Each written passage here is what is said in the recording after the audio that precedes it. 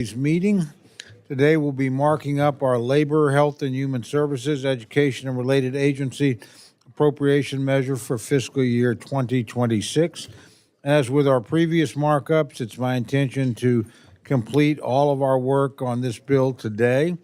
While we'll need to take a recess for floor votes as needed, we will otherwise be here today until our work is completed. I know it's going to be a long day for all of us given the number of amendments, so I know you guys will all be courteous and kind to one another. Anything we can do to move it along would be appreciated, but of course, everybody will have plenty of time to make their points. Our only order of business today is consideration of the Labor, Health and Human Services, Education-Related Agencies Appropriations Bill for fiscal year 2026. I'll now recognize Chairman Adderholt to present the bill. Thank you, Chairman Cole, and it's my pleasure to present the FY26 recommendations of the Subcommittee on Labor, Health and Human Services, Education, and Related Agencies to the full committee. I would like to thank you, Chairman Cole, for your longstanding leadership on the Labor, Health and Human Services Subcommittee, and also to express my appreciation to Ranking Member DeLauro. She tirelessly champions her priorities for this bill. She and I may not always agree on every issue, but she's someone that I deeply respect and very much appreciate her good faith effort as we work together whenever possible. So thank you, Ranking Member DeLauro. The bill we present to the committee today balances the need for responsible fiscal stewardship while at the same time maintaining key investments in biomedical research, schools, and public health. As soon as the Trump administration took office, they immediately set out to save taxpayer dollars by rooting out waste and abuse by reforming the outdated and the inefficient ways of running the federal government. We have endeavored to build on the President's efforts to rein in out-of-control spending in this bill. I must say that there has been a refreshing change in the direction from the previous administration that was repeatedly rebuked by the federal courts for attempting to illegally spend the taxpayer funds that were not appropriated by the Congress. We have been fortunate to have new partners such as DOJ, OMB, and the White House that want to work with us rather than against us to make fiscal responsibility a top priority. During last year's campaign, President Trump clearly presented his vision to the American people, and that was to reform the federal bureaucracy and restore fiscal sanity. The voters had a clear choice, and they voted for President Trump's vision. Now we have a president who is keeping his word, promises made, promises kept. With the president's leadership, this subcommittee has taken a critical look at every program, and in several cases, we've had to make some very hard choices on some nice-to-have programs. Americans must make priorities as they sit around their kitchen tables about the resources they have within their family, and we should be doing the same thing here in the Congress. While several programs are eliminated or they're reduced, the bill does increase support for biodefense, for rural hospitals, and for school choice. The bill also maintains support for Pell Grants and investments in early childhood education. The bill codifies President Trump's efforts to terminate DEI policies that were put in place by the previous administration and which have been resoundingly rejected by the American people. Building on the success of the Big Beautiful Bill, this bill eliminates funding for Planned Parenthood. It also protects the rights of women and girls to play sports fairly and not compete directly against men. It prohibits any federal funding from going toward enforcing gender identity politics or social, hormonal, and surgical interventions to change a child's sex. The bill maintains a longstanding Hyde Amendment to ensure that taxpayer funds are not used for abortion on demand, and that no one is forced to participate in an abortion or refer to one under a federal program. This isn't right-wing extremism. This is mainstream public opinion. The bill also ensures that the taxpayer dollars are not used to circumvent state laws that restrict access to abortion and ensure the tax dollars don't support research using fetal tissue from an abortion. The bill goes on to support the American workers, farmers, and entrepreneurs by including provisions protecting the rights of independent contractors and ending forced wage rates for agricultural workers. In addition to thanking Chairman Cole and Ranking Member DeLauro for their hard work on this committee, I want to thank the committee staff on both sides of the aisle. And needless to say, the committee does a great job. The staff that really goes beyond the call of duty. And I want to, on the majority side, I want to particularly mention Catherine Salmon, James Redstone, Emily Goff, Kirk Boyle, Jaime Varela. And on the minority side, Stephen Stegletter, Philip Tizani, Lori Mignon, and Jackie Kilroy. And I want to thank all of the committee members and their personal offices, how their staff has been helpful to this process if we've worked hard to put this bill together and the amendments that are coming up before us today. Let me just say in closing that we will all have different opinions about the policies that are in this bill. I understand that, both as they relate to the spending on the federal programs and the provisions supporting the administration's efforts. But certainly want to remind everyone that we all sincerely want to represent the views of our constituents respectfully. And I look forward to our robust conversations today and debate, but yet our cordial discussion today as we move forward. And with that, thank you, Mr. Chairman, and I yield back. I thank gentlemen very much, and I'd now like to recognize my very good friend, the ranking member of the full committee, Mr. Laurel, for remarks on the bill.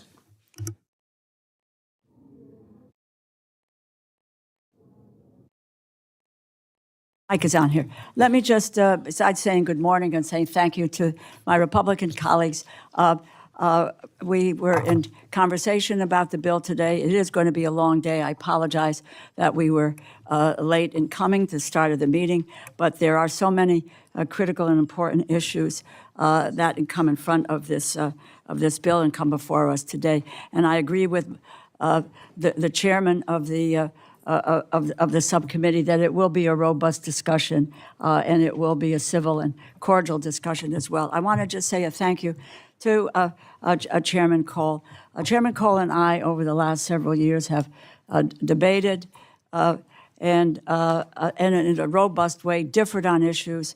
But with regard to labor H, we've come to a conclusion that we believe produce bills that were in the best interest of all our constituents and the country as well.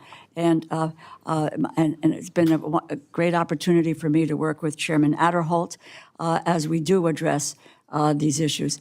This is a bill that affects people's everyday lives in very, very profound ways. And I think we all want to make sure that we are doing the right thing as we go forward. So I thank both Chairman Cole and Chairman Adderholt. Let me express my appreciation for the staff on both sides of the aisle. A thank you to Stephen Stegleiter, Philip Tizani, Jackie Kilroy, and Lori Mignon. On the minority staff, I also want to thank the majority staff, Catherine Salmon, Emily Goff, James Redstone, Kirk Boyle, Jaime Varela, and Matthew Kleinman. It will come as no surprise that I oppose the bill before us, which would cut funding for education, for health care, and labor programs by $24 billion. That's more than 10%. But before I dive into the details of why this bill would be disastrous for American families, I want to talk about the bigger picture, about what is happening in the country at this moment. Right now, the actions of this malicious and vindictive administration are hurting the middle class, the working class, and the vulnerable across every single one of our districts and taking us back decades.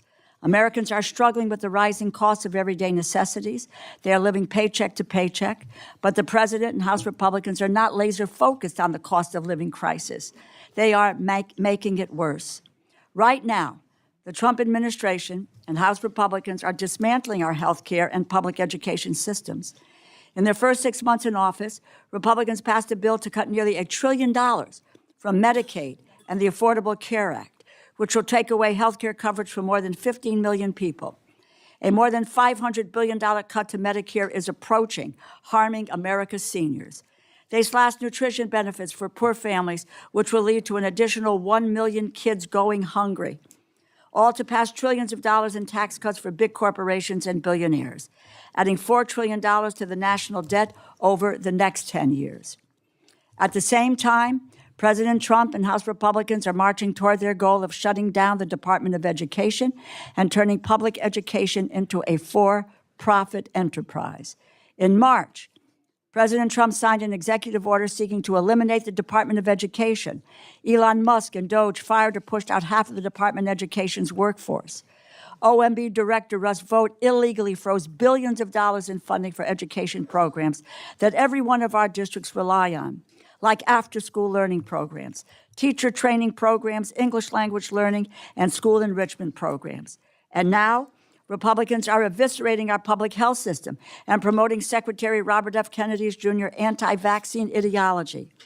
The Centers for Disease Control and Prevention used to be the crown jewel of public health information and guidance on vaccines that saved so many lives. Now it is being taken hostage by liars and conspiracy theorists. On August 8th, the CDC, still reeling from mass layoffs, was horrifically attacked by a shooter whose mind had been twisted by misinformation about COVID vaccines. He murdered a police officer, Officer David Rose, a Marine veteran. During the attack, CDC staff who were picking up their children at daycare laid on top of their kids to shield them from bullets. The police found more than 500 shell casings. Weeks later, there are still bullet holes in windows and shards of glass in CDC offices. How has RFK Jr. responded? Last month at a news conference in Texas, he doubled down on vaccine conspiracies and faulted CDC for listing vacancies among the top advances in medical science. And last week, RFK Jr. repeated his lies and misinformation about vaccines at a Senate hearing. He repeated his claim that there is no safe and effective vaccine. He claimed there is no data on COVID vaccines, which is false. There are dozens of studies on COVID vaccines, and we know that COVID vaccines saved millions and millions of American lives. RFK Jr. has no scientific or medical expertise. He pushes deadly conspiracies and spreads lies and misinformation. His latest response is that taking Tylenol during pregnancy causes autism, despite the fact that there is no clear evidence of this, period. We know his agenda. He wants to take away life-saving vaccines from kids and families. RFK fired all 17 independent scientific advisors on the Advisory Committee on Immunization Policy, or ACIP. He replaced them with anti-vaccine acolytes. He hired an unqualified and discredited vaccine skeptic as a top advisor on vaccine policy. 2 weeks ago, President Trump fired the CDC director, Dr. Susan Menares, for refusing to rubber stamp RFK Jr.'s anti-vaccine agenda that will hurt millions of our children. On the same night, 3 of CDC's foremost experts on influenza, respiratory diseases, and infectious diseases chose to resign rather than go along with RFK Jr.'s unscientific and dangerous demands to restrict access to life-saving vaccines for children. As Dr. Dimitri Deskalakis said in his resignation letter, and I quote, "Their desire to please a political base will result in death and disability of vulnerable children and adults," end quote. As Dr. Deborah Torrey said in her resignation letter, quote, "Vaccines save lives. That is indisputable, well-established scientific fact," end quote. And according to a bipartisan group of 9 former CDC directors who served under both Democrats and Republicans, and I quote them, "Families with low incomes who rely most heavily on community health clinics and support from state and local health departments will have fewer resources available to them. Children risk losing access to life-saving vaccine because of the cost. This is unacceptable, and it should alarm every American, regardless of political leanings," end quote. ACIP is scheduled to meet this month to consider recommendations for a variety of vaccines, including hepatitis B, COVID, RSV, and a combination vaccine for measles, mumps, and rubella. Senator Cassidy, chairman of the Senate Help Committee, has called for the ACIP meeting to be postponed. Senator Cassidy said, and I quote, "If the meeting proceeds, any recommendations should be rejected as lacking legitimacy given the seriousness of the allegations and the current turmoil in CDC leadership," end quote. I agree. The ACIP meeting must be postponed. All original ACIP members must be reinstated. Moreover, if they are not, it is imperative that RFK Jr.'s handpicked anti-vaccine members of the committee be replaced immediately by true immunization experts. RFK Jr. was never qualified to be Secretary of Health and Human Services. He should be fired immediately. Now we have the fiscal year 2026 appropriations bills before us, which continues the Republican assault on education, health care, and workers. Once again, this bill decimates support for public schools, students, and K-12 school teachers, and it abandons college students and lower-income workers trying to gain an education or advance their career for their chance at the American dream. Overall, the bill cuts the Department of Education by $12 billion, 15%, including $4.7 billion cut to Title I, which will take at least 72,000 teachers out of low-income classrooms. Hardworking families pay taxes. They send their kids to local public schools. This bill says we cannot afford to put a teacher in their child's classroom. English language acquisition funding to help more than 5 million English learners nationwide is eliminated. Disadvantage and discriminating against students who primarily speak another language, hurting their future ability to compete and succeed in the American economy. Supporting effective instruction state grants, which provide professional development opportunities for educators, are completely gone. Work-based financial aid from Federal Work Study for 222,000 students who needed to help finance their post-secondary education is cut by $450 million, limiting their potential earnings and future success in the job market. And need-based financial aid for more than 1.6 million low-income students who use the Supplemental Educational Opportunity Grants to finance their education is completely eliminated. I find it ironic that this bill was released on Labor Day. It slashes worker protection and abandons the working class, allowing corporations to exploit American workers' safety and rights and promotes cheap foreign labor. Overall, it cuts the Department of Labor by 30%, eviscerating job training programs by more than 50%, and eliminating funding for the adult job training, youth training, and the Job Corps program, destroying job training and career development opportunities for more than 300,000 adults and more than 150,000 young adults. And once again, the majority's bill will harm women's health, children's health, and public health, surrendering the safety and well-being of the American people to multiple health crises. It completely eliminates funding for HIV/AIDS prevention at CDC, a cut of more than $1 billion, and cuts HIV/AIDS treatment under the bipartisan Ryan White program by more than $500 million. The first Trump administration proposed a new initiative to end the HIV epidemic, and the second Trump administration, on the other hand, has abandoned the fight. The bill would eliminate funding for Title X family planning, which would be the end of support for preventive health services, including contraception and cancer screenings for 2.6 million low-income women and men. And it would eliminate funding for the Teen Pregnancy Prevention Program. Also eliminated tobacco prevention programs, as well as gun violence prevention research, just days after a horrific school shooting while children were praying in church. The bill cuts NIH research funding by nearly $500 million. This comes as Russ Vought has canceled previously awarded grants, throwing away potential life-saving cures or treatments and wasting millions of dollars in the process. It is sad because it was not long ago that I worked on a bipartisan basis with Chairman Tom Cole for 8 straight years to provide annual funding increases for NIH research. We did it. Biomedical research used to be a bipartisan priority in Congress. Sadly, those days seem to be gone. And in keeping with the majority's other partisan bills, this bill includes the usual poison pill riders, including multiple provisions that target abortion rights, reproductive health care services. Policy riders in the bill create an open season for discrimination against LGBTQ individuals, and they prohibit policies and programs intended to promote diversity in the federal government. I'm really exasperated that the majority has taken the subcommittee, the Congress, and the American people down this path once again. I would urge my Republican colleagues to say enough. Stop supporting anti-vaccine lies. Stop cutting Medicaid. Stop destroying public education. Stop hollowing out our health care and our public school systems. This 2026 Labor, Health, and Human Services and Education bill only deepens the harm wrought on the middle class, the working class, and vulnerable Americans. I cannot support this never-ending attack on our health care and our public school system. I urge my colleagues to vote no. I thank you, and I yield back. Thank the gentlelady, and thank you, Chairman Adderholt. Thank you, Ranking Member Delora, and all the members of the committee for being here today. Our markup work continues with a bill of critical importance to Americans and to our nation.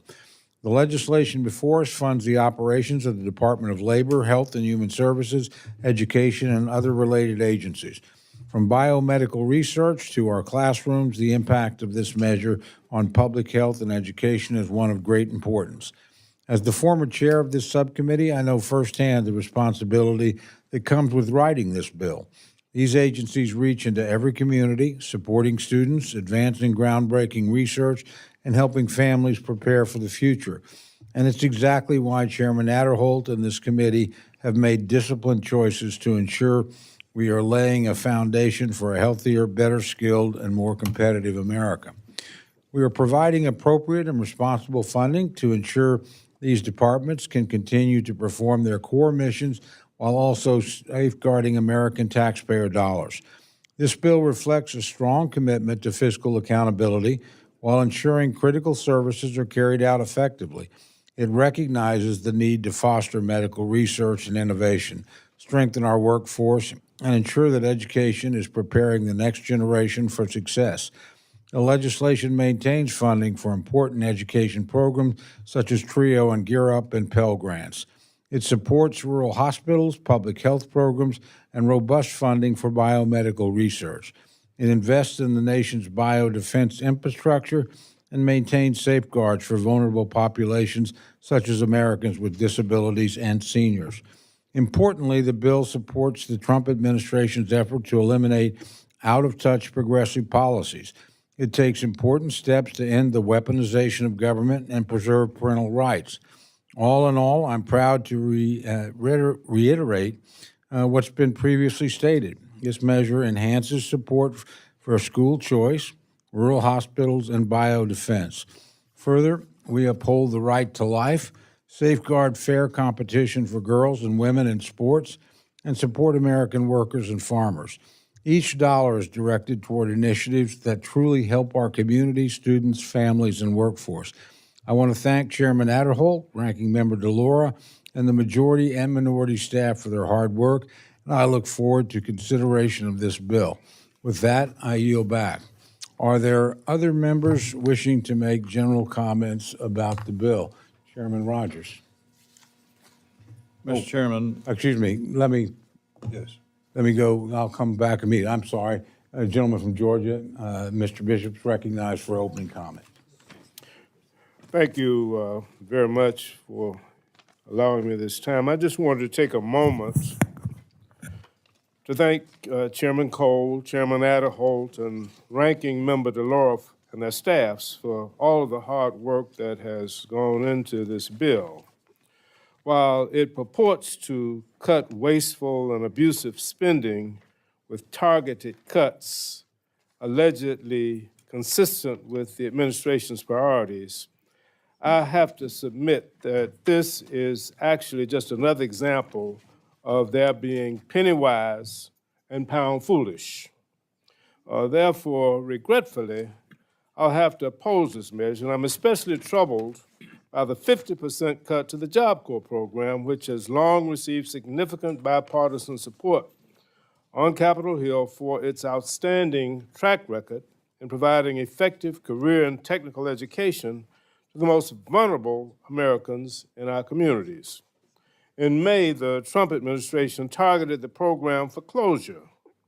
While I'm grateful that the House Appropriations Committee has rejected this drastic step, a 50% cut still would result in the closure of many Job Corps centers, result in the layoffs of Job Corps staff, and place at risk the dreams and aspirations of thousands of promising students. It is vital that we fully invest in Job Corps. For over 60 years, it has paid tremendous dividends in terms of ensuring that young people can become productive members of the labor force and not be reliant on public benefits. I also want to mention my strong opposition to the deep cuts that the Appropriations Committee is proposing for the Centers for Disease Control and Prevention. I'm speaking now not just as an advocate for our nation's public health, but I'm also speaking in my role as the Dean of Georgia's congressional delegation.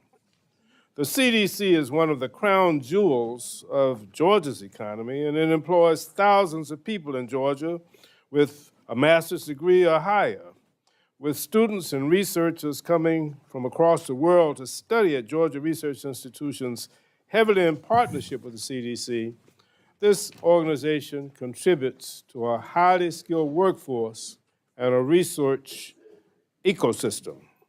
The CDC's vital presence in Georgia stimulates immense economic activity, with every dollar spent generating $2 in economic growth for Georgia. Most of the CDC's budget doesn't stay in Georgia.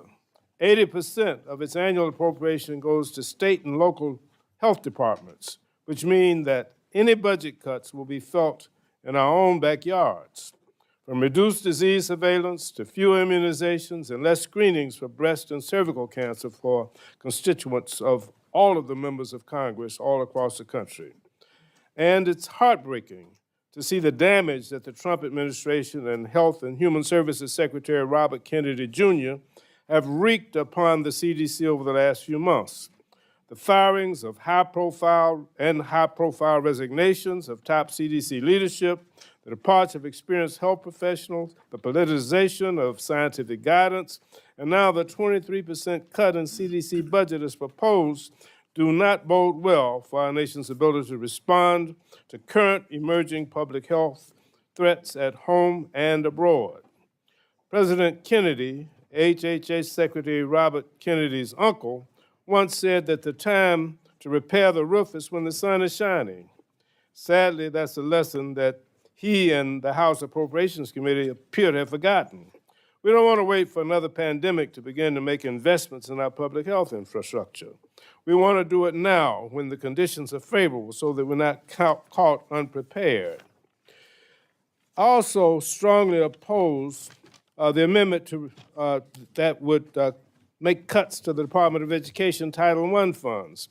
These vital funds, which are cut by $3.78 million from fiscal year 25 levels, help ensure that all children, regardless of their income or status, receive high-quality education. There's a profound need in our country to close this gap, particularly in rural communities. These funds are critical to ensuring that there are enough well-prepared teachers to support the services in these schools. I hope that the Appropriations Committee will reconsider these unwise cuts into all of these programs that will have an adverse impact on the health care, the education, the workforce development, and the overall economic well-being of the American people. Until then, I urge my colleagues to oppose this bill. I yield back. Thank the gentleman. The chair now recognizes the distinguished Dean of the House and Chairman Emeritus Committee, Mr. Rogers, for opening remarks on the bill. Thank you, Mr. Chairman, for yielding me this time. I want to recognize Chairman Adderholt and Ranking Member DeLauro for their partnership in advancing this strong bill. I'm especially grateful that the bill continues to prioritize funding to combat the nation's opioid epidemic, an issue that has devastated communities across my district and across the country. Last year, more than 80,000 Americans lost their lives to overdose. And those numbers aren't just statistics. They represent families torn apart, families and state governments besieged. And they represent families torn apart, communities struggling to recover. As I've often said, and I think many of you have as well, this epidemic requires a comprehensive response: prevention, treatment, and long-term recovery. I'm encouraged that this bill provides $3.9 billion for treatment and $205 million for prevention programs like UNITE, the national anti-drug fight that I would like for you to join. The next summit of that group will be in April in Nashville, Tennessee, and I hope you can come. These investments help communities expand access to treatment, strengthen prevention for youth, and ensure states have the tools and data needed to respond effectively. I also want to thank the committee for maintaining the Hyde Amendment, a long-standing bipartisan provision that ensures taxpayer dollars are not used to fund abortions. So I look forward to working together as we move this process forward. And I thank the chairman, the big chairman, and the subcommittee chair, again, for leadership. And so I thank you for your work, and I yield back. Thank the gentleman. The chair now recognizes the distinguished gentleman from Maryland, Mr. Hoyer, for opening remarks on the bill. Thank the gentleman for yielding. And I thank the chairman and the ranking member. I'm not sure they were partners on this bill, my friend, but they both were on the committee. There are 63 of us on this committee, 35 Republicans and 28 Democrats. And we are here presumably because we're going to appropriate money that will be spent for the objects that we believe are priorities for our country. Mr. Aderholt said he appreciated DOGE. I condemn DOGE for taking action, the consequences of which it had no knowledge. It knew how to cut, it didn't know the ramification of those cuts. And certainly, Mr. Vogt does not believe he's our partner. In fact, he wants to make this a more partisan process. That's a quote from him. And he believes it is but a suggestion to the executive department as to how money ought to be spent or could be spent. In fact, he does not believe that he's a partner. He believes he's an arbiter. The definition of arbiter is one who settles a dispute and has ultimate authority in a matter. That's who Mr. Vogt thinks he is, and that's who he thinks the president is. Trump's political appointees tell our doctors and scientists that their research can continue so long as it's scientifically justifiable in the minds of non-scientists. Was it scientifically justifiable to terminate the NIH effort to develop an HIV vaccine after investing decades of time and hundreds of millions of dollars in the program? What about this administration's cuts to research grants aimed at cutting sickle cell anemia? Was that based on scientific merit? Was Trump scientifically justified when he ended funding for the Pediatric Brain Tumor Consortium or the CDC's 9/11 World Trade Center Health Program? Earlier this month, members of the committee, the Trump administration canceled hundreds of millions of dollars for vaccine research that has great potential for curing various forms of cancer. In fact, this administration and these bills that we are adopting cut over $400 billion of money that we appropriate. The bills don't. money that we previously appropriated and dedicated to certain objectives that we thought were important. $400 billion plus has been arbitrarily, capriciously, and without constitutional authority failed to be expended. Is that really the gold standard of science Trump claims to uphold? No, none of what we have seen past 9 months has been scientifically justifiable, only politically justifiable by the Republican doctrine of you're on your own. Last month, Trump issued an executive order that gives his political appointees greater power to fund or block NIH grants, a process normally determined through rigorous peer review from other scientists. Just days later, the Supreme Court allowed, sadly, Trump to maintain his freeze on some $2 billion in NIH grants. By politicizing science, this administration has endangered both scientists and the American people they serve. A few weeks ago, a conspiracy theorist shot up the CDC headquarters in Atlanta, killing a police officer. Every day, my office gets calls from concerned parents who are unsure what vaccine policies are at the national level.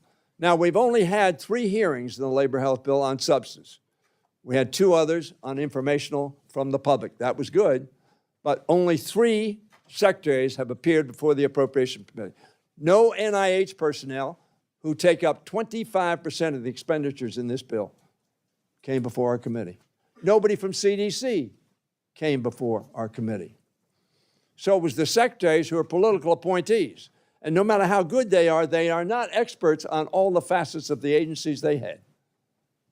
And tragically, we only had 3 hearings on a bill that appropriates about $180+ billion, which is, by the way, much less than was spent, 11% to be exact, than was spent in '75. All of this fear, all of this uncertainty will continue so long as Trump, Vogt, and the rest of the administration continue their crusade against the health and education of the American people. So long as they do, the text of this bill means very little. So I urge my colleagues to vote no on this bill. This bill will not be law. This bill, whatever we do, will be largely dictated by what the Senate can do and what we should do in passing bills in a bipartisan fashion.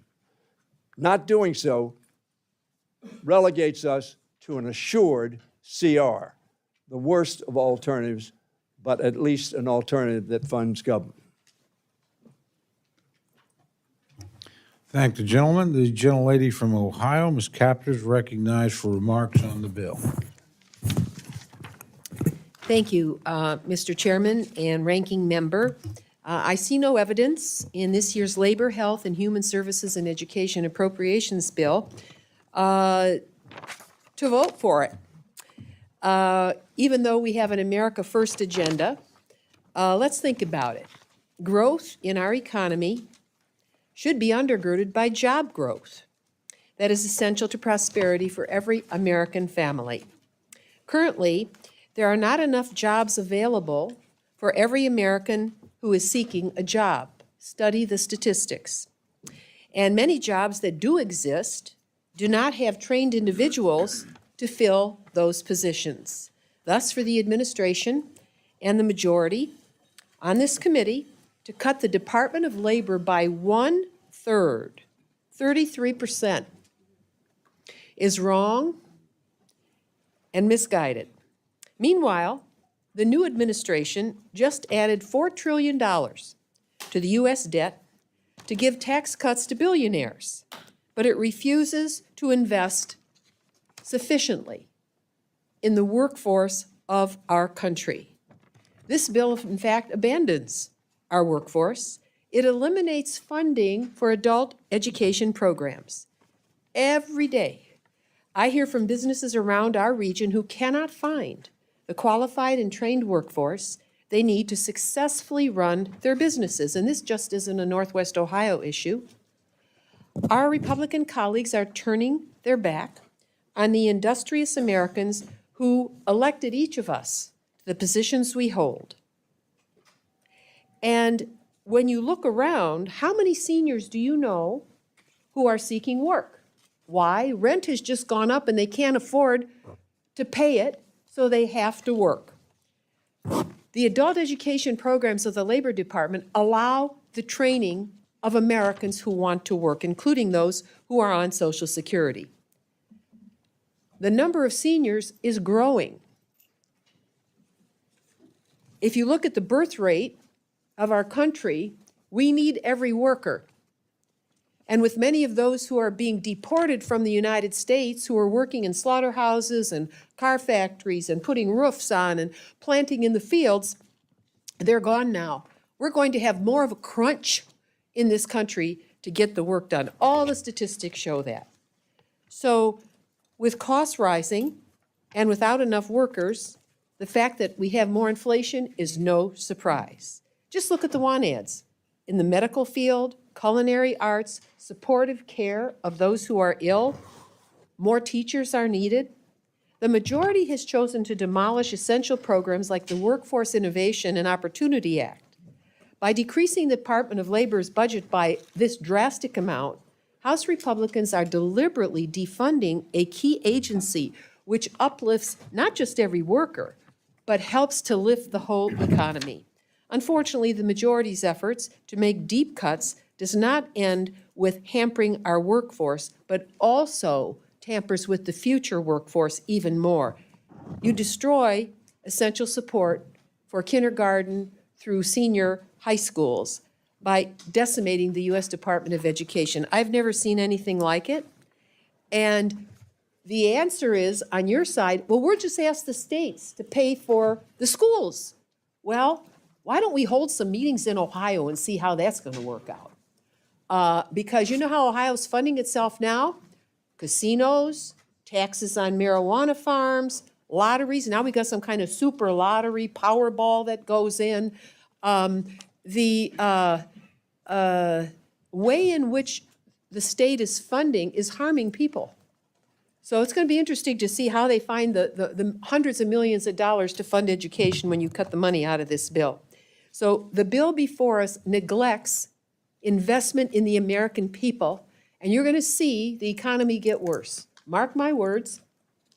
In places like Illinois and Ohio, thousands of workers are striking or have lost their jobs already, and more is coming. One of the most important places to invest is the U.S. Department of Labor, to lift this economy, to allow American families to work their way forward, not to make it more difficult.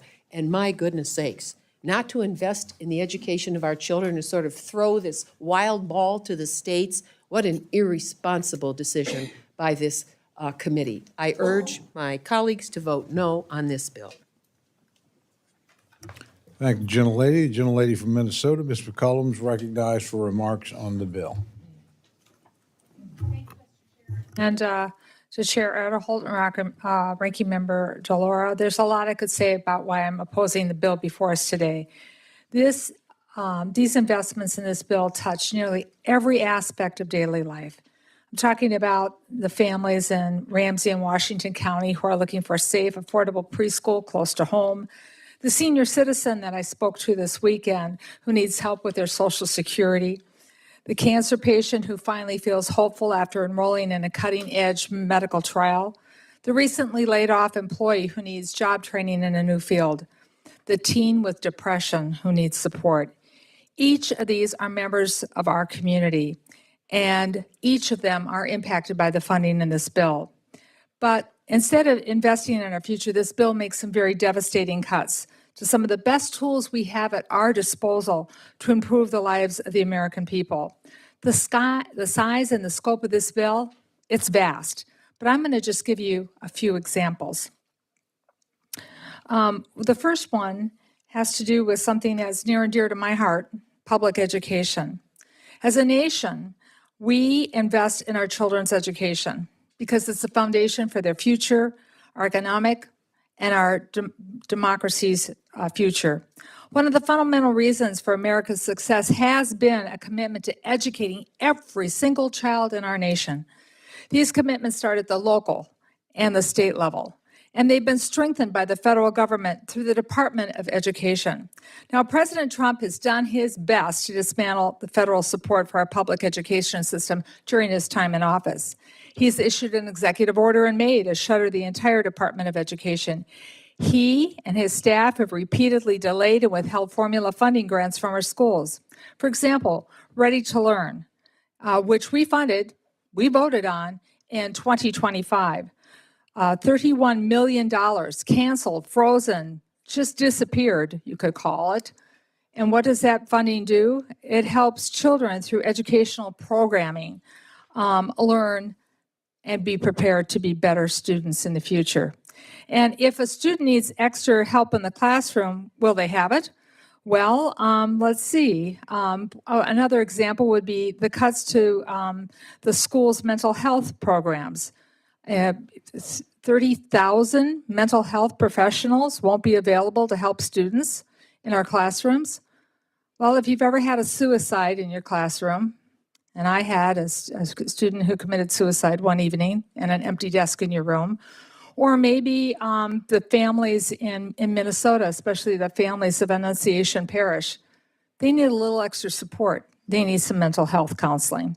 Trump's One Big Beautiful Bill created a giant loophole, however, for private school vouchers. And what does that mean? It means less money for our public schools. And DOJ's layoffs. They've already pushed out most of the staff who protect the civil rights of students with disabilities. College students are already finding it harder to get help, and the One Big Beautiful Bill made really ugly changes to student loans. So the Department of Education, cut by 15%, is going to be felt in every single level of our child's education. These grants that have been cut, funds that have been frozen, that we just appropriated, all gone, have had an impact in our school districts right now, and I'm sure you're hearing from your educators. I'm going to give one example close to home. Minnesota's in the middle of a 3-year grant right now, and this bill would help pull the funding that has helped us cut the funding that has helped us tackle the child care crisis that our state is facing so more people can get back to work. But the most devastating cut I will close with will be felt in the K-12 schools, where students from our communities get that little bit of extra support in the federal government in forms of Title I funds. This bill cuts the equivalent of over 730 teachers in Minnesota schools. And how are states supposed to cover the difference? Well, they can't. If we want to support our economic future, if we want to have everyone have a chance at the American dream, if we want to protect our democracy, we must protect public education, and this bill fails to do so. I yield back. Thank the gentlelady. The gentlelady from Florida, Ms. Wasserman Schultz, recognized for opening comments on the bill. Thank you, Mr. Chairman. I rise today, again, disappointed that we're considering a highly partisan and dangerous funding bill. The Labor, Health, and Human Services and Education Appropriations Bill is one of the most consequential pieces of legislation that we consider each year. It's supposed to strengthen the pillars of our society: healthcare, education, opportunity. It's supposed to lift up seniors, children, people with disabilities, families in rural America, and our underserved communities. But once again, Republicans chose extremist politics over people. Instead of keeping promises, this bill breaks them. Instead of investing in families, it abandons them. Instead of protecting health and safety, it strips them away. Since day one, this administration has taken a chainsaw to public health, slashing programs with no logic, no compassion, and no plan. Now, just weeks from a Republican-manufactured shutdown, they bring forward a partisan bill full of poison pills that put ideology ahead of lives and science. I am deeply disappointed, because in many ways, there are pieces of this bill worth fighting for, programs for which I have long championed. It includes funding for drowning prevention and the U.S. National Water Action Safety Plan. It includes investments in early cancer detection, like my PALS Act to guarantee access to annual mammograms at 40, my Early Act to educate young women and health providers about breast cancer, and it expands cancer prevention in vulnerable communities through the Alcee Hastings program, as well as new support for mobile screening. It also includes directives to strengthen survivorship care, with funding for the CDC and NIH, a landscape analysis of young adult survivorship research, and stronger leadership from the Office of Cancer Survivorship. And I appreciate the committee working with my team to include additional survivorship language in the manager's amendment. These are all critical victories, and I appreciate their inclusion. But the broader bill is riddled with contradictions and harmful choices. Those bright spots are drowned out by the darkness. For instance, the bill acknowledges tobacco use as the leading preventable risk factor in the United States, yet it eliminates CDC's Office of Smoking and Health. It cites the maternal mortality crisis, yet cuts Title X, maternal and child health programs, and funding for Planned Parenthood, all of which are essential to saving mothers' lives. We all know education opens doors, yet this bill guts programs that actually give low-income children a shot at a better future. You bemoan that children are murdered in school shootings, yet this bill erases prevention research even after 6 mass shootings scarred this country in a single month. These are not minor cuts, and this is not governing. This is heartless cruelty parading as policy. This bill acknowledges the crisis, yet cuts the solutions needed to solve it. It should not be this hard. Tobacco kills. Guns kill. Women and children need health care. Families need schools and a shot at opportunity. But Republicans would rather protect big tobacco, gun lobbyists, and their big donors over protecting the American people. And let's be clear, this isn't about fiscal responsibility. If it were, Republicans wouldn't hand tax breaks to billionaires while cutting cancer screenings for working moms. This is about appeasing the far right, no matter how many lives are lost in the process. So long as Republicans continue this crusade to dismantle life-saving programs, programs that prevent death, protect health, and give families hope, they will not have my support. My support belongs to the most vulnerable, to working families, and to children. That is where my values lie, and that is where this Congress should place its focus. But this debate is not just about this bill. It reflects a broader agenda, one that poses grave risks to public health. Just yesterday, I led a letter to Florida's governor opposing his reckless decision to remove all vaccine requirements, including in schools, a decision that is unsafe and irresponsible. Eliminating vaccine requirements isn't just bad policy, it's an open invitation to disease outbreaks and preventable deaths. We cannot allow fringe ideology to dictate public health. We cannot allow misguided leadership to endanger lives. And we should not allow appropriations bills meant to strengthen America's health and education systems to be used as vehicles for cruel cuts and partisan agendas. I urge my colleagues to work with us to craft a bipartisan bill that prioritizes our families and restores programs that saves lives and strengthens communities. Hopefully we have a chance at that with the Senate bill. Without that, I cannot support this one, though. I yield back. Thank the gentlelady. The gentleman from Wisconsin, Mr. Pocan, is recognized for opening comments on the bill. Thank you, Mr. Chairman. Unfortunately, this bill shows the GOP priority for programs that help real people. This was left for the end with the leftover funds, much like the leftovers in your refrigerator. It shows when we see a quarter of the cuts to the Health and Human Services budget are coming out of funding for HIV and AIDS alone, one wonders what the explanation for that can be. And regardless of the chaotic and strange leadership that's at HHS right now, these cuts are really deep. In fact, they even cut in the HIV area, a program that President Trump himself started in the last administration that's helped reduce new HIV cases by 21% in the areas that received the funding, which is 3.5 times more effective than the areas that didn't. And yet you cut President Trump's own program. When it comes to Healthy Start, a program that helps prevent infant deaths and cares for expectant mothers, particularly in underserved areas, you cut that funding as well. Now MAGA's against babies. You put our children's health at risk. You eliminate funding for the firearm injury prevention at a time when guns are the leading cause of death for children and teens. And you eliminate the Division of Tobacco Prevention Control. I guess part of the MAHA lifestyle includes lung cancer. And if all these cuts weren't bad enough, you create a $100 million slush fund for MAHA activities with no transparency, no oversight, no purpose, and you're defunding life-saving programs, but you're creating a mystery fund with taxpayer dollars. Where is Elon Musk when we need him? Well, I guess we'd never really need him. When you look at the Department of Labor, you've cut it by an astonishing 30%. All sorts of programs that help with jobs training. The Job Corps was cut in half. It's a bipartisan program that gives homeless and disenfranchised youth the training they need to build a better future.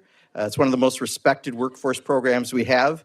You eliminate all the WIOA adult and youth job training programs. So at a time when employers are desperate for skilled workers, this budget tells Americans, as Mr. Hoyer might say, you're on your own. It eliminates the Senior Community Service Employment Program, which has served low-income, unemployed, older adults over 60 years old. That helps seniors gain new skills and reenter the workforce with dignity. And it cuts the National Labor Relations Board by a third, gutting an agency that allows workers to have a voice in their workplace. It's not about saving money. This is about silencing workers. And then finally, the Department of Education, you cut that by 15%, a further attempt to dismantle the Department of Education. Cut $9.2 billion out of K-12 education alone, including nearly $5 billion from the Title I grants that support disadvantaged students and the complete elimination of the English language acquisition and teacher training grants. You strip $1.4 billion from the federal student aid programs with a devastating 40% cut to federal work study and the total elimination of supplemental education opportunity grants. And this bill is full of contradictions. The report asks for renaming the workforce Pell Grants as Trump grants. Oh, don't worry, we have an amendment on that. But you're cutting all the job training programs, and just in the big ugly bill, you made it harder for people to access Pell Grants to actually have the help that they need. Look, this bill encompasses most of the funding that helps people the most. And it has some of the deepest cuts because it was left to be at the end with whatever leftover funds you had. And that's why not only will I be opposing this bill, but I'll make sure that we have some interesting amendments for you along the way. I think we have 50-some throughout the day to have some debate, and hopefully we will, Mr. Chair, have some debate, unlike the last hearing where I know it was a little difficult to get people to want to talk about things. I think today, hopefully, we could have a more lively debate about some of the programs that could be facing cuts, and maybe we could find ways to actually fund them. And with that, I yield back. Thank the gentleman. The gentlelady from New Jersey, Ms. Watson Coleman, is recognized for opening comments about the bill.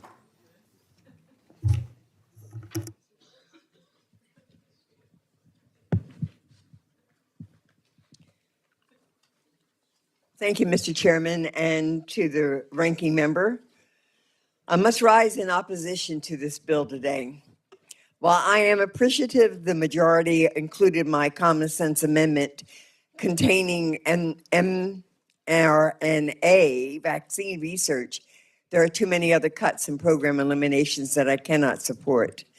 This bill guts funding for the Department of Education, slashing resources for K through 12 education programs, and stripping support for students and with disabilities.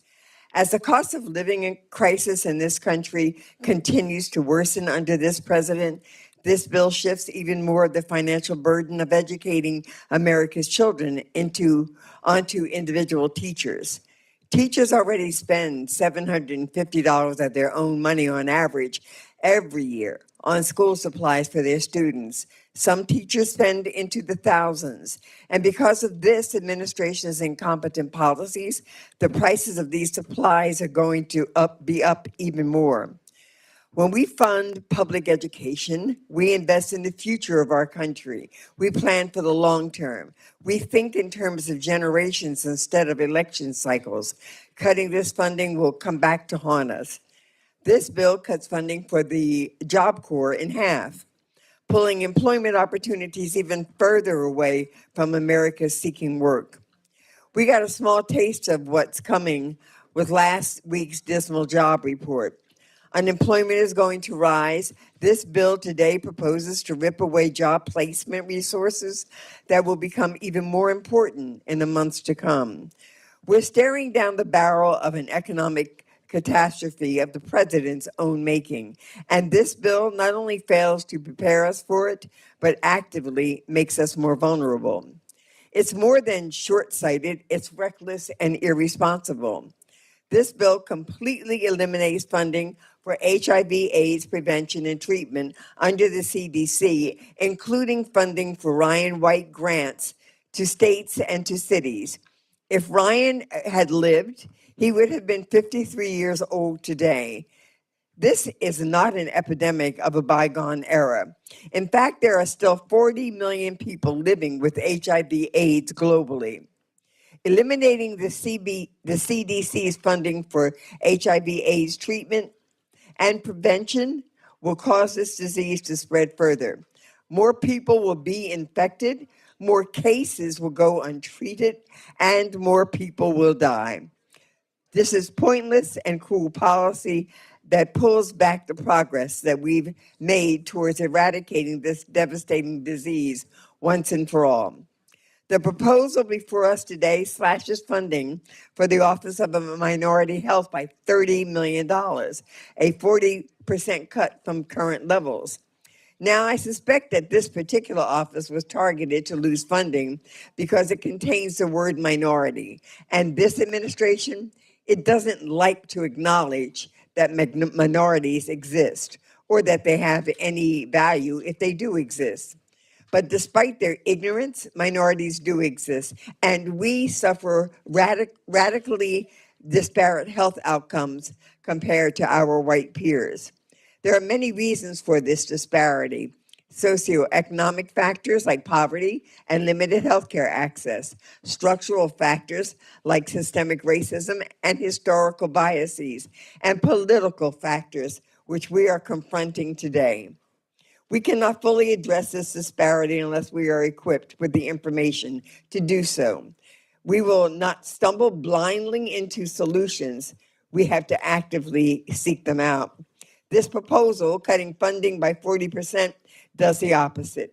It is a blindfold. It weakens our ability to improve the health and the well-being of minorities throughout this country. The American people deserve much better than what's in this bill. So I urge my colleagues to oppose it. I thank you and I yield back. Thank the gentlelady. The gentlelady from Florida, Ms. Frankel, is recognized for opening comments on the bill.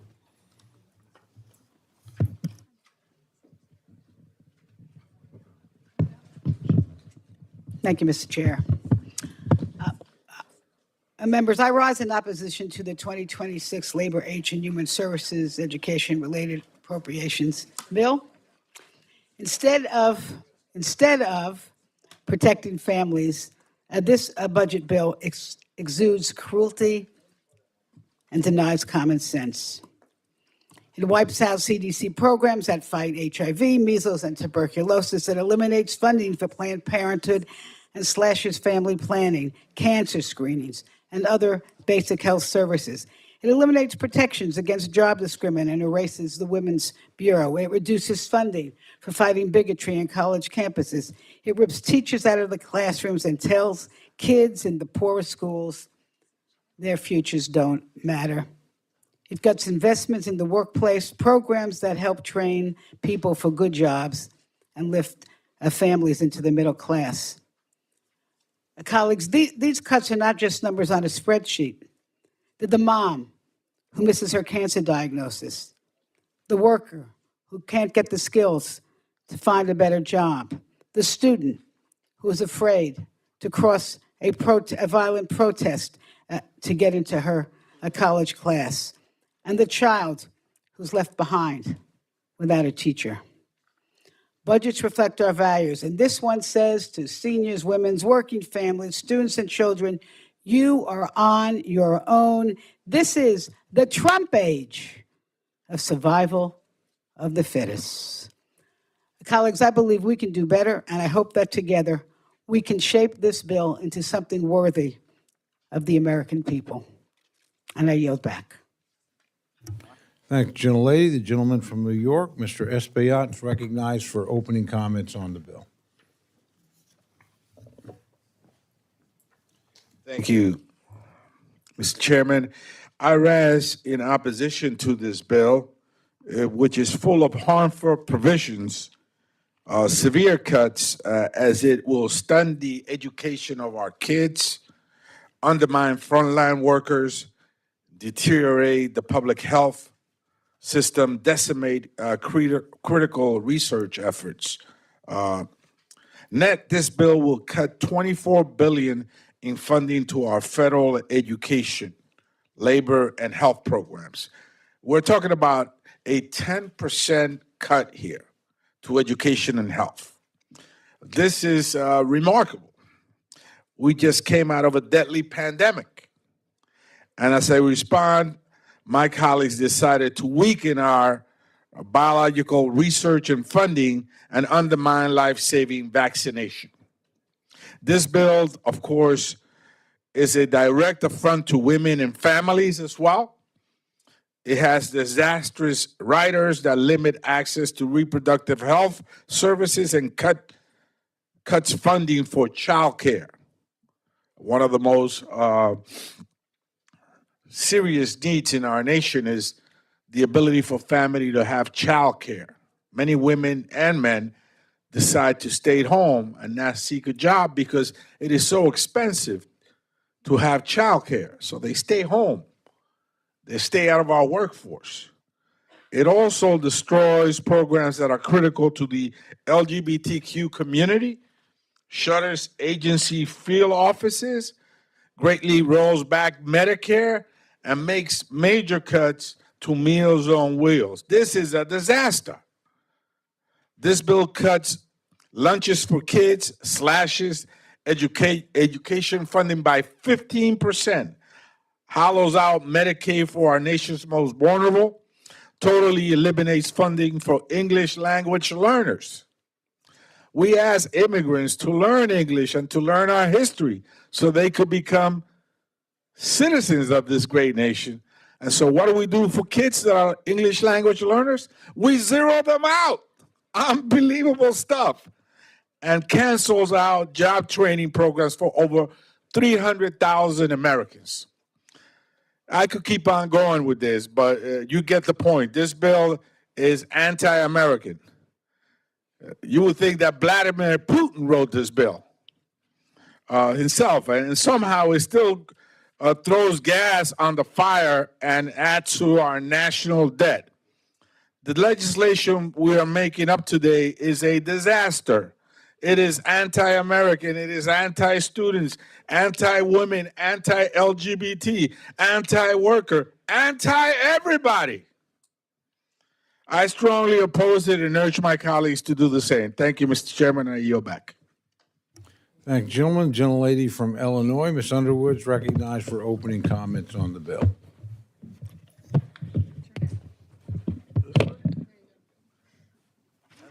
Thank you, Mr. Chairman. I rise in opposition to the fiscal year 2026 Labor, Health and Human Services, Education, and Related Agencies bill that we are considering today.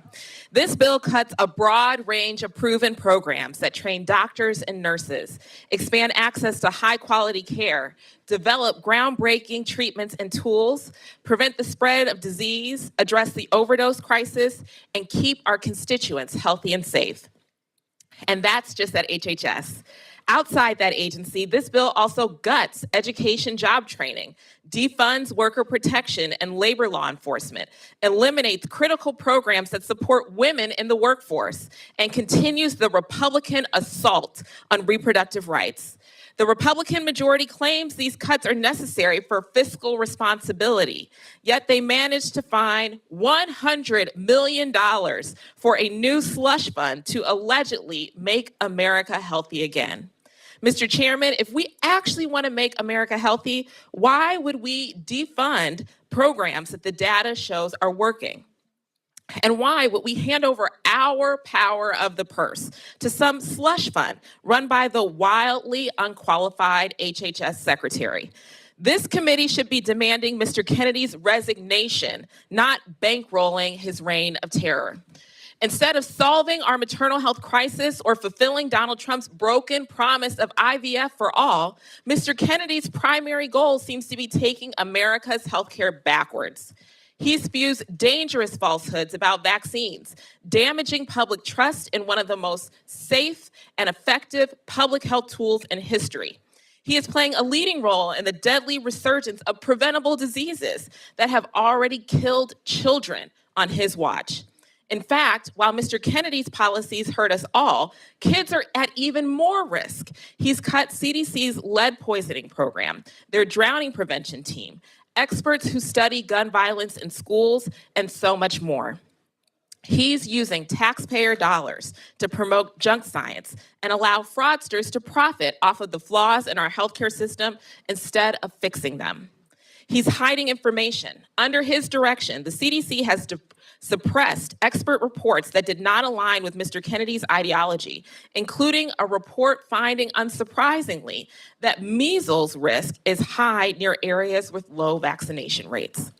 He has stripped much needed resources away from state and local public health authorities and presided over the largest cut to healthcare in our nation's history in the Big Ugly Bill. His anti-science, conspiratorial rhetoric has even fueled violent extremism that endangers his own employees, as we saw in last month's terrifying shooting at the CDC headquarters in Atlanta. One of the CDC experts who recently resigned in protest of Mr. Kennedy's dangerous policies, who served as the director of the National Center for Immunization and Respiratory Diseases, wrote in his resignation letter that Mr. Kennedy's, quote, desire to please a political base will result in death and disability for vulnerable children and adults. As a public health nurse myself, I know that this warning is true. Mr. Kennedy is unfit to serve. His leadership has been a disgrace, and he needs to resign. But unfortunately, the Trump administration's attacks on science do not end with Mr. Kennedy. The president's budget request for fiscal year 26 also took a hatchet to the National Institutes of Health, proposing to consolidate the 27 institutes and centers that make up NIH into just 8. The Eunice Kennedy Shriver National Institute of Child Health and Human Development, which supports some of the most promising work to end America's maternal health crisis, is just one of the many institutes that would be undermined by this misguided reorganization. The president's plan would also completely eliminate the National Institutes for Nursing Research and the National Institute of Minority Health and Health Disparities, firing the scientists and other staff who have dedicated their lives to ensuring every single American gets the care that they deserve. Moreover, this bill includes a funding cut that will delay and derail the cutting-edge work being done by our nation's top medical researchers. If we actually want to make America healthy, this bill makes no sense.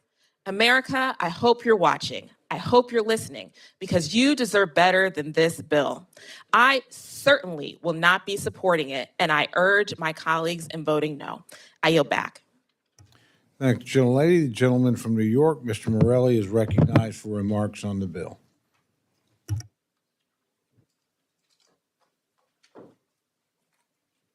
Mr. Chairman.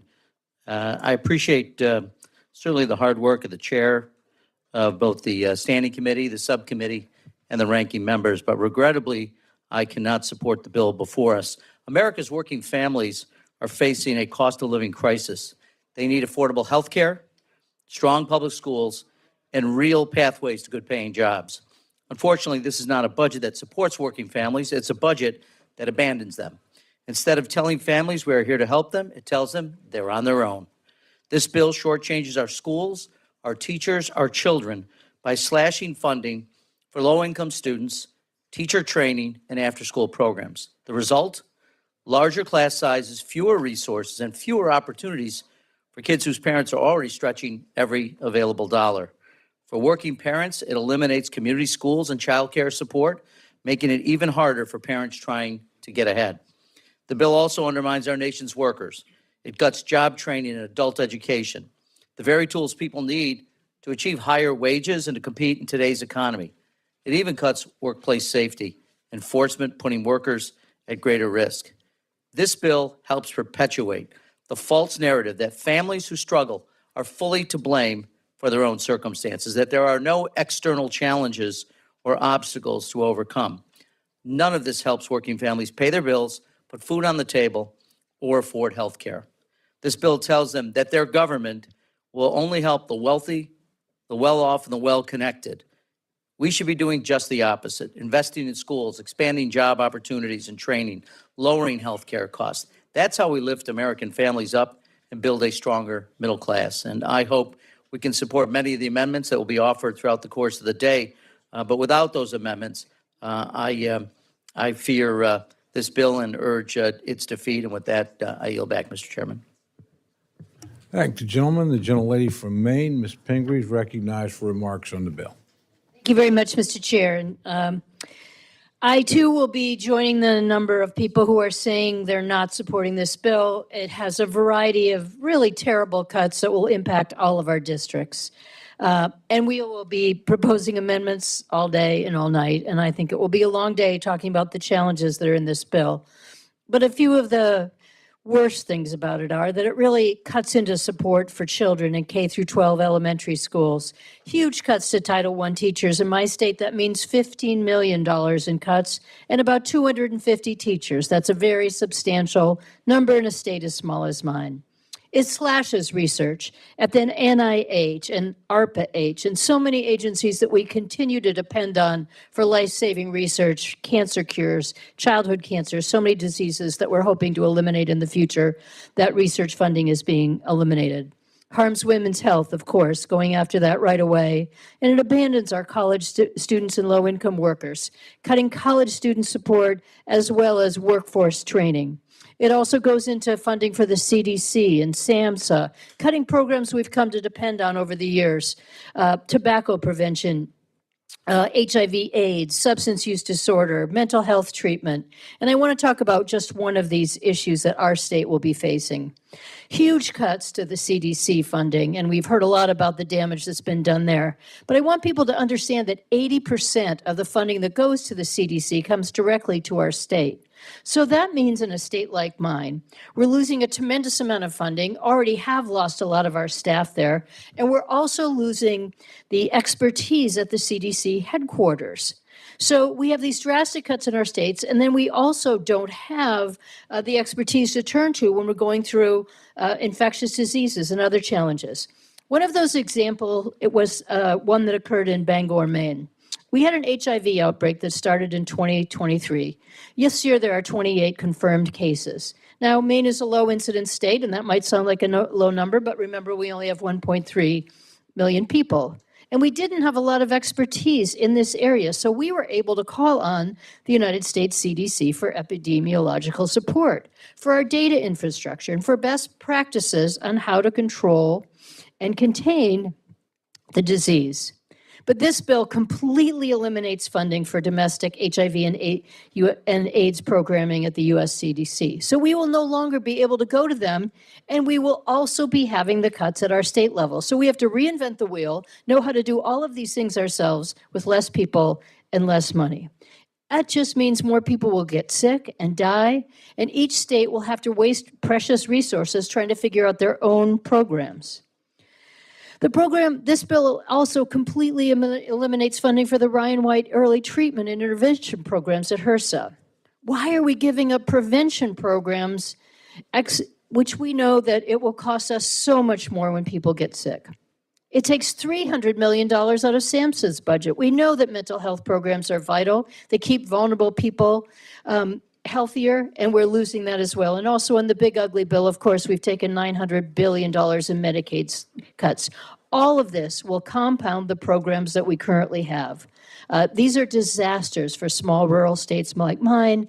It's one more example of chaos that's being done with no scientific data behind it, no actual theory, no understanding of what the American people expect of us, and really denying and disagreeing with the things that people want us to do every day. So I can't say enough, frankly, bad things about this bill. We will have all day to continue doing it, but I wanted to make that point of just one example of what will happen in a small rural state like mine. And I yield back and encourage my colleagues to say no on this bill. Thank you, gentlelady. The gentleman from California, Mr. Levin, recognized for remarks on the bill. Thank you, Ranking Member DeLauro, and thank you, Chairman Adderholt, as well. I want to begin by saying I have great respect for you, my friend, Mr. Chairman, and I know you take these responsibilities very seriously, and I appreciate your leadership. Unfortunately, I can't support the bill as written. The legislation, as some of my colleagues have pointed out, makes some of the deepest cuts we've seen to programs that serve our children and shape America's future. I want to focus on just a few examples because they go to the heart of whether this bill is consistent with the values that we all say we share. First, the bill cuts $4.7 billion from Title I schools across the country, and I'm the proud parent of 2 kids in Title I public schools, so I know what that means firsthand. Title I is going to ensure that schools serving children from low-income families can provide smaller class sizes, more individualized support, and a fair chance at success. Take away that funding, and you'll see overcrowded classrooms, diminished opportunity, and even lower pay for teachers who already sacrifice so much. And this comes at the worst possible moment. The new report card, the nation's report card, which if you haven't seen, I do hope you see, tells us that student achievement is already slipping. Since 2019, 8th grade science scores have dropped 4 points. 12th grade math and reading scores are down 3 points. Scores for our lowest performing students are at historic lows. This isn't just a statistic, it's a flashing red warning light. Colleagues, many of us went to public schools. Many of us have kids or grandkids there today. We know those schools are the backbone of our communities. If we defund them at a time when scores are falling and our students are struggling to catch up, we're not being good stewards of the responsibility voters entrusted to us. Our public schools are also central to our economy and our national security. Let me explain. They're where the next generation of engineers, scientists, small business owners, and service members come from. If we shortchange them now, we undermine our own competitiveness against nations like China, and we weaken the very foundation of American strength. I'm also deeply concerned that this bill eliminates funding for firearm injury and mortality prevention research. I know we don't all agree on gun policy, but surely we can agree that preventing accidental shootings is common sense. I've worked across the aisle on legislation to promote safe storage, and I believe this is an area where we could continue to find common ground, and we should. Wiping out research doesn't help families, doesn't reflect the values of responsibility and safety that so many of us talk about. Let me say a word about the Department of Education. I know there are some in this room, on this committee, who question whether the department should even exist. But here's the truth. States and local school districts remain firmly in control of what is taught in our classrooms. The Department of Education's role is not to dictate curriculum, it's to ensure accountability. It's to collect and share vital data, like the nation's report card that I just mentioned to you. And it's to help states and schools serve disadvantaged students, students with disabilities, and veterans pursuing education. Those are goals we should all support. Finally, let me say this. Our oath is to the Constitution. Article 1 gives Congress the power of the purse, not the executive branch. And I don't mean to be a broken record, but I'm going to say it again today.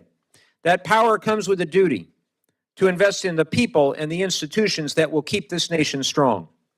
We can and should debate priorities, but by stripping Title I, by hollowing out education, by eliminating research that saves children's lives, none of this squares with our duty or with the values that many of you and I share as parents or grandparents. I ran for Congress, I think most of you did as well, to fight for a safer, healthier, more prosperous nation for my children and yours. This bill, unfortunately, falls far short of doing that, in my view. Thank you, Mr. Chairman, and I yield back. Thank you, gentlemen. The gentlelady from Pennsylvania, Ms. Dean, is recognized for remarks on the bill. Thank you, Mr. Chairman. Thank you, Chairman Cole, Chairman Adderholt, Ranking Member DeLauro. I, too, rise in opposition to this bill, which abandons low-income workers, cuts life-saving health care benefits and research, slashes public education funding, and generally fails to address the cost of living crisis facing American families. Americans deserve better, both by this bill and by the Trump administration and by the majority party. That it is what it is to govern. They deserve better in terms of their economic health. They deserve better in terms of their physical health and well-being and safety. Thanks to this administration's disastrous economic policy choices, we are facing a desperately lagging job market, with data showing a slowdown in hiring over the last few months. But instead of investing in the workforce at a time when it is most needed, this bill cuts funding for the Department of Labor by 30%. This bill cuts funding for Job Corps in half, a key program for low-income adults to receive career and educational training to begin their own careers. And this bill cuts funding for workforce innovation and Opportunity Act state grants by 63%. As we all know, our states use this funding to carry out workforce development programs. Given the shakeups from Washington, it would seem to me that this program is needed more than ever. Further, after my Republican colleagues voted earlier this summer to take health care away from millions of families to fund tax cuts for the rich via the One Big Beautiful Bill, which of course we don't believe in that name any more than you do now, this bill continues the assault on our healthcare system. The top line, this bill cuts funding for HHS by 6%. Noteworthy, this bill harms women's and children's health by cutting programs that provide access to key health services and contraception. While I'm grateful that this bill does not enact Secretary Kennedy's ill-advised vision for, quote, administration for a healthy America, end quote, this bill does not sufficiently address the extraordinary health risks facing America, even by its own government. This bill cuts funding for the CDC by $1.7 billion, including eliminating all funding for domestic and global HIV activities. I had the chance to travel to the Indo-Pacific over the summer and Papua New Guinea and other places where USAID and HIV/AIDS programs were shuttered. They are stunned and they are in harm's way right now. The bill also cuts NIH funding by $456 million. It cuts SAMHSA funding by $298 million. And let's talk about education. This bill cuts funding for the department by 15%. I suppose I could say that at least my Republican colleagues are not eliminating the department, as the department's secretary and Project 2025 promise, but that's really about the best thing I can say about this title of the bill. Instead, this bill unacceptably underdelivers for our children. What a mistake. This bill cuts funding for K-12 education, just as we're starting a new school year, by $9.2 billion compared with FY25. It is Orwellian. Underfund education, watch it crumble, develop an ignorant electorate, watch our children fail, then shut it down, sell it off to your wealthy friends. And this bill slashes key federal student aid programs, including eliminating funding for the Federal Supplemental Education Opportunity Grant Program and slashing funding for federal work study. Finally, this bill reflects my Republican colleagues' continued concessions to President Trump's ego. It cuts funding for AmeriCorps as it renames it America First Corps. It renames workforce Pell Grants Trump grants, and it eliminates funding for the Corporation for Public Broadcasting, a perennial target of the president, which will hurt local stations that provide critical services to Americans. Colleagues, this is not the bill that the American people deserve. We must and we can do better by their health, by their economic health, by their physical health, their well-being, and their safety. I urge my colleagues to join me in opposing this bill. Mr. Chairman, I yield back. Thank you, gentlelady. The gentleman from Indiana, Mr. Mervan, is recognized for comments on the bill.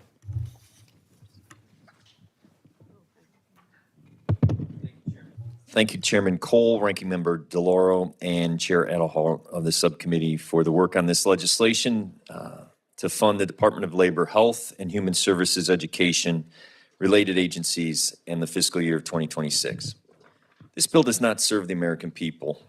Where we should be continuing investments in education, access to health care, and protecting workers, this bill proposes to get rid of the programs that support those goals. The disinvestment in our nation, families, students, and our economy is unacceptable.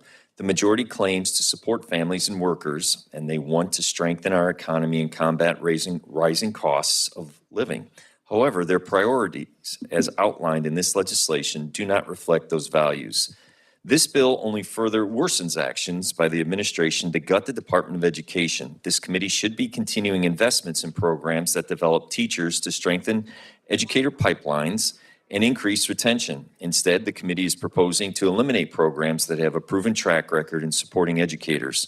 Schools in my district are struggling to keep teachers in the classroom, becoming reliant on long-term substitutes and functioning with shrinking budgets. We must prioritize high-quality education to keep up with a growing and changing workforce, a workforce that is also reliant on access to affordable child care. Head Start funding, as proposed, is not sufficient to serve families who need child care.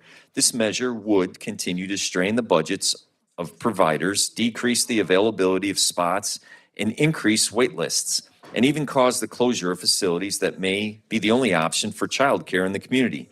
Head Start is a critical public option that provides young children with a safe environment to learn and allows parents to stay in the workforce. When we say we want to ensure better outcomes for our children, students, and their families, we should get rid of or gut the very systems that support their ability to succeed. Unfortunately, this bill is an attack on workers on several fronts.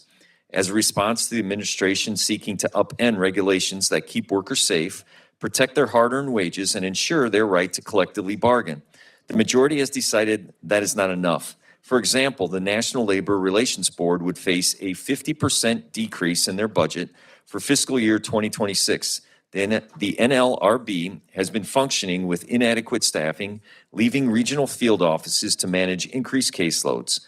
Our continued investment in the agency is not only essential, it is the best interest of our workforce and our economy. It also is disheartening to see the lack of consideration for preventative health care initiatives in this bill. This measure would slash funding from the NIH, medical research opportunities, and eliminate several CDC programs, including the Preventative Health and Health Services Block Grant. Additionally, ARPA-H, which invests in breakthrough technologies and medical research, faces nearly a 40% reduction in funds, hampering our nation's most vital public health and research efforts in such crucial times and transition in our healthcare system is an unjust consequence for all Americans. Further, the attack on women's health has gone too far. I am extremely concerned that the Health Resources and Service Administration Title X Family Planning Program, which provides patient access to critical family planning and sexual health services, would be completely eliminated under this bill. I will continue fighting against these detrimental attacks on reproductive care and women's right to choose. Despite these failings, I would like to acknowledge the committee's decision to maintain funding for our nation's community health centers, which deliver essential care to the most marginalized and underserved populations. It is particularly important that we continue to support these institutions as we enter these next era of uncertainty, where hundreds of thousands of families in Indiana will be negatively impacted by the impending cuts to Medicaid. I am committed to doing everything I can to see these individuals across the health care that they access the health care they deserve. Additionally, the committee has included $3 million for child sexual abuse prevention at the CDC Center for Injury, Prevention, and Control.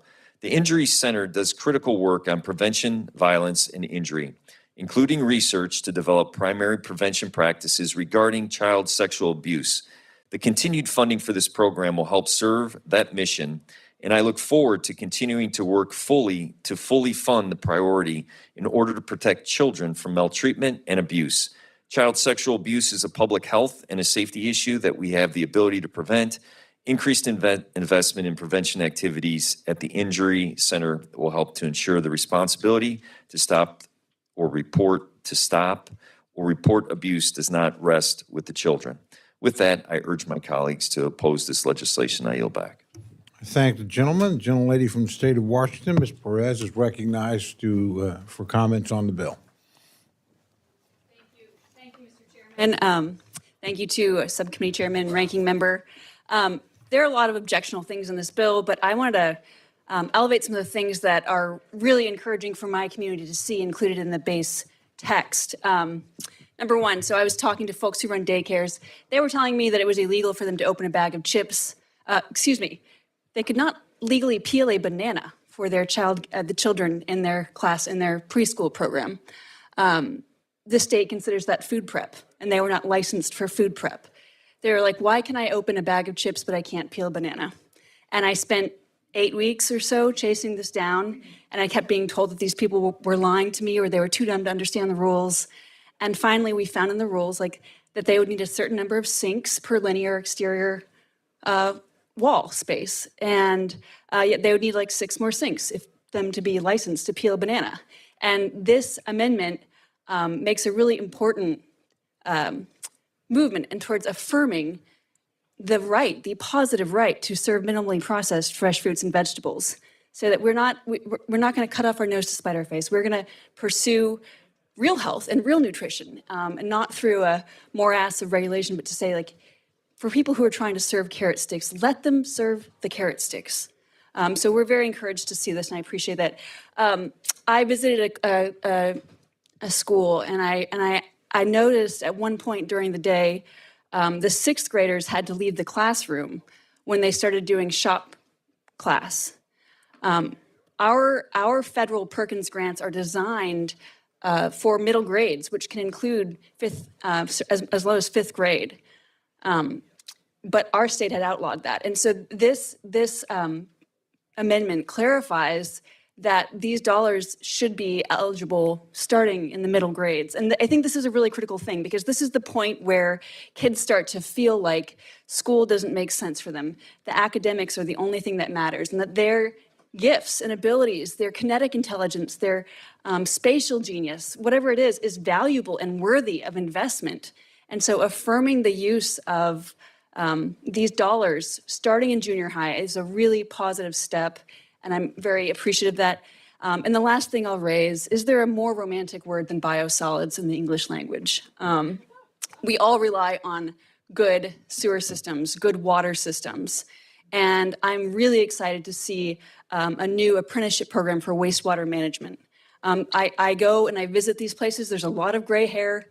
This is a really important and often overlooked and taken for granted part of living in this great country, is that we have good water and sewer systems. But without stewardship of that knowledge, without apprenticeship programs like this, we put those systems at jeopardy. And so I was very encouraged to see a new apprenticeship program for wastewater treatment operators included in this legislation. So thank you. And with that, I'll yield back. Thank the gentlelady. Are there any other members wishing to make general comments about the bill? Seeing none. No other members wishing to make opening remarks. I'd like to recognize Chairman Adderholt to offer a manager's amendment. Yep, have amendment at the desk, suspend with reading. Without objection, the reading of the amendment is dispensed with, and Chairman Adderholt is recognized to discuss the manager's amendment.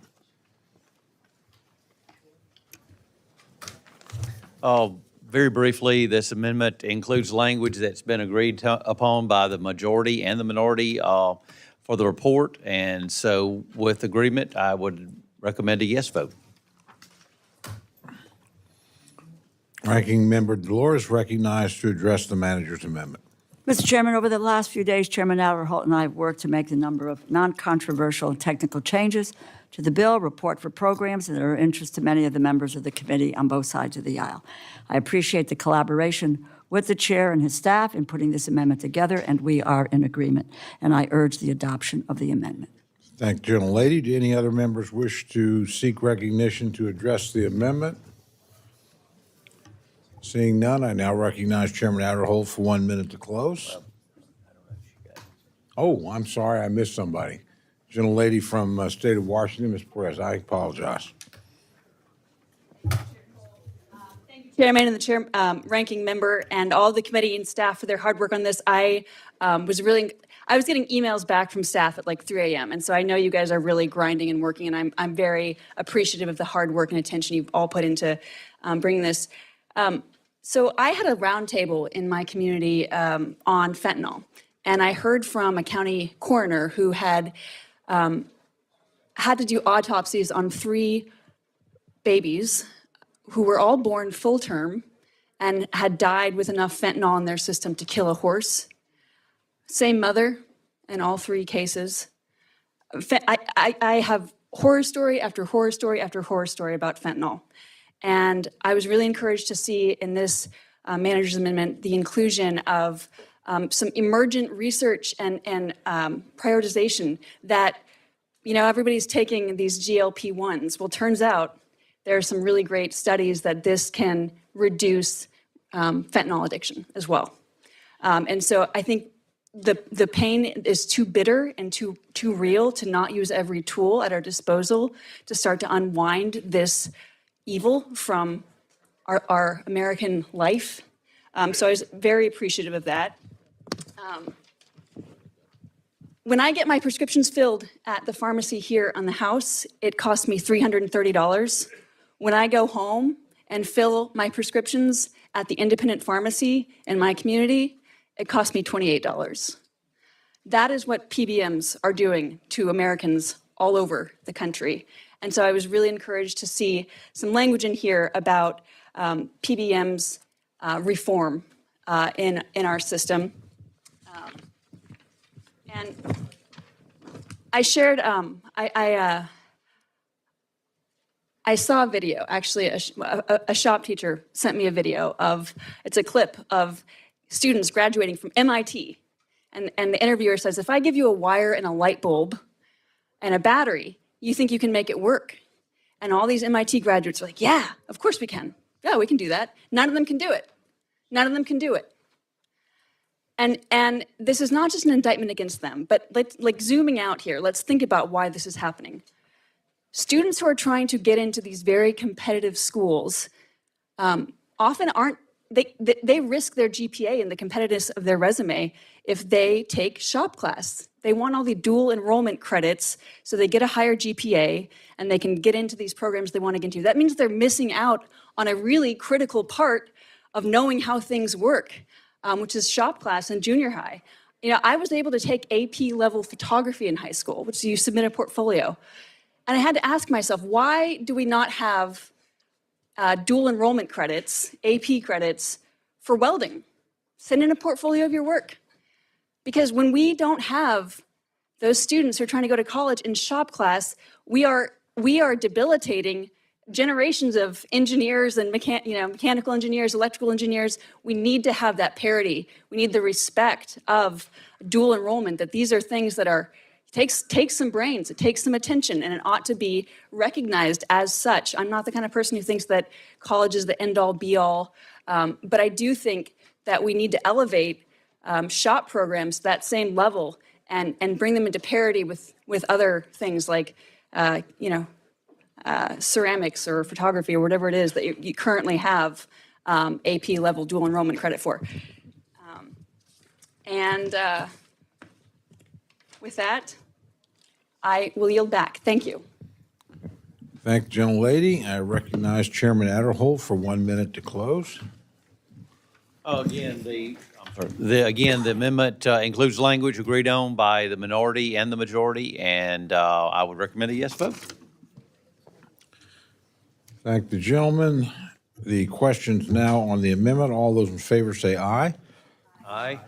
All opposed say no. The opinion of the chair, the ayes have it. The amendment is adopted. I'll turn to the gentlelady, the ranking member, full committee. Ms. Delora is recognized for an amendment. Thank you, Mr. Chair. I have an amendment at the desk, and I ask unanimous consent that the reading of the amendment be dispensed with. Without objection, the reading of the amendment is dispensed with, and the gentlelady is recognized for remarks on her amendment. Thank you. I rise to offer an amendment to protect access to childhood vaccines. This amendment is straightforward. It would prohibit HHS from removing any vaccines from the child and adolescent immunization schedules if the vaccine had been included on the vaccine schedule on June 8th, 2025, which is one day before RFK Jr. fired all 17 independent scientific advisors on the Advisory Committee on Immunization Policy, or ACIP. As I said in my opening remarks, RFK Jr. has no scientific or medical expertise. He pushes deadly conspiracies and spreads lies about vaccines. We know his agenda. He wants to take away life-saving vaccines from kids and families because of so-called research that has been discredited time and time again by experts. He has surrounded himself with political appointees or inserted appointees at the CDC who have no business advising on recommended vaccines. 2 weeks ago, President Trump fired the CDC director, Dr. Susan Manares, at RFK Jr.'s request because the CDC director, approved and confirmed by the Senate, a Trump appointee, refused to rubber stamp RFK Jr.'s anti-vaccine agenda that would hurt millions of our children. Before being fired, the CDC director had been told by HHS to pre-approve the recommendations of a vaccine advisory panel that had been newly filled with anti-vaccine ideologues handpicked by RFK Jr. Some may be physicians, but they have no expertise in vaccines or immunology. The CDC director refused to pre-approve the recommendations. Dr. Manares insisted that CDC's vaccine recommendations be based on credible data, not on ideology or preordained outcomes. For standing on scientific principle and refusing to rubber stamp RFK Jr.'s anti-vaccine agenda, the CDC director was fired. ACIP's next meeting is scheduled for September 18th and 19th, next week. They are going to consider recommendations for an array of vaccines, including hepatitis B, COVID, RSV, chickenpox, and a combination vaccine for measles, mumps, and rubella. After speaking with Dr. Deb Howry, who recently resigned as chief medical officer, I have serious concerns that a number of these recommendations are in grave danger. But we already know what the outcome will be. These anti-vaccine ideologues will vote to restrict access to vaccines. It is a preordained conclusion. As Dr. Dimitri Daskalakis, formerly director of CDC's National Center for Immunization and Respiratory Diseases, said in his resignation letter, and I quote, "Their desire to please a political base will result in death and disability of vulnerable children and adults," end quote. But this committee has the power to block that preordained outcome. This committee has the power to protect access to life-saving vaccines. This committee has the power to save children's lives. My amendment would prohibit HHS from adopting a recommendation by ACIP to remove a vaccine from the adult and child and adolescent immunization schedule if that vaccine was listed on the vaccine schedule prior to RFK Jr. firing all 17 of ACIP's independent scientific advisors and replacing them with anti-vaccine acolytes. In addition, my amendment would prohibit HHS from removing a vaccine from the Vaccines for Children program if that vaccine was included in the Vaccines for Children program prior to RFK Jr.'s replacing ACIP's scientific experts with anti-vaccine acolytes. I urge support for this amendment, which will protect our children, our kids, from RFK Jr.'s dangerous anti-vaccine agenda. I yield back. Thank the gentlelady.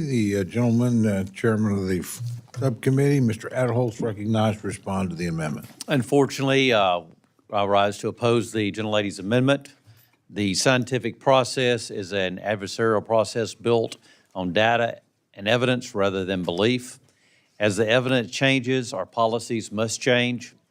This amendment would increase cost on Americans by requiring that they obtain health insurance that covers or that the government purchase vaccinations potentially found to be harmful to their health, ineffective, or unnecessary. So fundamentally, this amendment would prohibit the advisory panel from offering advice based on the most recent evidence, and for that reason, I would oppose the amendment. Are there other members wishing to address the amendment? Seeing none, the gentlelady is recognized for 1 minute to close. Thank you, Mr. Chairman. It's really quite remarkable. From more than 50 years, there has been a process to advise our country on the use of vaccines.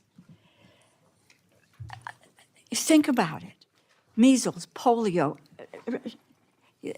Just think about it, like so much being done by this administration. The Advisory Committee on Immunization Practices is now in a state of chaos. The Secretary has stacked the committee with people who do not have the expertise in vaccines and immunology. And what we're trying to do here is to, with this amendment, is to reclaim science. There is a process, there is a procedure.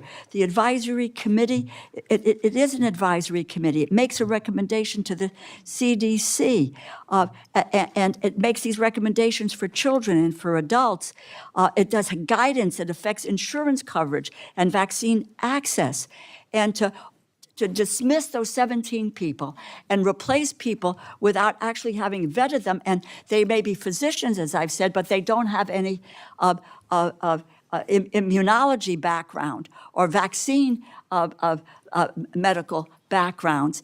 And to even have asked that the director preordain and pre-approve of what they were doing is beyond belief. I urge my colleagues to support this amendment and reclaim science for our children's sake. Questions now on the amendment offered by the gentlelady from Connecticut. All those in favor say aye. Aye. All those opposed say no. No.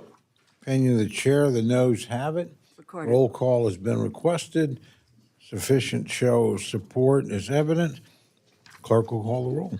Mr. Adderholt. No. Mr. Adderholt, no. Mr. Aguilar. Mr. Alford. Mr. Alford, no. Mr. Amadei.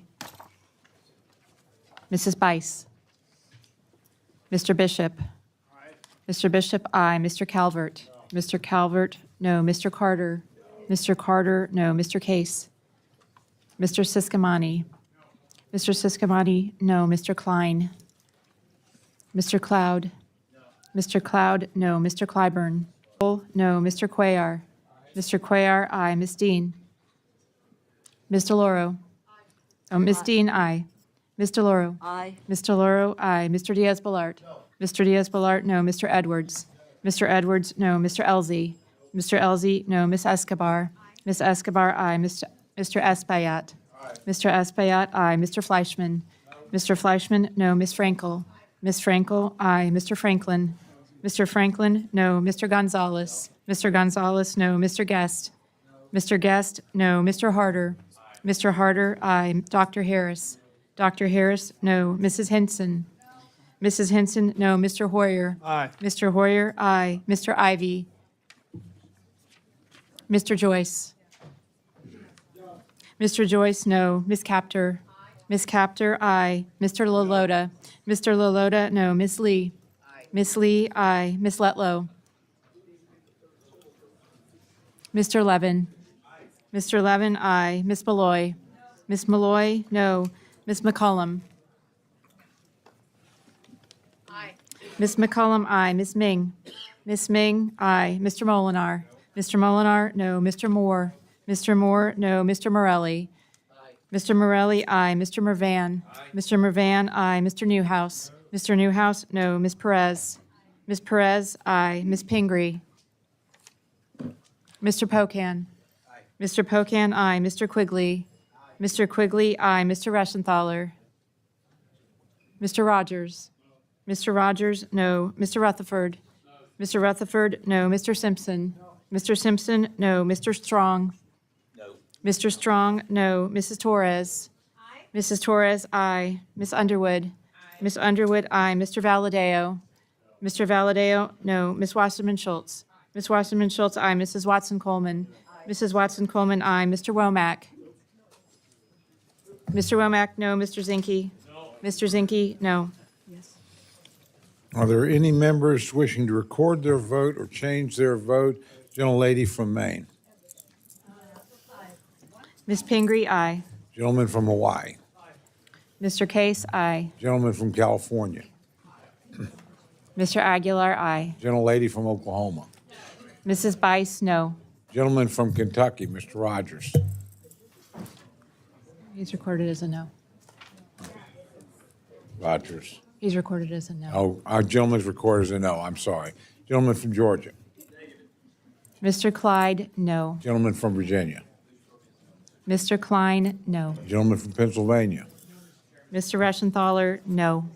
The gentleman from Washington voted. Okay. Pally.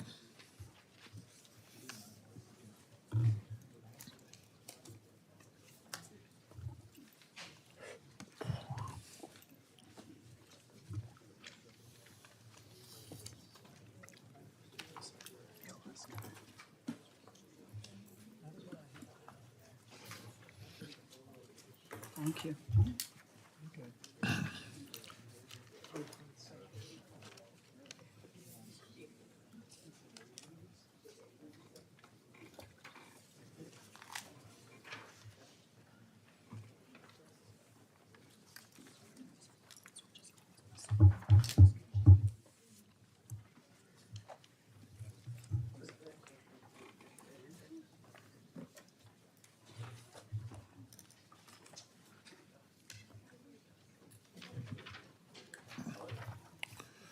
On this vote, the ayes are 27, the noes are 33. The amendment is not adopted. Is there any further amendment or discussion?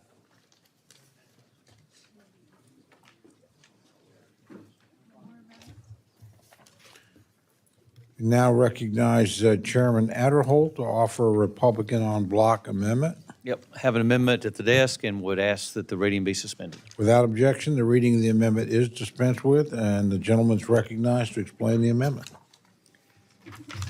I just want to thank the member offices for providing these important amendments to the underlying bill and the report. And with these changes, we're asking for a yes vote, and I yield back. Excuse me, the ranking member, Delora, is recognized to address the amendment. I rise in opposition to the amendment. The Republican en bloc amendment would add yet another rider to the bill to block biomedical research.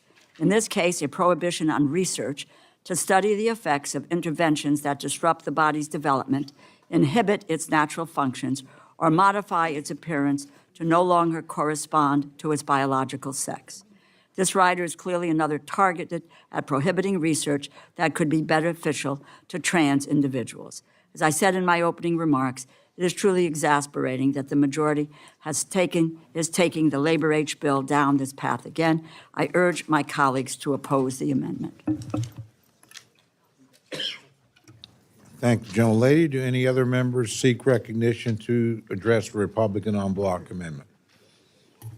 Seeing none, I recognize Chairman Adderholt for 1 minute to close. Again, I want to thank our member offices again for submitting some important amendments that needed to be addressed in this bill. And with that, I would ask all the members to vote yes, and I yield back. The question is on the amendment. All those in favor say aye. Aye. All those opposed, nay. No. The opinion of the chair, the ayes have it. And the amendment is accepted. We have, as no doubt members have noticed, we've begun to vote on the floor. Do we want to try?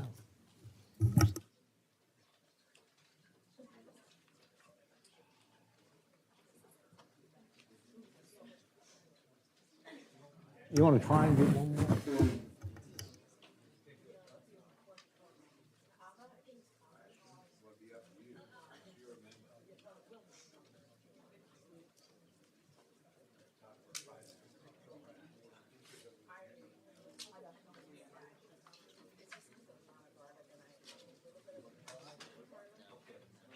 We're going to try and squeeze in an amendment. If it goes too long, then I'll adjourn this and we'll resume when we get back. We're trying to move along. Gentlelady from Connecticut is recognized for an amendment. Chair, I have an amendment at the desk, and I ask unanimous consent that the reading of the amendment be dispensed with. Without objection, the reading of the amendment is dispensed with, and the gentlelady is recognized for remarks on her amendment. I rise to offer an amendment to maintain no-cost coverage of vaccines by federal and private health insurance plans. This amendment would prohibit HHS from making any changes to the child and adolescent immunization schedule that would result in a loss of coverage of vaccines by federal or private health insurance plans. As you know, almost all health insurance plans are required to cover recommended vaccines at no cost. This is true for Medicare, Medicaid, employer-sponsored plans, and private insurance plans. And the Vaccine for Children program provides recommended vaccines for free to children who are Medicaid eligible or uninsured. In almost every case, these no-cost vaccine coverage requirements are linked to recommendations from ACIP, ACIP, or CDC. For Medicare Part D, Medicaid expansion plans, and private health insurance plans, including the vast majority of nearly 165 million Americans who receive their health insurance through their employer, the no-cost coverage requirement is based on an ACIP recommendation that has been adopted by the CDC director. For traditional Medicaid and the Children's Health Insurance Program, or CHIP, the no-cost coverage requirement is based on an ACIP recommendation. For the Vaccines for Children program, the list of vaccines covered at no cost is determined by ACIP. If ACIP or CDC withdraw a vaccine from the recommended list, insurance plans are no longer required to cover the vaccine at no cost. If you are watching today and you work at a large employer, more than 50 employees, but live in a state like Connecticut that does not require a prescription for a vaccine, you may think you are good to go and protected from these changes. But I'm sorry to say, if you are under 65, do not have one of the eligible conditions, you could be looking at a $225 bill at CVS for your COVID vaccine. If ACIP or CDC withdraw a vaccine from the recommended list, millions of parents could lose access to free vaccines for their children. Parents could be faced with hundreds of dollars of doctor's bills to protect their kids from diseases like measles that had been eliminated in the United States. As I said in my previous remarks, ACIP is scheduled to meet on September 18th and 19th, which is next week. They are going to consider recommendations for hepatitis B, COVID, RSV, chickenpox, and the combination vaccine for measles, mumps, and rubella. But we already know what the outcome will be. These anti-vaccine ideologues will vote to restrict access to vaccines. It is a preordained conclusion. RFK Jr.'s handpicked committee of anti-vaccine ideologues are preparing to take away free vaccines for children in less than 10 days. This is an emergency. As Deb Howry, former deputy director of CDC, said in her resignation letter 2 weeks ago, quote, "Vaccines save lives. This is an indisputable, well-established scientific fact," end quote. President Trump agrees. Last week, he was asked about vaccines. His response, quote, "Pure and simple, they work," end quote. This committee has the power to block RFK Jr.'s anti-vaccine agenda. This committee has the power to ensure that millions of parents can choose to vaccinate their children at no cost.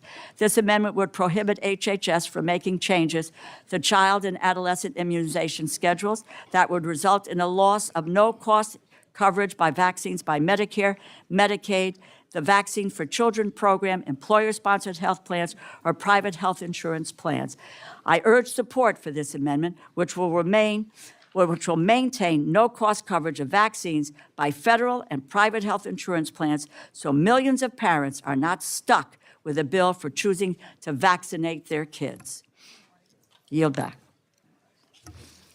Thank you, gentlelady. The chairman of the subcommittee, Mr. Edholz, recognized to address the amendment.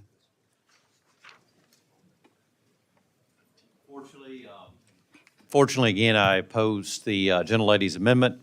The scientific process, again, is an adversarial process, and it is built on a process that we have to have the data and evidence rather than belief. And therefore, as the evidence changes, our policies must change. So again, as I had mentioned earlier, the amendment would prohibit the advisory panel from offering advice based on the most recent evidence, and for that reason, I must oppose it. Now yield back. Thank you, gentlemen. Scientific process is a scientific process, not an adversarial process. It's data. It is a. Gentlelady, I think there's a speaker wishing to speak to your amendment. Oh, okay. Okay, go ahead, please. Thank you. You may have several. Happy to yield. Gentlelady, whichever. I was just simply going to yield to. Oh, well, the gentlelady will certainly be recognized in due course. Thank you. To close. Gentlelady from Florida is recognized to address the amendment. Yes, I hope many rise, as I am, to make sure that it's understood the vaccination process and the science of vaccines is not an adversarial one, and there hasn't been any science-based conclusions in any way that are legitimate, that vaccines are not effective, are damaging, are harmful, cause autism, or anything else. That is, as in the words of a famous American, malarkey. Madam Chair, I rise in support of the gentlewoman's amendment, Mr. Chairman, excuse me, and thank her for introducing it. Let's be clear, vaccines must remain accessible and cost-free. That's what the gentlewoman's amendment ensures.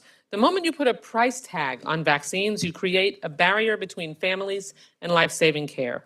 Parents might delay a measles shot, seniors might skip pneumonia protection, and communities will pay the price in outbreaks, hospitalizations, and avoidable deaths. This isn't speculation. This is what will happen. This amendment ensures that never happens. Vaccines are one of the greatest public health achievements in human history. They have saved millions of lives, eradicated deadly diseases, and kept families safe.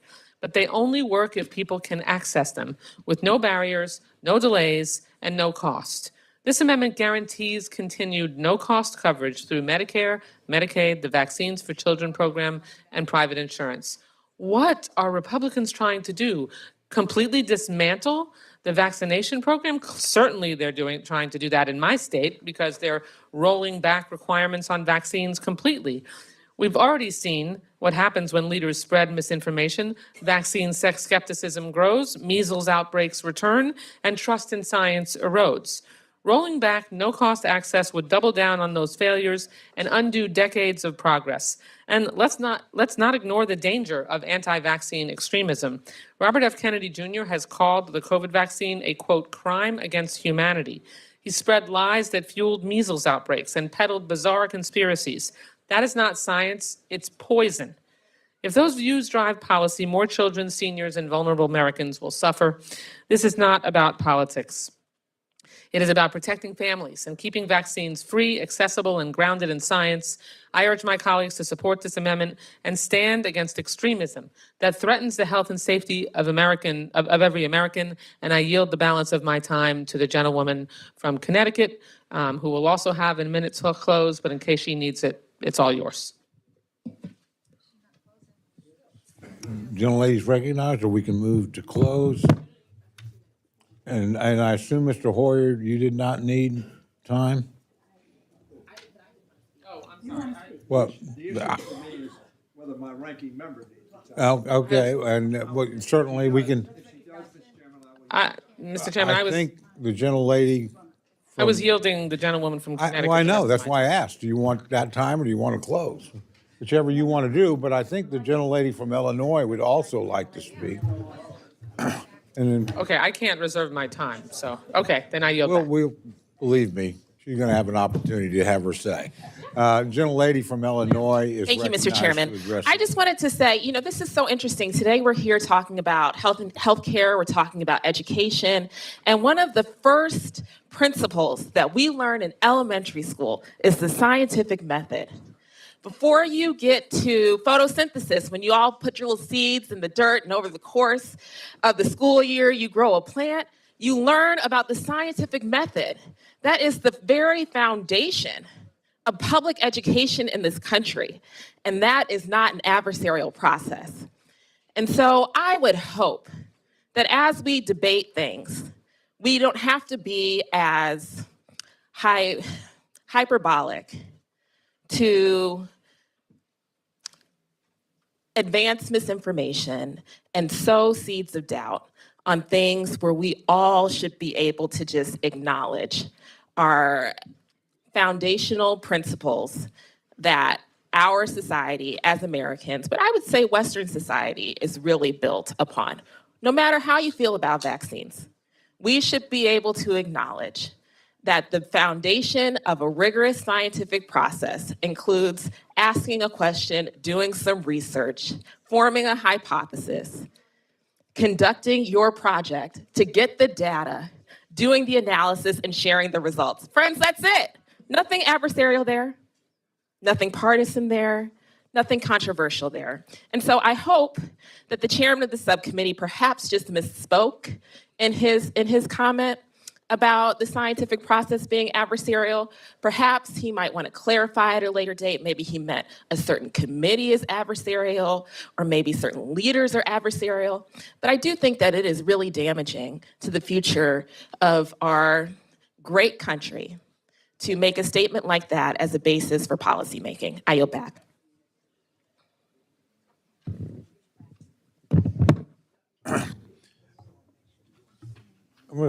I've been advised that a number of members have already gone over, so we're going to hold the close until we return, and then we'll have the roll call when we return. So we'll declare the meeting and recess so members can vote, and then we'll come back.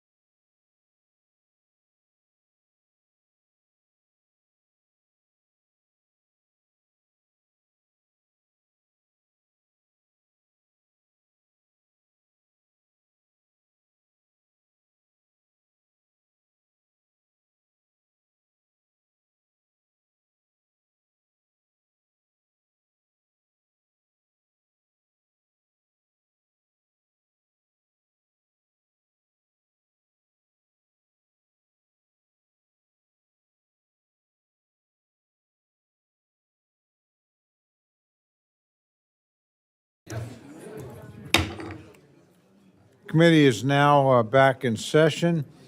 I recognize the gentleman from Maryland to address the amendment. Thank you, Mr. Chairman. I rise in support of the amendment and yield to the sponsor. I want to thank my colleague from Maryland, and let me address this issue. RFK Jr. has no scientific or medical expertise. He has surrounded himself with political appointees who have no expertise with vaccines. The main qualification to be appointed to a position by RFK Jr. is to be anti-vaccine.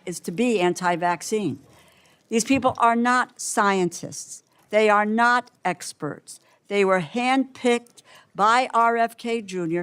to deliver a specific outcome, to take away childhood vaccines. It is the opposite of science. RFK Jr. starts with a conspiracy theory and then works backwards to cherry pick the data. The world's foremost experts on child health are pediatricians. They are sounding the alarm. And for the first time ever, pediatricians and infectious disease experts are setting up an alternate advisory committee to give advice on vaccines. RFK Jr. fired all 17 independent scientific advisors from the ACIP, because they refused to accept a predetermined outcome driven by an anti-vaccine agenda. RFK Jr. fired the CDC director. The CDC's top scientific experts resigned because they would not rubber stamp his conspiracies. Mark my words, if we do not act, RFK Jr.'s handpicked advisory committee will take away free vaccines for children in less than 10 days. Insurance plans will stop covering childhood vaccines at no cost. Parents will have to pay hundreds of dollars to vaccinate their kids. Just would say the recommendations by ACIP have significant impact on all of us. Most health insurance plans specifically look to the committee's recommendations for their coverage, and the states use their recommendations to determine whether vaccines can be provided at pharmacies with no cost. As I said, this is an impact that will take away free vaccines for our kids in less than 10 days. And parents are going to have to pay hundreds of dollars to vaccinate their kids. I urge my colleagues to return, please return to science-based decisions. It is not an adversarial process. A science-based decision about vaccines. Reject RFK Jr.'s anti-vaccine agenda. I urge support for my amendment. Yield back. I thank the gentleman. I thank the gentlelady for her comments. Again, I reiterate my support. Reiterate my support of the amendment. And ladies and gentlemen of the committee, don't leave these parents and don't leave these children on their own. They're counting on us to protect them, their health, and later we're going to talk about their education. So I urge the support of this amendment. Are there others wishing to address the amendment? Seeing none, the gentlelady is recognized for 1 minute to close. Mr. Chairman, I think I've had ample time to speak out on this amendment. And again, it is about saving our children's lives. That has to be the most important goal that we have and mission that we have in the roles that we have been blessed to hold, is to make sure, and this committee is the only committee that has the power to do it. Thank you, Mr. Chairman. I thank the gentlelady. The question is now on the amendment offered by the gentlelady from Connecticut. All those in favor say aye. Aye. All those opposed say no. No. The opinion of the chair, the noes have it. Roll call has been requested. Sufficient support is evident. The recorded vote is ordered. The clerk will call the roll. Mr. Adderholt? No. Mr. Adderholt, no. Mr. Aguilar? Mr. Aguilar, aye. Mr. Alford? No. Mr. Alford, no. Mr. Amodei? Mrs. Bice? Mr. Bishop? Mrs. Bice? Mrs. Bice, no. Mr. Bishop? Mr. Calvert? Mr. Calvert, no. Mr. Carter? Mr. Carter, no. Mr. Case? Mr. Siscomani? Mr. Siscomani, no. Mr. Klein? Mr. Klein, no. Mr. Cloud? Mr. Clyburn? Mr. Clyde? Mr. Clyde, no. Mr. Cole? No. Mr. Cole, no. Mr. Cuellar? Mr. Cuellar, aye. Ms. Dean? Ms. DeLauro? Aye. Ms. DeLauro, aye. Mr. Diaz-Balart? Mr. Edwards? Mr. Edwards, no. Mr. Elzey? Mr. Elzey, no. Ms. Escobar? Ms. Escobar, aye. Mr. Espaillat? Mr. Espaillat, aye. Mr. Fleischman? Mr. Fleischman, no. Ms. Frankel? Mr. Franklin? Mr. Franklin, no. Mr. Gonzalez? Mr. Guest? Mr. Harder? Dr. Harris? Dr. Harris, no. Mrs. Hinson? Mr. Hoyer? Aye. Mr. Hoyer, aye. Mr. Ivy? Mr. Joyce? Ms. Capter? Ms. Capter, aye. Mr. Lalota? Mr. Lalota, no. Ms. Lee? Ms. Letlow? Ms. Letlow, no. Mr. Levin? Mr. Levin, aye. Ms. Malloy? Ms. Malloy, no. Ms. McCollum? Ms. Ming? Mr. Molinar? Mr. Moore? Mr. Morelli? Mr. Morelli? Ms. Perez? Aye. Ms. Pingree? Ms. Pingree, aye. Mr. Pocan? Mr. Pocan, aye. Mr. Quigley? Mr. Reschenthaler? Mr. Rogers? Mr. Rogers, no. Mr. Rutherford? Mr. Rutherford, no. Mr. Simpson? Mr. Simpson, no. Mr. Strong? Mr. Strong, no. Mrs. Torres? Mrs. Torres, aye. Ms. Underwood? Mr. Valadeo? Mr. Valadeo, no. Ms. Wasserman Schultz? Mrs. Watson Coleman? Mrs. Watson Coleman, aye. Mr. Womack? Mr. Zinke? Mr. Zinke, no.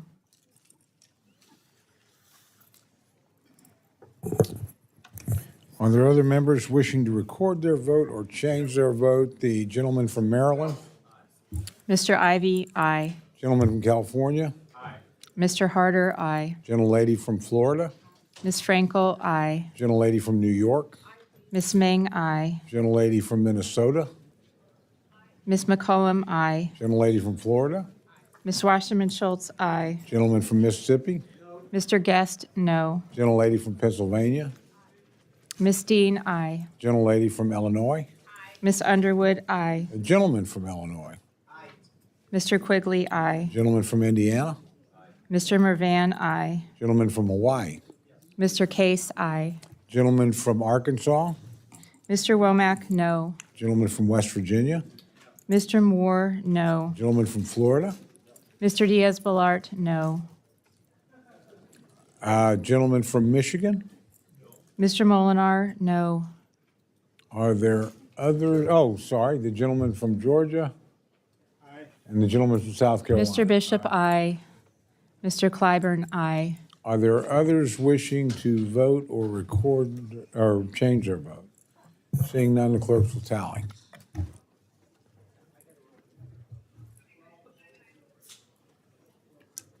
Did Lee vote?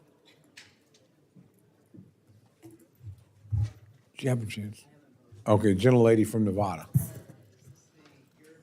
No, this is actually, Ms. Lee, aye.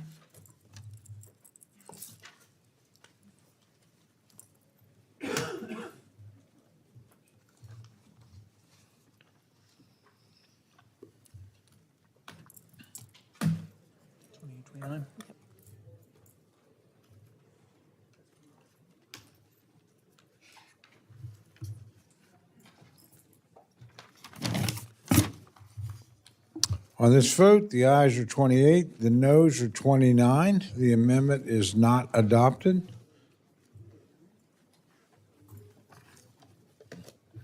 Gentlelady from Connecticut, Ms. Delore, is recognized for purposes of amendment.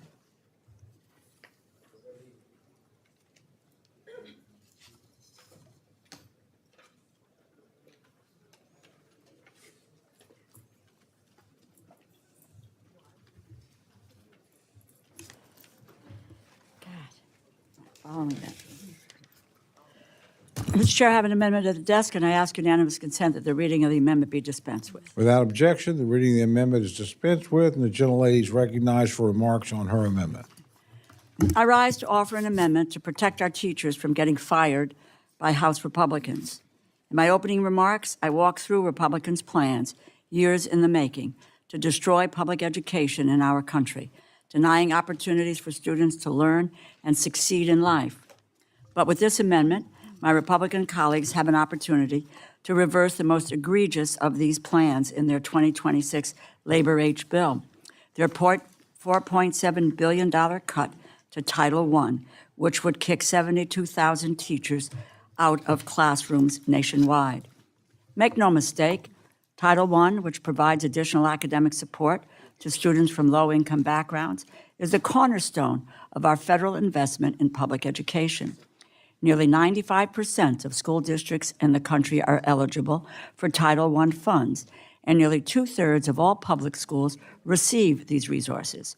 With an overwhelming share of public school expenditures supporting educators' salaries and benefits, nearly 80%, the Title I funds provided in this bill allow school districts to hire teachers to provide additional academic support for high-need students.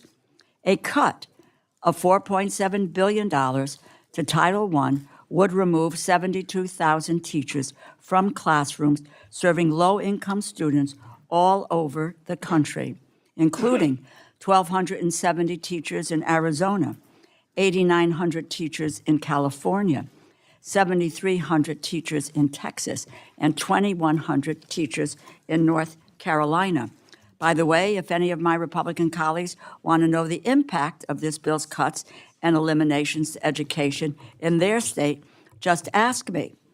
We also release these data on our website so their constituents can know where each of us stand on their children's education.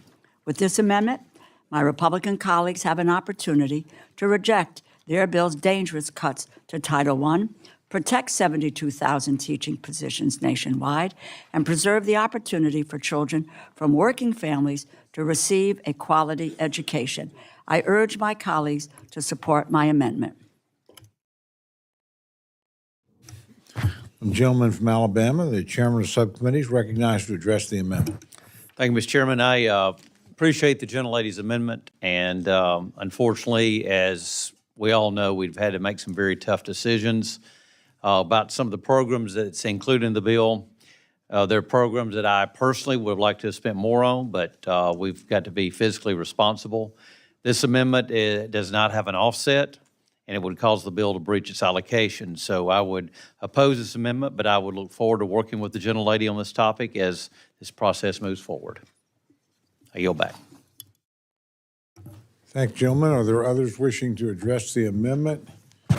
Seeing a gentleman from Maryland, Ms. Foyer is recognized to address the amendment. Chairman, I've said this before, but it bears repeating. The subcommittee chair says we have to make some tough decisions. He's true. That's absolutely correct. Why do we have to make some tough decisions? Why do we have to cut out teachers? Because we gave a very substantial $1 trillion plus, many trillions of dollar plus, decrease in our revenue without discussing the ramifications of that. They're not for free. If you reduce your revenue, I talked about that at IRS, and I don't think it's penetrating that if you cut revenues, you won't have as much money to bring down the debt or to invest in the education and health care of your people.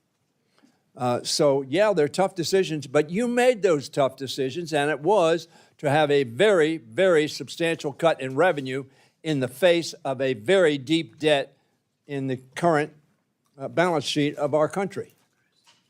So I think it is a little bit like washing your hands like Pontius Pilate when you say we have some tough decisions to make. You made them, and these are the results. And what I've said continuously is that DOGE did exactly the same thing. What DOGE did was they knew how to cut numbers and cut employees. What they didn't know, the ramifications of that action. Well, this amendment deals with the ramification of some of the actions you've already taken. Tax cuts are not free. Somebody's going to pay for them. They're either going to pay for them in increased debt, increased spending, or deep cuts where you make yourself unable to fund that which I think you know to be necessary in your own states. So I would simply say, yes, there are tough choices. And the tough choices of cutting health care for our people and the education of our children was a lousy choice.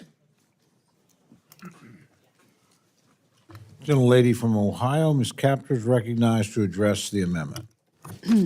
Thank you, Mr. Chairman. I rise in opposition in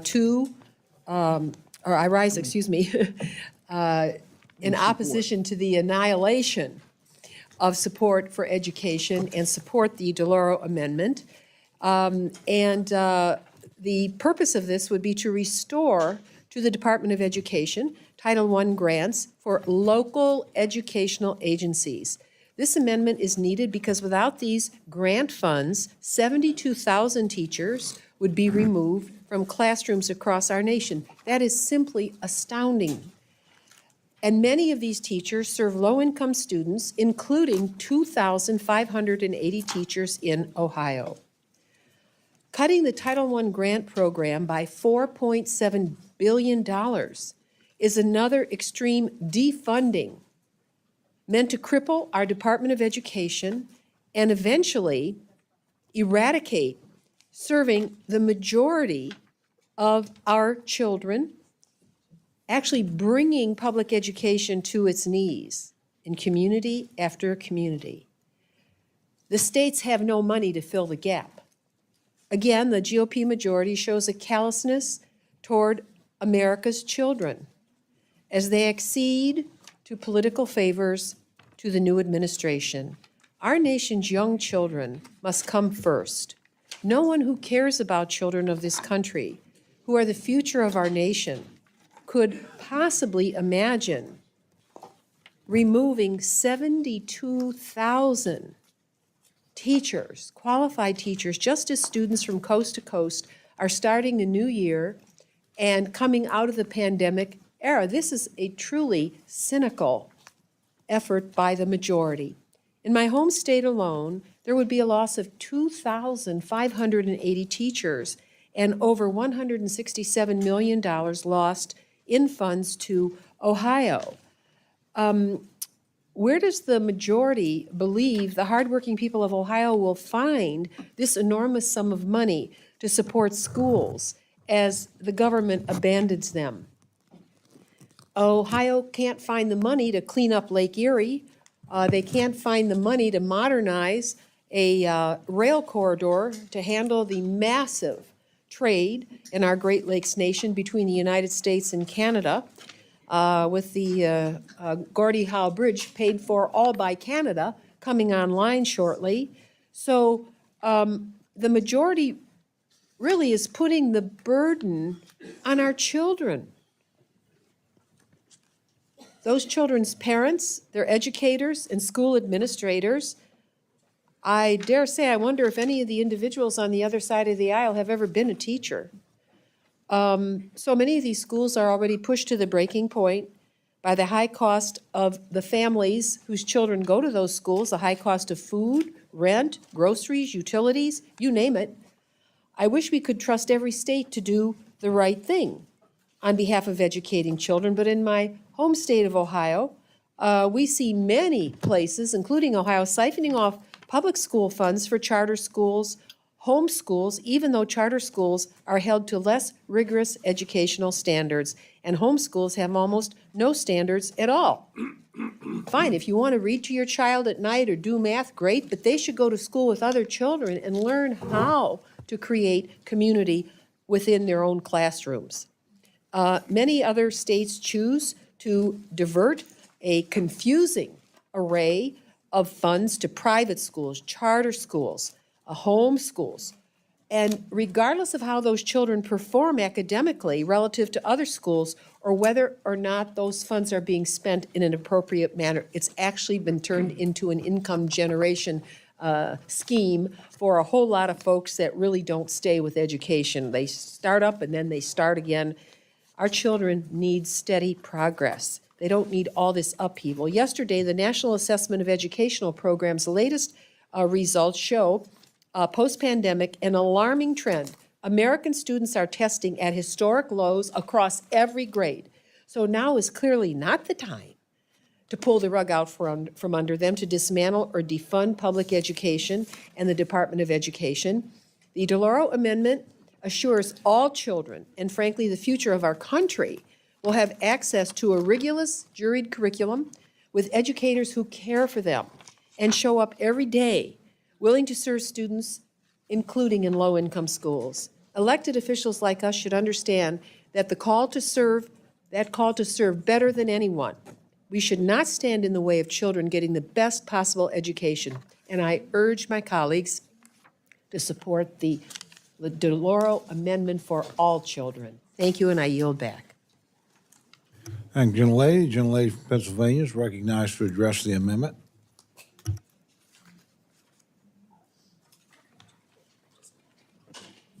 Thank you, Mr. Chairman. I rise in support of the amendment.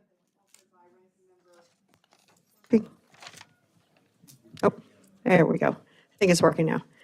I rise in strong support of the amendment offered by the ranking member to restore funding for the Department of Education Title I grants to local educational agencies. As written, this bill cuts these grants by $4.7 billion compared to FY25. For my state, Pennsylvania, this would mean a nearly $200 million cut to public education funding, and our Pennsylvania Constitution guarantees our students a thorough and efficient public education funding. Why would the federal government not want to partner on that right? This would devastate school districts that serve our highest need low-income students. By far and away, the largest recipient of these funds in Pennsylvania is the Philadelphia School District. This year, Philadelphia received about $200 million in basic Title I grant funding and an additional $40 million in Title I grants specifically for school improvement. Cutting this funding would be devastating for Philadelphia public schools and their students as they struggle with investments in our students. And this comes after the administration is already illegally withholding education funding from school districts. I have to ask my Republican colleagues, what is the end goal here? The only answer I can come up with is that this administration, and with the help of the Republican majority, wants an uneducated and undereducated electorate. They want education to be a privilege rather than a right. That's not just morally wrong, but quite frankly, un-American, unconstitutional. It is not good for our future. How we educate our kids will determine their future, and it will determine yours and mine as well. I urge my colleagues to join me in supporting this amendment, and I yield back. Thank you, Mr. Chairman. Thank you. The gentlelady from Texas, Ms. Escobar, is recognized to address the amendment. Thank you, Mr. Chairman, and I rise to sound the alarm. I hope each and every one of us understands the consequences of what this budget does to public education. And I am willing to bet that most of us in this room very likely are the product of a public education. I can tell you in my state, the state of Texas, we have a state legislature that has been slowly but surely over time starving public education. And I don't know about you all, but I meet regularly with the superintendents in my district, and they are extremely worried about their ability to educate the future. They are extremely worried about how politicians are abandoning public education and the children of America. In Texas, in the last state legislature, the legislature passed a funding scheme that overwhelmingly benefits charter schools, private schools, homeschooling, over public education. And I do not understand it. I do not understand why we wouldn't come together to not just adequately fund public education, but fully fund public education. The loss of Title I funding could mean the loss of up to 1,000 teachers in my district alone. And these are not just employees of the school district. These are public servants who go to work and take care of children and teach children in an environment that I think none of us would recognize. They have to worry about mass shootings. They have to worry about cell phones. They have to worry about kids' mental health. They have to worry about social media. And they have to buy supplies on their own dime. And we're not going to give them the support that they need, especially with Title I funding, which helps fund some of the poorest districts in America. This is really, really shameful. And I rise not just to support this amendment, but I rise to support our teachers and our superintendents and everyone who goes to work every single day to teach the future. The reason why we invest in public education is so that we have a strong and vibrant economy in the future. We should want the best educated workforce in America. And that means investing in kids, investing in their education.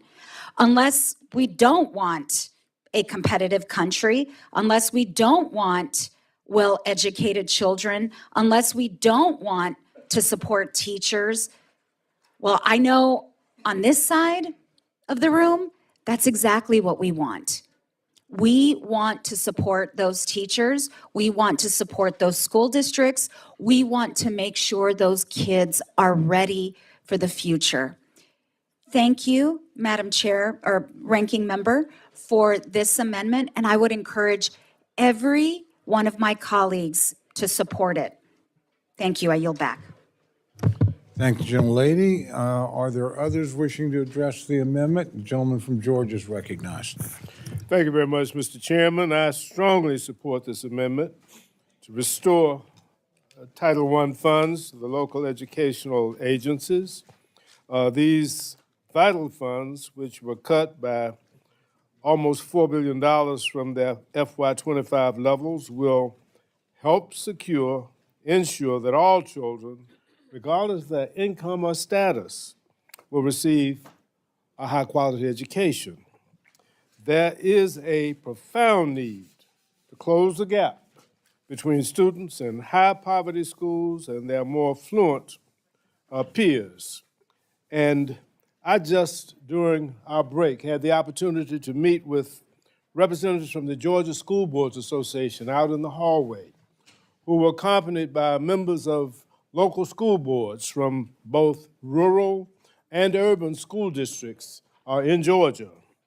They were pleading for the restoration of these funds. These funds are critical to ensuring that there are enough well-trained teachers and support services for these schools.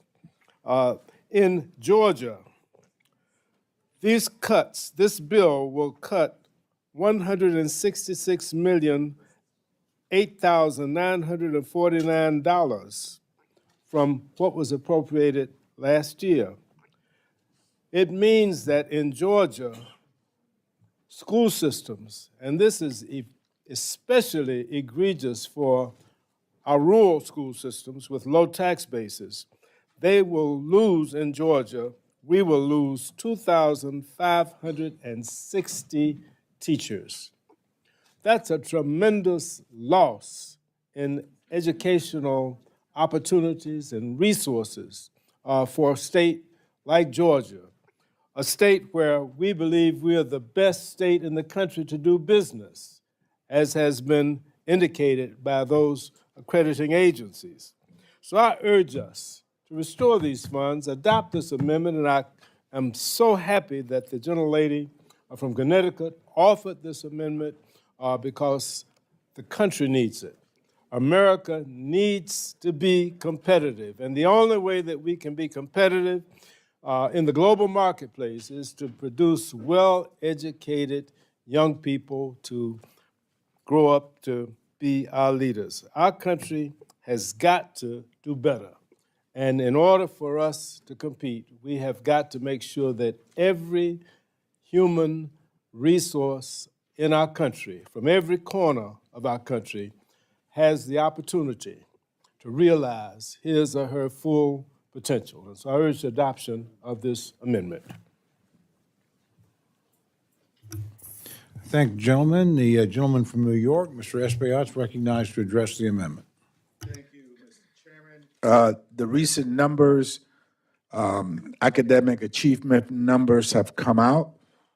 They are really sad numbers that show that our children, our students are dropping behind in different academic disciplines as compared to other countries and the rest of the world. So we're slipping back, we're falling behind. This is of critical importance, particularly as we engage in the artificial intelligence revolution that will set forward educational systems across the world at a speed that if we don't catch up, if we're not part of that fast-moving vehicle, we could be left behind hundreds of years. And this requires investment. This requires our ability to assess our teachers. And just think about it. Many teachers spend more time with our children than we do. They're there with them during the day, sometimes in after-school programs, in sports programs, in other type of extracurricular activity that the schools provide for them. And they become really part of our family. And how is it that we don't assist the teachers and they have to dig into their pockets? It is shameful that teachers have to dig into their own pockets to buy supplies to give to some of our students. Just think about that for a moment. We're here in the U.S. Congress, in the House of Representatives, and we're cutting a budget for our public education system. The only equalizer in America that will assist anybody, any kid from any neighborhood, any part of the country, has a shot at success because of our educational system. And yet teachers, our teachers, spend more time with our children often than we do, more than we do, have to dig into their own pockets to buy supplies and assist our students. It is shameful. We should be investing in teacher training centers to ensure that they get the professional development that they need. Teachers have a halo over their heads. That's how I see them. They're angels. They have a halo over their head. They're the ones that take our kids by their hands and assist them into the future. So we should be giving them every tool to ensure that these numbers come back next year a little bit better. We should be having longer school days and a longer school year. If we really want to be competitive, just think about it. For us to get through this agenda, we'll probably be here till 12 midnight. Extra time. It's nothing. We'll do it again tomorrow. And so why not give our kids a little more? They may not be happy about it, but giving them extra, a longer school year and longer school hours will assist them in being competitive with the rest of the world. We should not be cutting. We should be assisting. And maybe next year, just maybe, we can get better academic achievement numbers from the students of America. Thank you, and I yield back, Mr. Chair. Thank you, gentlemen. Are there others wishing to address the amendment? Seeing none, the gentlelady is recognized for 1 minute to close. Thank you very much, Mr. Chairman. I just want to say that the chairman of the subcommittee that Alabama will lose 1,200 teachers. So I guess if that's okay with you, let's just see how the constituents feel about it. But this is the story here. You know, the people to whom my Republican colleagues in the administration have given a $4 trillion tax break. Their kids, their grandkids, our kids, the people in this room, our kids, our grandkids are going to be able to get the education that they need. We're going to make sure that that happens. But it is so that the wealthiest are going to be able to take care of their kids, give them that opportunity for education and for success. But it's about the millions and millions of kids all over this country who are not going to be able to get that opportunity. And what is this institution about? This institution, its principle is to create opportunity for people. We are going to deny kids the opportunity to realize their own dreams and their own aspirations. We can turn this around. We have the power to be able to turn this around. In January, after school districts nationwide were reeling from the uncertainty created by OMB's funding freeze, the White House backtracked. They said, we're going to protect Title I. The president in his budget said that through rhetoric, he's going to fulfill his promise to maintain funding for Title I. But it is House Republicans who are cutting Title I. This means that it's just rhetoric, the kind of thoughts that we are going to provide for our kids here. It's simply hollow. With my amendment, you can reverse course. You can demonstrate that there is a commitment to public education nationwide. Why would this committee, in the last go-round in votes, say no to kids and getting vaccinated so that they can survive? And now what we want to do is to deny them the opportunity for an education. That is not what this committee is all about. I urge my colleagues to support this amendment and live up to the ideals and the aspirations of the values that this country is predicated on, and that education is the pathway to success in this nation. We know it as the great equalizer. Let's give these kids a fighting chance. Questions now on the amendment offered by the gentlelady from Connecticut. All those in favor say aye. Aye. All those opposed say no. Opinion of the chair, the noes have it. Roll call has been requested. Sufficient show of supports demonstrated, so recorded vote is ordered. The clerk will call the roll. Mr. Adderholt. No. Mr. Adderholt, no. Mr. Aguilar. Mr. Aguilar, aye. Mr. Alford. Mr. Alford, no. Mr. Amadei. Mr. Amadei, no. Mrs. Bice. Mrs. Bice, no. Mr. Bishop. Aye. Mr. Bishop, aye. Mr. Calvert. Mr. Calvert, no. Mr. Carter. Mr. Carter, no. Mr. Case. Mr. Case, aye. Mr. Siscomani. Mr. Klein. Mr. Klein, no. Mr. Cloud. Mr. Cloud, no. Mr. Clyburn. Mr. Clyburn, aye. Mr. Clyde. Mr. Clyde, no. Mr. Cole. No. Mr. Cole, no. Mr. Cuellar. Ms. Dean.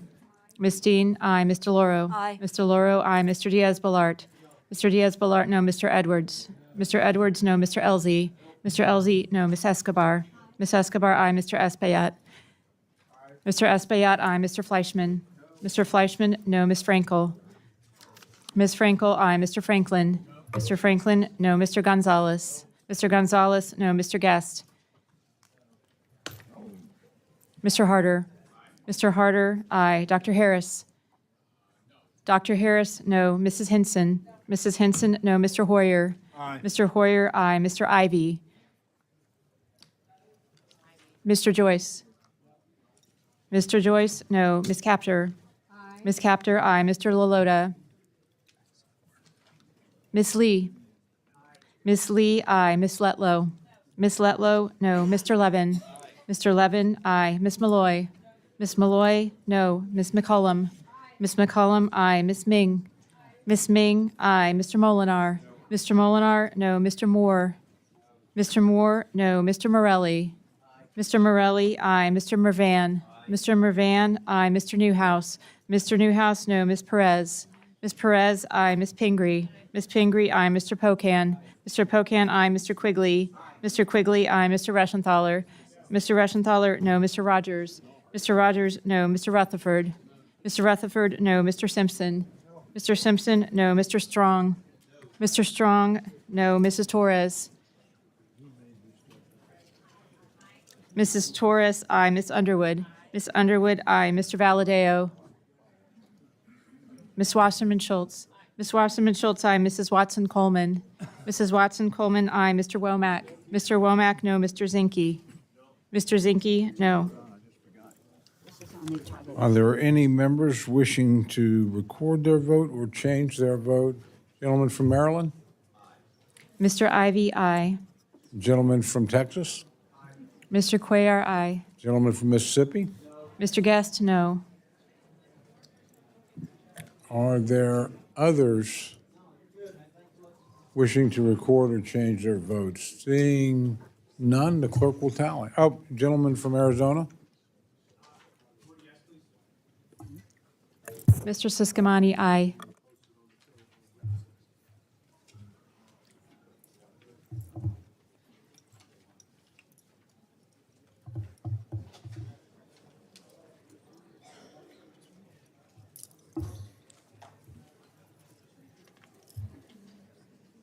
Gentleman from California? Mr. Valadeo votes aye.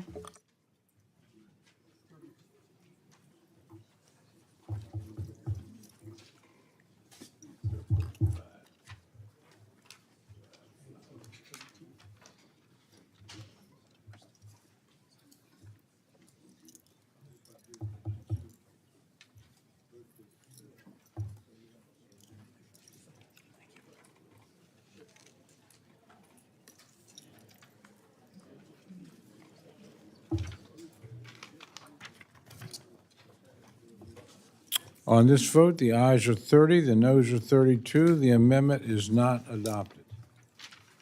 Gentleman from Maryland, Mr. Hoyer, is recognized for an amendment. Thank you very much, Mr. Chairman.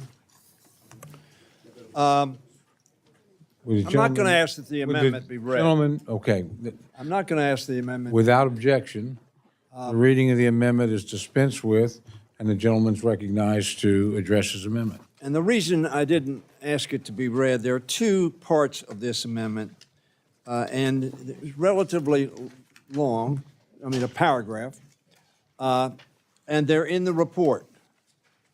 And they deal with the National Institutes of Health, and all we ask them to do is brief us. Now, some time ago, during this hearing, I said that we had no hearings on NIH specifically. Secretary Kennedy testified, he mentioned NIH, but there was no one from NIH who testified, either on what was proposed or the consequences of those propositions. I rise to offer this amendment to require the National Institutes of Health to brief this committee within 60 days on the politicization of American science and its impact on ongoing clinical trials and biomedical development. Frankly, NIH ought to have briefed this committee, as I said, long ago, but my colleagues across the aisle did not have a hearing. Last month, Trump issued an executive order that gives his political appointees greater power to fund or block NIH grants. That's what I mean by the politicization of this process. It is a peer review, historically, process. It is now a much more political process, a process that was normally determined through rigorous peer review from other scientists. This ought to be a pressing concern for every member of the committee. The NIH has been a major engine of innovation and economic growth in America. Virtually every medication you see at the pharmacy started with NIH funding. The Trump administration is putting all of that innovation at risk right now. He is laying waste to an entire generation of our brightest scientists and doctors. Many of them are now taking their talents to abroad.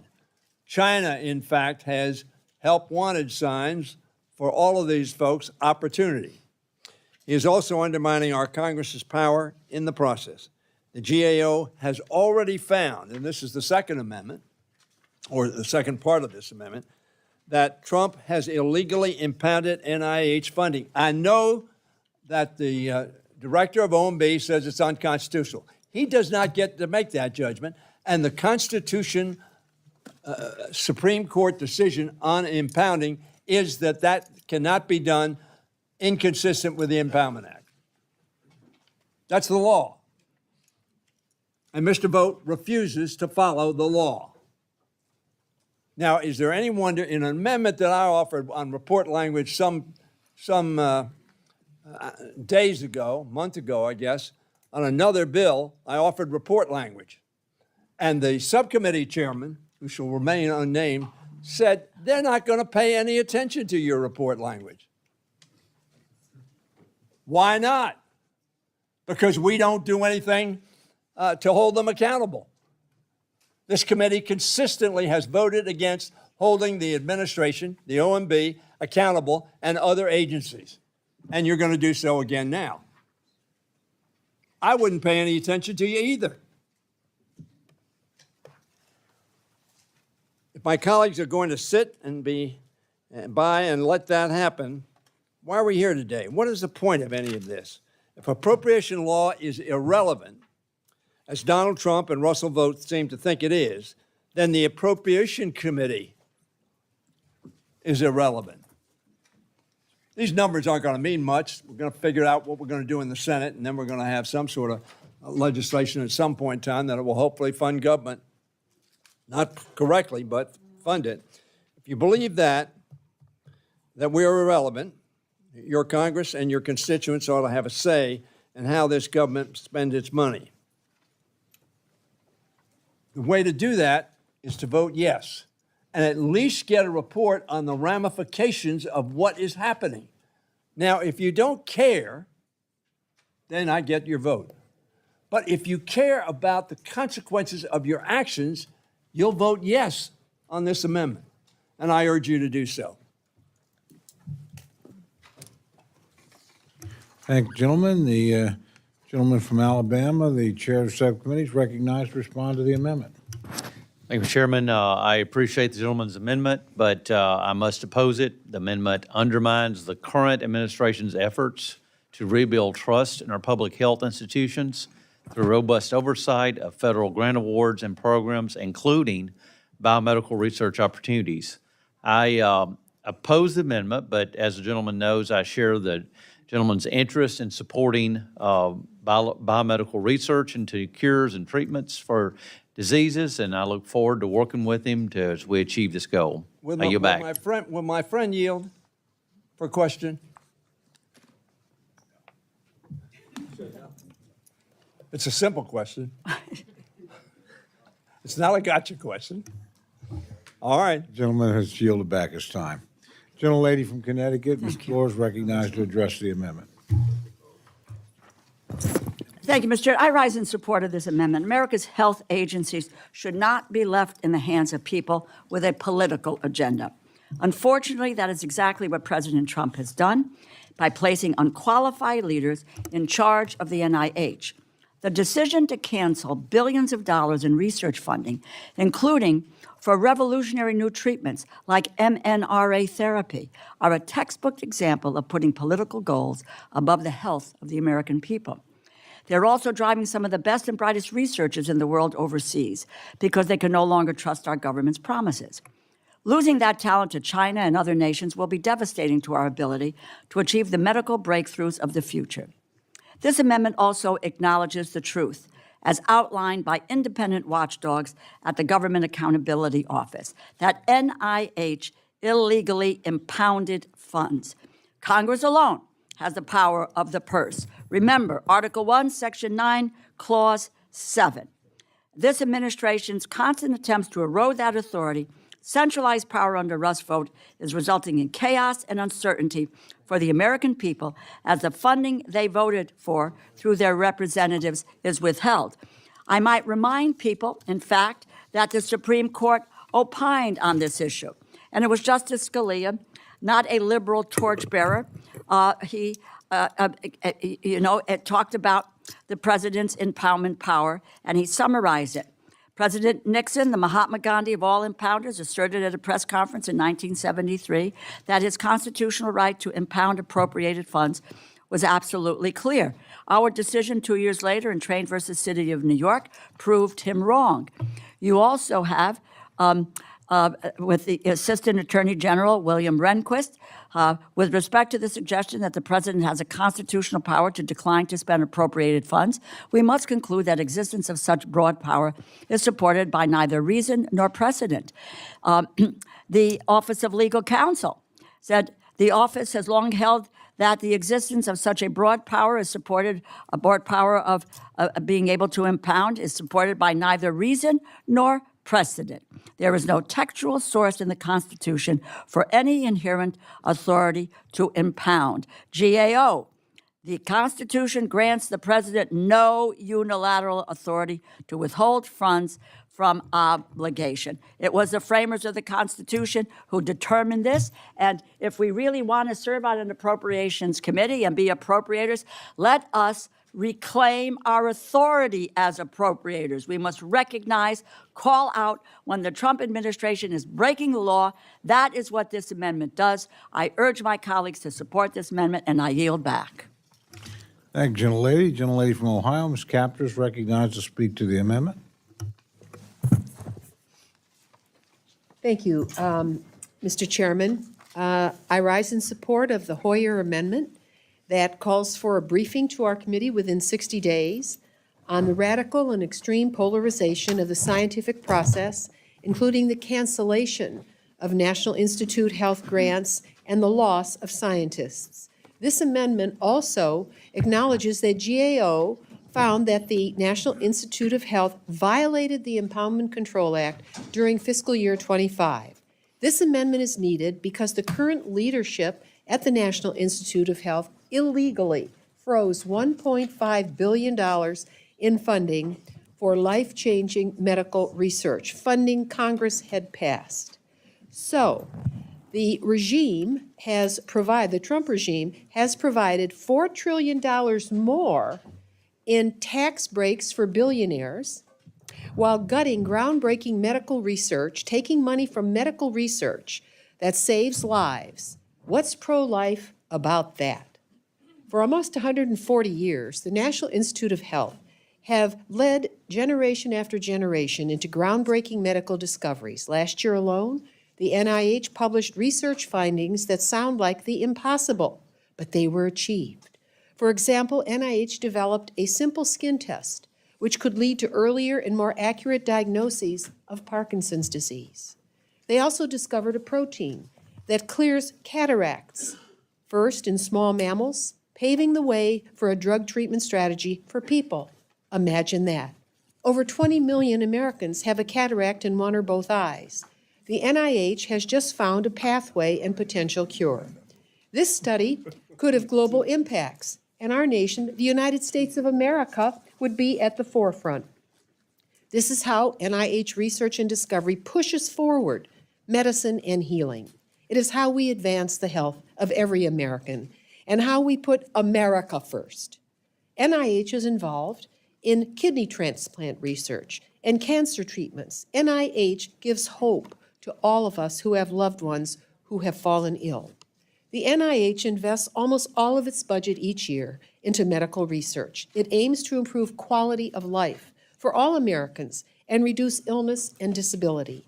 Any administration of HHS, its secretary, or anyone who fails to grasp all of this should not be allowed to stop medical breakthroughs in their tracks. We need to move America forward. And that is why no administration is allowed to impound money authorized and appropriated by Congress. By freezing $1.5 billion of NIH support, you prevent humanity from moving forward. I'm not a betting woman, but if I were, I would bet that the work of the NIH has positively impacted every person in this room. And that is why this briefing and report is vital. We as Congress and the American people as a country need to better understand how we got to such a polarized and politicized state of the world of science and medical research. The taxpayers have a right to know. Therefore, I urge my colleagues to support this amendment. We must be honest by providing a conversation with the American people about the impacts of freezing $1.5 billion in funding for life-changing medical research. Particularly compelling as these funds have been transferred to more than $4 trillion in permanent tax breaks for billionaires. You know what, folks? They don't need any more. They need to get on their knees once in a while. May I observe this Trump administration death march is truly anti-life. Support the Hoyer Amendment. Thank you, gentlelady. Gentlelady from Minnesota, Ms. McCollum, is recognized to address the amendment. At any point to Chairman Adderholt, if I have not heard you correctly, please stand up and correct me. But I believe that you said it was up to the administration to do oversight. I don't think it was your intention to say that we shouldn't be doing oversight as well. Is that correct? Would you yield?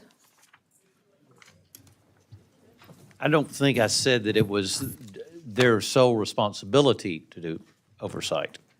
Okay, thank you. I wanted to have that clear between the two of us before I spoke, so I thank you so much for doing that.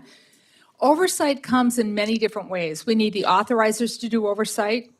We need to do oversight. The administration certainly has the right to do oversight over its agencies, but it's a combination of the three that leads to good outcomes. It isn't one independently doing its own oversight and then tells the rest, well, we've made a decision because this is the bias we had when we looked at it, or this is the material we looked at it. We have an obligation when we do oversight to look at how is this impacting our district, how this is impacting our state, how is this impacting our nation, how this is impacting us, in a worldwide situation. And, if we were really, and I'll use the Department of Defense as a clear example and kind of get us out of the discussion on some of the oversight conversations that we've had when it comes to vaccine and vaccine doing it. Only the Marine Corps has done an audit. And when you talk about a gold standard or the Defense Appropriations Committee to start looking at doing oversight, it's getting audits. And so as far as I'm concerned in this one arena, the administrations, plural, both Democratic and Republican, have failed to do their obligation in getting audits done. So until I know exactly what is being used, and I haven't been impressed with what's being used for the healthcare, for the vaccines, for making the decisions on that, I think it's really incumbent for us to fulfill our oversight role. And when we just let empowerment go unchecked, we fail to do our oversight role. The authorizers aren't doing their oversight role. We have a committee with oversight in the title. And I haven't seen any of that happening in the Appropriations Committee and in the Authorizers Committee, where we've really dug in on some of these things where funds have been impounded, frozen, and denied, and did our due diligence on oversight. So I thank the gentleman for his amendment. I yield back.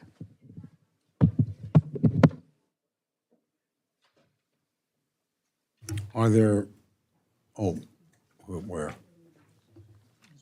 Oh, gentlelady from New Jersey, Ms. Watson-Coleman, is recognized for remarks on the amendment.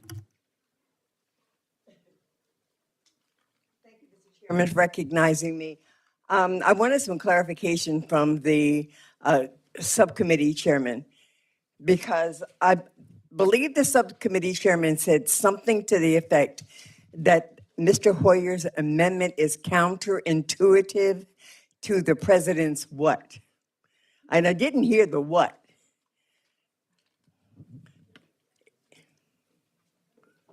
I said this amendment undermines the current administration's efforts to rebuild the trust in our public health institutions. Thank you, sir. Thank you. I think that's exactly what I want to get at. First of all, I want to say that I do support this amendment. I think that this amendment is simply trying to get at information.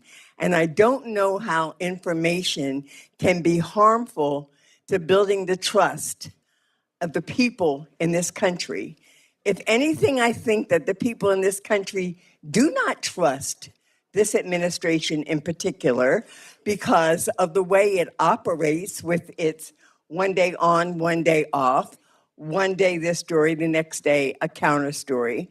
So I believe that this amendment simply is helping us to ensure that we will get a briefing and an understanding of the implications of the decisions that are being made by this administration in this very important office, the NIH. I don't know what we're afraid of if we are operating under truth. But it seems that every time an issue of an oversight issue comes up, a watchdog issue comes up, an inspector general issue comes up, in this case, a simple briefing comes up, my colleagues on the Republican side oppose it. What are we afraid of? If you believe in what this president is doing as he's dismantling government, taking away important research dollars, taking away important services, disrespecting whole communities of people, if you're okay with that, the militarization of our military on domestic land, our fear that guns are going to be put in the hands of everyday people, irrespective of whether or not they should have. If you believe in that stuff, then why don't you just let us bring forth every opportunity to have a briefing on the implications and the outcome of those actions? What do we fear? Certainly, we don't fear the truth.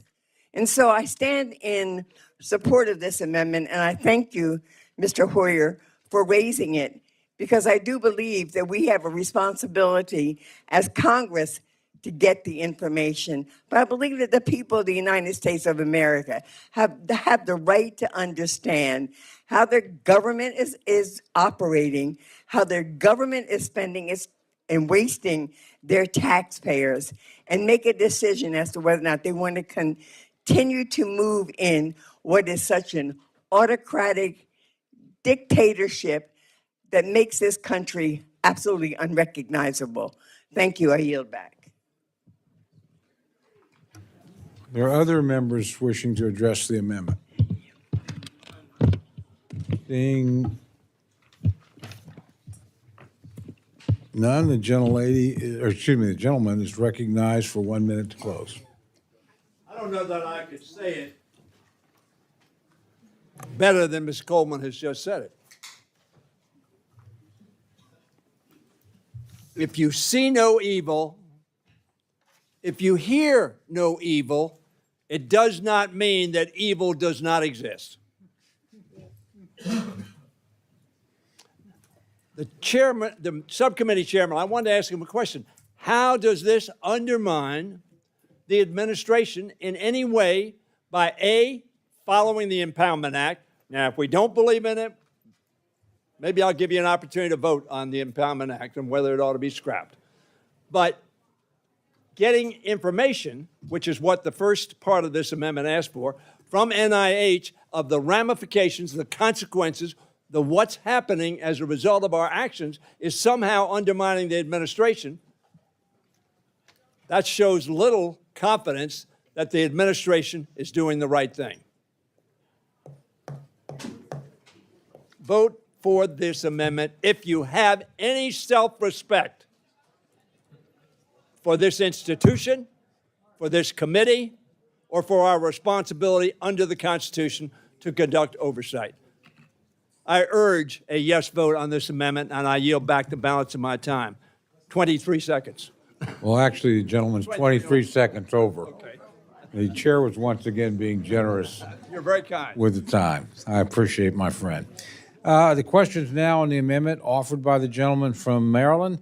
All those in favor say aye. Aye. All those opposed say no. No. The opinion of the chair, the noes have it. Roll call has been requested. Sufficient support has been demonstrated. The clerk will call the roll. Mr. Adderholt? No. Mr. Adderholt? No. Mr. Aguilar? Mr. Aguilar, aye. Mr. Alford? Mr. Alford, no. Mr. Amade? Mr. Amade, no. Mrs. Bice? Mrs. Bice, no. Mr. Bishop? Mr. Bishop, aye. Mr. Calvert? Mr. Calvert, no. Mr. Carter? Mr. Carter, no. Mr. Case? Mr. Case, aye. Mr. Siskamani? Mr. Klein? Mr. Klein, no. Mr. Cloud? Mr. Cloud, no. Mr. Clyburn? Mr. Clyburn, aye. Mr. Clyde? Mr. Clyde, no. Mr. Cole? Mr. Cole, no. Mr. Cuellar? Mr. Cuellar, aye. Ms. Dean?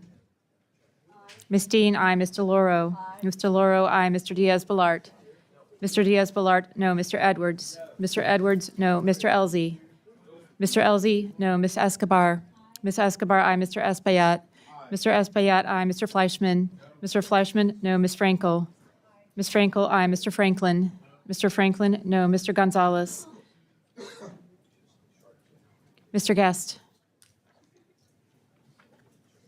Mr. Harder? Mr. Harder, aye. Dr. Harris? Mrs. Hinson? Mr. Hoyer? Mr. Hoyer, aye. Mr. Ivy? Mr. Ivy, aye. Mr. Joyce? Mr. Joyce, no. Ms. Capter? Ms. Capter, aye. Mr. Lalota? Mr. Lalota, no. Ms. Lee? Ms. Letlow? Ms. Letlow, no. Mr. Levin? Mr. Levin, aye. Ms. Malloy? Ms. McCollum, aye. Ms. Ming? Ms. Ming, aye. Mr. Molinar? Mr. Molinar, no. Mr. Moore? Mr. Moore, no. Mr. Morelli? Mr. Morelli, aye. Mr. Mervan? Mr. Mervan, aye. Mr. Newhouse? Mr. Newhouse, no. Ms. Perez? Ms. Perez, aye. Ms. Pingree? Ms. Pingree, aye. Mr. Pocan? Mr. Pocan, aye. Mr. Quigley? Mr. Quigley, aye. Mr. Reschenthaler? Mr. Reschenthaler, no. Mr. Rogers? Mr. Rogers, no. Mr. Rutherford? Mr. Rutherford, no. Mr. Simpson? Mr. Simpson, no. Mr. Strong? Mr. Strong, no. Mrs. Torres? Mrs. Torres, aye. Ms. Underwood? Ms. Underwood, aye. Mr. Valadeo? Mr. Valadeo, no. Ms. Wasserman Schultz? Ms. Wasserman Schultz, aye. Mrs. Watson Coleman? Mrs. Watson Coleman, aye. Mr. Womack? Mr. Zinke? Mr. Zinke, no. Are there other members wishing to record their vote or change their vote? Gentleman from Mississippi? Mr. Guest, no. Gentleman from Maryland? Dr. Harris, no. The gentleman from Texas? Mr. Gonzalez, no. Gentleman from Arizona? Mr. Siskamani, no. Mr. Womack? Oh, sorry, gentlelady from Nevada? Ms. Lee, aye. Gentleman from Arkansas? Mr. Womack, no.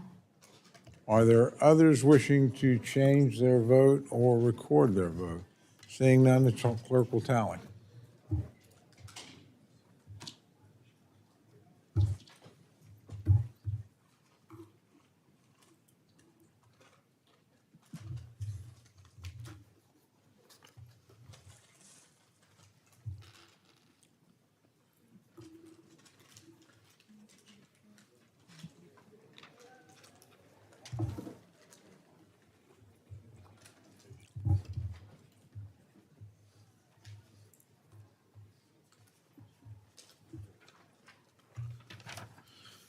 On this vote, the ayes are 28, the noes are 34. The amendment is not adopted. Gentleman from Maryland, Mr. Hoyer is recognized for an amendment. Unanimous consent to a suspended. Without objection, the reading of the amendment is dispensed with. The gentleman is recognized for remarks on his amendment. Mr. Chairman, I rise to offer this amendment as the sponsor of the Americans with Disabilities Act signed by George H.W. Bush on July 20th of 1996, excuse me, this amendment prohibits the administration from using funds in the bill to dismantle Section 503 of the Rehabilitation Act. The Rehabilitation Act was the act on which the ADA was based and from which drew much of its instruction. The administration has recently taken an aim at Section 503 requirement that contractors give applicants the opportunity to self-describe their disability. Give them the opportunity to do so. Clearly, that was the intent of the Disabilities Act. That is absolutely crucial to measuring disability employment. which is still far too low, and to ensuring the federal government is a model employer. The Trump administration claims that these requirements are inconsistent with the Americans with Disabilities Act. That is absolutely incorrect. I have a letter here, and we don't have a record, otherwise I would insert it as a record, but this is a letter from Bobby Scott, the ranking member of the Education Workforce Committee that has authorization authority over the ADA, and he says this: the ADA prohibits pre-employment inquiries regarding disability, but there is ample evidence this prohibition was not intended to prohibit applicants from voluntarily disclosing their disability status or prevent employers from inviting voluntary disability. In other words, do you have a disability? The administration wants to prohibit that. The administration's attack on Section 503 is what is inconsistent, frankly, with the ADA.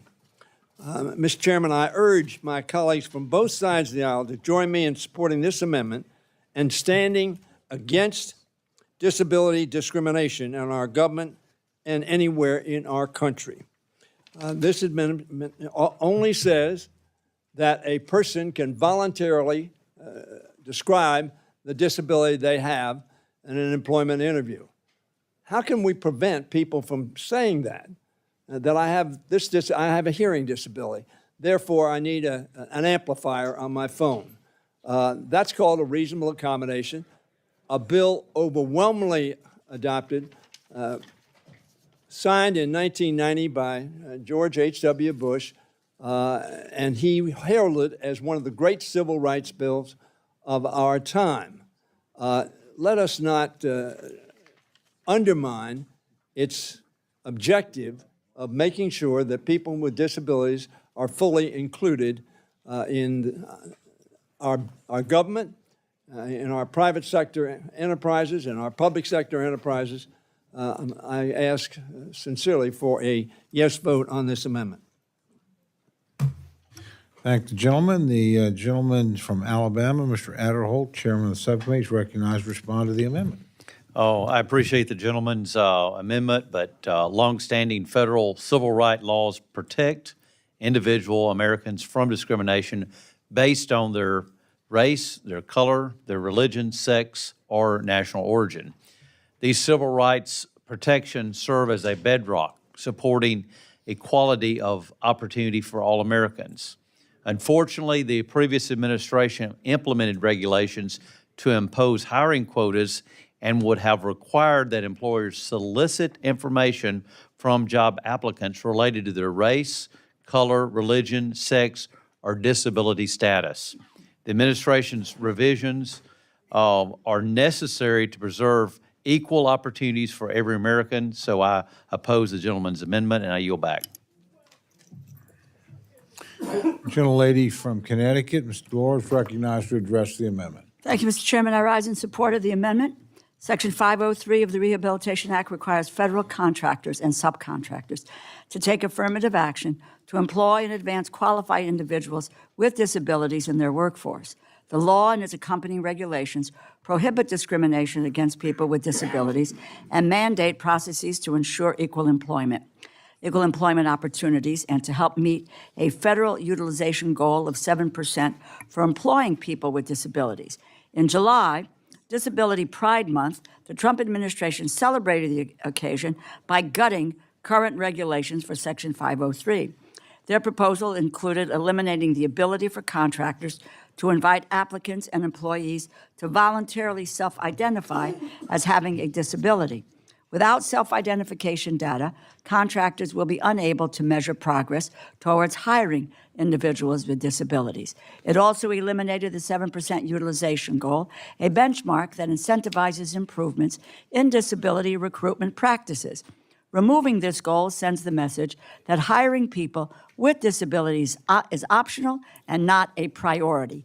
The administration must reverse course on these changes to Section 503 that harm workers with disabilities. I urge my colleagues to support this amendment. Thank the gentlelady. Are there others wishing to address the amendment?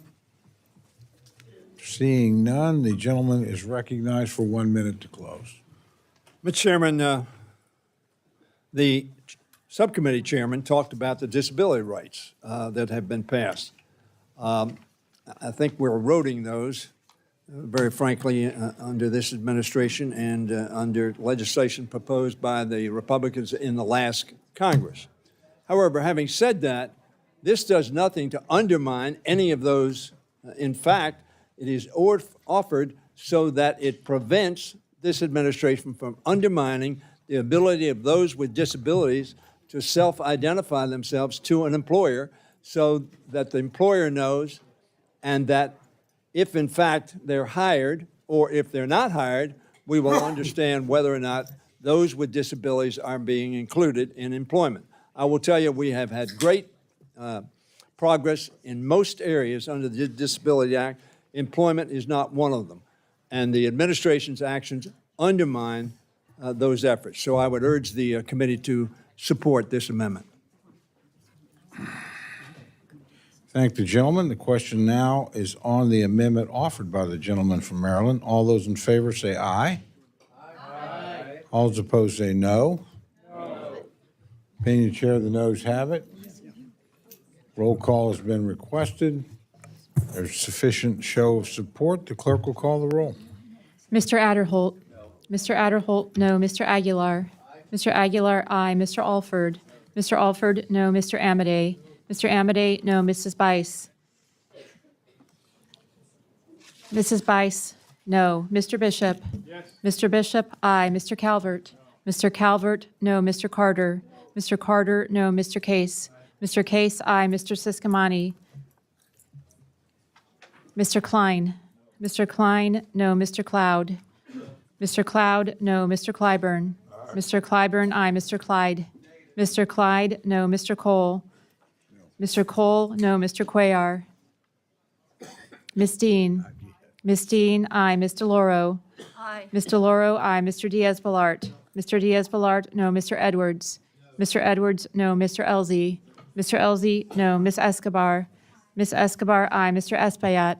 Mr. Espaillat, aye. Mr. Fleischman. Mr. Fleischman, no. Ms. Frankel. Ms. Frankel, aye. Mr. Franklin.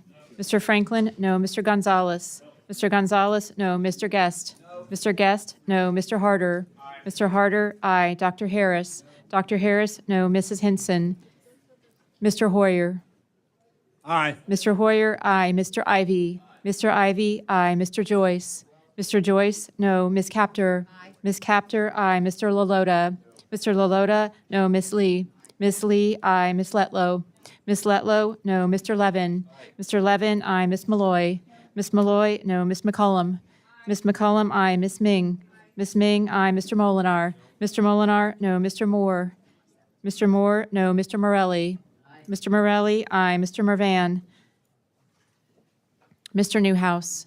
Mr. Newhouse, no. Ms. Perez. Ms. Pingree.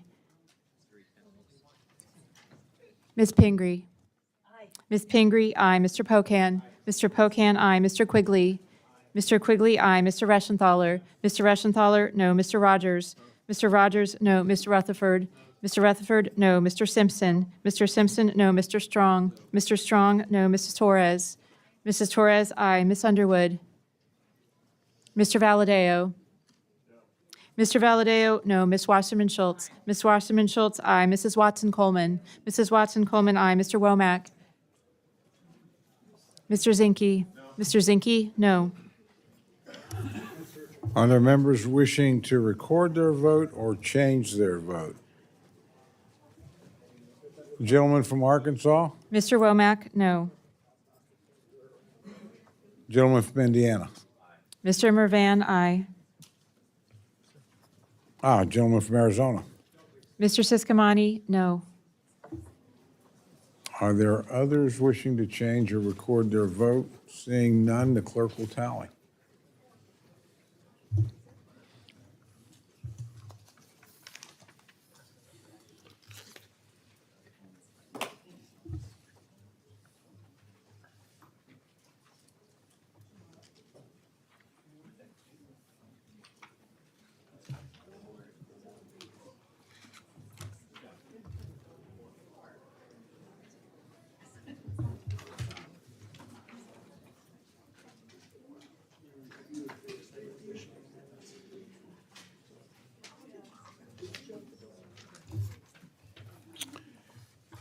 On this vote, the ayes are 25, the noes are 34. The amendment is not adopted. Gentleman from Maryland, Mr. Hoyer, is recognized for an amendment. Thank you, Mr. Chairman.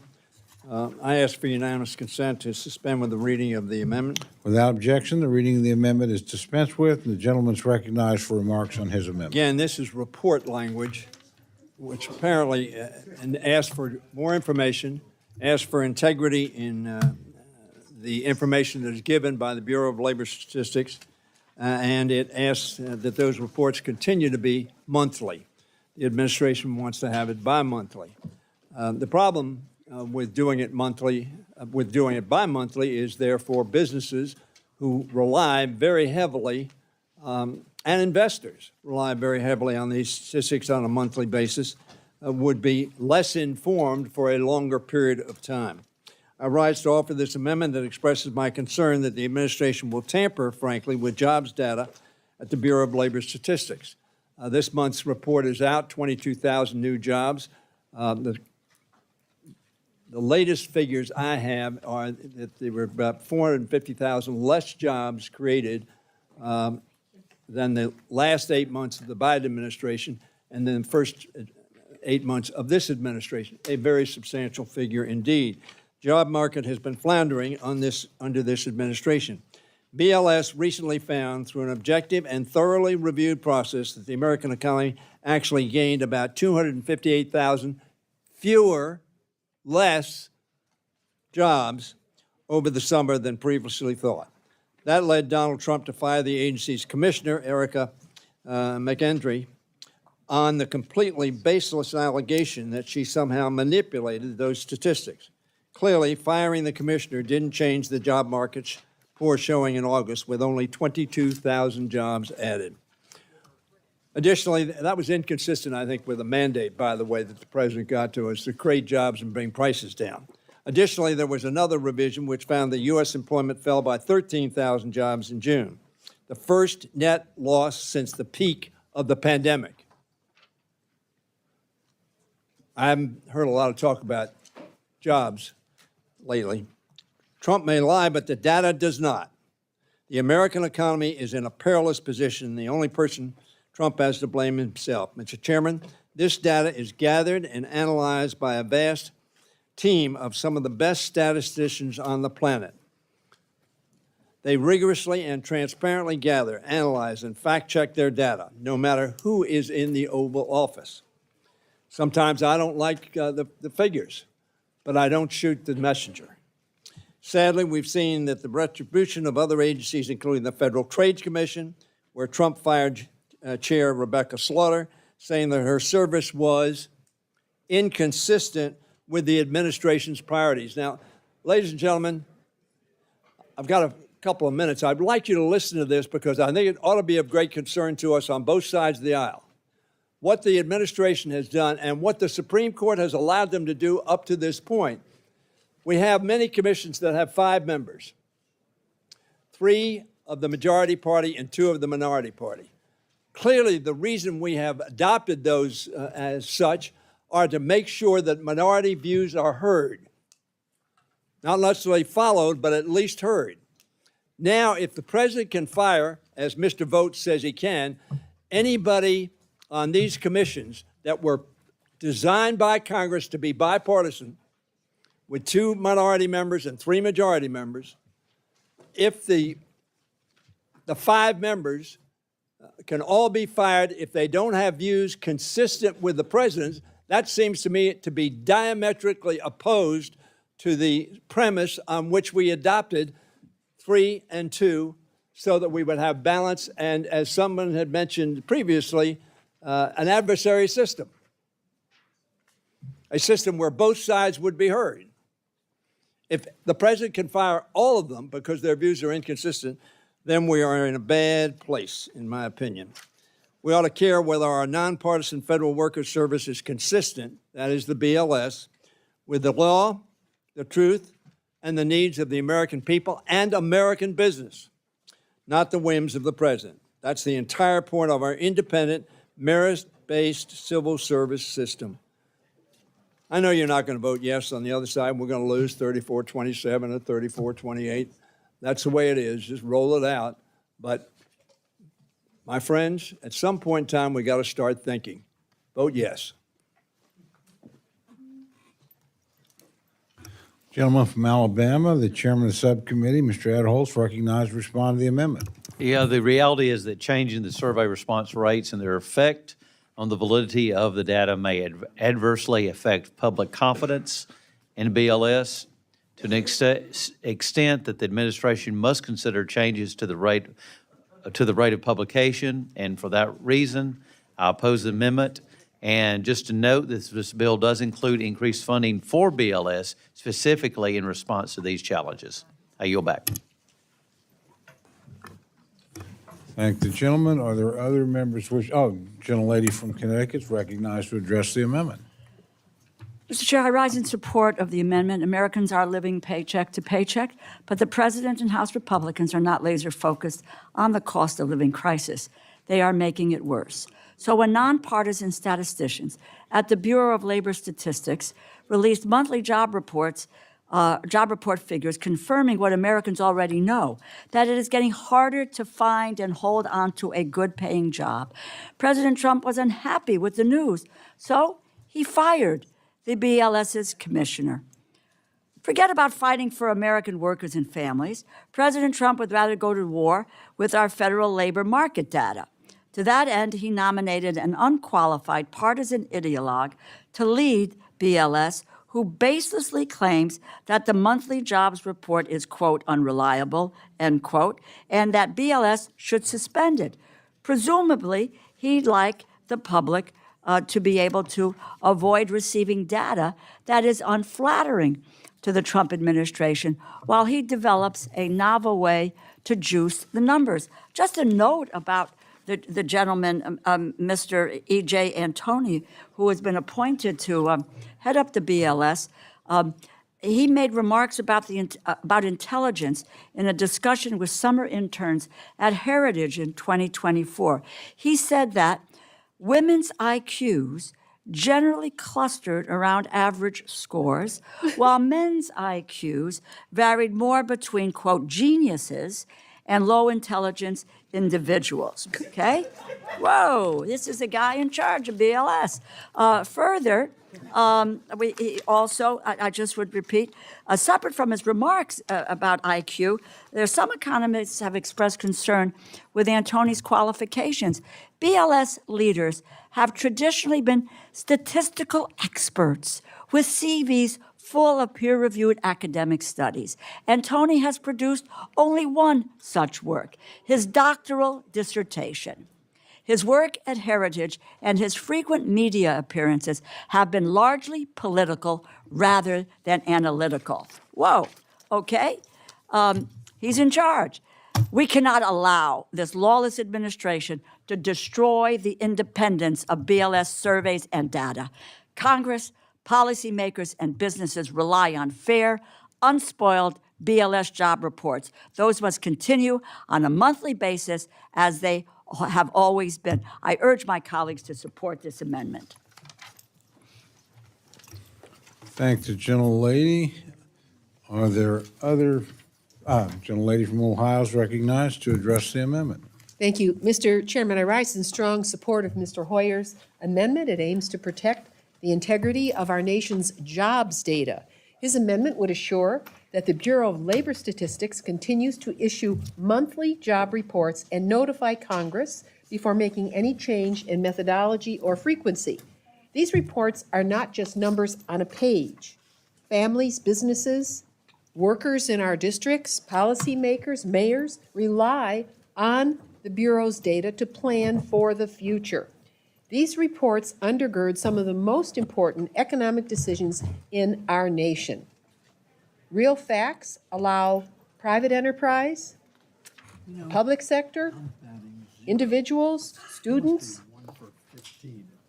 to react appropriately to a constantly changing national economy. Hard statistics don't lie. Some people want to cover them up, not anybody offering this amendment or their supporters.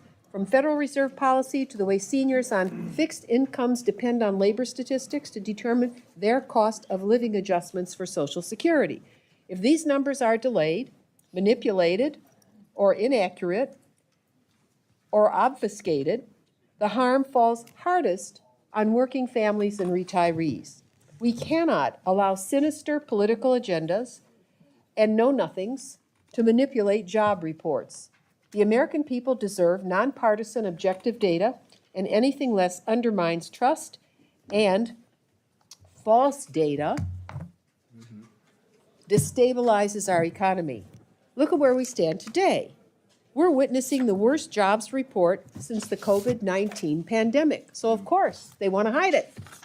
This month's job report is a stark warning and invaluable in understanding how Trump and his administration's policies are affecting everyday working people and companies.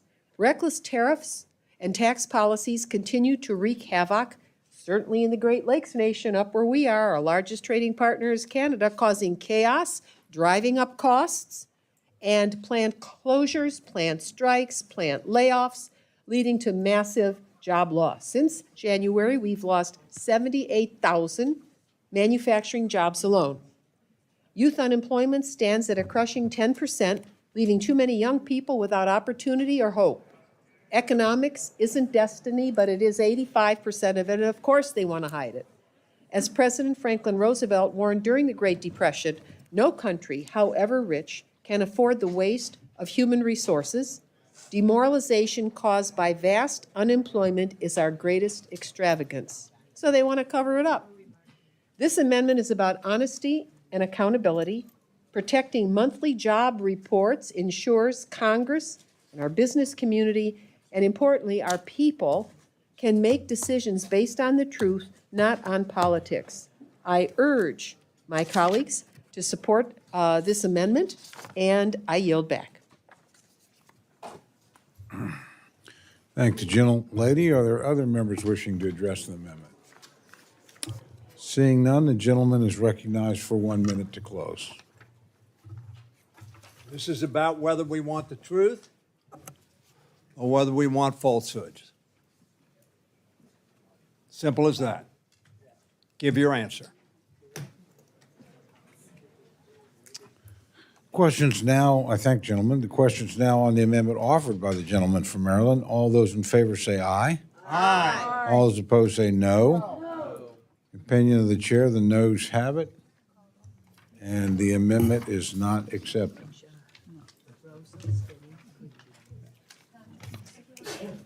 The gentleman from Wisconsin, Mr. Pocan, is recognized for an amendment. Thank you, Mr. Chairman. I have an amendment at the desk. I'd ask unanimous consent that it be considered read. Without objection, the reading of the amendment is dispensed with, and the gentleman's recognized for remarks on his amendment. Thank you. This is an amendment to restore the funding for HIV and AIDS programs that save lives every single day in this country.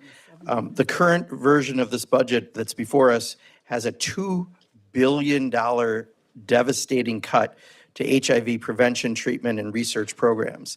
This is 25% of the entire budget cut to HHS for one virus. And I think my question is why this virus gets a 25% cut of the entire cut to HHS. It's coming out of HIV prevention and treatment and research. It completely eliminates the CDC's division of HIV prevention. It slashes $525 million from the life-saving Ryan White HIV/AIDS program. And it's not about the numbers, it's about people. It's the people that are allowed to be able to work, to live, because of the help that comes out of this. These cuts would decimate any progress that there is to cure HIV and AIDS. And this would force clinics to close, it would slash access to medication, and it would endanger lives. The Ryan White program alone serves over 500,000 Americans living with HIV, and more than 90% of them achieve viral suppression, which means they're healthier and they can live longer and they can't transmit the virus to others. And that's what public health should want to do. And that's what good policy looks like. And that's why those programs have been in place. And don't forget, it was George W. Bush who brought us the PEPFAR. It was Donald Trump in his first administration that brought a program that saved many lives. As I mentioned in our early opening comments, that initiative back in 2019 helped reduce HIV cases by 21% in some of the hardest hit areas in the country. If we get rid of this funding, you're talking about 100,000 new HIV infections by 2030 if we eliminate the prevention programs. And that'll cost taxpayers $50 billion, not just the $2 billion here, but $50 billion down the road. These programs provide testing, they advance research, and in the Senate, in a bipartisan effort, they've already moved to protect this funding. So why we, the House, would target a single virus with this deep of a cut when the Senate's already working on this makes me need to know why this is being targeted in this way. About 5,000 Americans die from AIDS-related causes every year, and we're on the cusp of actually curing the virus. So that's why we need to keep doing what we're doing. You don't take the foot off the pedal at this point. But I have to tell you, I am concerned. There were comments last week that made me feel like I was in the 50s when Senator Rand Paul made some comments, and I'll see if I can find these. I had them opened up on my phone. He talked about there was a gay CDC official who left the administration because the CDC because of what he saw was the wrong direction. And Senator Paul said that his lifestyle disqualified him from government. This is 2025, folks. And if we're going to start, it's one thing to say no pride flags, fine, you don't like color. It's one thing to say no drag shows, fine, you don't like entertainment. This is people's lives. And this is about costing us a whole lot more money down the road. So targeting a single virus and having people like Senator Paul, I'm going to write him a letter. I want to know what he meant. I sat next to him at a dinner one night. We had a nice conversation. But that's a weird thing he had to say. And unfortunately, a lot of what we're doing in this area is pretty weird. There's a lot of amendments before the NDAA that are pretty weird when it comes to discrimination against people. So I would hope that that has absolutely nothing to do with this, but it is odd that one virus, I'm assuming there's some great scientific research that can explain why this cut needs to happen, but short of that, that's the concern many of us have, that this is nothing but a continuation, a scary downward spiral of the discrimination that we've seen, unfortunately, through this Congress. So I look forward to hearing the reasons why that this is up, and I will yield my 5 seconds back. Thank the gentleman. The gentleman from Alabama, Mr. Adderholt, the chairman of the subcommittee, is recognized to respond to the gentleman's amendment. Thank you, Mr. Chairman, and I certainly appreciate the gentleman's amendment. And unfortunately, as I said this morning, we've had to make some very tough choices in this among programs that are located in this bill. That said, we have maintained a significant investment in over $2 billion in funding of the Ryan White program in this bill. And if you recall, the transportation HUD bill provided another $500 million in funding to address housing needs for low-income persons living with HIV/AIDS. So, but this amendment, the bottom line, is not offset, and it would cause the bill to breach its allocation. And so I will oppose the amendment. But let me say to the gentleman from Wisconsin that I look forward to working with him on this important issue as we move forward in this process, and I yield back. Thank the gentleman. The gentlelady from Connecticut, Mr. Laura, is recognized to address the amendment. Mr. Chairman, I rise in support of the amendment, and I thank my colleague for offering it.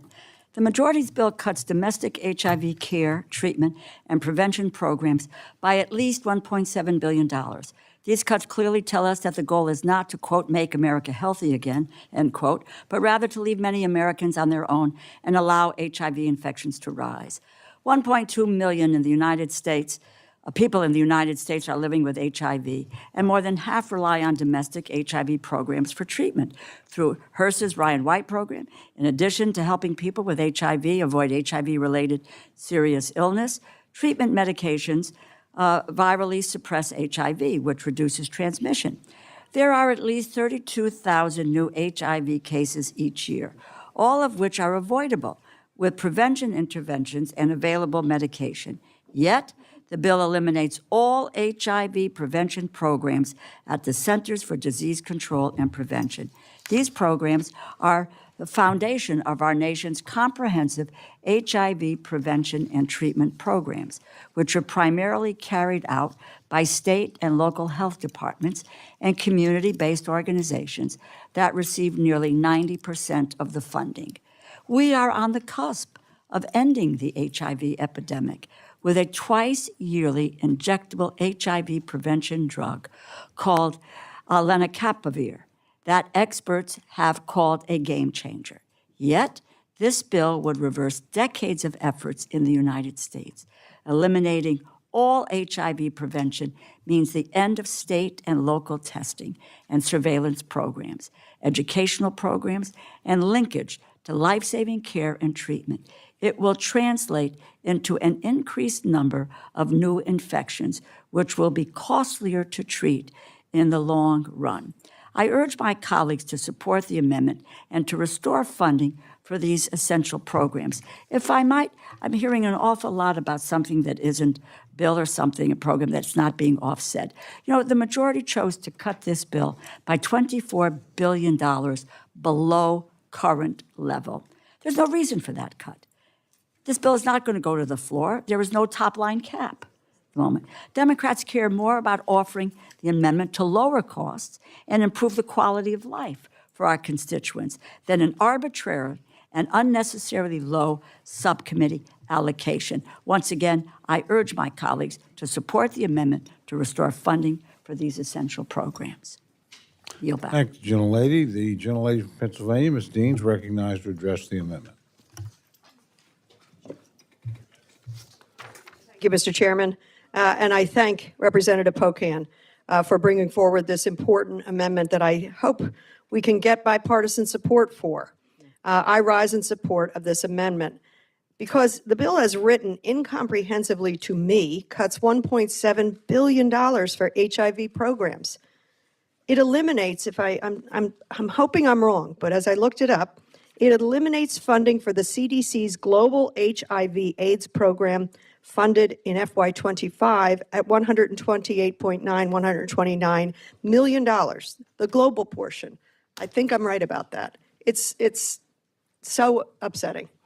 And I have to tell you, I just came back from an Indo-Pacific trip where I met with a USAID woman who was running an office there, and the cut to HIV/AIDS programs there, PEPFAR, is devastating, and people were immediately suffering infection and just the shuttering of that. And it was only for a short time. They were able to get it restarted. Injured people there. But let's talk about here. This includes a $525 million cut from the Ryan White HIV/AIDS program. As my colleagues before me have said, Ryan White maintains access to highly effective HIV care, particularly for individuals, for people who otherwise do not have access to care. It saves on costs. It is much more expensive to treat people in later stages of HIV than it is to provide preventative and early stage care. Every new HIV case prevented saves at least $500,000 in lifetime healthcare costs. In my home state of Pennsylvania, there are an estimated 40,000 people living with HIV. In FY24, Pennsylvania received $80 million through the Ryan White program. Cutting this funding will be devastating for the health of Pennsylvanians and your state as well. And it will result in higher healthcare costs down the line. This is just another example of how short-sighted the majority is in drafting such a bill. Investing in preventative care and health research is not only the humane thing to do, it's fiscally responsible. It saves lives. I urge my colleagues to join me in supporting this amendment, and I yield back. Thank you, gentlelady. Are there other members wishing to debate the issue? Seeing none, the gentleman's recognized for 1 minute to close. Thank you, Mr. Chairman.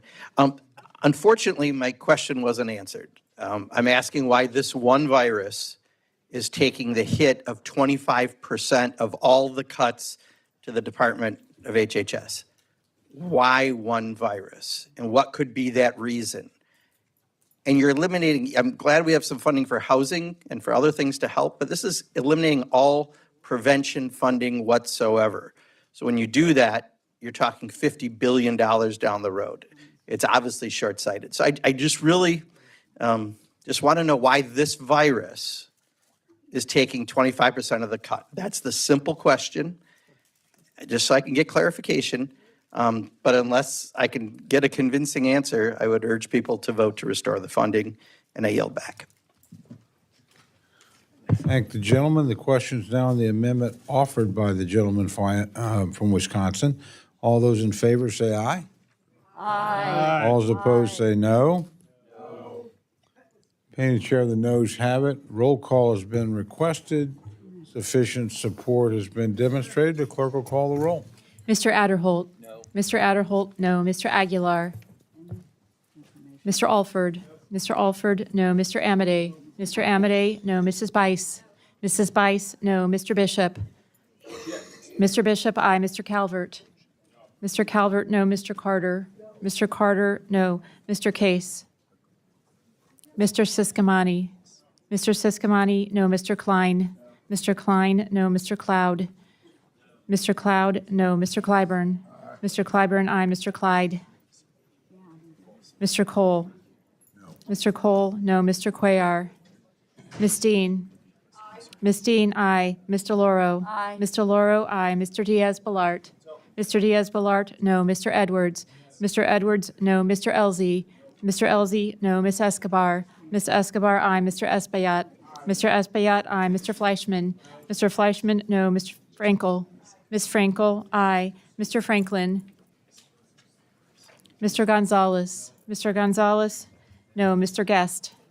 Mr. Guest, no. Mr. Harder? Dr. Harris? Mrs. Henson? Mr. Hoyer? Aye. Mr. Hoyer, aye. Mr. Ivy? Yeah. Mr. Joyce? Mr. Joyce, no. Ms. Capter? Ms. Capter, aye. Mr. Lalota? Ms. Lee? Ms. Lee, aye. Miss Letlow? Ms. Letlow, no. Mr. Levin? Mr. Levin, aye. Ms. Malloy? Ms. Malloy, no. Ms. McCullum? Ms. McCullum, aye. Ms. Ming? Ms. Ming, aye. Mr. Molinar? Mr. Molinar, no. Mr. Moore? Mr. Moore, no. Mr. Morelli? Mr. Morelli, aye. Mr. Mervan? Mr. Mervan, aye. Mr. Newhouse? Mr. Newhouse, no. Ms. Perez? Ms. Perez, aye. Ms. Pingree? Ms. Pingree, aye. Mr. Pocan? Mr. Pocan, aye. Mr. Quigley? Mr. Quigley, aye. Mr. Reschenthaler? Mr. Reschenthaler, no. Mr. Rogers? Mr. Rogers, no. Mr. Rutherford? Mr. Rutherford, no. Mr. Simpson? Mr. Simpson, no. Mr. Strong? Mr. Strong, no. Ms. Torres? Mrs. Torres, aye. Ms. Underwood? Ms. Underwood, aye. Mr. Valadeo? Mr. Valadeo, no. Ms. Wasserman Schultz? Ms. Wasserman Schultz, aye. Mrs. Watson Coleman? Mrs. Watson Coleman, aye. Mr. Womack? Mr. Zinke? Mr. Zinke, no. Are there any members wishing to vote or change their vote? Gentleman from Georgia. Mr. Clyde, no. Gentleman from California. Mr. Harder, aye. The other gentleman from California. Mr. Aguilar, aye. Gentleman from Maryland. Dr. Harris, no. Gentleman from Hawaii. Mr. Case, aye. Gentleman from Arkansas. Mr. Womack, no. Gentleman from Florida. Mr. Franklin, no. Are there other members wishing to record their vote or change their vote? Seeing none, the clerk will tally.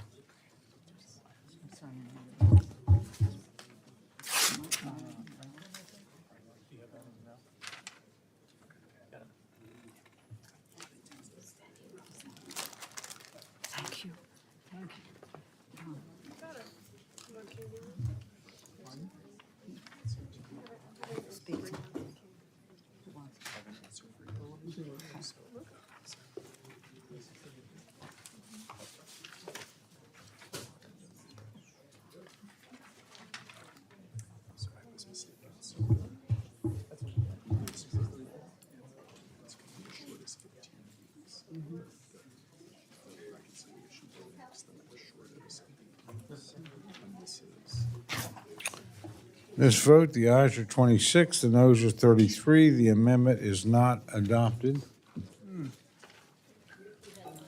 Gentleman from Wisconsin, Mr. Pocan, is recognized for an amendment. I have an amendment at the desk, and I ask that it be considered read. I just want to clarify also the subject. Without objection, the reading of the amendment, did the gentleman ask it to be read? Or? No, I just wanted to clarify, you've got the one, Meals on Wheels? Is that the one in front of you? We were changing the order. Let me check real quick. Sorry. Which one is it?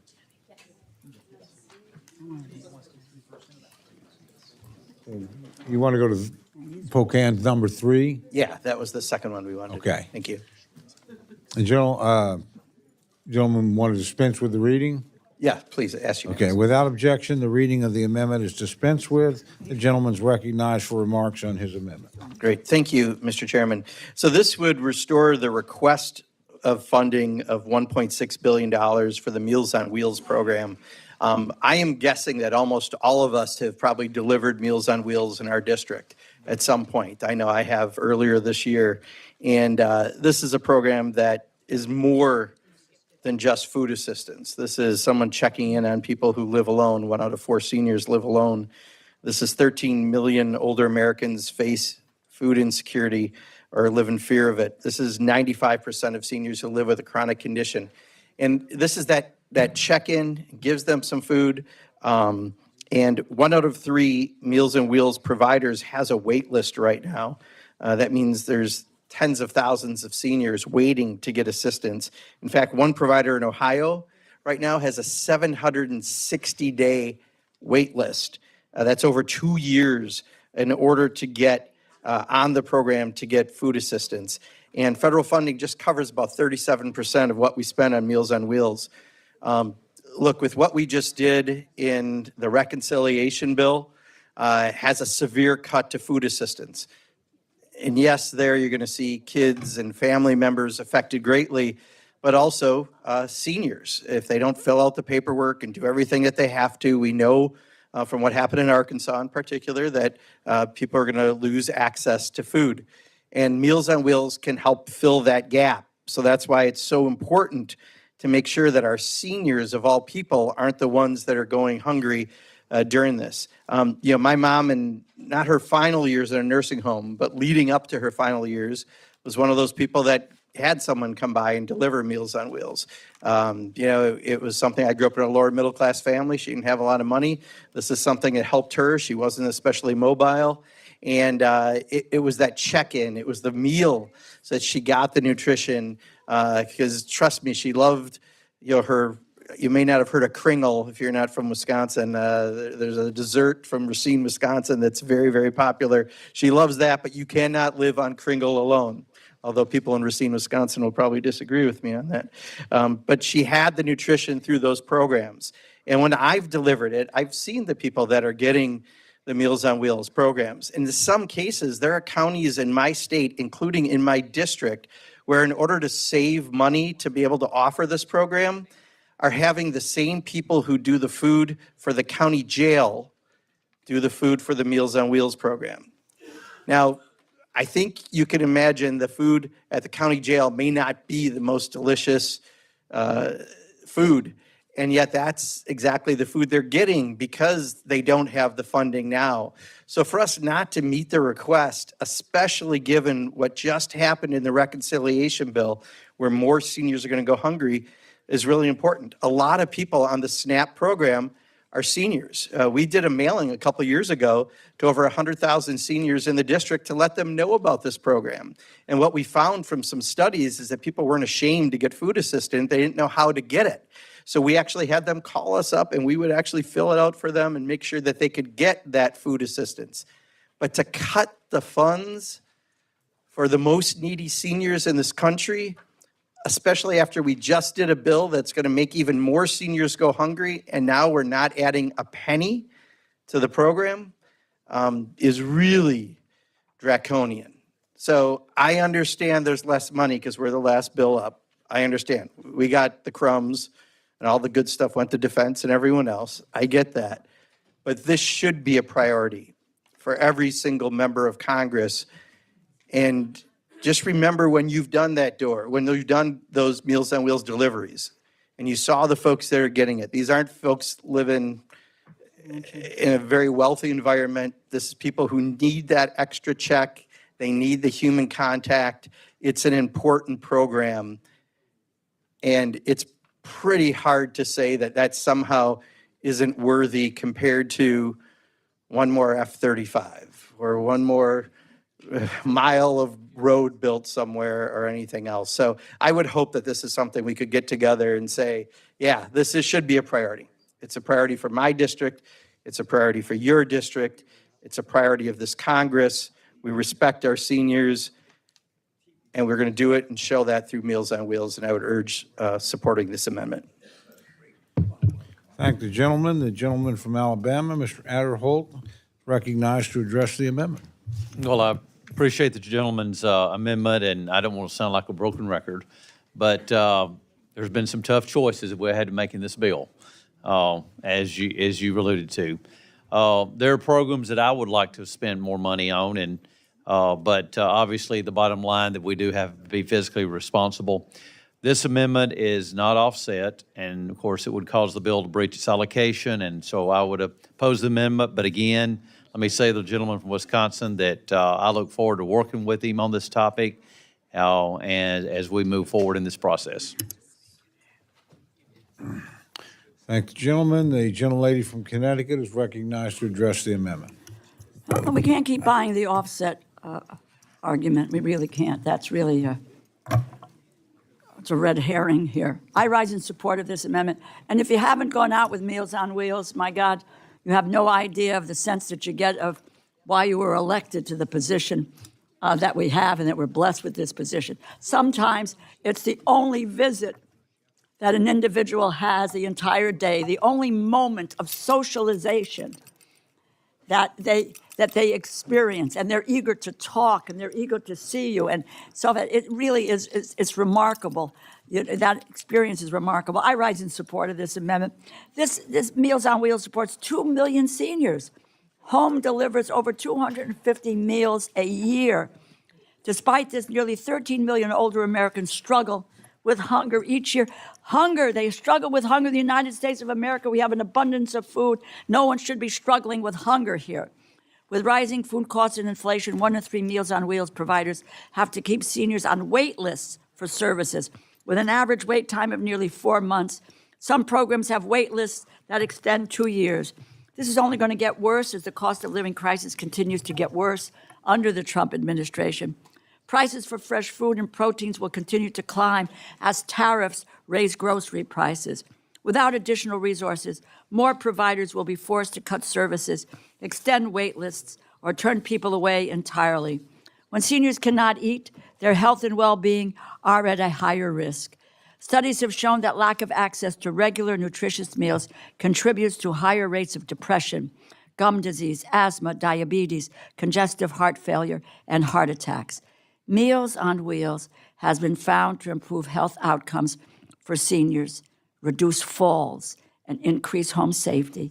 It has reduced nursing home use and costly healthcare services. It's not just about food delivery. 1 in 4 older Americans live alone. Drivers can be the only person an older America sees on a given day. Meals on Wheels, it provides social interaction, a sense of security, a healthy meal. It's a program that works and helps our most vulnerable.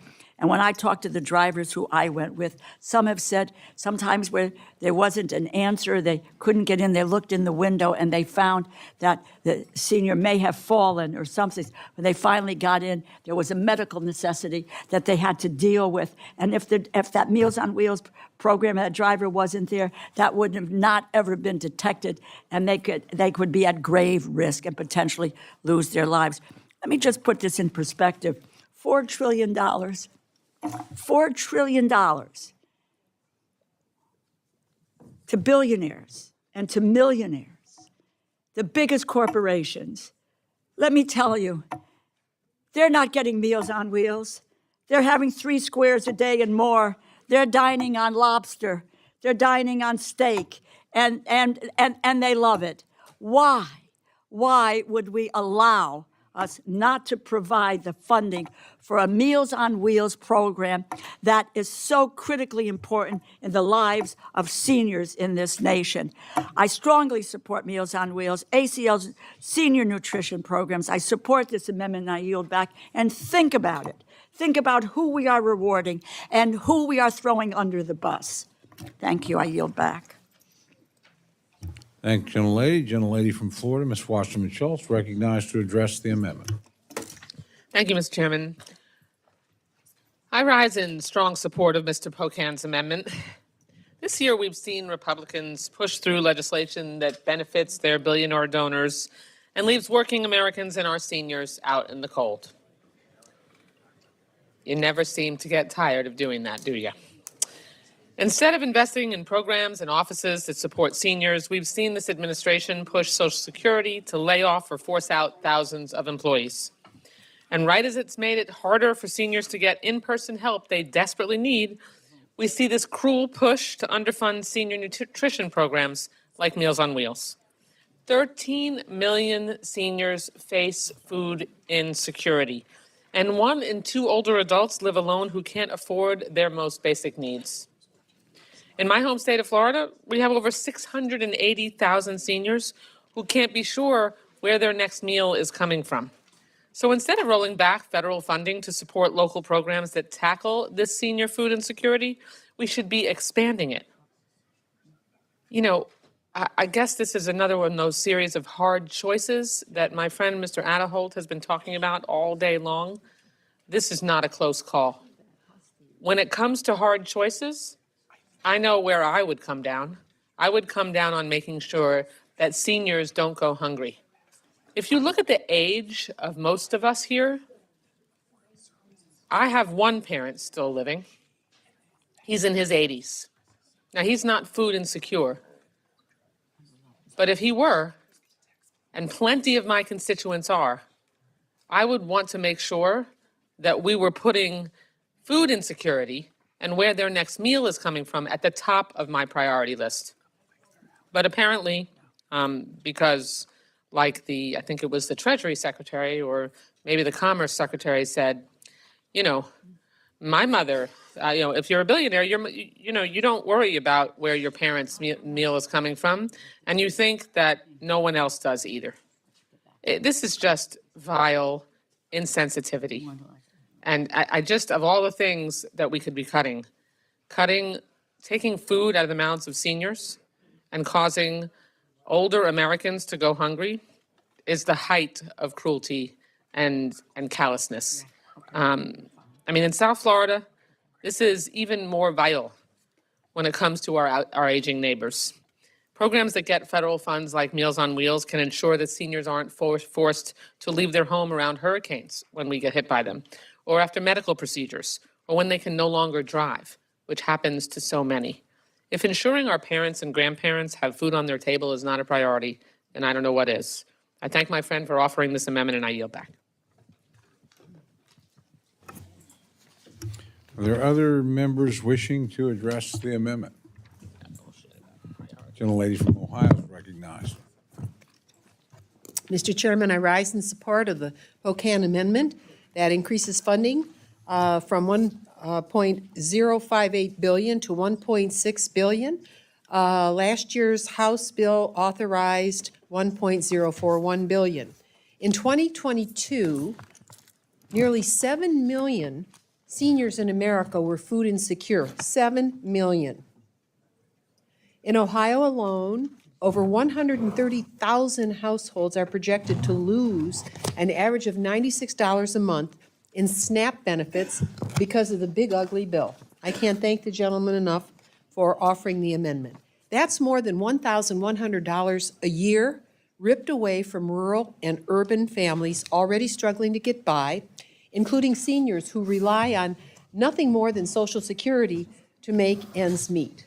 The big bonanza for billionaires bill expanded harsh work requirements for adults aged 55 to 64. In rural Ohio, where jobs are scarce, health challenges are real. Doctors are few, if at all, and ageism shuts too many doors. Thousands of seniors will be cut off from food assistance they simply cannot replace. The consequences are severe. Food insecure seniors are far more likely to suffer from diabetes, high blood pressure, and heart disease, and nearly half of older adults are already malnourished. Poor nutrition doesn't just harm seniors, it drives up Medicare and Medicaid costs for every taxpayer. Rural Ohio is hit hardest. Another hospital just closed and one merged in my district. And my district will feel the deepest cuts as a percentage of population. Grocery stores are few, transportation is limited, and food banks are already stretched thin. The ugly cuts will leave too many seniors with nowhere to turn. But there is a better way. This amendment strengthens senior nutrition programs and gives them the resources to expand. And they could buy USDA, hello, they could buy local produce, local beef, local pork, local chicken, local fruits and vegetables, local honey. Programs like Meals on Wheels would have more leverage to feed our seniors with food from our own farmers, producers, and growers rather than importing product from these outfits that serve such unappetizing trays.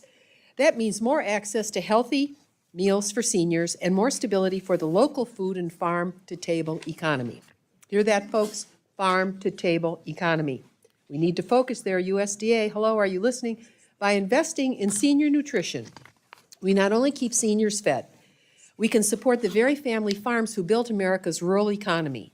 This keeps our farms family-owned, away from corporate control, and our seniors healthy and independent. It's a win-win for both sides of rural life. More funding for senior nutrition, if executed properly by this administration, could save farms as well as seniors. And actually, if you marry the senior food programs and the school programs for food for kids, you got a home run if you've got rural America, if you're surrounded by rural America. But it requires a commitment to source locally, cut red tape, and make sure dollars reach both the dinner tables of our citizens and the barns and fields of our farmers, producers, and growers who make and grow what makes and grows America. The billionaire tax breaks bill took food off the plates and tables of seniors and revenue out of the pockets of farmers. This amendment is a course correction.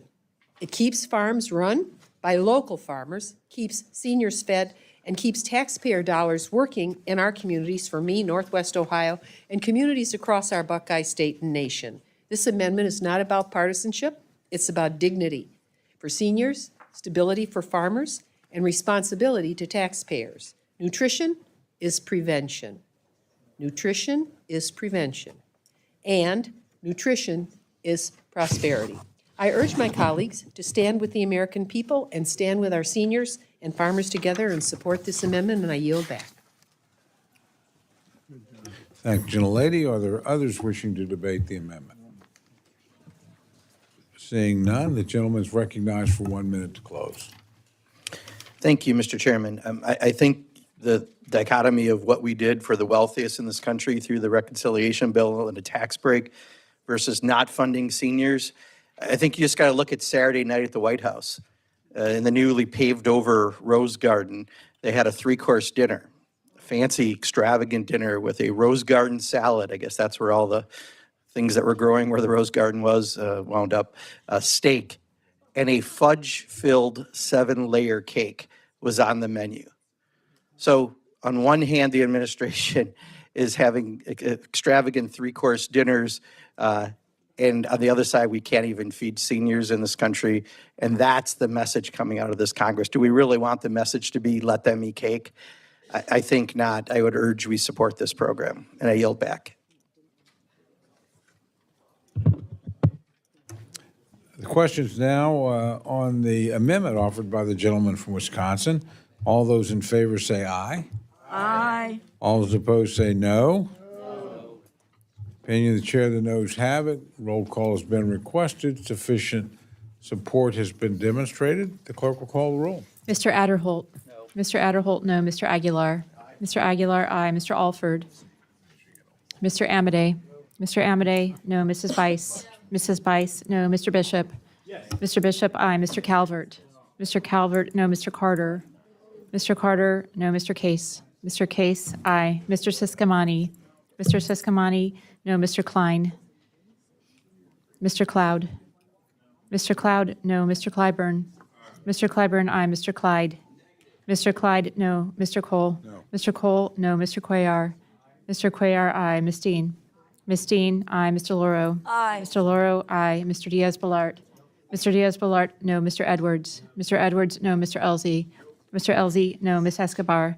Ms. Escobar, aye. Mr. Espaillat? Mr. Espaillat, aye. Mr. Fleischman? Mr. Fleischman, no. Mr. Frankel? Ms. Frankel, aye. Mr. Franklin? Mr. Franklin, no. Mr. Gonzalez? Mr. Gonzalez, no. Mr. Guest? Mr. Guest, no. Mr. Harder? Mr. Harder, aye. Dr. Harris? Dr. Harris, no. Mrs. Henson? Mr. Hoyer? Aye. Mr. Hoyer, aye. Mr. Ivy? Mr. Joyce? Mr. Joyce, no. Ms. Capter? Aye. Ms. Capter, aye. Mr. Lalota? Mr. Lalota, no. Ms. Lee? Ms. Lee, aye. Miss Letlow? Ms. Letlow, no. Mr. Levin? Mr. Levin, aye. Ms. Malloy? Ms. Malloy, no. Ms. McCullum? All right. Ms. McCullum? Ms. McCullum, aye. Ms. Ming? Ms. Ming, aye. Mr. Molinar? Mr. Molinar, no. Mr. Moore? Mr. Moore, no. Mr. Morelli? Mr. Morelli, aye. Mr. Mervan? Mr. Mervan, aye. Mr. Newhouse? Mr. Newhouse, no. Ms. Perez? Ms. Perez, aye. Ms. Pingree? Ms. Pingree, aye. Mr. Pocan? Mr. Pocan, aye. Mr. Quigley? Mr. Quigley, aye. Mr. Reschenthaler? Mr. Reschenthaler, no. Mr. Rogers? Mr. Rogers, no. Mr. Rutherford? Mr. Rutherford, no. Mr. Simpson? Mr. Simpson, no. Mr. Strong? Mr. Strong, no. Ms. Torres? Mrs. Torres, aye. Ms. Underwood? Ms. Underwood, aye. Mr. Valadeo? Mr. Valadeo, no. Ms. Wasserman Schultz? Ms. Wasserman Schultz, aye. Mrs. Watson Coleman? Mrs. Watson Coleman, aye. Mr. Womack? Mr. Womack, no. Mr. Zinke? Mr. Zinke, no. Are there any members wishing to record their vote or change their vote? Gentleman from Maryland. Mr. Ivy, aye. Gentleman from Virginia. Mr. Klein, no. Gentleman from Missouri. Mr. Alford, no. I believe the gentleman is recorded as a no, but yes, the gentleman is recorded as a no. Are there others wishing to record their vote or change their vote? Seeing none, the clerk will tally.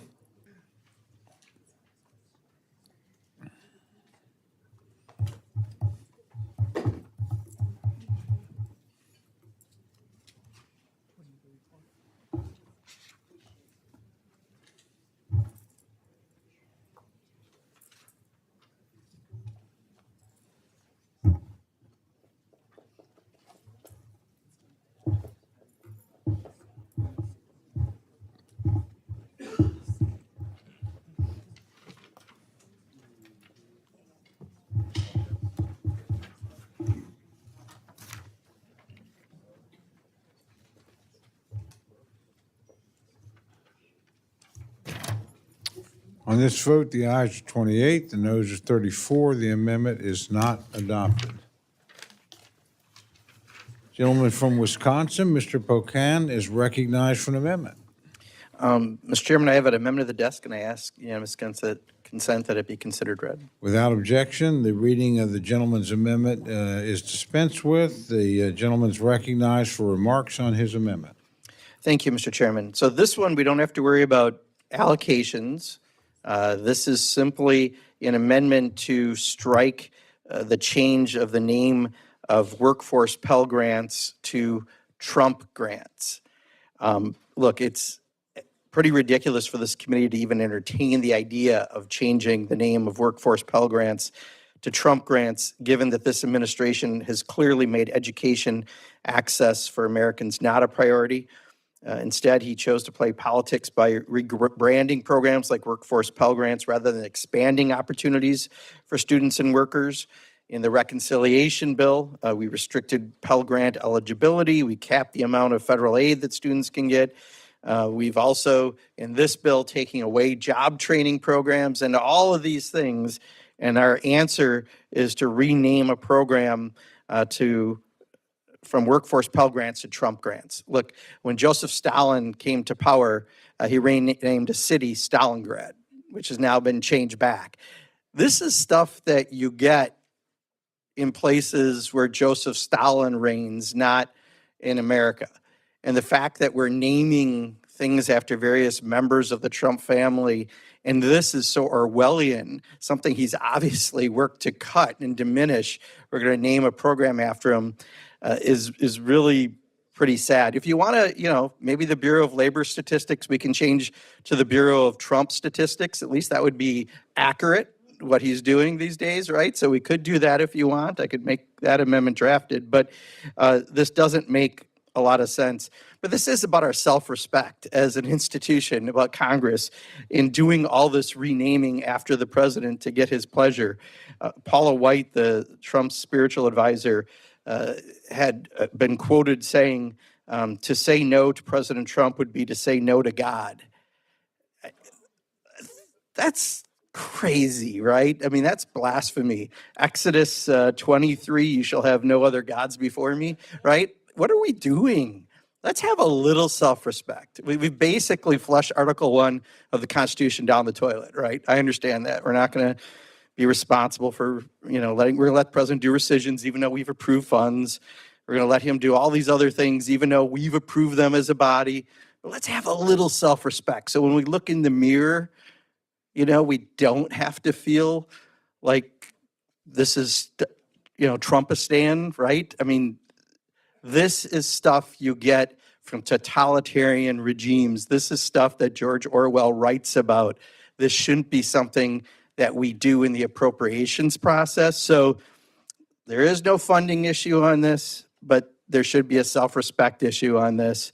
And I urge us not to name things after living presidents or their family members. We're a co-equal branch of government. We've been elected by our constituents. Let's show that spine. Let's look in the mirror and let's feel good about ourselves. And I hope you'll support this amendment. Thank the gentleman. Gentleman from Alabama, Mr. Adderholt's recognized to respond to the amendment. Yes, the Working Families Tax Cut Act expanded eligibility for Pell Grants to those who want to pursue a short-term job training program. This is an important means of support for career changers or for those who do not wish to obtain a four-year degree, but simply want to go immediately into the workforce. Like the Trump savings accounts that were signed into law back in July, the Trump grants would be used to further the education and security of young Americans, and I actually support both. And so I would oppose the gentleman's amendment to strike these grants, and I yield back. Thank you, gentlemen. Gentlelady from Connecticut, Mr. Delora is recognized to respond to the amendment.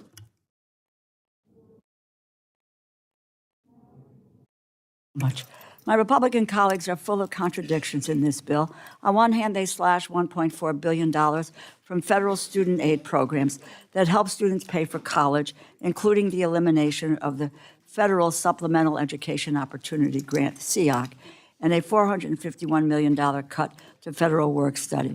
They also cut $367 million from higher education programs, including grants to expand pipelines into teaching, child care access for student parents, and foreign language programs. But on the other hand, they want to use their funding bill to rename a very short-term Pell Grant program established in their partisan reconciliation bill after President Trump. But the partisan reconciliation bill it moved Pell Grants going from a duration of 15 weeks to as short as 8 weeks. And I might just add, the U.S. Department of Education has already tested programs as short as 8 weeks and found that despite boosting program competition, program completion, offering these Pell Grants at a short term did not increase either employment or earnings. If you are a family planning to send your child to college, or if you're looking to go back to school and pay for a post-secondary program, here is what House Republicans have planned for you in their annual funding bill. nearly $2 billion in cuts to financial aid and higher education programs, and symbolic language to demonstrate fealty to President Trump. The American people are demanding help with the cost of living. House Republicans are not laser-focused on the cost of living crisis. The choices they make in this bill make it worse. I urge my colleagues to support the amendment. Thank you, gentlelady. Are there others wishing to debate the amendment? Seeing none, the gentleman is recognized for 1 minute to close. Thank you, Mr. Chairman. The subcommittee chair, I appreciate you mentioning the Trump saving grants. I forgot about those. Look, how many things are we going to name after the current president, right? I mean, this is something we don't normally do. I get it. It's a different time, right? I understand that, but we've given up so much of our Article I constitutional responsibilities, just having a crumb of self-respect by not naming everything after this president, I think would be a good idea. I would hope that you'll join me in not renaming the program after the president. I yield back. Thank the gentleman. The question is now on the amendment offered by the gentleman from Wisconsin. All those in favor say aye. Aye. All those opposed say no. No. Opinion of the chair, the noes have it. And the amendment is not adopted. Gentlelady from Florida, Ms. Frankel, is recognized for the purposes of amendment. Does this thing work? Oh, yeah. Thank you, Mr. Chair. I have an amendment at the desk.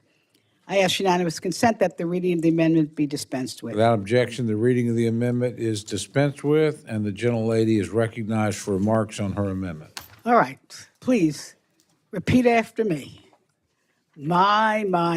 Okay, here we go again, folks. This amendment would strike the very cruel and very unfair Hyde and Weldon provisions from the bill, provisions that attack the very core of women's freedom, dignity, and health.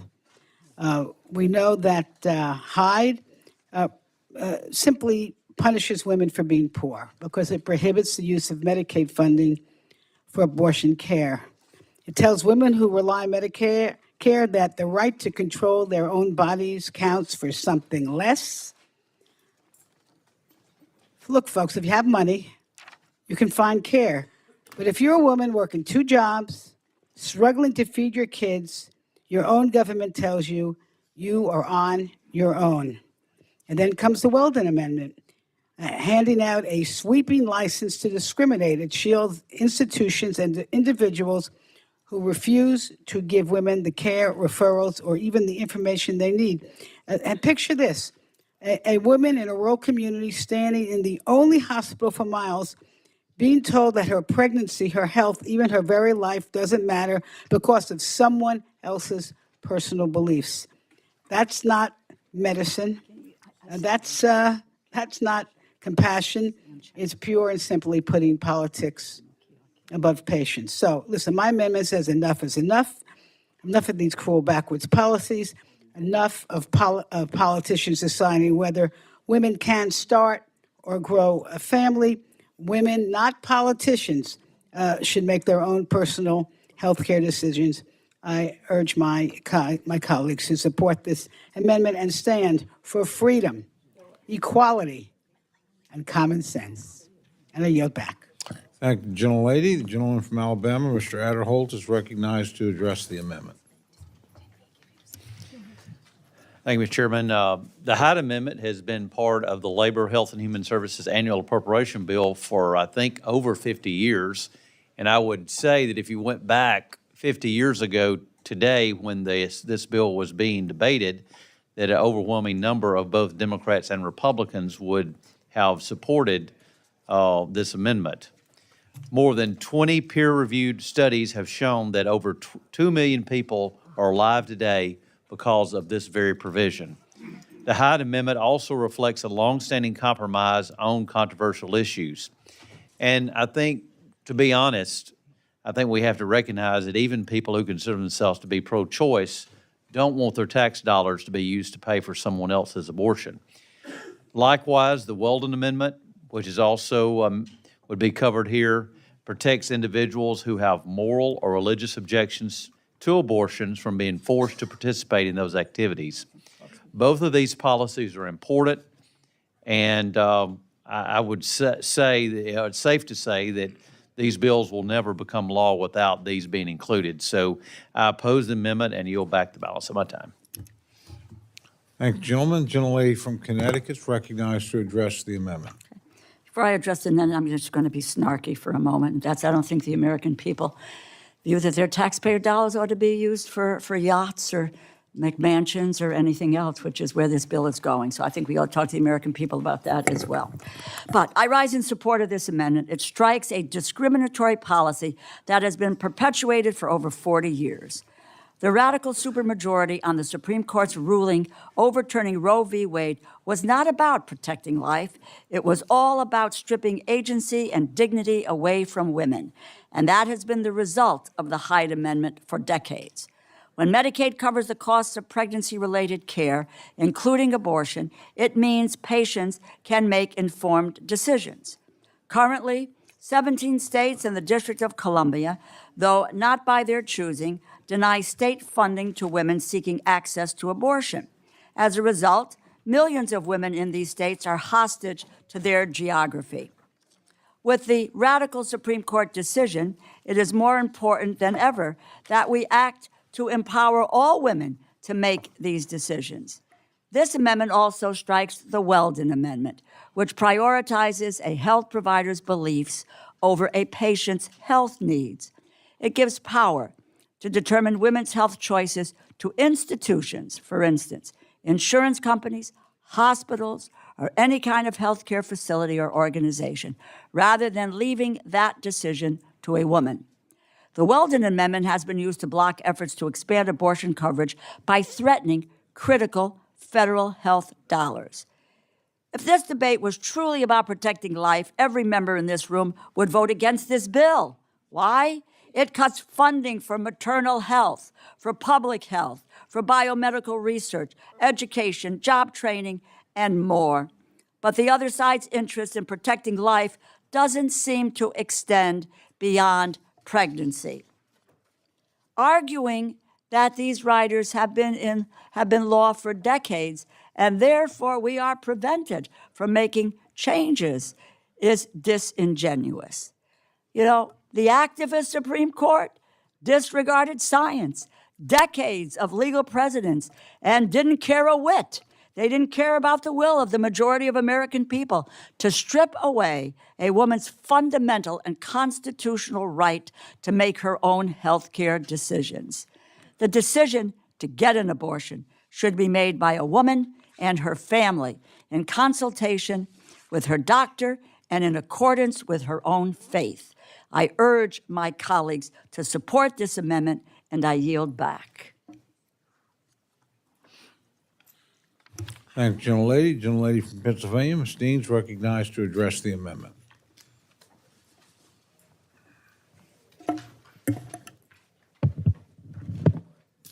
Thank you, Mr. Chairman. I rise in support of the amendment offered by Congresswoman Frankel, and I thank her for offering this amendment. The amendment is to strike sections 506 and 507 of the bill, commonly referred to as the Hyde and Weldon amendments. I want to take an opportunity to speak about the Weldon Amendment specifically, which is the portion of the language that prohibits any state or local government that receives federal health care funding from, quote, discriminating against healthcare entities, including hospitals, health insurance plans, doctors, and nurses that refuse to provide, cover, pay for, or offer abortion. In reality, this amendment allows discrimination. It allows healthcare providers to discriminate against their patients, denying them access to care. In states where abortion is legal, and it's absolutely crazy that in 2025, we are back to abortion care not being legal in every state, but that is a problem for a different venue. Patients have a right to access to abortion services. After all, abortion care is health care. It is unjust for an individual healthcare provider to be able to deny them that right based on their personal beliefs. And I am deeply concerned about what this administration will do with this authority. In the Trump administration's first term, it used the Weldon Amendment to justify withholding Medicaid funds from states and to engage in rulemaking allowing healthcare providers to deny patients coverage. I can't imagine what more will happen within a second Trump administration. What the administration is claiming to do with authority, whether they have it or not. Colleagues, we all have daughters, granddaughters, sisters. Some of you have wives. Can you imagine deciding for them what should happen? Shouldn't it be between the woman in terms of her personal physical state, her personal physical condition, what she does with her body? I don't understand how, thinking of your own daughters and granddaughters, how you can vote to support these kinds of restrictions on health care for women and girls. Colleagues, we must do the right thing and strike these dangerous amendments. I urge you all to join me in supporting this amendment offered by Representative Frankel, and I yield back. Thank you, gentlelady. The gentleman from West Virginia, Mr. Moore, is recognized to address the amendment. Thank you, Mr. Chairman. I rise in strong opposition to this amendment. I believe every life has dignity and is worth the law. My state, for instance, protects life starting at 0 weeks. And this is because we recognize the biological reality that life begins at conception. We passed that after the Dobbs decision when I was in state government. But even those who disagree with me on where life begins agrees that taxpayers shouldn't have to pay for abortion. That's why my former boss, actually used to work here, Henry Hyde, is who I used to work for, introduced an appropriations rider that has been included in every appropriations bill every year since 1977 under both Republican and Democrat administrations.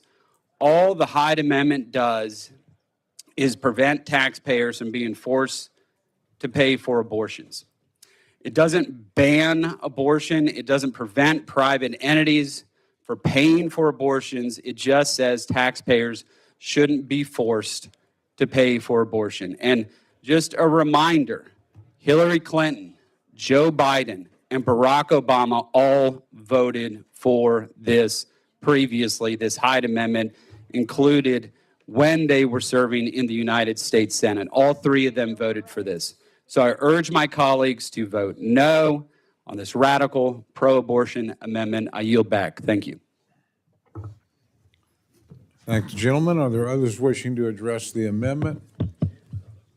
Seeing none, the gentlelady is recognized for 1 minute to close. Thank you. Just to remind my colleagues that the reason many Democrats have voted for these provisions in the past was to try to actually get a budget passed so that we didn't have to shut down government. But listen, I think it's ironic that this amendment is being opposed in the name of life when you look at the bill, how much damage and deaths it's going to do. And it is not an American value to force women to bear a child, and especially when you think about the tax cuts for the wealthy, we didn't give any to the under-resourced women so that they could care for themselves. This is a good amendment. It's a fair amendment, and I urge its support.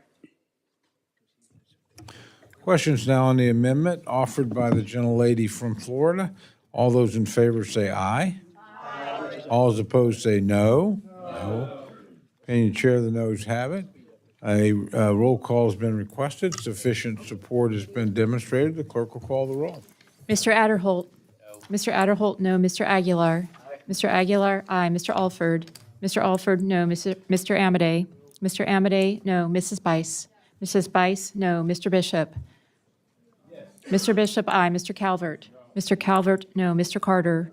Mr. Carter, no. Mr. Case. Mr. Case, aye. Mr. Siscomani. Mr. Siscomani, no. Mr. Klein. Mr. Klein, no. Mr. Cloud. Mr. Cloud, no. Mr. Clyburn. Mr. Clyburn, aye. Mr. Clyde. Mr. Clyde, no. Mr. Cole. No. Mr. Cole, no. Mr. Cuellar. Ms. Dean.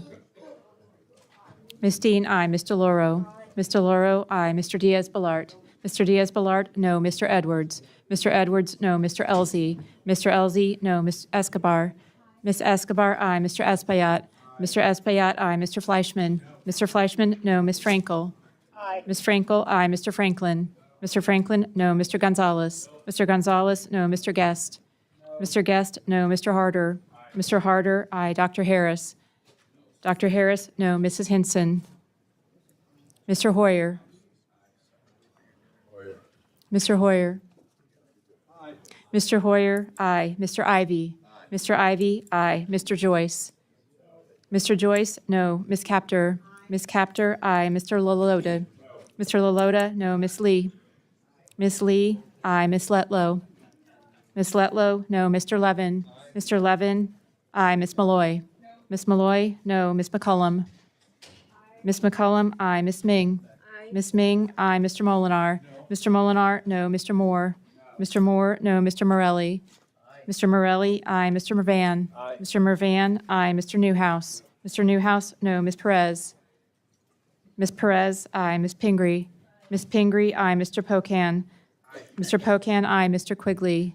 Mr. Quigley, aye. Mr. Reschenthaler. Mr. Reschenthaler, no. Mr. Rogers. Mr. Rogers, no. Mr. Rutherford.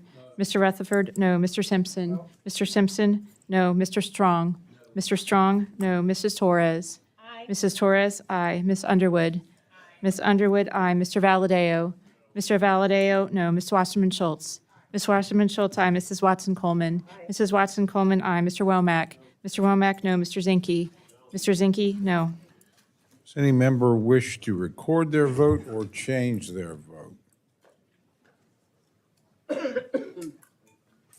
Seeing none, the clerk will tally.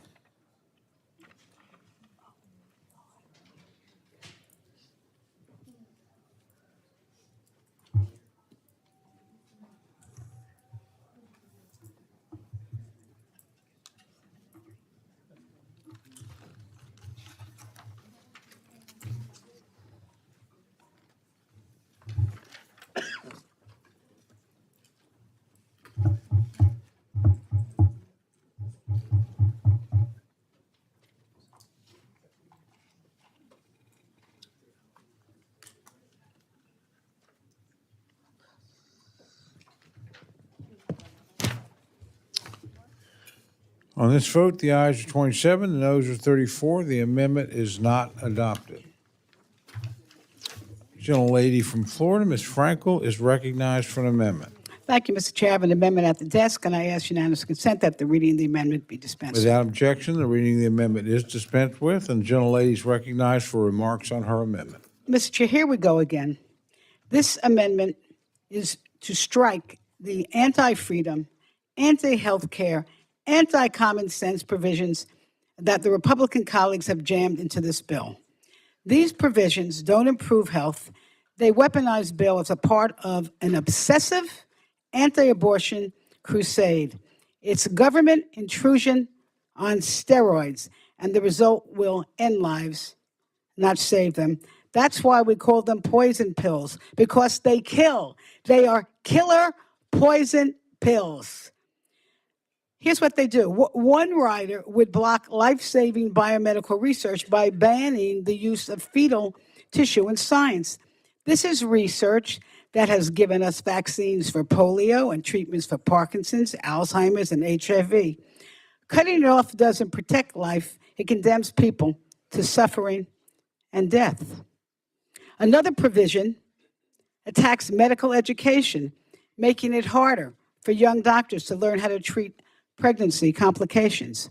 Another provision strips funding from trusted providers like Planned Parenthood, clinics that millions depend on for cancer screenings, birth control, and preventive care.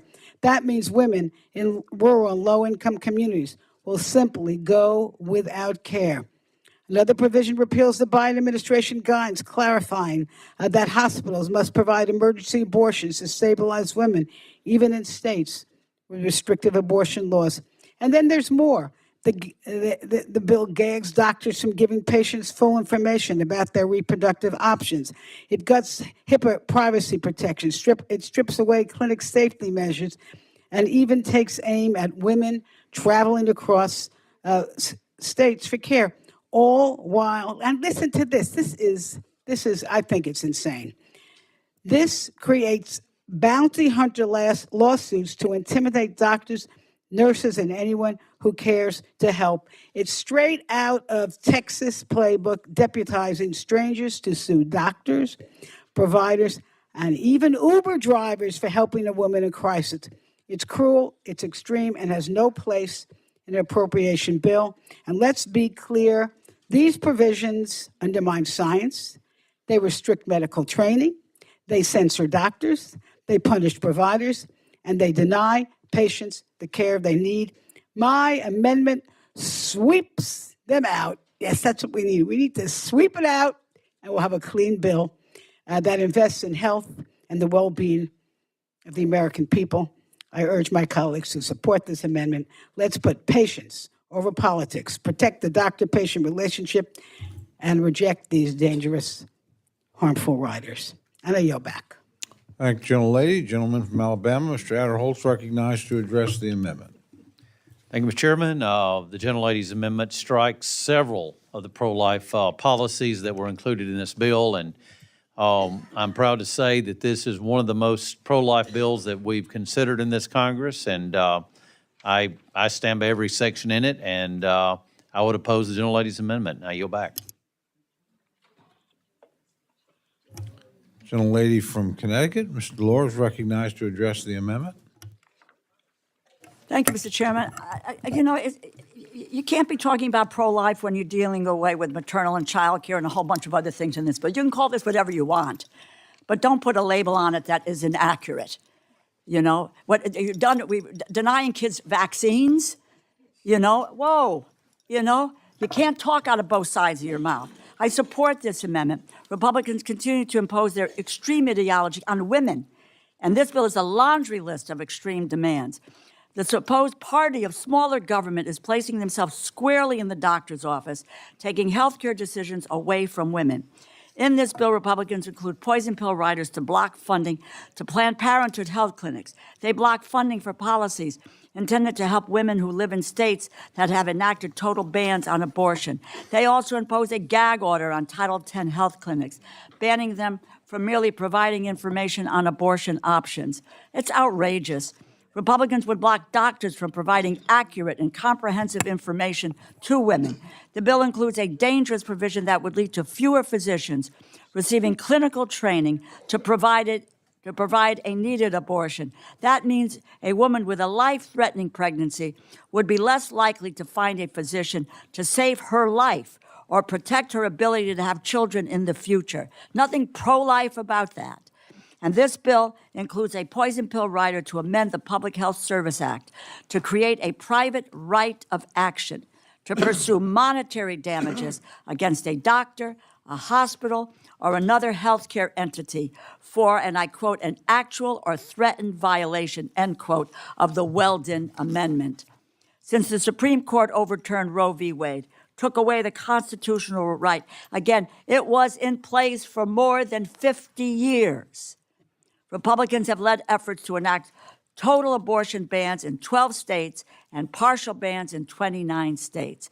As a result of this bill, millions of women would be denied from seeing the doctor of their choice, denied the ability to travel to another state to receive an abortion if they live in a state with a total ban, and denied complete information on their health care options. This bill makes a mockery of the idea of informed health care decisions and of being pro-life. Ultimately, Congress must fix the error of the Supreme Court. But in the meantime, we must also defend health care for women across this country. I urge my colleagues to support Representative Frankel's amendment for the sake of women everywhere, and I yield back. Thank you, gentlelady. Is there further debate on this amendment? Seeing none, the gentlelady from Florida is recognized for 1 minute to close. Well, Mr. Chair, there's obviously a difference of opinion as what supports and sustains life. This bill, as a whole, fails to do that. My amendment would expel some of the poison killer pills. I urge its support. Thank you, gentlelady. The question is now on the amendment offered by the gentlelady from Florida. All those in favor say aye. Aye. All those opposed say no. No. Opinion chair, the noes have it. Roll call has been requested. Sufficient support having been shown, the clerk will call the roll. Mr. Adderholt. Mr. Adderholt, no. Mr. Aguilar. Mr. Aguilar, aye. Mr. Alford. Mr. Alford, no. Mr. Amade. Mr. Amade, no. Mrs. Bice. Mrs. Bice, no. Mr. Bishop. Mr. Bishop, aye. Mr. Calvert. Mr. Calvert, no. Mr. Carter. Mr. Carter, no. Mr. Case. Mr. Case, aye. Mr. Siscomani. Mr. Siscomani, no. Mr. Klein.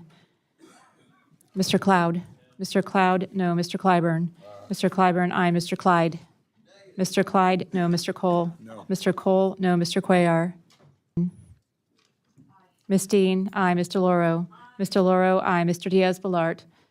Mr. Diaz-Balart, no. Mr. Edwards. Mr. Edwards, no. Mr. Elzey. Mr. Elzey, no. Ms. Escobar. Ms. Escobar, aye. Mr. Fleischman. Ms. Frankel. Aye. Ms. Frankel, aye. Mr. Franklin. Mr. Franklin, no. Mr. Gonzalez. Mr. Guest. Mr. Harder. Mr. Harder, aye. Dr. Harris. Dr. Harris, no. Mrs. Hinson. Mr. Hoyer. Yes. Mr. Hoyer, aye. Mr. Ivy. Mr. Ivy, aye. Mr. Joyce. Mr. Joyce, no. Ms. Capter. Mr. Lalota. Mr. Lalota, no. Ms. Lee. Ms. Lee, aye. Ms. Letlow. Ms. Letlow, no. Mr. Levin. Mr. Levin, aye. Ms. Malloy. Ms. Malloy, no. Ms. McCollum. Ms. McCollum, aye. Ms. Ming. Ms. Ming, aye. Mr. Molinar. Mr. Molinar, no. Mr. Moore. Mr. Moore, no. Mr. Morelli. Mr. Morelli, aye. Mr. Mervan. Mr. Mervan, aye. Mr. Newhouse. Mr. Newhouse, no. Ms. Perez. Ms. Perez, aye. Ms. Pingree. Ms. Pingree, aye. Mr. Pocan. Mr. Pocan, aye. Mr. Quigley. Mr. Quigley, aye. Mr. Reschenthaler. Mr. Reschenthaler, no. Mr. Rogers. Mr. Rogers, no. Mr. Rutherford Simpson. Mr. Simpson, no. Mr. Strong. Mr. Strong, no. Mrs. Torres. Mrs. Torres, aye. Ms. Underwood. Ms. Underwood, aye. Mr. Valadeo. Mr. Valadeo, no. Ms. Wasserman Schultz. Ms. Wasserman Schultz, aye. Mrs. Watson Coleman. Mrs. Watson Coleman, aye. Mr. Womack. Mr. Womack, no. Mr. Zinke. Mr. Zinke, no. Are there members wishing to record their vote or change their vote? Gentleman from Tennessee. Mr. Fleischman, no. Gentleman from Virginia. Mr. Klein, no. Are there others? Oh, I'm sorry, a gentleman from Texas. Mr. Gonzalez, no. Are there others wishing to record or change their vote?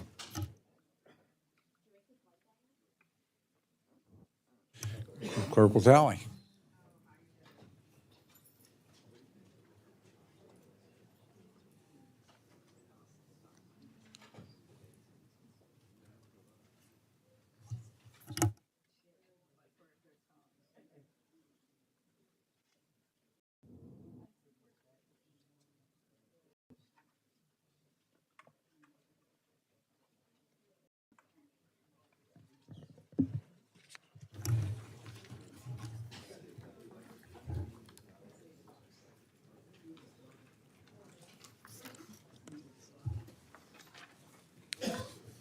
On this vote, the ayes are 26, the noes are 33. The amendment is not adopted.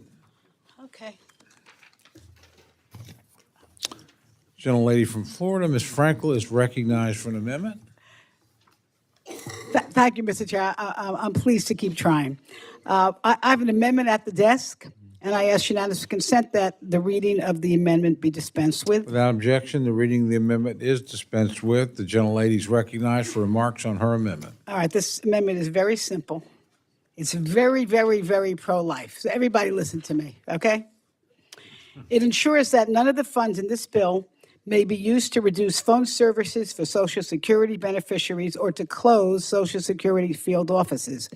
Look, we all know that Social Security is not a luxury. It is a sacred promise. Millions of American workers contribute with every paycheck with the understanding that when the time comes, they can count on a retirement with dignity and some basic financial security. But listen, that promise is in danger. It was endangered due to the alternate reality of Elon Musk and his Doge boys. They announced plans to shut down 47 Social Security offices and lay off 7,000 employees. They even proposed ending phone services to millions of seniors with disabilities. Listen, probably everybody here you've talked to your Social Security workers. I have, and they've told me that the casework is becoming unbearable. Each staffer handling close to 1,500 cases at a time. Sometimes the wait time on the 1-800 number has stretched to 2 to 3 hours, and now the phone lines are closing early. And I don't know about you, but seniors are calling us in tears. So listen, because they're worried they're never going to get through. So listen, let's do this together. Let's not rob seniors of the security they spent their lifetime working for.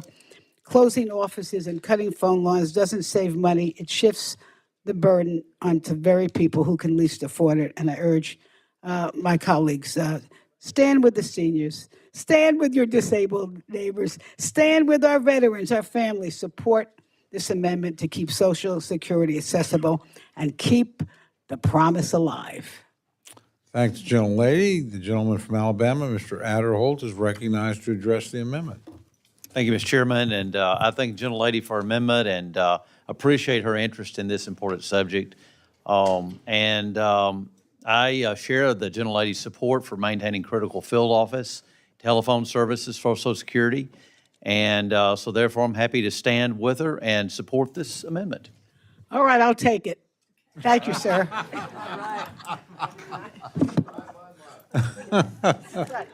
My. Well, are there any others wishing to address the amendment? Mr. Chairman, Not the gentlelady's. The chairman has indicated he'll accept the amendment. I want to support it and the amendment as well, so let's adopt it. Okay, Yield all in back. favor of the amendment, please say aye.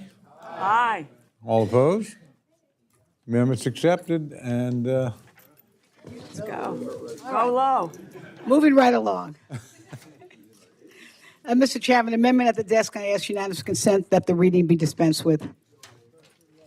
without objection, the reading of the amendment is dispensed with, and the gentlelady is recognized for remarks on her amendment. So if I say so myself, this is a very interesting amendment. It ensures that seniors are not punished unfairly for mistaken overpayments on their Social Security checks when it's no fault of their own. Listen, I think we all know this, that Social Security is not a bonus for most of our seniors. It's their very livelihood. It puts the food on the table, keeps the lights on, and pays for the medicine that keeps them alive. But sometimes, believe it or not, and I know you believe this, Social Security Administration makes a mistake. And a senior who may have followed every rule receives an overpayment without even knowing it. Hey, listen, don't you know, sometimes you get a notice they paid too little, some they paid too much, they too little. Anyway, but this is what happens. Sometimes years go by before a mistake is discovered, and even a few dollars a month can add up to thousands. So I'm going to tell you about one of my constituents. She's a postal worker. She injured her back, had no choice but to retire. She reported everything correctly to Social Security, but they miscalculated her benefits for 17 years. And when the mistake was finally caught, the agency admitted that it was not her fault. But what did they do? They withheld her entire benefit check. She had to sell her car. She had to sell her house. She was forced to leave her community. Everything she had worked for her whole life, she had to give up just to survive. So listen, I think something that we can agree on is that no senior should be forced into poverty because of a government error. Now, listen, under the previous administration, a sensible policy was in place, capping repayment at 10% of a senior's check. Yes, the senior will repay, but give him the time to repay it. This way, the debt can be repaid, but someone can still live with dignity. Now, unfortunately, Mr. Musk's Doge reversed the course. First, they said, no, the entire check. We're going to still take the entire check. There was a lot of yelling and screaming. So then they changed it to 50%. But listen, I think that's even too high. So my amendment restores fairness and common sense. It caps clawbacks at 10%, ensuring that seniors repay what's owed, but without being punished into destitution. I'm not trying to protect fraudsters, okay?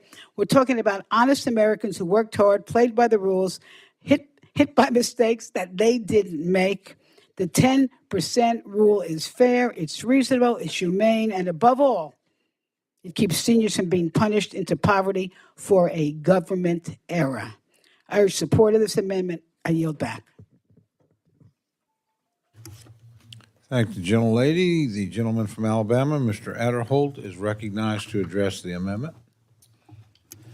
Thank you, Chairman, and I do thank the gentlelady for her amendment and appreciate her interest in this important matter. I would note that there are a number of safeguards that are already in place to address the gentlelady's concerns.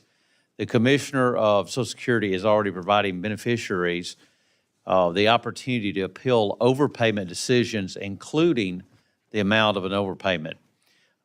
In addition, the Commissioner is empowered to waive collection of overpayments for individuals whose overpayment was not their fault and who can afford to pay it and who cannot afford to pay it back. The agency does not pursue recoveries while an initial appeal or waiver of a request is pending. These are important safeguards, and I think we all would support these safeguards on behalf of our constituents. And I will note that the gentlelady's amendment proposes to authorize on an appropriation bill, and that falls squarely within the jurisdiction of the Ways and Means, and so therefore I would oppose the amendment, and I yield back. Thank you, gentlemen. The gentlelady from Connecticut is recognized to address the amendment. Thank you, Mr. Chairman. I rise in strong support of this amendment. No one wants the Social Security Administration to overpay someone, but overpayments happen, and many of these occur through no fault of the beneficiary who have been improperly paid. When a beneficiary is overpaid, even if it is due to an agency error, they must pay it back. But I was shocked last year when I learned that one of my constituents in Connecticut, who's a dear friend of mine, actually she took care of my mom for a number of years in her later years. And my mom had a dementia. But she was dealing with an overpayment in which the Social Security Administration was withholding her full Social Security check each month to recoup their overpayments. We looked into this, and every year, people are getting notices from Social Security demanding tens of thousands of dollars for overpayments that go unnoticed by SSA for years. In 2023, over 600,000 Social Security beneficiaries were repaying an overpayment out of their monthly benefits. My friend Phyllis was one of the 50,000 people who were having their full benefit withheld. Withholding large portions of a person's benefits can put some of these seniors at risk of financial calamity. I am proud of the work I did with Commissioner O'Malley last year to question this repayment approach, and the policy was changed. The Biden administration understood the overpayment issue and tried to balance the need to recoup overpayments with the need for compassion and, yes, for common sense. SSA reduced the withholding amount to 10% of the recipient's monthly check so that people could work with government to correct honest mistakes. Each of us in this room knows we have seniors in our districts relying on their monthly benefits. But the Trump administration does not understand the financial realities facing everyday Americans.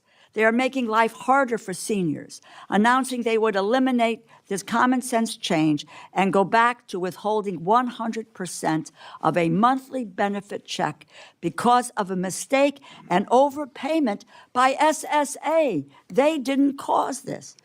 Public outcry made the administration change course, and they lowered it to 50%, but that is still too high.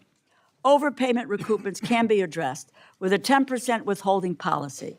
I'm pursuing every avenue possible to restore this common sense policy, to cap monthly withholdings, to protect seniors and other beneficiaries who face financial crises from large, unexpected demands for repayment due to agency errors. I strongly support this amendment on behalf of the beneficiaries in my district. I yield back. Thank you, gentlelady. The gentlelady from Minnesota, Mr. Cullum's recognized to address the amendment. I'm going to take this opportunity. You were on a streak, so I wasn't going to interrupt your flow on yours. And it doesn't, what I'm going to speak to fits in between what the two of you are talking about. This weekend, I ran into a constituent, and she's working with my office, and she received a form telling her she had to reapply for her Social Security disability. And she kind of wondered why, and she couldn't really get a hold of anybody. This is the St. Paul office, which I have to say, top-notch service the whole time I've been in Congress. But a couple things have happened. DOGE has happened, the retirements have happened, and so all of a sudden my office is way down. So she's like, I've been writing a letter, I've been trying to get a hold of them, I've been trying to find out what I need to do, I'm filling out the forms, and I got another letter from the Social Security office telling me that, you know, geez, you didn't reply to our letter quick enough. If we don't hear from you, you know, we're going to cut off your Social Security disability. So she's in the process of, you know, getting a hold of somebody to talk to that, filling out the forms, doing everything she needs to do her disability to keep her disability payments. And then she gets another letter saying, you know, we're going to cut off your Social Security. So we were talking, and she got somebody to tell her offline, and my office is working with this. But Chairman Adderholt, we have now found out that we're 2 weeks behind in doing the mail. So, and we know that the mail service sometimes is kind of slow, and no one's necessarily answering the telephone on time. So we've got some real challenges at the Social Security departments, and having one at the St. Paul office, like I said, just really floored me. We're looking into it, but Chairman, I'll hold up. If they have asked everybody, and I haven't had a chance to talk to you or talk to the committee staff, for everybody in this country that they have to reapply, maybe they're randomly drawing people out, and you don't get back to people in a timely fashion, and then you get a letter threatening to cut off your lifeline, your Social Security disability check. I think that's a problem. And this is an opportunity for me to bring this forward here in the committee. I look forward to working with you, finding out the answer to that. I thank the chairman for recognizing me from the full committee. I yield back. Over 2 minutes. Thank the gentlelady. Are there others wishing to address the amendment? Seeing none, the gentlelady from Florida is recognized to close. Thank you, Mr. Chair. Listen, what happened to the president's promise he's going to cut costs on day one? This is not cutting costs for people on day one, but you know, I want to say this because I do fear, Mr. Chair, that you understand the dilemma here. But it seems to me that is a much less expensive way to go with the 10% rule than creating this brand new bureaucracy to figure out all these different things, which may take another 5 years, and then this adds up the mistake, and it just compounds the problem. So I would just say, let's keep it simple. If we go with the 10% rule, it's humane, we're protecting our seniors, and we all go home with a win. And I yield back. Thanks, gentlelady. The question is now on the amendment offered by the gentlelady from Florida. All those in favor say aye. Aye. All those opposed say no. In the opinion of the chair, the noes have it. Roll call has been requested. Sufficient support has been shown. The clerk will call the roll. Mr. Adderholt. Mr. Adderholt, no. Mr. Aguilar. Mr. Aguilar, aye. Mr. Alford. Mr. Alford, no. Mr. Amade. Mr. Amade, no. Mrs. Bice. Mrs. Bice, no. Mr. Bishop. Yes. Mr. Bishop, aye. Mr. Calvert. Mr. Calvert, no. Mr. Carter. Mr. Carter, no. Mr. Case. Mr. Case, aye. Mr. Siscomani. Mrs. Siskamani, no. Mr. Klein. Mr. Klein, no. Mr. Cloud. Mr. Cloud, no. Mr. Clyburn, aye. Mr. Clyde. Mr. Clyde, no. Mr. Cole. No. Mr. Cole, no. Mr. Cuellar. Mr. Cuellar, aye. Ms. Dean. Ms. Dean, aye. Ms. DeLauro. Ms. DeLauro, aye. Mr. Diaz-Balart. Mr. Diaz-Balart, no. Mr. Edwards. Mr. Edwards, no. Mr. Elzey. Mr. Elzey, no. Ms. Escobar. Ms. Escobar, aye. Mr. Espaillat. Mr. Espaillat, aye. Mr. Fleischman. Mr. Fleischman, no. Ms. Frankel. Ms. Frankel, aye. Mr. Franklin. Mr. Franklin, no. Mr. Gonzalez. Mr. Gonzalez, no. Mr. Guest. Mr. Guest, no. Mr. Harder. Mr. Harder, aye. Dr. Harris. Dr. Harris, no. Mrs. Hinson. Mr. Hoyer. Aye. Mr. Hoyer, aye. Mr. Ivy. Mr. Ivy, aye. Mr. Joyce. Mr. Joyce, no. Ms. Capter. Aye. Ms. Capter, aye. Mr. LaLoda. Mr. LaLoda, no. Ms. Lee.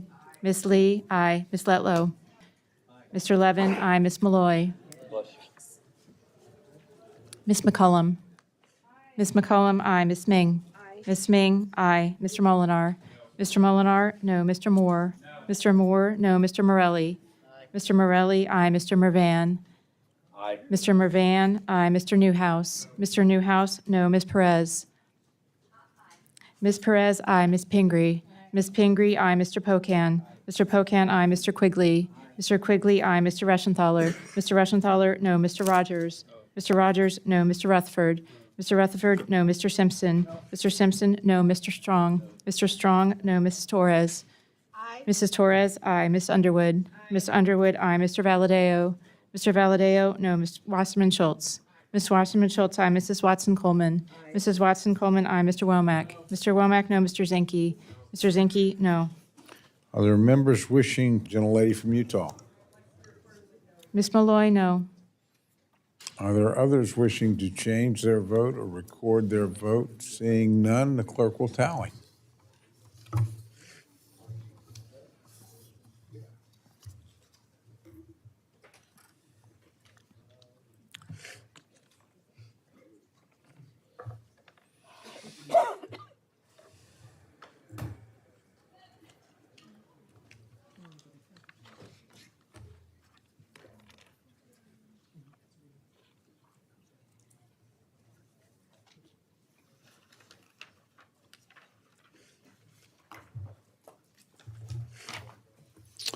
On this vote, the ayes are 28, the noes are 34. The amendment is not adopted.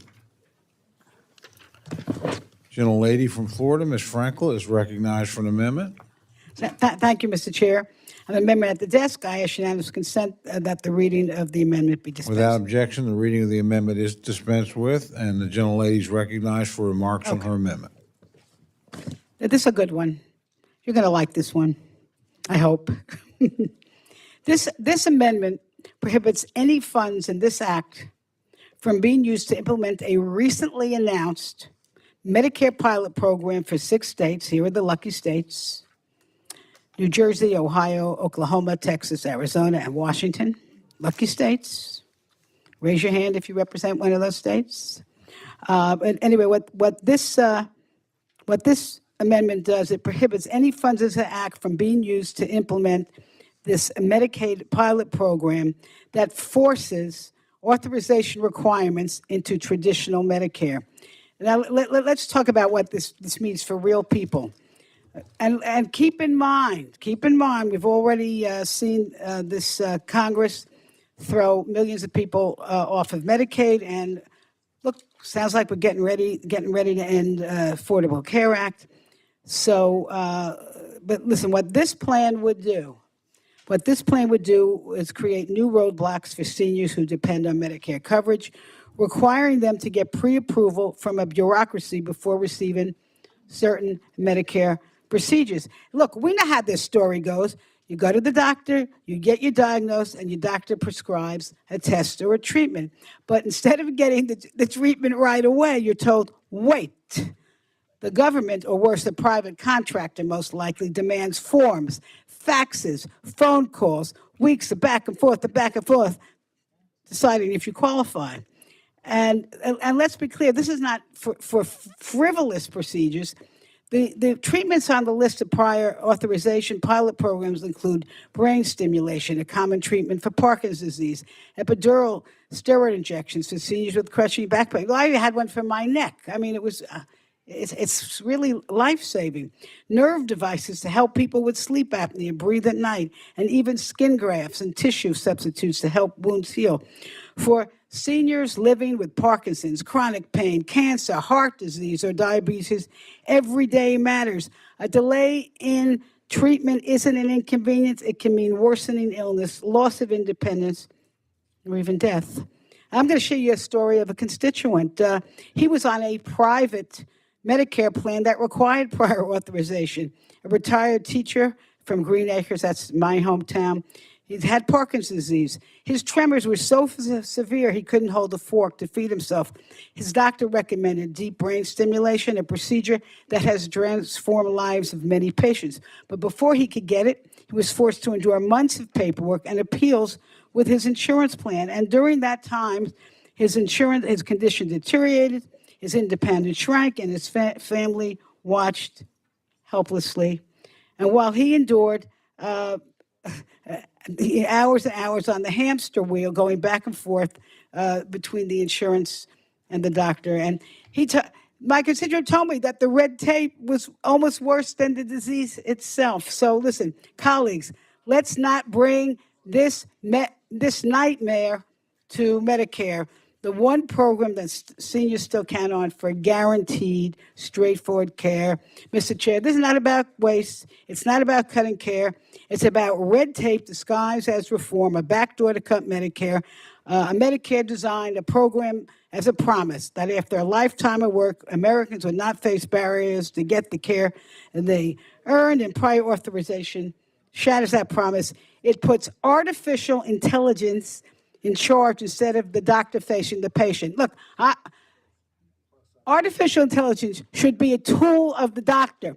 The doctor should not be a tool of the artificial intelligence. And seniors don't need another maze of phone calls, paperwork. They want to see their doctor and get their treatment and know that the Medicare will be there for them. This amendment protects that promise, ensures that Medicare remains Medicare, not a federal government obstacle course.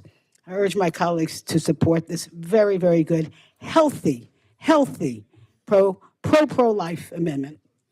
Thank the gentlelady. The gentleman from Alabama, Mr. Adderholt, is recognized to address the amendment. Thank you, Mr. Chairman. I appreciate the gentlelady's amendment, and more importantly, I accept it. Oh, wow, okay. This is my lucky day. I'm going to buy a lottery ticket right after this meeting. No, thank you, sir. I yield back. Just quick formal vote. All in favor of the amendment, say aye. Aye. Opposed, say no. Amendment's accepted. 2 for 4, Lo. Okay, here we go. Here's another one. You really love this. Oh, my God. I think I'm almost on a roll. Okay. Gentlelady from Florida, Ms. Frankel, is recognized for an amendment. This is another very good one. So I say. Mr. Chair, I have an amendment at the desk, and I ask unanimous consent that the reading of the amendment be dispensed with. Without objection, the reading of the amendment is dispensed with. Gentlelady is recognized for remarks on her amendment. Thank you.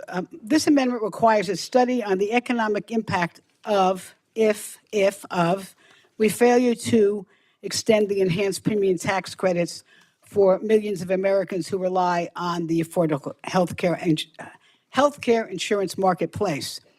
Look, we know this. The Affordable Care Act has been a lifeline for millions of families, helping people with pre-existing conditions, working parents, and small businesses owners access quality of care that they couldn't otherwise. It ended the days when insurance companies could deny coverage because of a cancer diagnosis or diabetes or charge women just for being a woman. It allows young people to stay on their parents' insurance until age 26. It expanded Medicaid for low-income families, lowered prescription drug costs, and provided protections against surprised medical bills. See what else it did. And listen to this statistic. It's really amazing, if you ask me. Thank you for asking me. Today, more than 24 million Americans are enrolled in the ACA Marketplace coverage. And I'm proud to say that Floridians were number one with 4.6 million Floridians in coverage. And listen, this 24 million now is the highest in number in history. And now listen to this. This is all important to know. 90% of them, that's about 17 to 18 million people, depend on the enhanced premium tax credit to keep their insurance affordable. So, and listen, it goes without saying that the ACA is not just about protecting individuals. It strengthens our healthcare system, and it keeps our economy going by keeping people insured, reducing uncompensated care, promoting preventative services, lowering medical debt, and helping people stay healthy, productive, financially secure. Now, this is a problem because of, and I don't mean to be, what do you call it, acrimonious, but I will for 1 minute.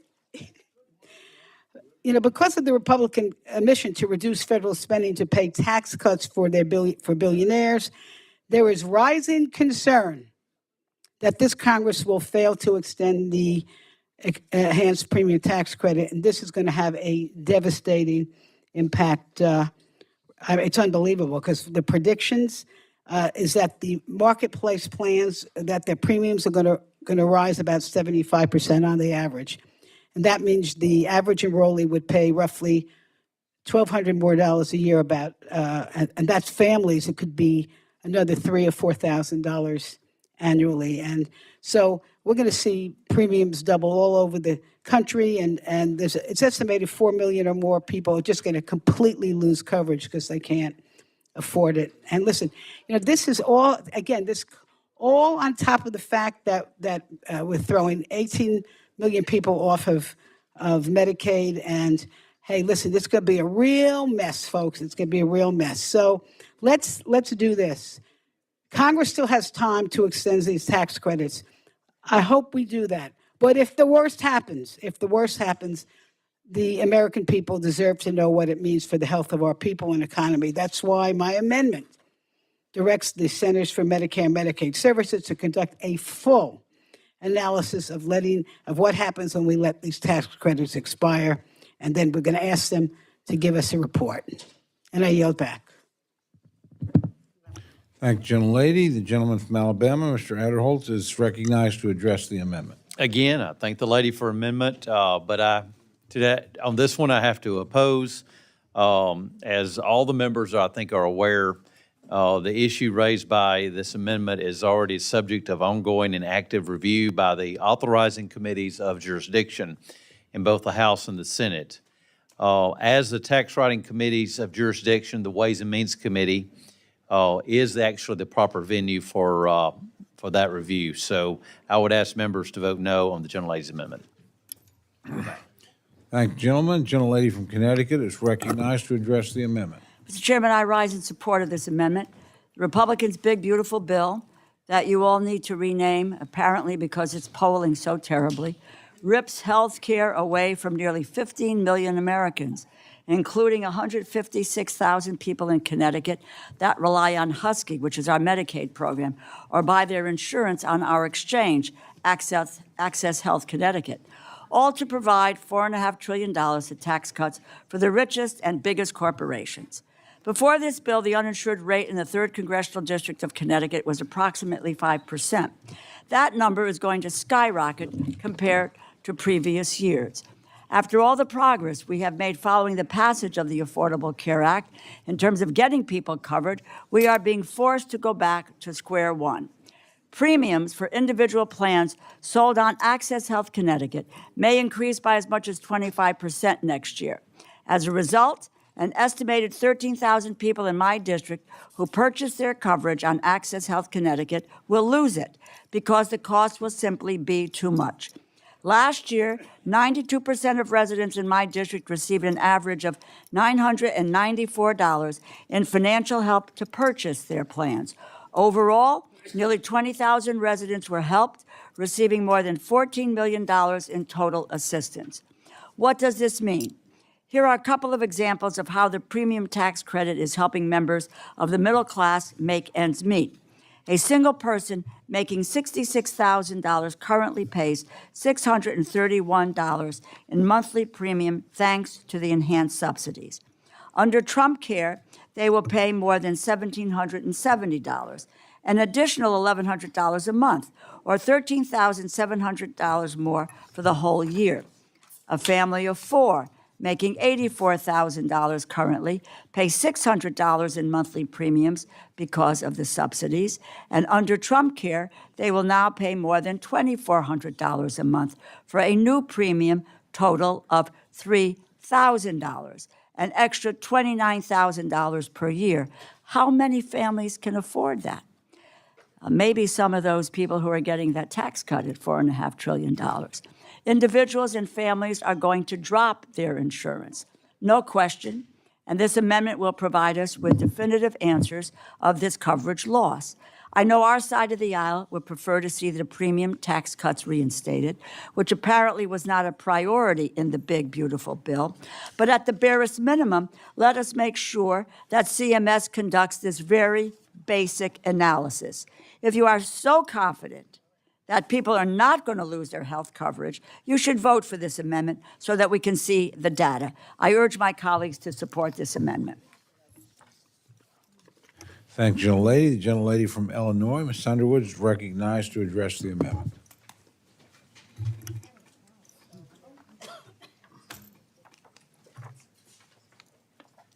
Thank you, Mr. Chairman.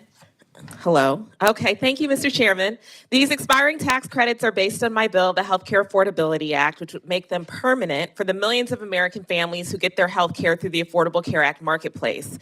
I fought so hard to get these enacted during the pandemic because we know they work, both to lower costs and improve health outcomes. As a result, families of four who get their health care coverage through the marketplace are saving an average of $2,400 on their annual health care premiums. So it's no wonder that they're extremely popular, duh, and we've seen a record-breaking and life-saving expansion of coverage. More than 24 million people signed up for health care through the Affordable Care Act this year, including 3.2 million new people. The data is clear. These savings have been transformative for healthcare coverage in America. As a registered nurse, I know the real-life impact that these savings have on our communities. They're the difference between a working mom being able to take her sick kid to see the pediatrician or just giving her some Tylenol and hoping for the best. They're the difference between a family being able to focus on their dad's treatment after his cancer diagnosis or spending that precious time filing for bankruptcy and financial ruin. Nothing about this is abstract. As we debate this amendment today, families are getting these letters from their insurance companies telling them that the cost of their premium is about to skyrocket to completely unaffordable levels thanks to Republican cuts to health care. The average increase in states across the country is 18%. In my state, Blue Cross Blue Shield of Illinois has announced an average rate increase of 27% for individual plans. Now, on top of that premium costing more, Republicans are risking letting the subsidy that helps pay for it expire. Colleagues, in the Trump economy, families are struggling to afford groceries and other basics right now. Can we realistically expect people are prepared to take on thousands of new dollars and higher costs for their health care too? Are my colleagues on the other side of the aisle going to just stand by and do nothing when we have the power right now in this moment today to extend these savings and make sure that families can afford their health care? If we allow these tax credits to expire almost overnight, we will return to an America where millions of people simply go without coverage and all of the suffering that follows. Making sure that we understand the impact of letting these tax credits expire is a common sense step. And the next step must be to pass my legislation to make these popular tax credits permanent once and for all. I strongly support this amendment, and I urge my colleagues to do the same, and I yield back. Thank you, gentlelady. Are there others wishing to address the amendment? Gentlelady from Ohio. Thank you, Mr. Chairman. I rise in strong support of this amendment and by Congresswoman Frankel. And over the weekend, I met with cattlemen in my region. And the first issue they talked to me about wasn't the international markets, which is a big problem with tariffs and so forth. The problem they talked to me about was their health insurance. The farmer, his wife, and their kids, their bill every year is $30,000. I'm talking about family farmers, not some big conglomerate. And I wasn't expecting to hear that from them. So the issue of the Affordable Care Act, being able to buy insurance at affordable rates, and a job like that's a hard job. The farmer had had one operation already. It's hard to work with cattle friends. They do odd things sometimes, and you can get injured. So we know that thanks to the Affordable Care Act, enhanced premium tax credits, which Democrats fought for during the pandemic, 24.3 million Americans can participate in the Affordable Care Act marketplace, giving them access to affordable health care. And as we say affordable, well, it's a struggle for every family just to be able to find the health insurance. And I couldn't be here for the discussion. Congresswoman Frankel had offered a discussion about phone service because I had to take a case call. My phone rang just now, and I had to go out there, and it was from a gentleman, 75 years old, who was he just got put back in his home. He lives alone in a wheelchair, and he'd fallen out of the chair, and all he has is his handheld phone. That is his. He doesn't have one of those things on his neck. He doesn't have one of those. And I said, what happened? He goes, well, I had to call the fire squad again to come and pick me up off the floor. But Marcy, I'm really calling you about my sister because she's been in the hospital. She's had 7 operations. And he said, I don't understand what we have to do. They want to discharge her from the hospital. And she's appealed it 5 to 6 times. He says, how am I supposed to help her? Where am I supposed to go? Thank God he has a telephone. And so we put our caseworkers on it right out in the district now, and he's facing a surgery. I've been working with that case for a month to try to get him in the hospital because he's swelling up. He's got fluid all over his body, and he needs another thing on his arm to keep the fluid down because the pacemaker wasn't put in the right way. I mean, it's so complicated. And these people are out there in every congressional district. So anything that would harm people at this moment in history and keep them away from their doctor. I mean, how many more appeals? I took care of my family members before their deaths, and I did the best I could, right? But you always have to appeal something to this person and that person, and while they're in very critical condition, I'm going, what kind of a system is this? When the perpetrant of the murder of the CEO of United Healthcare did that horrible act in New York, there's a reason the American people are so frustrated, because their loved ones can't get the care they need. So I support the gentlelady's, every single amendment you've offered, and we shouldn't even be talking about that in this committee. We should have hearings and try to fix what's wrong with the system. And whether it's Medicare for all or whatever it is, we need to have a system in this country that doesn't put our people, hardworking people, this man that called, he's a veteran, 5 years, you know, and can't even get him decent care. This is terrible for our country. So I ask my friends on the other side of the aisle, find a different mechanism for us. Find a different way to talk about this so we don't have to, you know, put this on a bill late in the day when so many Americans are totally frustrated. If we had a call-in, I urge the chairman, you know what, Mr. Chairman, give us a whole set of phones. Let the American people call us. They'll tell us what they think about the current health care system. I support the gentlelady's amendment, and I yield back. Thank the gentlelady. Are there others wishing to address the amendment? Seeing none, the gentlelady from Florida is recognized for 1 minute to close. Okay. Thank you, Mr. And I thank the gentlelady from Ohio for your words. Now, listen, whether you like this amendment or not, that's almost not even the point. Alert, alert, alert. This is what I want you to know. I want you to be alerted that we are facing what I call a medical calamity crisis. I don't know if that's an expression, a medical calamity crisis, because folks, you kicked off 18 million people are going to get kicked off of Medicaid, and we're talking about over 25 million who are now on the Affordable Care Act. And if all these people start to get sick and doctors are not getting paid and the hospitals are getting closed and the economy is suffering, what are we going to do?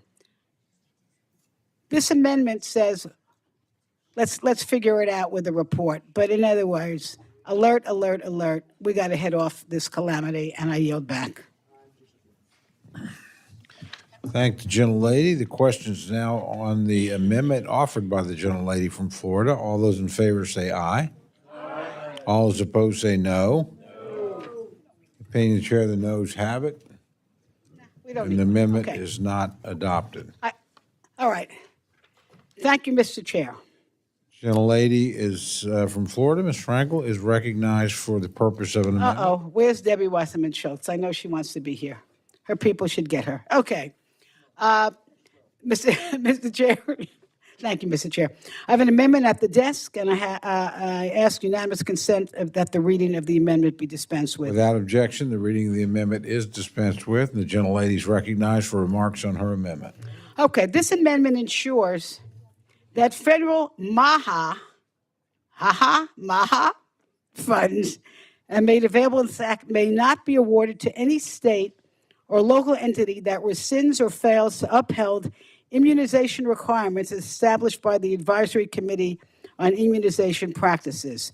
Let me be clear that this amendment is about keeping people alive and healthy, and it is surreal. It is surreal that I have to offer this amendment. But here we are. Here we are. In my home state of Florida, the Surgeon General, Dr. Joseph Ladapo, backed by our governor, is actually now, I know you're not going to believe it when I say this, but I'm telling you, this is happening. They're leading a dangerous crusade to eliminate vaccine requirements across the board for K through 12 schools, daycares, college housing, and nursing homes. Florida would be the first state in the nation to take this reckless step. Folks from Texas, you better watch. You know they're in a race. But listen, what exactly are they trying to wipe away? Life-saving vaccines that every other state requires to protect children and families. Here's what they are. Polio. Let's get rid of the vaccine for polio. Once 35,000 cases a year in the United States. Now it is eradicated. The measles. Let's get rid of the measles vaccine, says our Surgeon General. The measles global deaths were cut by 90% since 2000. Mumps, once a leading cause of childhood deafness. Rubella, no longer causing thousands of babies to be born with devastating birth defects. The vaccine that shields kids from diphtheria, whooping cough, and tetanus. Wants to get rid of that one. Wants to get rid of the vaccine that cuts chickenpox hospitalizations, and it's cut him by 93%, kids under 4. Hepatitis B, let's get rid of that, he says, protecting infants from a virus that can cause lifelong liver disease. And also HIB, once the top cause of deadly meningitis in toddlers, has now nearly been eliminated. Oh, but that's not all. Pneumococcal, protecting seniors and children alike from pneumonia and bloodstream infections. The boosters that keep teenagers and adults safe from deadly disease. You know what? This is crazy. You're looking at me like, no, this is not happening. Yes, it is. We're not talking about experimental shots. These are time-tested, proven vaccines that have saved millions of lives and spared countless families grief. And now in Florida, we're talking about Florida. It could happen in your place too. 4.5 million children, 7 million seniors, and nearly 150 million tourists who visit Florida their lives or on well-being are put at risk. You think you're going to bring your children everybody comes to Disney World, really? You're going to come to, if you want to get the measles, polio, the mumps, chickenpox, come to Florida. You're not only going to get a ride on the roller coaster, you can pick up some diseases. All right. Listen, this is not public health. It's reckless disregard for science and safety. And, so this is what Dr. Lapito says. He calls vaccine mandates immoral, and he even compared them to slavery. And in a recent interview, he admitted that his team didn't even study the impact of any vaccine mandates because, in his words, it's about parental choice.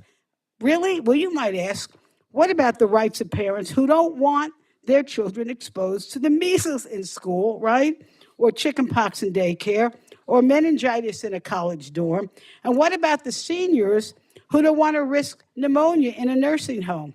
And incidentally, the Supreme Court sometimes does something right, and they have upheld vaccine mandates for over a century, and all 50 states require them. This is not a partisan issue, folks. This is common sense. Eliminating vaccines doesn't just threaten individual families, it shreds herd immunity, undermines decades of progress, and endangers infants, cancer patients, and anyone with a weakened immune system. In Florida, it threatens our economy, which depends on people being healthy and tourists feeling safe.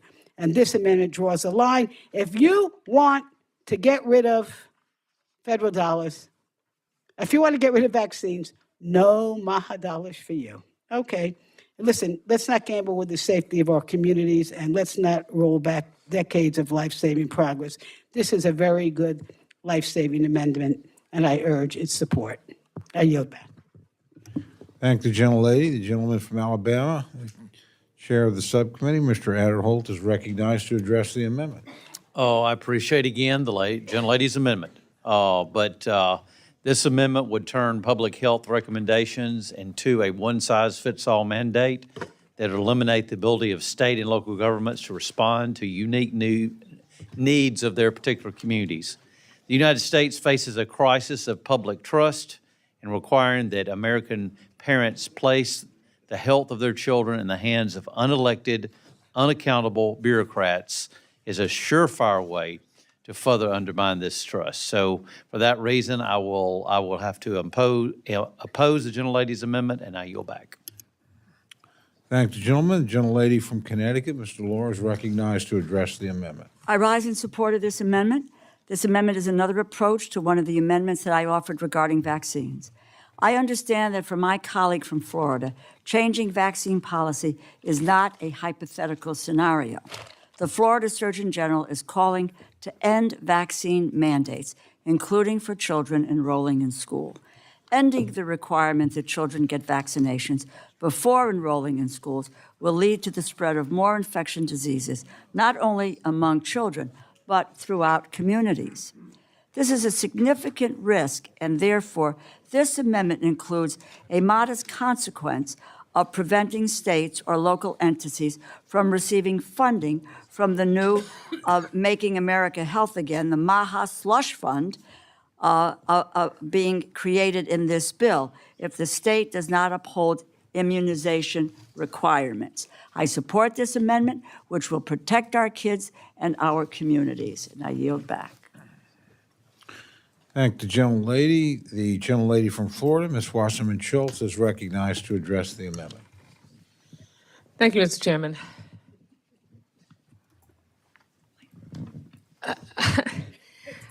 I'm going to bet that every single parent in here followed the recommended, required vaccination guidelines in your state because you don't want your children to get the measles, mumps, rubella, pneumonia, chicken pox.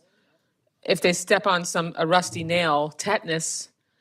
I mean, the list goes on. If they get bitten by a dog, rabies. I mean, those are all things that are required, which is why I rise in strong support of this amendment, because abandoning school vaccine requirements is not just misguided, it's reckless and dangerous. And respectfully to my friend from Alabama, it is not unelected bureaucrats who decide on vaccine policy. It is public health and infectious disease experts.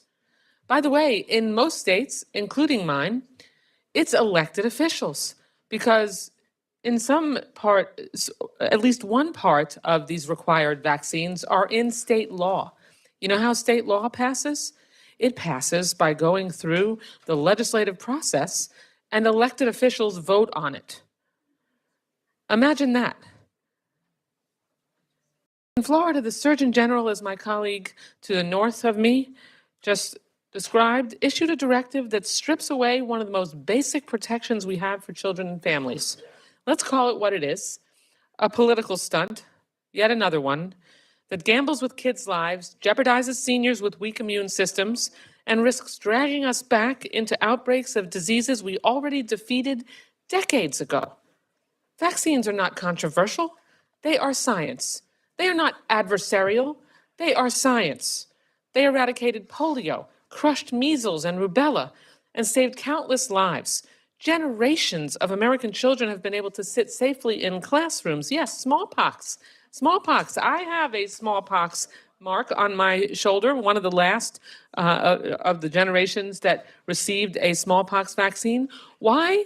Because guess what? The smallpox vaccine isn't given anymore because we eradicated smallpox. Although now there have been that we've started to have some outbreaks.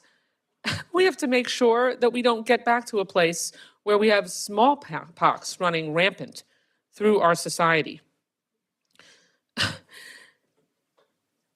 To rip away those protections now is nothing short of public health malpractice. And the rhetoric being thrown around that vaccine requirements are slavery, which our Surgeon General said, that is offensive, dangerous, and shameful. It spreads lies, stokes fear, and undermines trust in medicine. Florida families deserve better than reckless sound bites that endanger their kids and their communities. This amendment is about more than schools. It's about keeping parents at work, keeping businesses running, and protecting the very economy that states like Florida depend on. You cannot be a family-friendly destination when you make families unsafe. My colleagues, that is not partisan, it is common sense. If we care about children, if we care about seniors, if we care about public health and economic health, then we must reject this dangerous extremism. As I mentioned in my opening remarks on this bill, I led a letter with my Democratic colleagues in our congressional delegation to Governor DeSantis, urging him not to pursue the directive to remove all vaccine requirements, including in schools. And I was joined by all our Democratic members of the Florida delegation and none of the Republicans, even though we know many of them disagree with this risky and dangerous decision for the physical and economic health of the people of Florida. Look, Florida might one day soon, likely one day soon, will go from being known as the Sunshine State to the diseased state. So today, I'm quite sure that our tourism might drop a bit if that's what we're more known for than our fantastic orange juice.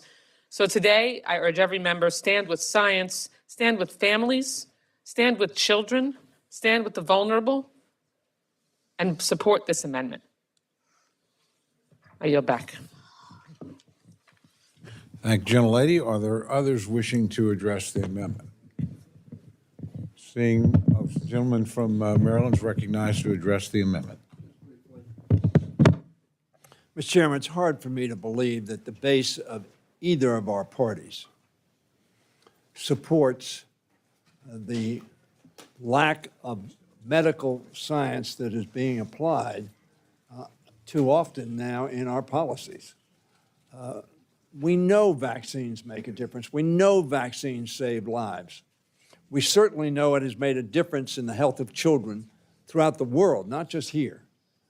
And the fact that this is going to lose, presumably because you have made a determination that the majority of your constituents believe that this is good policy, I mean, this is like bleeding to solve some illness. To let this science-based health alternative of vaccines be essentially withdrawn. And the fact that I have small great-grandchildren now. My grandchildren are not in school, nor are my children in school. But I have great-grandchildren in school, and frankly, I don't want parents sending their children to school with my great-grandchildren that will possibly convey to them diseases that have been eliminated or largely marginalized. I hear some talk about mandates. I would bet the mandates That is, voters who voted in the last election, either for president, Senate, or Congress, would be very, very small a proportion supporting this policy. I thank the gentlelady for her amendment. We need to go back to leaching. Thank you, gentlemen. Are there others wishing to address the amendment? Seeing none, the gentlelady is recognized for 1 minute to close. Thank you, Mr. Chair. Listen, for me, my number one, I almost call it my job in life, is being a grandmother. 2 little beautiful boys. And myself and Ms. Wasserman Schultz and others, we are trying to save our children in our state. That is what we are doing. And maybe this is going to save the children in your state. We're saving them from a reckless, dangerous, bizarre, it is bizarre thinking to try to get rid of these vaccines that are tried and true, that have wiped out polio, measles, mumps, rubella, diphtheria, whooping cough, tetanus, chickenpox, hepatitis B, meningitis. What? So we can be the free state of Florida? Folks, you want some disease? It will be free. Come to Disney because that's where you can get it. Sir, I urge everybody, please, vote for this amendment and let's save our children and our grandchildren. And I yield back. Thank the gentlelady. The question now is on the amendment offered by the gentlelady from Florida. All those in favor say aye. Aye. All those opposed say no. No. I think the ayes have it. In the opinion of the chair, the noes have it. Roll call has been requested. Sufficient support has been demonstrated. The clerk will call the roll. Mr. Adderholt? No. Mr. Adderholt, no. Mr. Aguilar? Aye. Mr. Aguilar, aye. Mr. Alford? No. Mr. Alford, no. Mr. Amade? Mr. Amade, no. Mrs. Bice? Mr. Bishop? Aye. Mr. Bishop, aye. Mrs. Bice? Mrs. Bice, no. Mr. Calvert? Mr. Carter? Mr. Carter, no. Mr. Case? Mr. Case, aye. Mr. Siscomani? Mr. Klein? Mr. Klein, no. Mr. Cloud? Mr. Clyburn? Aye. Mr. Clyburn, aye. Mr. Clyde? Mr. Clyde, no. Mr. Cole? No. Mr. Cole, no. Mr. Cuellar? Mr. Mistine? Mistine, aye. Ms. DeLauro? Aye. Ms. DeLauro, aye. Mr. Diaz-Balart? Mr. Edwards? Mr. Edwards, no. Mr. Elzey? Ms. Escobar, aye. Mr. Espaillat? Mr. Espaillat, aye. Mr. Fleischman? Mr. Fleischman, no. Ms. Frankel? Aye. Ms. Frankel, aye. Mr. Franklin? Mr. Franklin, no. Mr. Gonzalez? Mr. Gonzalez, no. Mr. Guest? Mr. Guest, no. Mr. Harder? Mr. Harder, aye. Dr. Harris? Dr. Harris, no. Mrs. Hinson? Mr. Hoyer? Aye. Mr. Hoyer, aye. Mr. Ivy? Aye. Mr. Ivy, aye. Mr. Joyce? Mr. Joyce, no. Ms. Captor? Aye. Ms. Captor, aye. Mr. LaLota? Mr. LaLota, no. Ms. Lee? Ms. Lee, aye. Ms. Letlow? Ms. Letlow, no. Mr. Levin? Mr. Levin, aye. Ms. Malloy? Ms. Malloy, no. Ms. McCullum? Ms. McCullum, aye. Ms. Ming? Ms. Ming, aye. Mr. Molinar? Mr. Molinar, no. Mr. Moore?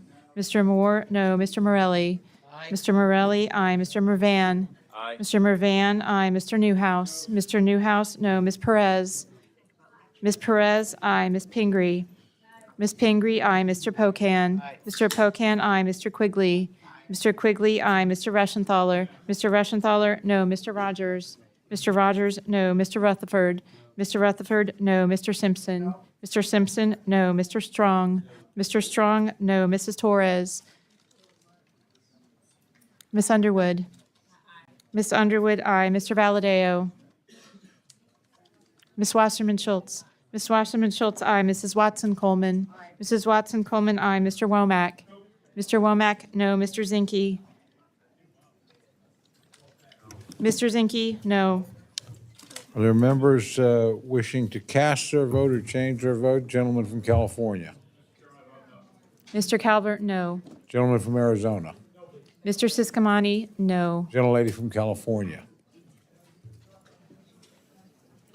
Are there others wishing to cast their vote or change their vote?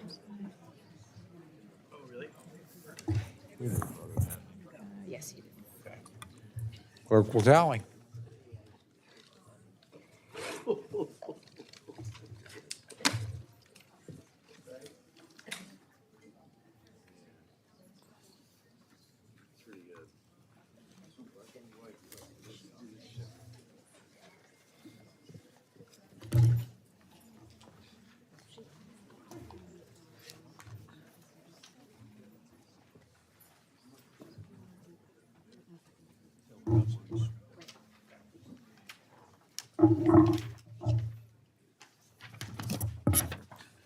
On this vote, the ayes are 27, the noes are 31, and the amendment is not adopted.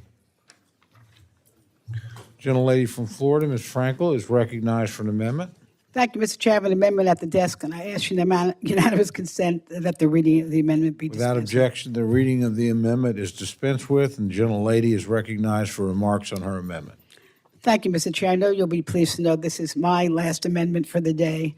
And I think it's something we can all agree on because it fixes something that I think was inadvertently left out of the bill. And I bring this amendment as the proud mother of a United States Marine veteran. And I'm honored to offer this amendment to restore $19 million in funding for the Centers of Excellence for Veteran Student Success at the Department of Education. I'll explain what that is, but first I just want to thank, I know we have a lot of people in this room who served our country in the military. I want to thank you very, very much for your patriotism. And what these student centers do is what happens with a lot of our men and women who come out of the military. There is sometimes a very difficult transition period for them. And since 2020, this program, Centers of Excellence for Veteran Student Success, has supported over 70 veteran student success centers across the country. It provides academic support, career guidance, and most importantly, a sense of belonging for veterans pursuing higher education. Every year, roughly 200,000, this is some statistic, 200,000 service members transition from active duty to civilian life. And many go to college using the post 9/11 GI Bill to build new careers and new futures. And I think, let's be clear, I think many of you probably know this, the transition is not always easy. Veterans face real challenges, some PTSD, some physical injuries, the loss of structure and camaraderie that they had when they had the uniform. And on campus, many feel isolated from their younger peers. So these centers are much more than help desks. They are lifelines offering connection, counseling, and community. I'm going to just tell you about one of my constituents, David, a 4-year Army veteran, graduate of Palm Beach State College.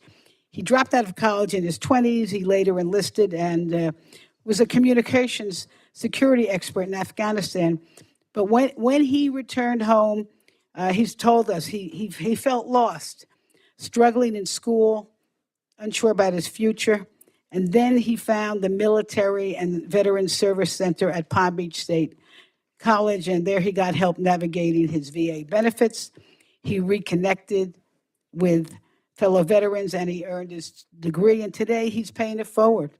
He's working as a student advisor and guiding other veterans to success. And that's what this program does. It turns struggle into strength, and it transforms service into new beginnings. Mr.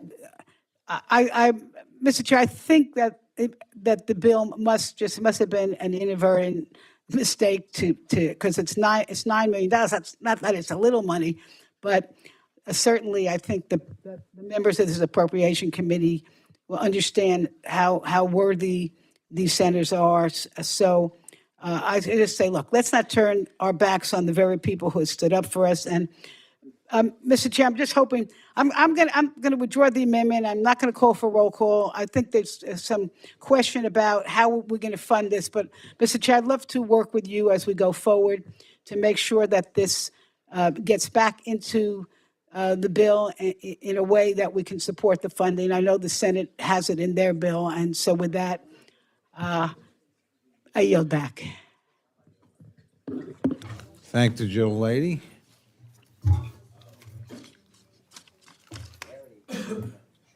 She withdrew.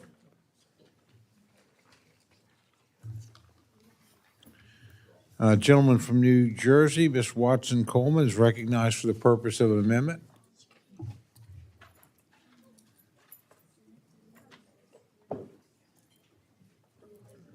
Mr. Speaker, you know I subscribe to you have not because you ask not.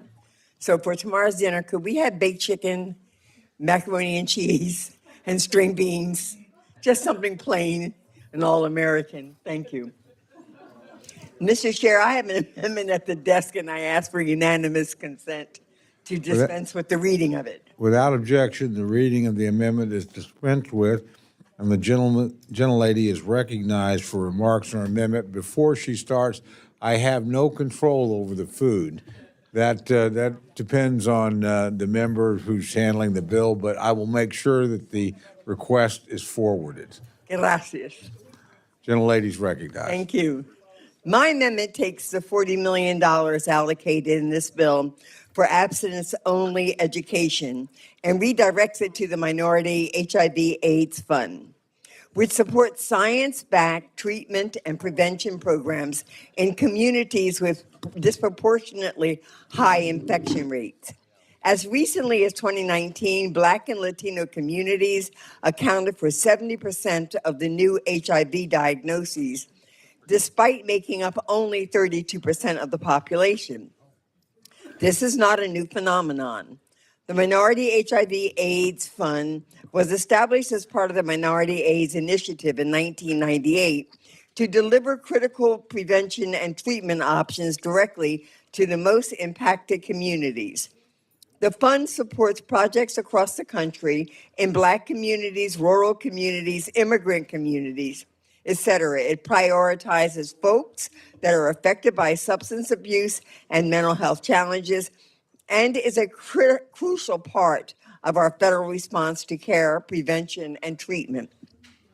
So rather than cutting $35 million in funding from this initiative, my amendment increases it by $5 million without adding a penny to the bill's top line figure. Abstinence-only education is not education at all. It's the opposite. It is a strategy based on withholding information. It doesn't work, and it deprives young people of access to crucial medical information. I encourage my colleagues to support this amendment and the Minority HIV/AIDS Fund, which has provided evidence-backed prevention, care, and treatment to people suffering from this disease for nearly 30 years. I thank you, and I yield back. Thank the gentlelady, and the gentleman from Alabama, Mr. Adderholt, is recognized to address the amendment. I thank the gentlelady, but this amendment is offset with the funding, as you mentioned, from Sexual Risk Avoidance Program.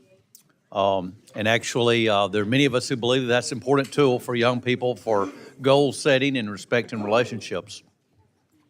These programs go beyond just the basic sex education, and it actually empowers students through discussions about healthy relationships, self-esteem, goal setting, decision-making, and avoiding other risk-taking behaviors. These programs help young Americans make healthy choices as they transition from adolescence to adulthood, and because of that, I would oppose the amendment, and I yield back. Thank the gentleman. The gentlelady from Connecticut, Mr. Lohr, is recognized to address the amendment. I rise in support of this amendment. Abstinence-only education has been a failure everywhere it has been tried because it denies people necessary and even life-saving information about their own bodies and reproductive health. Research in the American Journal of Public Health has shown that not only does federal abstinence-only funding fail to lower teen birth rates, the more that state policies emphasize abstinence-only programs, the higher the incidence of teen pregnancies and birth. A separate analysis funded by HHS also found that abstinence-only programs do not affect the incidence of pregnancy, HIV, or other STIs among adolescents.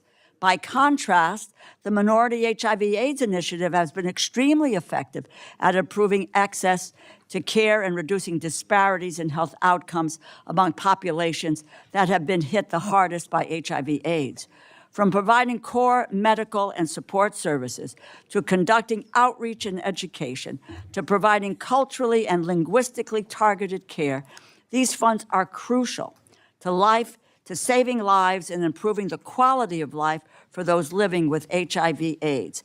There are 1.2 million people with HIV in the United States, and more than 30,000 people are newly diagnosed with HIV each year. They deserve funding and support through proven programs. I urge my colleagues to support this amendment, and I yield back. Thank the gentlelady. Are there others wishing to address the amendment? Seeing none, the gentlelady from New Jersey is recognized for 1 minute to close. Thank you, Mr. Chairman. I associate myself with every word that my ranking member has just spoken on behalf of this amendment, and I urge the support from my colleagues. Thank you. And thank you, ranking member. Thank the gentlelady. The questions now on the amendment offered by the gentlelady from New Jersey. All those in favor say aye. Aye. All those opposed say no. No. In the chair, the noes have it. And we called for noes. Gentlelady has requested recorded vote, sufficient number of, a few more hands, please.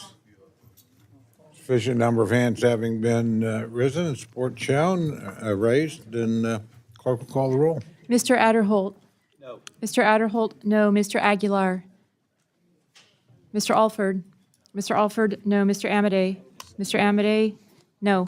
Mrs. Bice? Mr. Bishop? Mr. Bishop, aye. Mrs. Bice? Mrs. Bice, no. Mr. Calvert? Mr. Calvert, no. Mr. Carter? Mr. Carter, no. Mr. Case? Mr. Case, aye. Mrs. Kamani, no. Mr. Klein? Mr. Klein, no. Mr. Cloud? Mr. Cloud, no. Mr. Clyburn? Mr. Clyburn, aye. Mr. Clyde? Mr. Cole? No. Mr. Cole, no. Mr. Cuellar? Ms. Dean? Ms. Dean, aye. Mr. Loro? Mr. Loro, aye. Mr. Diaz-Balart? Mr. Edwards? Mr. Edwards, no. Mr. Elzey? Mr. Elzey, no. Ms. Escobar? Ms. Escobar, aye. Mr. Espaillat? Mr. Espaillat, aye. Mr. Fleischman? Mr. Fleischman, no. Ms. Frankel? Aye. Ms. Frankel, aye. Mr. Franklin? Mr. Franklin, no. Mr. Gonzalez? Mr. Gonzalez, no. Mr. Guest? Mr. Harder? Mr. Harder, aye. Dr. Harris? Dr. Harris, no. Mrs. Hinson? Mr. Hoyer? Mr. Hoyer, aye. Mr. Ivy? Mr. Ivy, aye. Mr. Joyce? Mr. Joyce, no. Ms. Capter? Ms. Capter, aye. Mr. LaLota? Mr. LaLota, no. Ms. Lee? Ms. Lee, aye. Ms. Letlow? Ms. Letlow, no. Mr. Levin? Mr. Levin, aye. Ms. Malloy? Ms. Malloy, no. Ms. McCullum? Ms. McCullum, aye. Ms. Ming? Ms. Ming, aye. Mr. Molinar? Mr. Molinar, no. Mr. Moore? Mr. Moore, no. Ms. Morelli? Mr. Morelli? Mr. Morelli, aye. Mr. Mervan? Mr. Mervan, aye. Mr. Newhouse? Mr. Newhouse, no. Ms. Perez? Ms. Pingree? Ms. Pingree, aye. Mr. Pocan? Mr. Pocan? Mr. Pocan, aye. Mr. Quigley? Mr. Quigley, aye. Mr. Reschenthaler? Mr. Rogers? Mr. Rogers, no. Mr. Rutherford? Mr. Rutherford, no. Mr. Simpson? Mr. Simpson, no. Mr. Strong? Mr. Strong, no. Mrs. Torres? Miss Underwood? Oh. Mrs. Torres, aye. Miss Underwood? Miss Underwood, aye. Mr. Valadeo? Miss Wasserman Schultz? Miss Wasserman Schultz, aye. Mrs. Watson Coleman? Mrs. Watson Coleman, aye. Mr. Womack? Mr. Womack, no. Mr. Zinke? Mr. Zinke, no. Are there members wishing to cast their vote, record their vote, or change their vote? Gentleman from Arkansas? Gentleman from Arkansas? He's recorded. Oh, is he recorded? Okay. Gentleman from Georgia? Mr. Clyde, no. Gentleman from Mississippi? Mr. Guest, no. Gentleman from California? Mr. Aguilar votes aye. Gentlelady from the state of Washington? Ms. Perez, aye. Gentlelady from New York, are you recorded? Are there others wishing to change their vote or record their vote? Did you make that? Okay. Clerk will tally.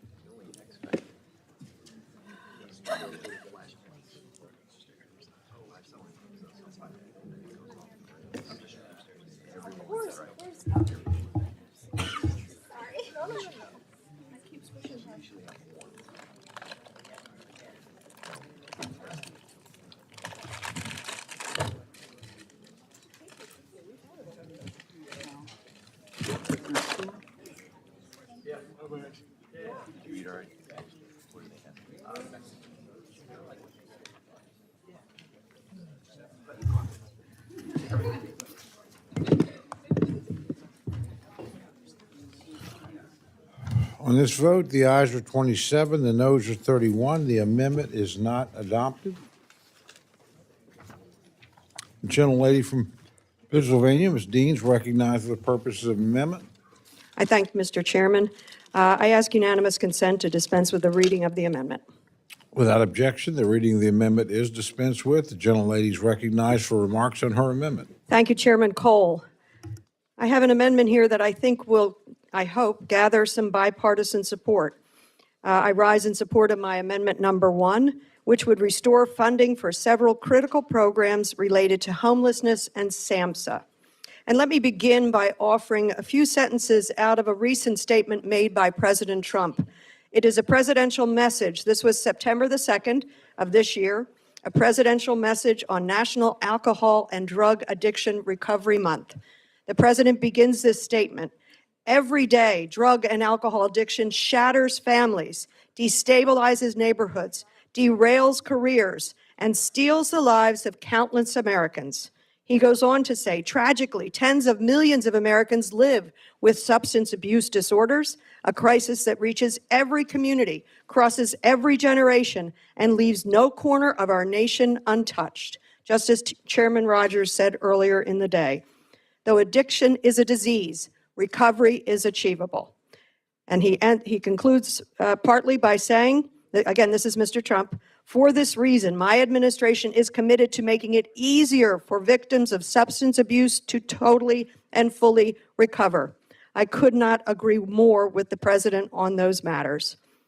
What I want to do is make sure that several critical programs related to homelessness at SAMHSA are restored.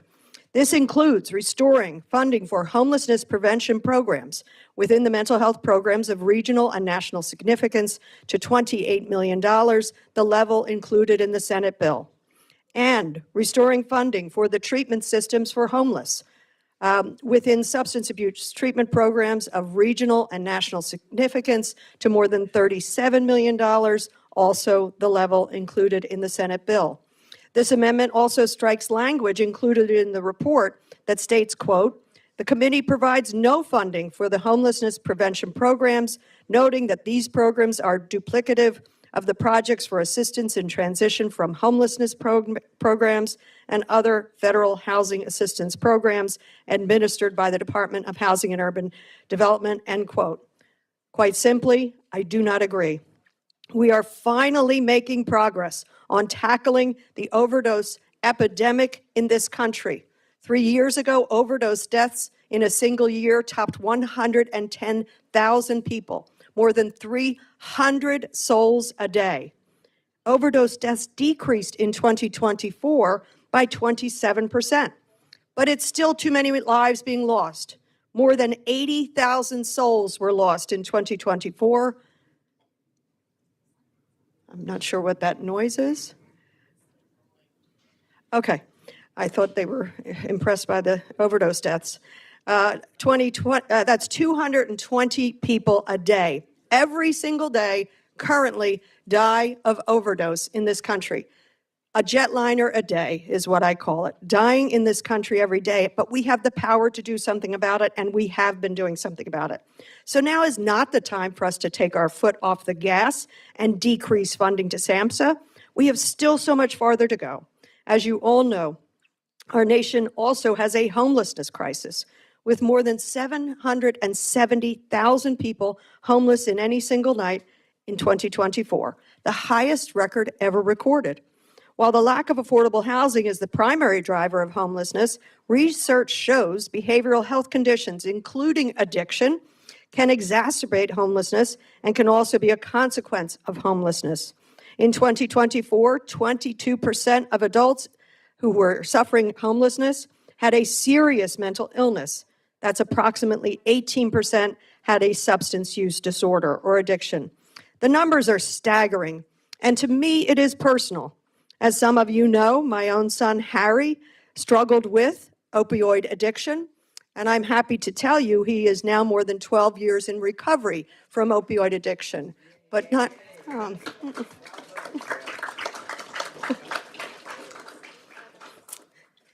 But not every family is that fortunate. Every family should get to recovery. There are millions of Americans in recovery. And I can tell you that Harry worked hard. It's a family disease, frankly. I had the love and support, but every child, every adult should have that. Services that reach out for too many people suffering from addiction and homelessness in this country are cut under this bill. The research irrefutably shows that safely and securing housing for people who are both homeless and suffering from behavioral health issues such as substance abuse disorder or addiction often requires supportive services in addition. Unfortunately, too often, these services are siloed. Subsidizing housing is critical, and it's not enough. The grant program that my amendment restores funding for strengthens the connections between these services, ensuring that those who are homeless and have significant behavioral health issues will be better cared for and have a better chance of both recovery and remaining stably housed. Speaking as a mother of someone who has battled addiction, I know that reducing the barriers and streamlining systems, reducing and eliminating shame and stigma, all lead to the help and possibility of recovery. I urge my colleagues, I apologize, Mr. Chairman, for going a little too long there. I urge my colleagues' support. Thank the gentlelady. The gentleman from Alabama, Mr. Adderholt's recognized to address the amendment. Thank you, Mr. Chairman. I appreciate the gentlelady's amendment. Federal housing and homeless programs should make sobriety and stability a priority. Unfortunately, under the previous administrations, funds were used to facilitate illegal drug use and promote policies that normalized and enabled substance use. The Labor, Health, and Human Services Bill makes a priority programs that support effective recovery and self-sufficiency, not programs that blur the lines between shelter and sanctioning drug use. This bill further offsets funding with the Making America Healthy Again initiative, and that's, as you know, is important to this administration. So I therefore oppose this amendment, but if we are able to work together on this topic as we move forward, I certainly would be happy to do so, and I yield back. Thank the gentleman. The gentlelady from Connecticut, Mr. Delore, is recognized to address the amendment. With all due respect and deference, I don't know what the chair means when he talks about the prior administration encouraging drug abuse and use. It really makes no sense. You know, you can't keep blaming the prior administration for the ills of society that you are contributing to. I rise in support of this amendment. Once again, the majority is targeting programs that provide support to members of our community that are the most vulnerable. And this time it is the homeless. In order for individuals to be successful in permanent housing, we need to support mental health and addiction services. Sam says homelessness programs improve access to treatment and services that support health and wellness. And they were in place by a prior administration, which is now what you want to cut back on. A few minutes ago, we talked about this being one of the most pro-life bills that we have seen. Quality of life, pro-life, doesn't affect just pregnancy. It is about the quality of life. And you listen to Ms. Dean and her own personal story about the life-saving support services that her son received in order to be able to survive and have the family survive as well. I thank my colleague for offering this amendment, and I urge others to support it. Why would we be cutting back on mental health and addiction services and permanent housing for people who are in circumstances that we need to help them deal with, instead of running them into the ground and potentially allowing for them to lose their lives? I yield back. Thank the gentlelady. Are there others wishing to address the amendment? Gentlelady from Ohio, recognized. Thank you, Mr. Chairman. I rise in support of the Dean amendment and restoration of these funds. If we don't do this, the number of deaths will increase. If you look at the 988 Lifeline that was launched in July of 2022, they've received nearly 14.5 million calls, texts, and messages. And that was only launched in July of 2022. 14.5 million calls. Think about that. Every single jail I represent, and there's 8 of them, every single one, 75% of the people in those jails are drug addicted or mentally ill. So when the mentally ill were released by Ronald Reagan, all right, they've landed in places like the parks here in Washington, D.C. I asked the question I will ask again that I asked this morning. So where are those people? Where are they here in Washington? Are they being, did they export them to Maryland? I mean, I don't know. I don't live in Washington. But we can't seem to deal with fragile humans that need some attention. So I think that this is really important. And my neighbor is now drug-free for about, I think, 6 years. I watched what happened to that family, and they never gave up. And that young individual is leading a more productive life now. But many of these individuals, if they're mentally ill, they are so vulnerable to traffickers. And there's a percentage of the population that are. And they really need help. Housing and a transitional shelter situation is the best way to go. I'm just amazed at the people that work with these individuals. I think that they are extraordinary human beings, and I'm proud that they are Americans. A couple weeks ago, I spoke with local health officials from one of the counties I represent, Sandusky County, and they there, with some help we brought them, have been able to cut overdose deaths in half. In half. That's better than the national average. I know there are members on the other side of the aisle that have devoted a lot of their careers to the opioid epidemic, and we brought down nationally, maybe I don't have the exact right numbers, from about 122,000 down to about 86,000 or 82,000, whatever the number is. But it's headed in the right direction, so why take your foot off the accelerator? Now, we need to strengthen these organizations at the local level, and they're doing God's work. I mean, this is something that's been ignored for a half a century. And coming out of the pandemic, we know that the challenge got a little bit harder. So I support the gentlelady's amendment. I commend her for doing it and for taking what hurt your heart into a proactive stance to make it better for others, not just your own family, but others. So I support her amendment and urge passage. Thank you, gentlelady. Are there others wishing to address the amendment? Seeing none, the gentlelady from Pennsylvania is recognized for 1 minute to close. Thank you, Mr. Chairman, and I thank my colleagues for the conversation around this important issue.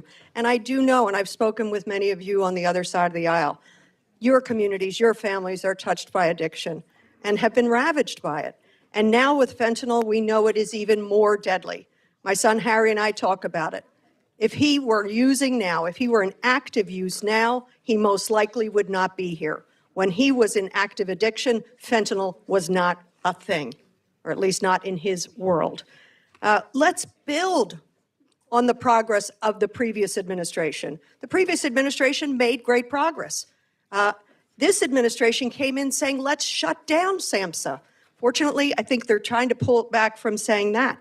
Let's build on the progress. 27% downward trend. We can do better. And I want to mention that if you take a look in this bill, the supplemental funding provided for SAMHSA via the American Rescue Plan, what happened here? $1 billion canceled or terminated. That's the 988 suicide line you were talking about, Ms. Capter. Thank you for raising that. Take a look at this one. Frozen, $150 million in SAMHSA substance use prevention funding. This is the wrong direction to go, and our own president recognizes that. I'll close with his final sentence in this statement that, as I say, he put out 3, 4, 5 days ago. During National Alcohol and Drug Addiction Recovery Month, we renew our resolve to build a future where every American has a chance to live free from addiction and to lead long, happy, hopeful, vigorous American lives. Please support my amendment.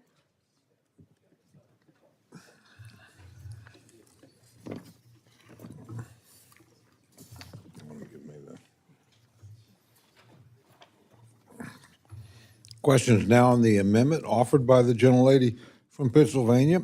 All those in favor say aye. Aye. Those opposed say no. Being chair, the noes have it. Roll call, please. Roll call has been requested. Sufficient support has been demonstrated. The clerk will call the roll. Mr. Adderholt. No. Mr. Adderholt, no. Mr. Aguilar. Mr. Aguilar, aye. Mr. Alford. Mr. Alford, no. Mr. Amodei. Mr. Amodei, no. Mrs. Bice. Mrs. Bice, no. Mr. Bishop. Aye. Mr. Bishop, aye. Mr. Calvert. Mr. Calvert, no. Mr. Carter. Mr. Carter, no. Mr. Case. Mr. Case, aye. Mr. Siscomani. Mr. Siscomani, no. Mr. Klein. Mr. Cloud. Mr. Clyburn. Mr. Clyburn, aye. Mr. Clyde. Mr. Clyde, no. Mr. Cole. No. Mr. Cole, no. Mr. Cuellar. Mr. Cuellar, aye. Ms. Dean. Ms. Dean, aye. Ms. DeLauro. Ms. DeLauro, aye. Mr. Diaz-Balart. Mr. Diaz-Balart, no. Mr. Edwards. Mr. Edwards, no. Mr. Elzey. Mr. Elzey, no. Ms. Escobar. Ms. Escobar, aye. Mr. Espaillat. Mr. Espaillat, aye. Mr. Fleischman. Mr. Fleischman, no. Ms. Frankel. Mr. Franklin. Mr. Franklin, no. Mr. Gonzalez. Mr. Guest. Mr. Guest, no. Mr. Harder. Mr. Harder, aye. Dr. Harris. Dr. Harris, no. Mrs. Hinson. Mr. Hoyer. Mr. Hoyer, aye. Mr. Ivy. Mr. Ivy, aye. Mr. Joyce. Mr. Joyce, no. Ms. Capter. Ms. Capter, aye. Mr. Lalota. Mr. Lalota, no. Ms. Lee. Ms. Lee, aye. Ms. Letlow. Ms. Letlow, no. Mr. Levin. Mr. Levin, aye. Ms. Malloy. Ms. Malloy, no. Ms. McCollum. Ms. McCollum, aye. Ms. Ming. Ms. Ming, aye. Mr. Molinar. Mr. Molinar, no. Mr. Moore. Mr. Moore, no. Mr. Morelli. Mr. Morelli, aye. Mr. Mervan. Mr. Newhouse. Mr. Newhouse, no. Ms. Perez. Ms. Perez, aye. Ms. Pingree. Pocan, aye. Mr. Quigley. Mr. Quigley, aye. Mr. Reschenthaler. Mr. Reschenthaler, no. Mr. Rogers. Mr. Rogers, no. Mr. Rutherford. Mr. Rutherford, no. Mr. Simpson. Mr. Simpson, no. Mr. Strong. Mr. Strong, no. Mrs. Torres. Mrs. Torres, aye. Ms. Underwood. Ms. Underwood, aye. Mr. Valadeo. Ms. Wasserman Schultz. Mrs. Watson Coleman. Mrs. Watson Coleman, aye. Mr. Womack. Mr. Womack, no. Mr. Zinke. Mr. Zinke, no. Are there any members wishing to record their vote or change their vote? Gentlelady from Maine? Ms. Pingree, aye. Gentlelady from Florida? Ms. Wasserman Schultz, aye. Gentleman from Indiana? Mr. Mervan, aye. Are there others wishing to record or change their votes? Seeing none, the clerk will tally.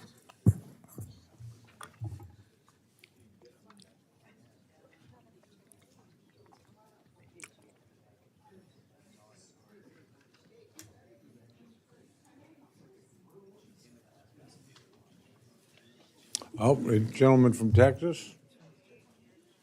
Mr. Cloud votes no.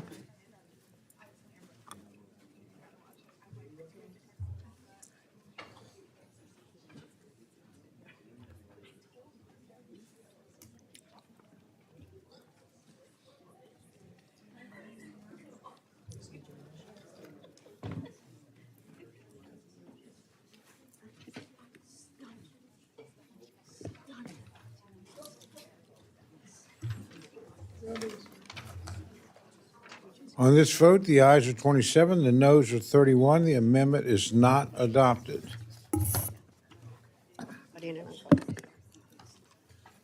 Gentlelady from Pennsylvania, Ms. Dean, is recognized for the purpose of an amendment. Thank you, Mr. Chairman. I have an amendment at the desk, and I ask unanimous consent to dispense with the reading. Without objection, the reading of the amendment is dispensed with, and the gentlelady is recognized for remarks on her amendment. Thank you, Chairman. I rise in support of my amendment number 2, which would restore funding for critical federal student aid programs. This includes restoring funding for the Federal Supplemental Educational Opportunity Grant Program, which is used for grants to undergraduate students who demonstrate exceptional financial need. To restore it to $910 million, the same as FY25 enacted level and as included in the Senate bill. As written, the bill eliminates funding for this program. This amendment, my amendment, also restores funding for federal work study, which, as we all know, provides part-time jobs for undergraduate and graduate students with financial need.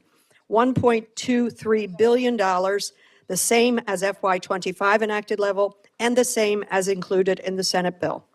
As written, the bill funds federal work study at only $779 million. As a former college professor, this is an interest near and dear to my heart.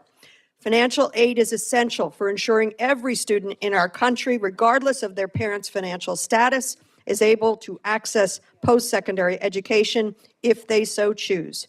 Currently, about 3,400 post-secondary institutions receive funds under FSOG, or however that is pronounced. Students qualify for grants of up to $4,000 by demonstrating financial need, with a priority given to Pell Grant recipients with demonstrated exceptional need. Nearly 2 million students rely on this program to help finance education.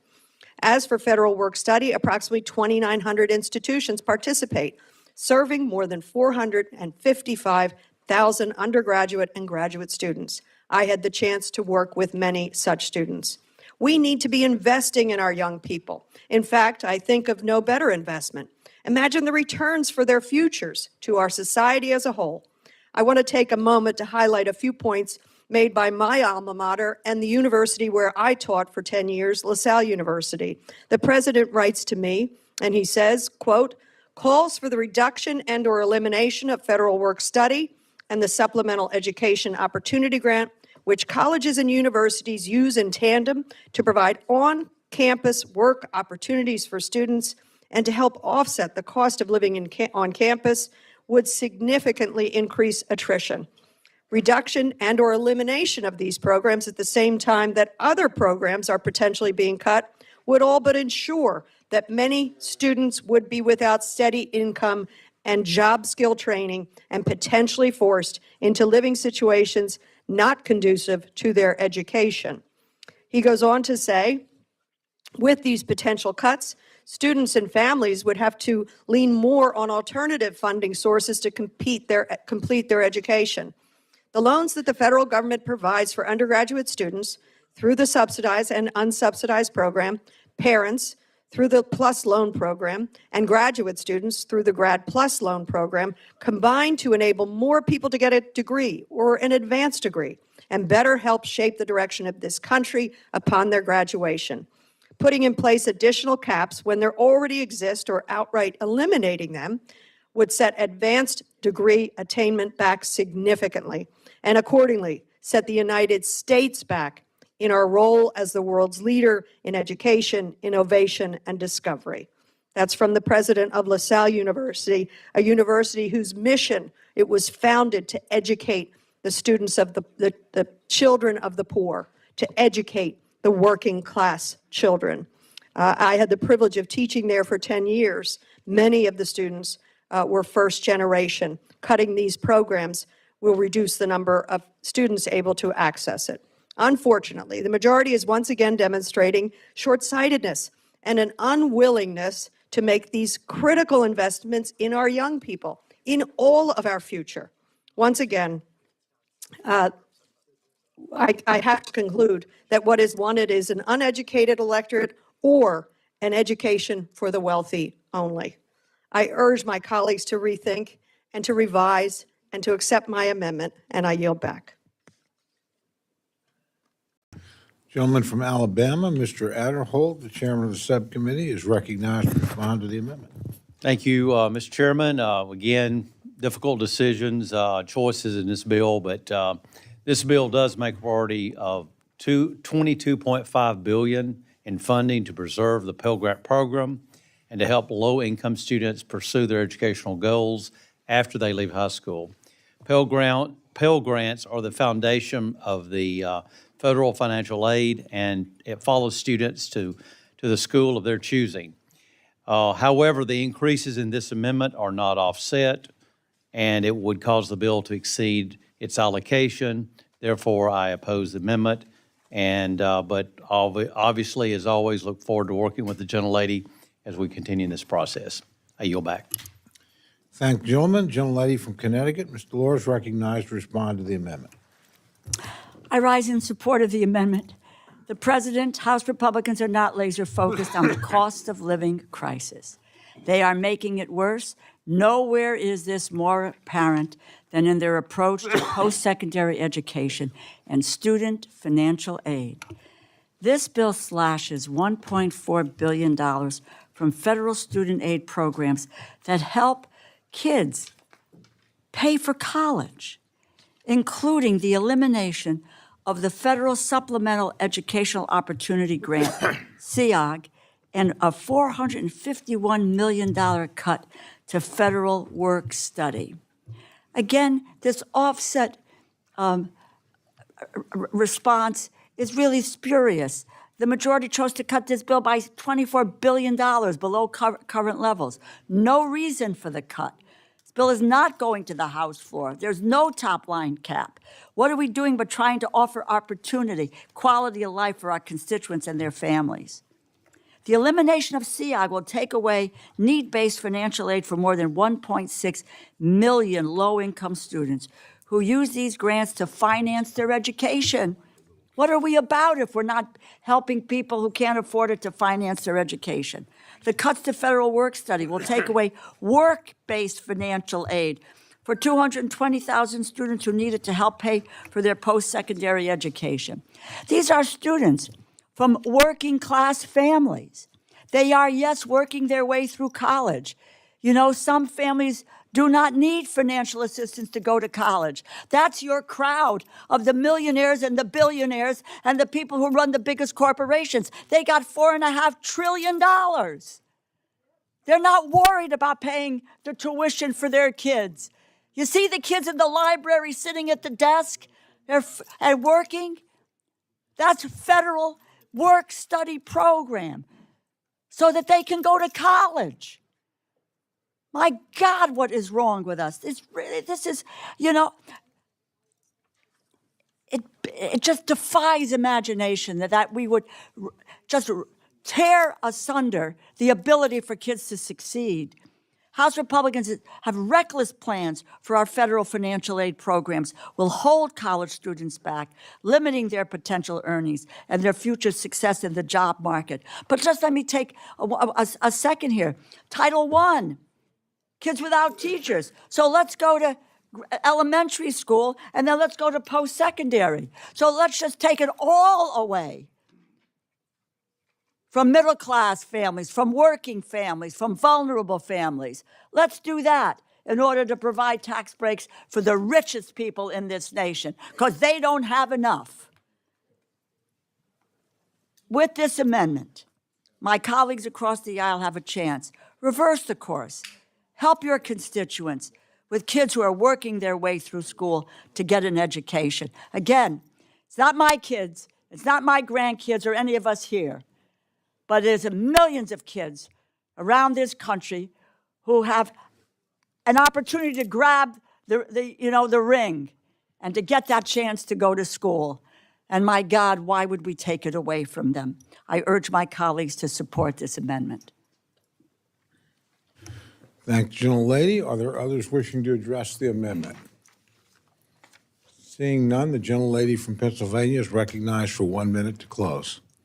I look forward to working with the chairman on trying to make sure we adequately, and I would argue excellently, give our kids, our young adults, the opportunity for a full education, for what they want to pursue, for their futures, their dreams, their final destinies. When we cut off federal partnership in their education or cut it short, I think we make a grave mistake. I'm home, Philadelphia is home to many universities. It's a wonderful place. A lot of young people love to come there, and then we get them to stay. And I'll read just one other statement. Many universities wrote to me at this time, knowing we were considering this. This is from the Association of Jesuit Colleges and Universities, and they say in part, at Jesuit colleges and universities, student access and success rely on a partnership with the federal government. We would like to work with you to advance our nation's competitive economic advantage and build an educated and informed citizenry. Please consider voting yes for this amendment for the future of our kids. I yield back. Thank the gentlelady. The question is now on the amendment offered by the gentlelady from Pennsylvania. All those in favor say aye. Aye. All those opposed say no. No. Paying the chair, the noes have it. And the amendment is not adopted. Roll call. Roll. Well, fine. Just get the hands up. It's not hard to do. Hands up, guys. Sufficient number of Up against the wall. members having called for a vote. The recorded vote is ordered. The clerk will call the roll. Mr. Adderholt? No. Mr. Adderholt, no. Mr. Aguilar? Mr. Alford? Mr. Alford, no. Mr. Amade? Mr. Amade, no. Mrs. Bice? Mr. Bishop? Mr. Bishop, aye. Mr. Calvert? Mr. Calvert, no. Mrs. Bice? Mrs. Bice, no. Mr. Carter? Mr. Carter, no. Mr. Case? Mr. Case, aye. Mr. Siscomani? Mr. Klein? Mr. Klein, no. Mr. Cloud? Mr. Clyburn? Mr. Clyde? Mr. Cole? No. Mr. Cole, no. Mr. Clyde? Mr. Clyde, no. Mr. Cuellar? Mr. Cuellar, aye. Ms. Dean? Ms. Dean, aye. Mr. Loro? Aye. Mr. Loro, aye. Mr. Diaz-Balart? Mr. Diaz-Balart, no. Mr. Edwards? Mr. Edwards, no. Mr. Elzey? Mr. Elzey? Mr. Elzey, no. Ms. Escobar? Ms. Escobar, aye. Mr. Espaillat? Mr. Espaillat, aye. Mr. Fleischman? Mr. Fleischman, no. Ms. Frankel? Ms. Frankel, aye. Mr. Franklin? Mr. Franklin, no. Mr. Gonzalez? Mr. Guest? Mr. Guest, no. Mr. Harder? Mr. Harder, aye. Dr. Harris? Mrs. Henson? Mr. Hoyer? Mr. Hoyer, aye. Mr. Ivy? Ms. Capter? Ms. Capter, aye. Mr. Lalota? Mr. Lalota, no. Ms. Lee? Ms. Letlow? Ms. Letlow, no. Mr. Levin? Ms. Malloy, no. Ms. McCullum? Ms. McCullum, aye. Ms. Ming? Ms. Ming, aye. Mr. Molinar? Mr. Mervan, aye. Mr. Newhouse? Mr. Newhouse, no. Ms. Perez? Ms. Perez, aye. Ms. Pingree? Ms. Pingree, aye. Mr. Pocan? Mr. Pocan, aye. Mr. Quigley? Mr. Quigley, aye. Mr. Reschenthaler? Mr. Reschenthaler, no. Mr. Rogers? Mr. Rogers, no. Mr. Rutherford? Mr. Rutherford, no. Mr. Simpson?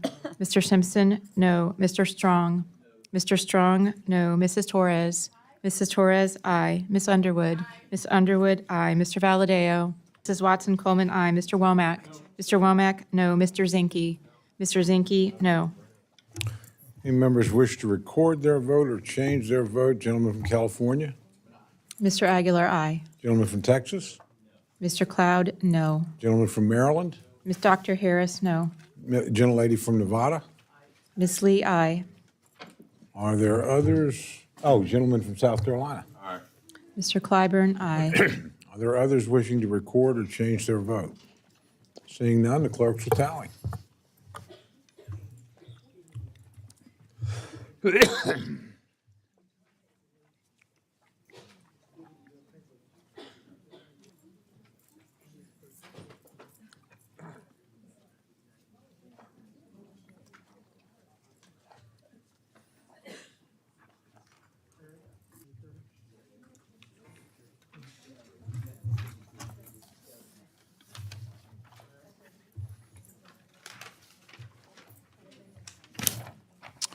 This vote, the ayes are 28, the noes are 30. The amendment is not adopted.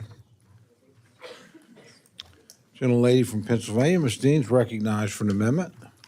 Thank you, Mr. Chairman. I have an amendment at the desk, and I ask unanimous consent to dispense with the reading. Without objection, the reading of the amendment is dispensed with. The gentlelady is recognized for remarks on her amendment.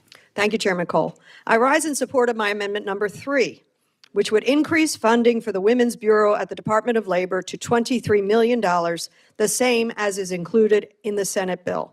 As written, the bill does not provide any dedicated funding to the Women's Bureau.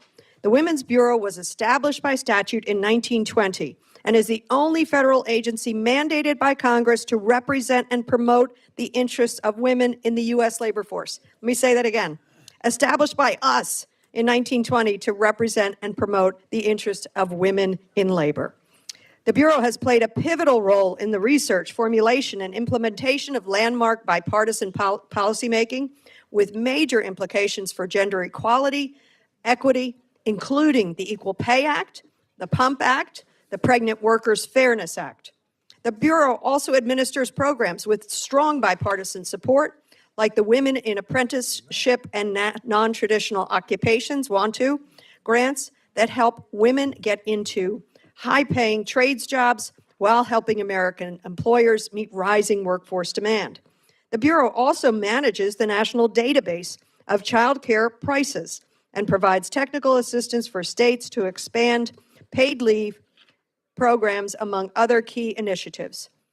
This work not only helps working men and women, it strengthens our economy at a time when our economy needs greater strength.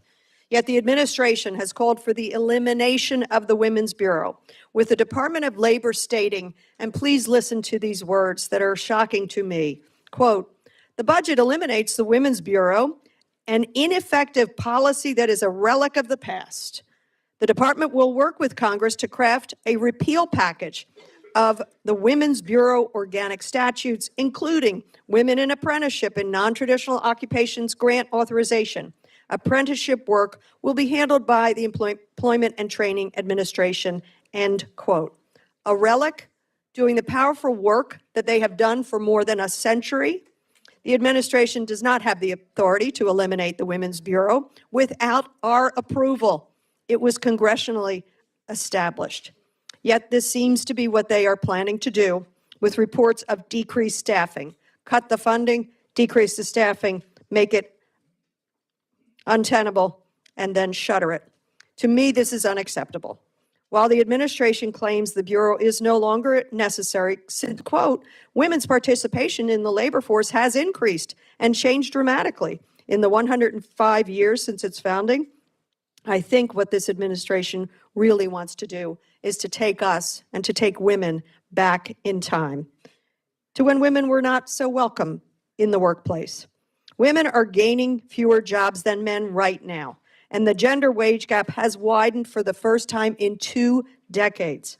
Women are facing real economic headwinds, quite frankly, including in this administration. I urge my colleagues to support my amendment, support the Women's Bureau and the work that it does, and I yield back. Thank the gentlelady. The chairman of the subcommittee, Mr. Adholz, is recognized to address the amendment. Yes, this amendment would reduce funding for the Make America Healthy Again account by $23 million.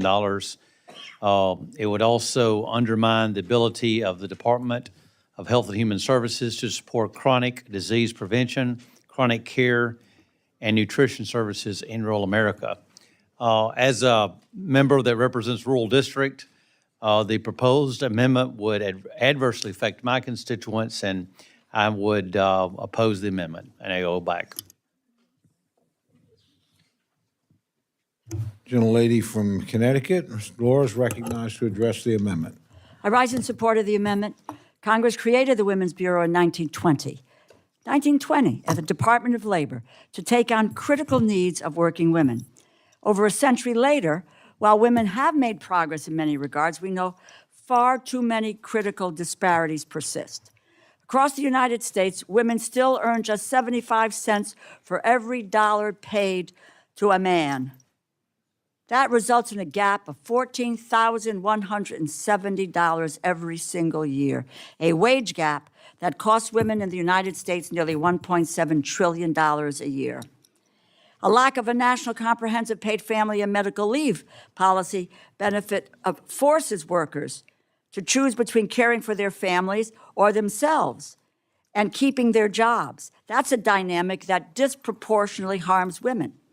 We know that the United States would add $775 billion to its GDP per year if women participated in the labor force at rates similar to those in comparable countries with more robust work-family policies. For over a century, the Women's Bureau has been the federal government's brain trust, grappling with these urgent issues that impact women in the workplace. I had the opportunity to chair this subcommittee and to chair this full committee a number of years ago, and during that time, we were able to almost double the amount of money that was provided to the Women's Bureau. We cannot allow House Republicans to turn their backs on working women by eliminating the Department of Labor's Women's Bureau. But let's just take a look overall at this bill with regard to women. We are looking at denying services with regard to maternal and child health for women. We are eliminating reproductive health services for women. There are cuts to the Office of Women's Health at HHS. We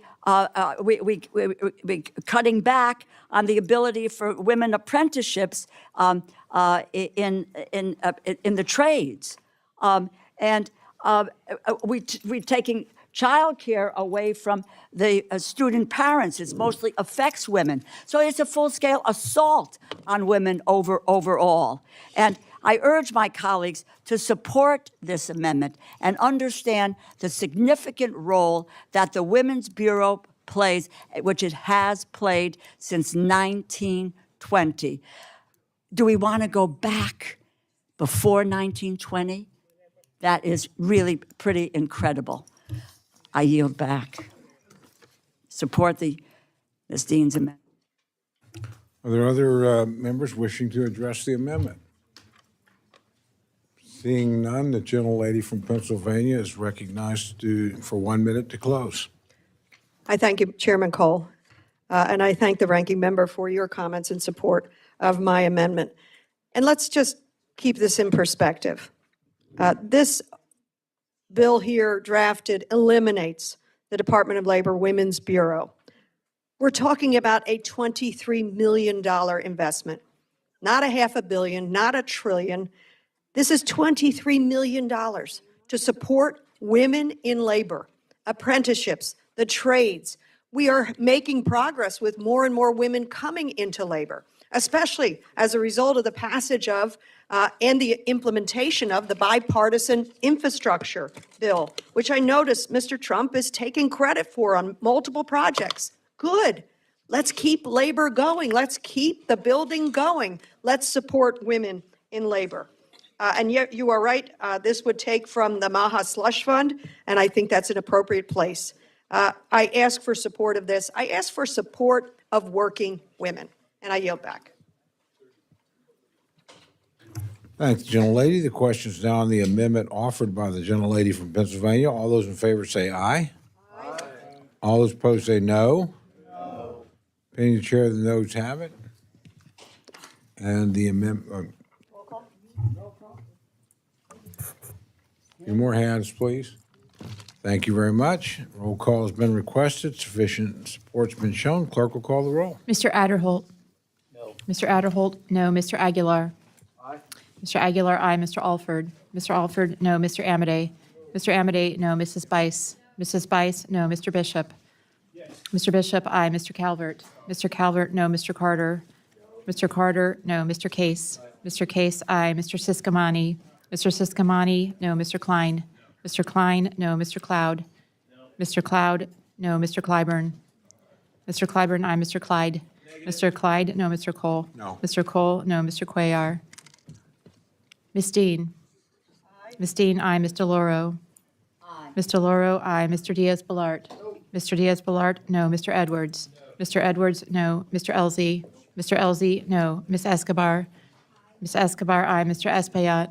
Mr. Espaillat, aye. Mr. Fleischman? Mr. Fleischman, no. Ms. Frankel? Ms. Frankel, aye. Mr. Franklin?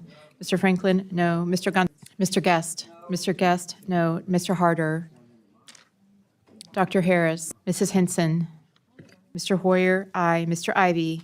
Mr. Ivy, aye. Mr. Joyce? Mr. Joyce, no. Ms. Capter? Ms. Capter, aye. Mr. Lalota? Ms. Lee?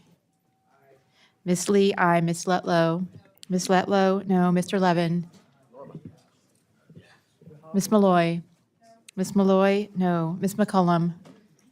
Ms. McCollum, aye. Ms. Ming? Ms. Ming, aye. Mr. Molinar? Mr. Molinar, no. Mr. Moore? Mr. Moore, no. Mr. Morelli? Mr. Morelli, aye. Mr. Mervan? Aye. Mr. Mervan, aye. Mr. Newhouse? Mr. Newhouse, no. Ms. Perez? Ms. Perez, aye. Ms. Pingree? Ms. Pingree, aye. Mr. Pocan? Mr. Pocan, aye. Mr. Quigley? Mr. Quigley, aye. Mr. Reschenthaler? Mr. Reschenthaler, no. Mr. Rogers? Mr. Rogers, no. Mr. Rutherford? Mr. Rutherford, no. Mr. Simpson? Mr. Simpson, no. Mr. Strong? Mr. Strong, no. Mrs. Torres? Mrs. Torres, aye. Miss Underwood? Miss Underwood, aye. Mr. Valadeo? Ms. Wasserman Schultz? Ms. Wasserman Schultz, aye. Mrs. Watson Coleman? Mrs. Watson Coleman, aye. Mr. Womack? Mr. Womack, no. Mr. Zinke? Mr. Zinke, no. Any members wishing to record their vote or change their vote? Gentleman from Maryland? Dr. Harris, no. Gentleman from California? Mr. Harder, aye. Gentleman from Texas? Mr. Cuellar, aye. Are there others wishing to record or change their vote? Seeing none, the clerk will tally.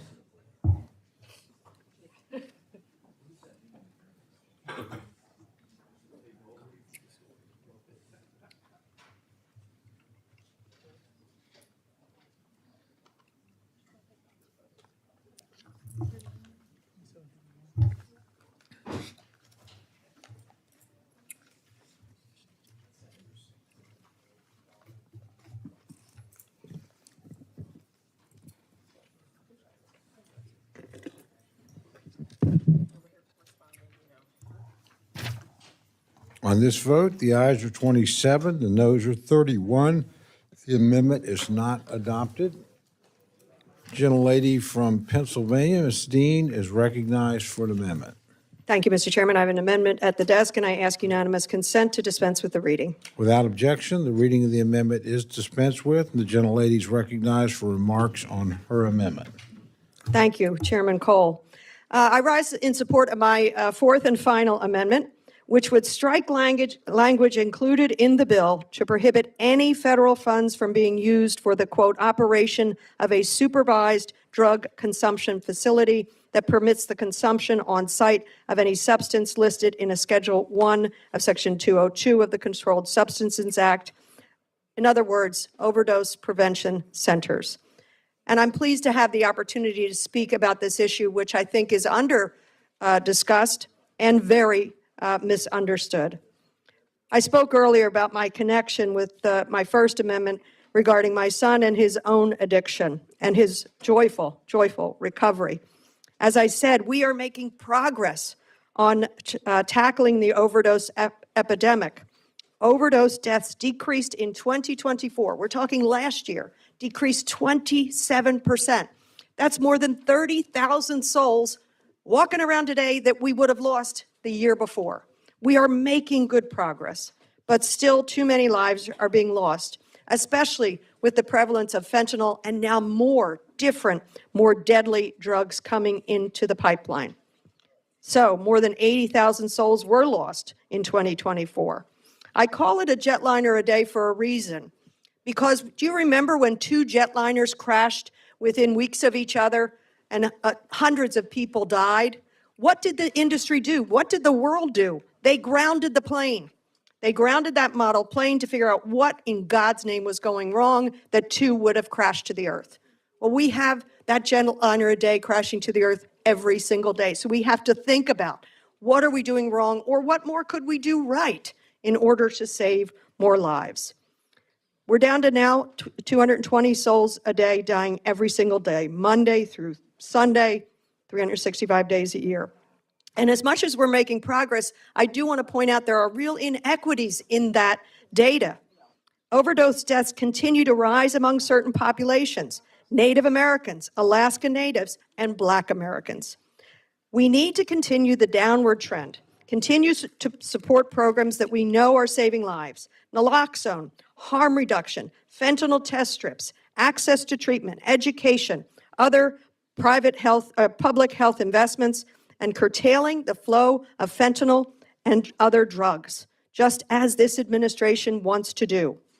We need to be using every possible tool in the toolbox to confront the epidemic. Overdose prevention centers are understandably misunderstood. They are facilities where trained personnel are available to intervene, to prevent and reverse an overdose.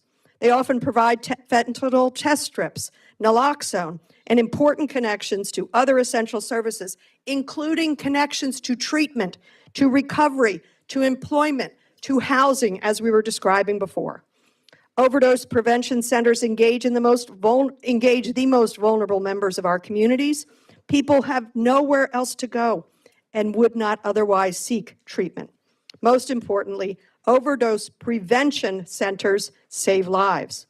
I've seen this life-saving work firsthand in my own city of Philadelphia, in an area hard hit known as Kensington. I understand that not everyone supports overdose prevention centers, and I want to tell you one quick story. Well, I don't want to say quick. I wear this band every day. I wear other bands for other lives lost to represent the thousands and thousands lost.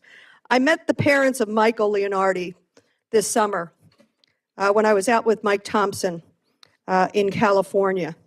Their son, a college student, I would dare say probably not addicted like my own son, bought a pill that he thought was, I don't know what, an opioid, let's just say an opioid. I won't name which kind of pill he thought he bought. He didn't buy it from a reliable seller. He bought it online. He was with some friends. He took that pill. The friends dispersed. It was a fake pill laced with fentanyl, and he died. You know what fentanyl does. It reduces respiratory response to the point where his own roommates and friends, he was about 20, college kid, his own roommates and friends, as they left the room, said, yeah, he was snoring kind of funny. He was snoring kind of funny because he had been poisoned with fentanyl. They are doing everything in their power to try to tell people, to engage people, to warn people. You don't have to be an addict to be killed by fentanyl. So why not make sure that if somebody's going to use, they have some company, they have some chance at being revived by Narcan, and also some chance for somebody to talk to them and say, are you ready for treatment if you are addicted? I think it should be up to states and localities to decide what strategies work best for them. This is not a one-size-fits-all situation. We need to learn more about effective policies. We need to let communities have flexibility to deal with the tragedies and the overwhelming spaces where addiction is ravaging communities. And I urge my colleagues to support my amendment. And I thank you for the opportunity to discuss this. I yield back. Thank you, gentlelady. The gentleman from Alabama and chairman of the subcommittee, Mr. Adderholt, is recognized to address the amendment. I think the gentlelady's amendment strikes language that prohibits funds from being used to create supervised drug injection sites. I don't know why we would want to, the American taxpayers, to subsidize sites for people to use illicit drugs.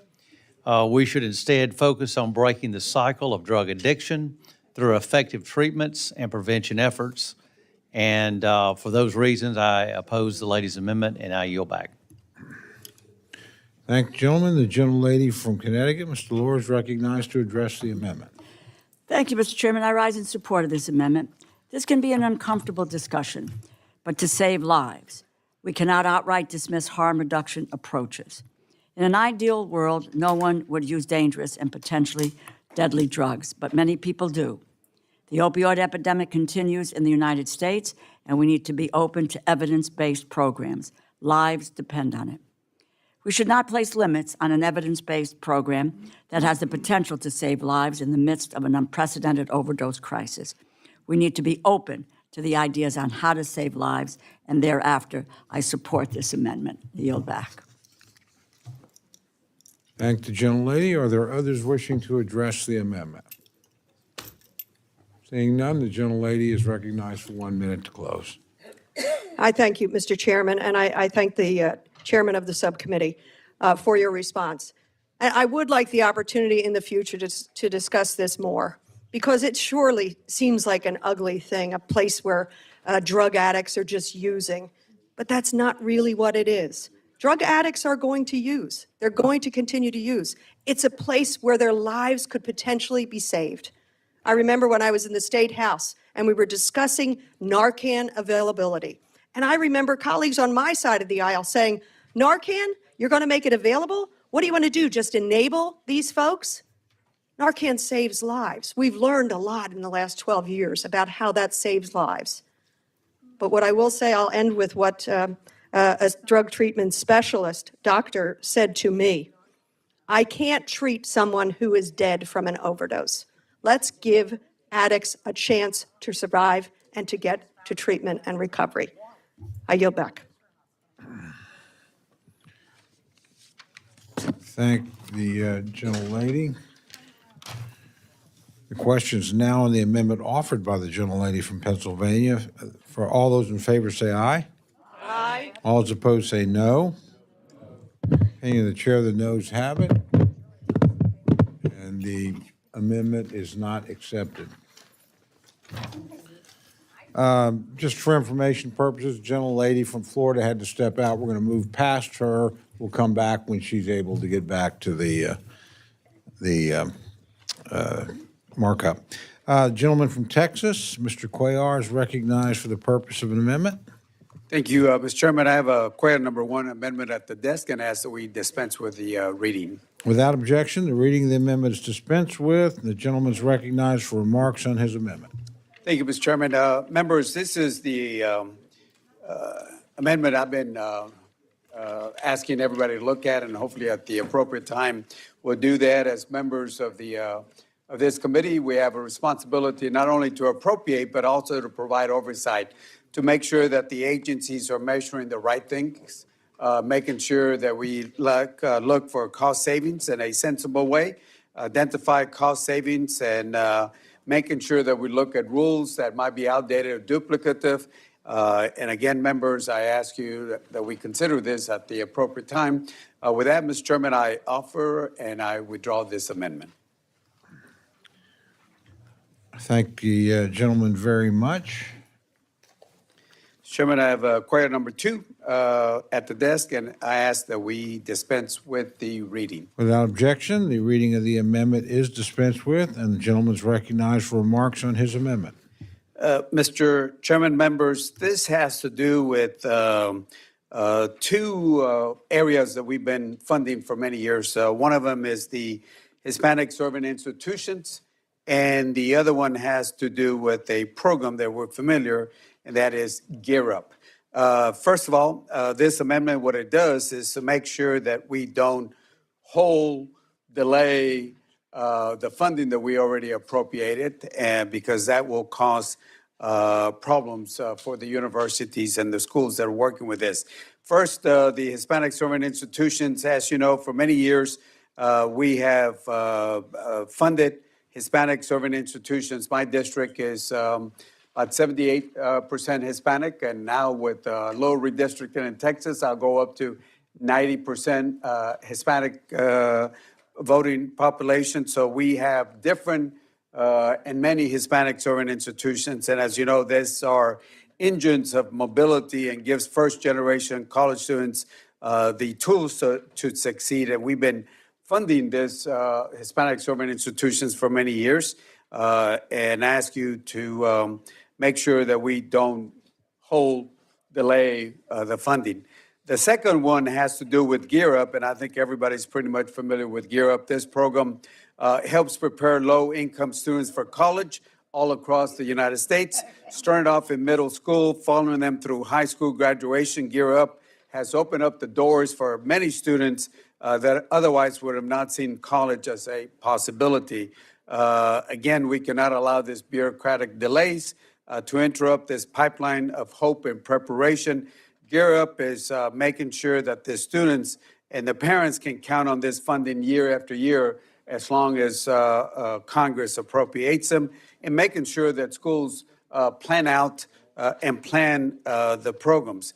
If this funding stalls, then opportunities will disappear, and we want to make sure that we do this. So this amendment just basically says for those 2 programs that we don't stop the funding, and as long as Congress appropriates the funding on that. So that is my very simple amendment. Thank the gentleman. The gentleman from Alabama, the chairman of the subcommittee, Mr. Adholt, is recognized to respond to the amendment.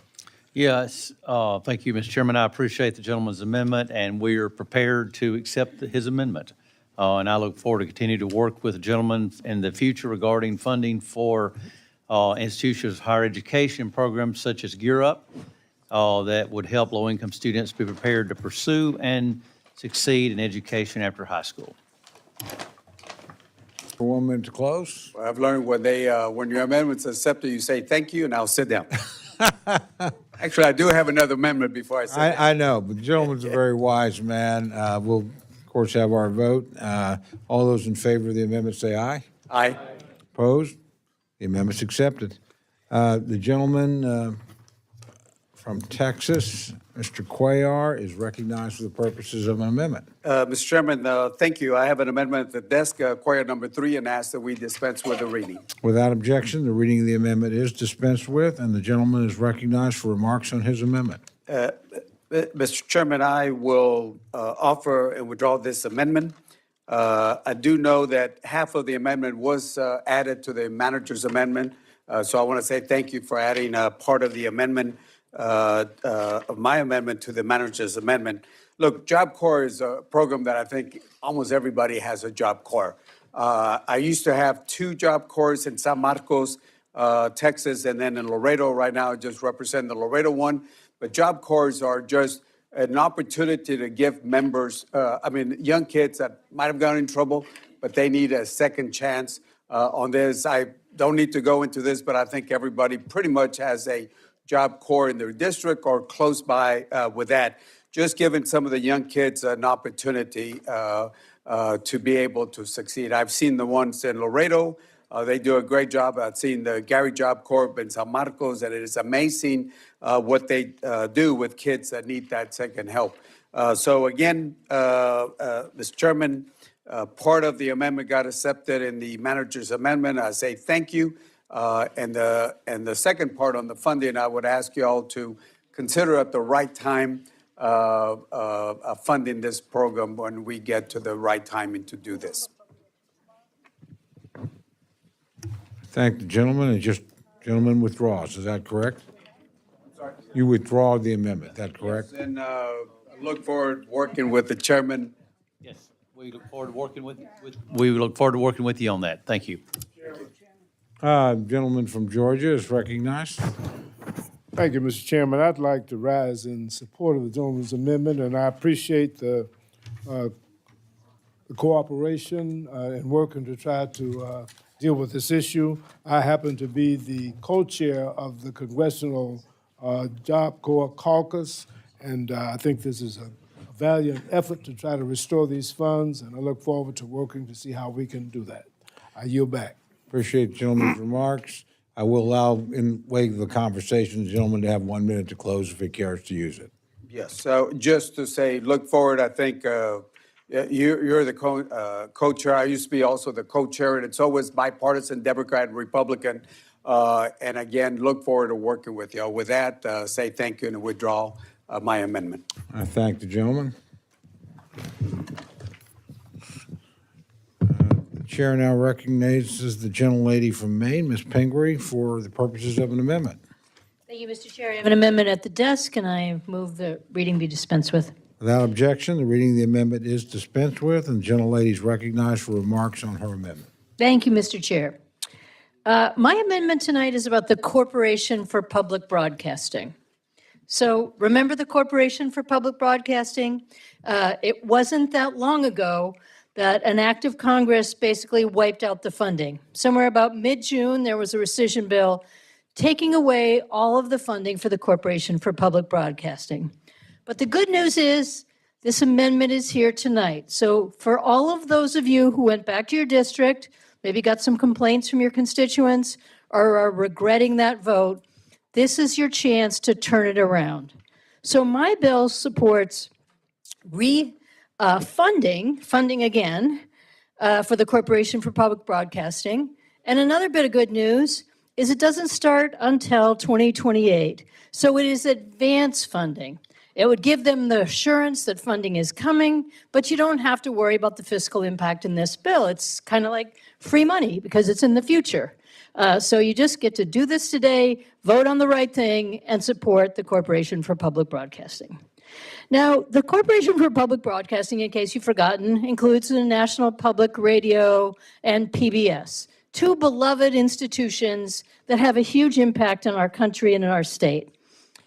And even if you don't always like every story on NPR or PBS, or you don't like every program, they provide an incredible service. And one thing to remember is that 70% of the funding that we could provide them today goes to our local stations. Now, these local stations are in serious trouble without this funding. There are about 1,500 of them around the country, and if you come from a rural state like I do, they perform a vital service, and you're probably already hearing a lot of concern about what is going to go away when this funding is gone. If we lose these local stations, just remember what will be gone. No more PBS Kids, all the wonderful programming for our children and our grandchildren. No high school sports coverage like in my state. We wait for the basketball tournament every year. Can't wait to sit down and watch all the high school teams that compete from around our state at the civic centers in our state. And it's all covered by public broadcasting, local public broadcasting. They're also the emergency alert system. How often are we dealing with disasters, flooding, tornadoes, hurricanes, all the things that we depend on an emergency alert system that is part of their job? And I know in my state, they do one of the most important services, which is local news. They provide excellent news coverage in our state, and with the diminishment of newsrooms and a local coverage opportunity, they provide a very important service. There were huge concerns about what would happen to many of the tribal communities when these local stations went away. And while there were promises to protect them in one of these bills or some coverage somewhere, none of that has come through, and there's been no sign of a follow-up. So, now that I've reminded you of all those vital services that you're able to receive because of these local stations and because of the money we invest, I just want to give you this opportunity again. This funding does not count against the bill allocation. It doesn't require an offset. It provides an incredibly important service to all of our states, even more important in rural states, many of the states that you all represent, as I do. So I hope you will support this amendment, see the value of this, and see the opportunity to mend your ways and undo the bad vote that we took last June. That, Mr. Chair, I yield back. Thank the gentlelady. The gentleman from Alabama, Mr. Adderholt, is recognized to address the amendment. Thank you, Mr. Chairman. Let me say, first of all, that this amendment provides a 2-year advance funding for the Corporation for Public Broadcasting in FY 2028. And I think that needs to be clarified. Congress and this administration has spoken clearly on this matter back just earlier this summer when a 2-year funding advance was rescinded for CBP. Although I support, and let me just clearly say, I support Alabama local television and radio stations, but objectionable and controversial programming has been produced by NPR and by PBS. And therefore, the CPB should no longer be subsidized by the American taxpayer. It makes no sense to fund these programs 2 years in advance. No other program in this bill enjoys this sort of advanced treatment. And so, like I said, while I support local Alabama public television, I must oppose this amendment, and I yield back. Thank the gentleman. Gentlelady from Connecticut, Ms. Delores, recognized to address the amendment. Thank you, Mr. Chairman. I rise in support of this amendment to restore funding for the Corporation for Public Broadcasting, which millions of Americans rely on for high-quality news, educational programming for children, and yes, even life-saving emergency alerts for severe weather in rural areas. I do not know about my colleagues, but when I talk to my constituents, they never mention wanting less educational television for their kids or less information about dangerous storms. Public TV and radio is a public service, gives every community, even ones that are too small or too remote to access anything else, the opportunity to be part of the national conversations and to keep their community safe. I just want to mention the impact of some of these cuts. When there was a magnitude 7.3 earthquake struck off southern Alaska in July, it was local public media that helped relay a tsunami alert. This cut directly impacts critical weather alerts that save lives. In Mississippi, they were expecting to lose 15% of their operating budget and a 24-hour streaming service that airs children's programming. There are already several programs that have been eliminated. Allegheny Mountain Radio is a public radio collective in West Virginia that receives around 65% of its funding from the Corporation for Public Broadcasting. Now, it might not be able to continue providing essential news to a part of the country that does not have consistent internet access. A 2023 study by the Public Media Company, an advisory firm, found that 78 local stations across the country were at risk of having to shut down operations if they lost that government funding. This bill continues the Republicans' campaign to shut down rural television and radio stations, cutting off coverage of local news, eliminating emergency information, as I mentioned, severe weather alerts, jeopardizing access to kids' programming, canceling educational programs and making it more difficult to receive life-saving emergency alerts does not create efficiency, nor does it help the American people. And I would love for my colleagues on the other side of the aisle to demonstrate which of the programs that have been offensive or do not follow some policy that the administration may have come up with. The work that public television has been doing has been nothing but successful in, as I say, educational programming, alert, weather alert, and getting to the remotest areas of the country and providing them with access to news. I urge my colleagues to support this amendment, and I yield back. Thank you, gentlelady. The gentlelady from Minnesota, Ms. McCollum, is recognized to address the amendment. So I'm going to repeat some of the same things, but there's an adage in sales, sometimes you need to hear things 3 times. That's why we say 1, 2, 3 strikes, you're out, and other things that have 3 in it a lot.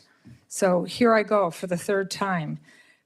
You know, eliminating the Corporation for Public Broadcasting, 50 years of high-quality programming, free programming for children, and programming now for seniors. We were working on that at my local public television station, working with how to age gracefully, what to do about your health, the things that you need to do to put your life in order, the things you need to think about as you're getting older to prepare yourself and your family. But I want to talk of a few examples. So maybe some of you remember Newton's apple. It's not on anymore, but the Congress decided to digitize it. Newton's apple is math and science. And I happen to know that a lot of people who homeschool use that digitized program, as well as a lot of the other science and math programs that are provided by PBS Kids. Educators use it in public and private schools. In fact, if I was to go back and start teaching again, I think about pulling out Ken Burns and some of the things that he worked on. Think about our national parks, baseball, the Dust Bowl, the West.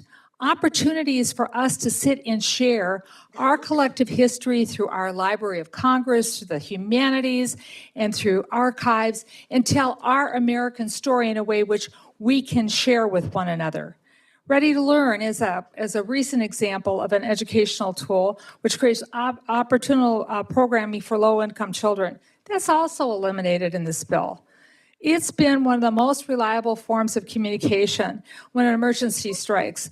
Ms. Pingree pointed out, flooding. Well, after flooding happens, after the tornado, after the big heavy rainstorms, how do you find out when a local bridge has been washed out or a road isn't passable? It's neighbors calling into their local public broadcasting station that's on live. Because a lot of the radio stations, if you think about it, not only in big metropolitan areas, but throughout rural America, now are owned by these big corporations and everything's automated.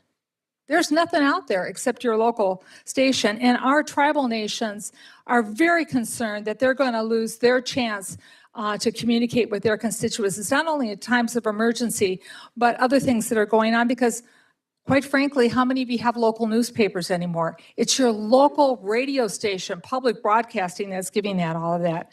So I had a listening session at my state capitol, and I heard from, I heard from my Twin City station, NPR. Yes, they're cutting programming. I wish that they weren't.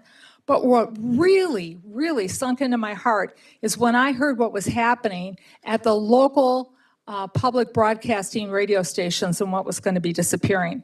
So the rescission package was, a death blow. This is a chance to restart the heart. And I really hope that we can do something about this in the future. So the administration was kind of talking, at one point in time, like, well, maybe we can make sure that these services are provided. So when I wrote to the administration to ask them how they plan to make up for lost services, well, I'm still waiting to hear back. I yield back.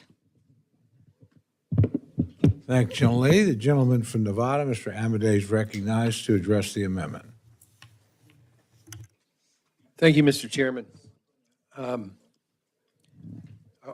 I want to, I mean, this is kind of a strange thing to start with. I want to kind of look at the political history of this as is short. And I want to start with, I guess, the three things, like my colleague from the Twin Cities said. It's local, it's local, it's local. I understand why when we did the rescissions bill, the first two things that were put up were, hey, we're going to get rid of that thing in the State and Foreign Ops Subcommittee. And let's just be blunt, the administration wasn't real pleased with the national folks coming out of the East Coast and their editorial policy.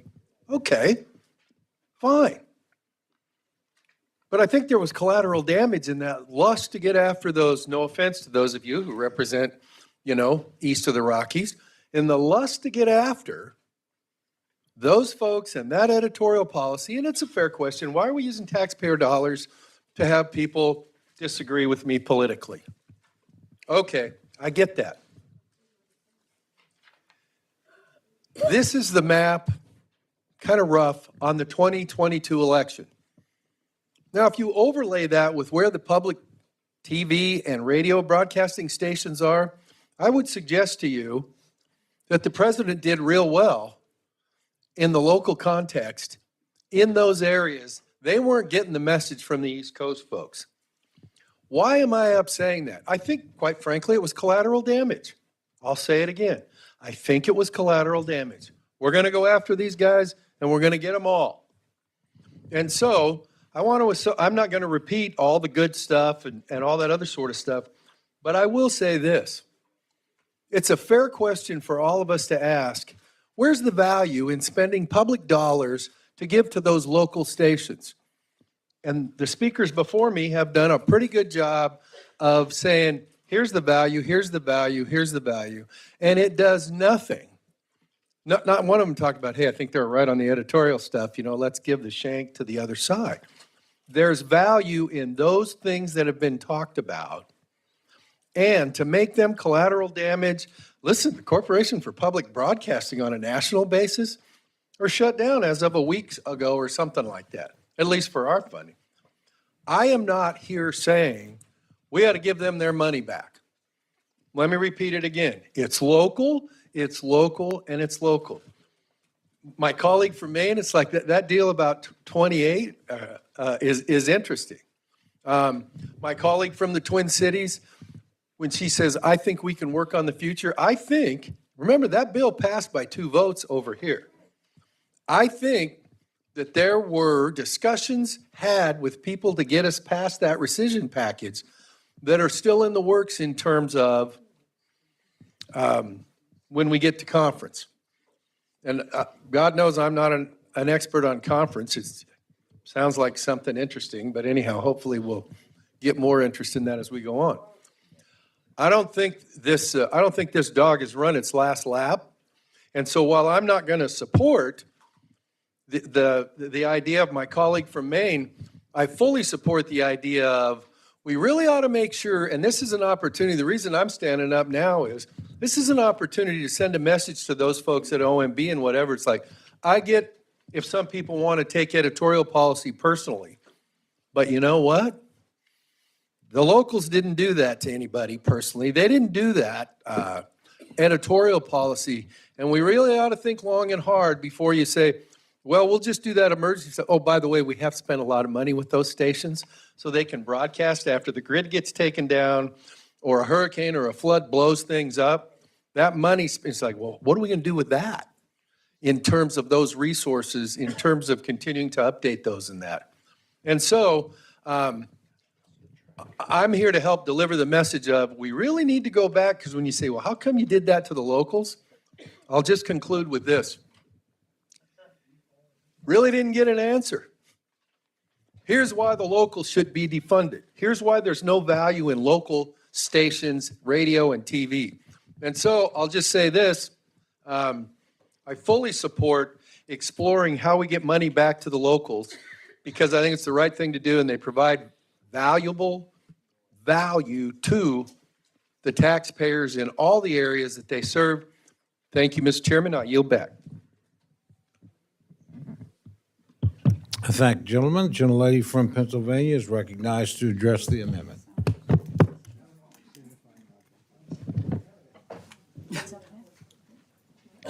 Thank you, Mr. Chairman. And I rise in support of the amendment offered by Congresswoman Pingree. And I almost thought Mr. Amadei too, but alas, let's work with him and see if we can't get this stuff restored. We need to provide advance funding for fiscal year 2028 for the Corporation for Public Broadcasting. A thriving and well-funded public media system is essential to a healthy democracy.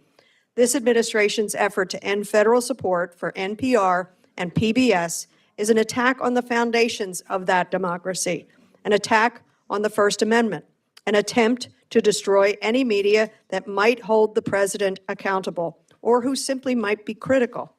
As written, this bill includes no funding for the Corporation for Public Broadcasting, CPB. And this comes after the administration and the majority voted to rescind $1.1 billion in federal funding in July. For many Americans, public media is a lifeline. We're all talking about that.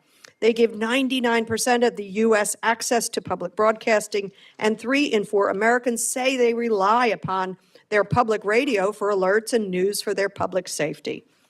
In the most remote areas of this country, FM radio signals are often available even when there is no cell service.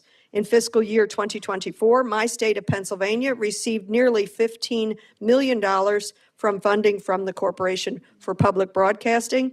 Of that, $10 million supports public television, almost $3 million supports public radio, $500,000 supports television programming, $184,000 goes to system support. WHYY, the public radio station serving Philadelphia, that beautiful East Coast city, and my district, was one of CPB's first partners, as well as a founding member of NPR and the PBS networks. Public media plays a critical role in ensuring Americans, no matter their registration, no matter where they live, have access to information they need to stay safe and engaged with their communities.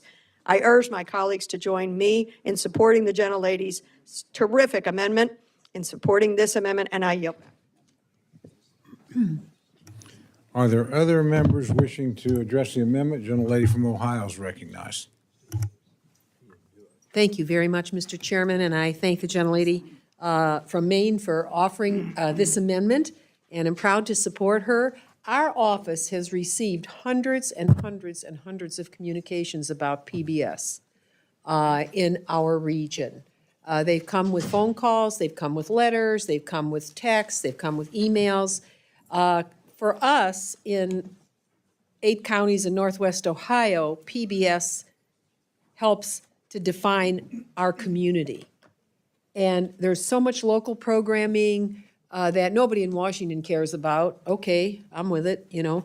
But we need to protect local stations and public media systems nationwide.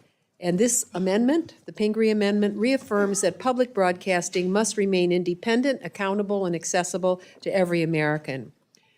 For millions of Americans, particularly in rural counties and underserved communities, which I represent, public radio and television are the only trusted sources for local news, farm reports, emergency alerts, local high school sports, and children's educational programming. I was at a fair the other day, and we're sitting there having hamburgers, and they're locally raised, locally processed, and these 2 women from across another table are yelling at me, "Save PBS, save education." They're, you know, and I said, "Thank you, ladies, I'm hearing what you're saying." Stripping funding will silence local voices and deepen news deserts. And look at the garbage that's on our media today. It's amazing anybody thinks in a sane manner. So public broadcasting is different. It's real. And public broadcasting supports public radio satellite systems, which is the backbone of our emergency alert system and Amber Alerts. And when storms collapse communication, Americans turn to radio stations for life-saving updates. Pulling support in the middle of hurricanes, floods, and tornadoes is reckless.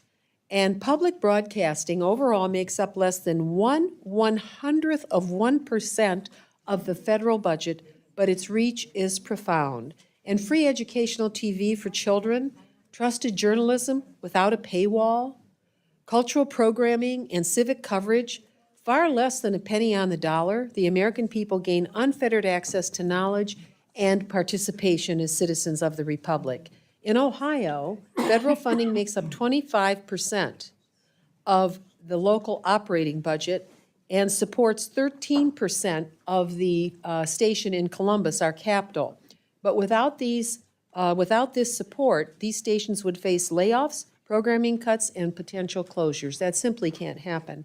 So whether it's covering high school sports in rural counties, providing Sesame Street in every living room to help teach ABCs when our children are underperforming in high school on reading, their scores are going down on reading, the operating budget and support that we can give will help these stations not face layoffs or program cuts and potential closures. So whether it's covering high school sports, rural counties, providing Sesame Street, as I've mentioned, or keeping citizens safe in times of disaster, public broadcasting funding has been a bipartisan promise for over half a century. We must keep that promise. This amendment bars discrimination of any kind, and it explicitly prohibits spending on receptions or entertainment for government officials and prevents any political tests in hiring or programming decisions. This is about the public, not politics, ensuring that the public media remains free, fair, and accessible to every American community. I urge my colleagues to support the Pingree Amendment, and I yield back. Thank the gentlelady. The gentlelady from Florida, Ms. Wasserman Schultz, is recognized to address the amendment. Thank you, Mr. Chairman. I wholeheartedly support the gentlelady from Maine's amendment, and I yield her the balance of my time.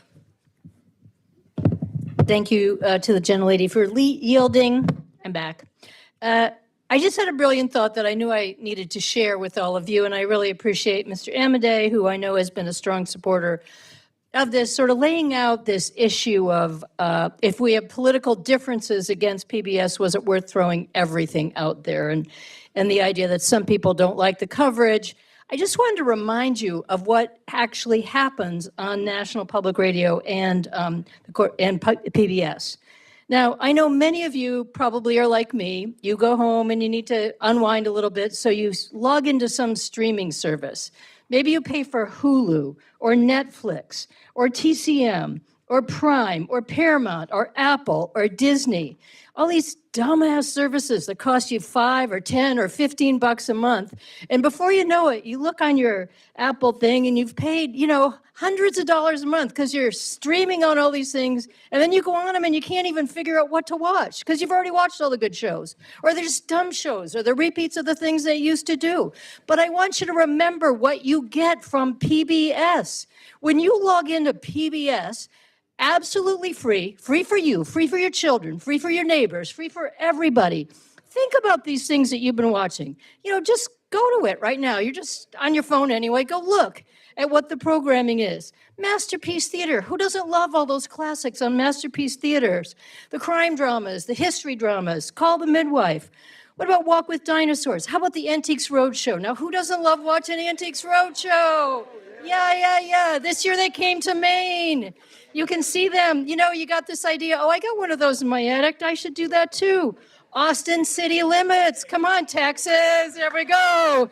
Austin City Limits. A Capitol Fourth. Why shouldn't all of America watch what we get to see if we stay here on the 4th of July? Finding Your Roots. Who isn't interested in everybody's backstory and where our ancestors came from? Firing Line, the classic conservative show started by William F. Buckley, still there today. We can all learn lessons from watching that show. Programs about Alzheimer's, caregivers' perspective. If you're into crafts, Fit to Stitch, doing a little bit of sewing on there. All kinds of cooking shows. Signature Dish, The Great American Recipe Show. Bob Ross, remember Bob Ross, where we all learned how to paint? And all kinds of wonderful history shows. D-Day over Normandy, Dad's Secret War in France, Elvis and the USS Arizona. There are so many programs. Who hasn't sat down with their spouse or their friends and neighbors? Who hasn't put their kids in front of the TV to watch Reading Rainbow or Sesame Street or all of the wonderful children's programming that there's there? And it is free. It is free to everybody. That's what a democracy is about. It's making sure those equal opportunities are there for everyone, making sure that there are differing points of view. I don't always agree with everything I see on a history show. Who hasn't watched Ken Burns and once in a while said, wow, I never knew that before about the Civil War, about Vietnam, or about our national parks and where the origins came from? Don't we want to make sure that everybody gets these educational and entertainment opportunities? This is what was lost in that vote.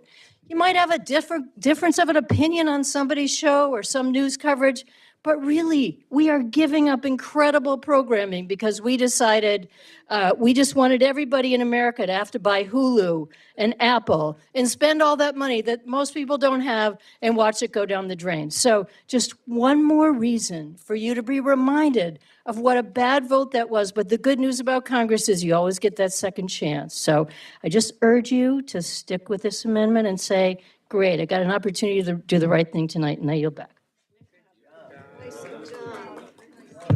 Thank the gentlelady. The gentleman from Missouri, Mr. Alford, recognized to address the amendment.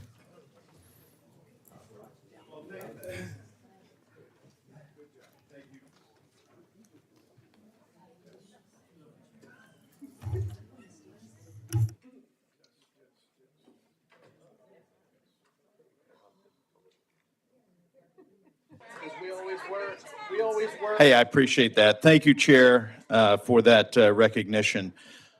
Mr. Chair, ladies and gentlemen, I rise in opposition to this amendment as a former broadcaster with 35 years' experience. Okay. I rise in opposition of this amendment to provide advanced funding for the Corporation of Public Broadcasting based on fiscal responsibility, market realities, fairness, and their violation of non-commercial principles. Now, I do acknowledge that they produce quality programming. That's not the question. But they can monetize it commercially, like selling advertising or licensing for films, and I'll get into that in just a second. NPR and PBS already rely heavily on private support. NPR's budget is 60% non-federal. PBS thrives on viewer pledges. They can survive without taxpayer money. Secondly, the media landscape has changed. When these outlets began, broadcast options were limited. Today, streaming platforms, podcasts, independent creators offer endless educational content. PBS's viewership has fallen 20% since 2010, showing audiences do have alternatives. Public broadcasters should compete, not depend on taxpayer subsidies. Taxpayers should not be funding content that often leans ideologically. 60% of Americans, per a 2022 Pew survey, see public media as left-leaning. It's unjust to make all taxpayers subsidize programming that may not reflect their views. Either way, a free market should rule here and let consumers choose content aligned with their own values. Finally, NPR and PBS often blur the line between public and commercial media. Their underwriting spots and sponsor messages often mimic ads promoting brands like Audible with polished call to action despite FCC rules requiring non-promotional content.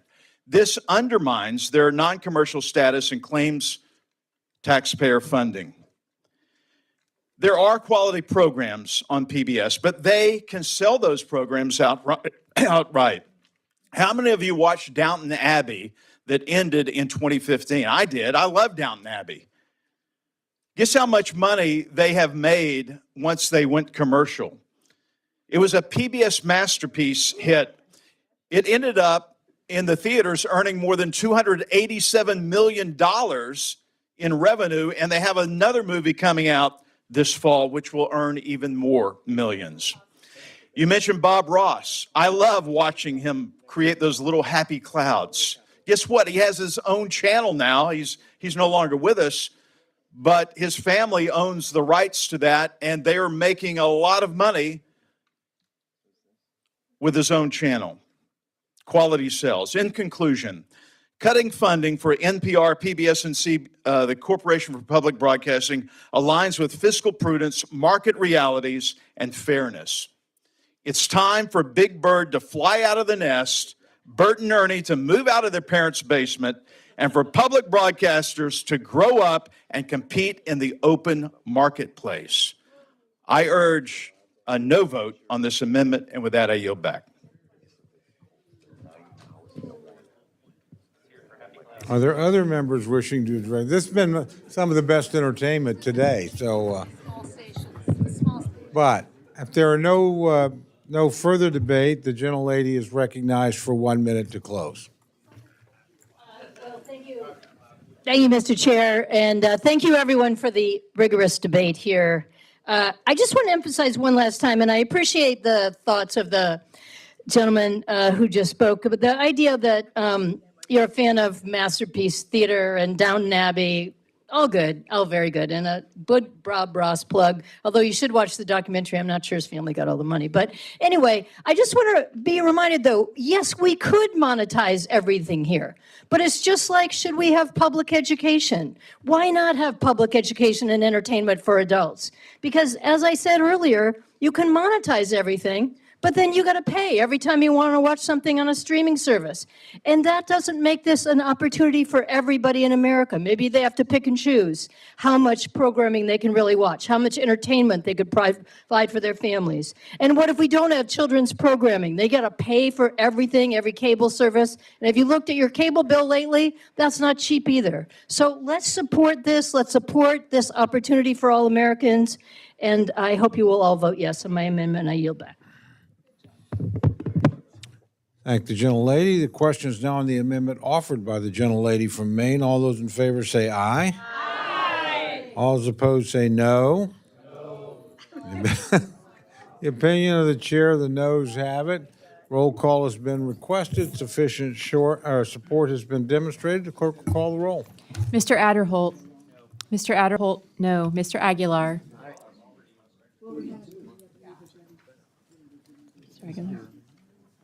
Mr. Aguilar.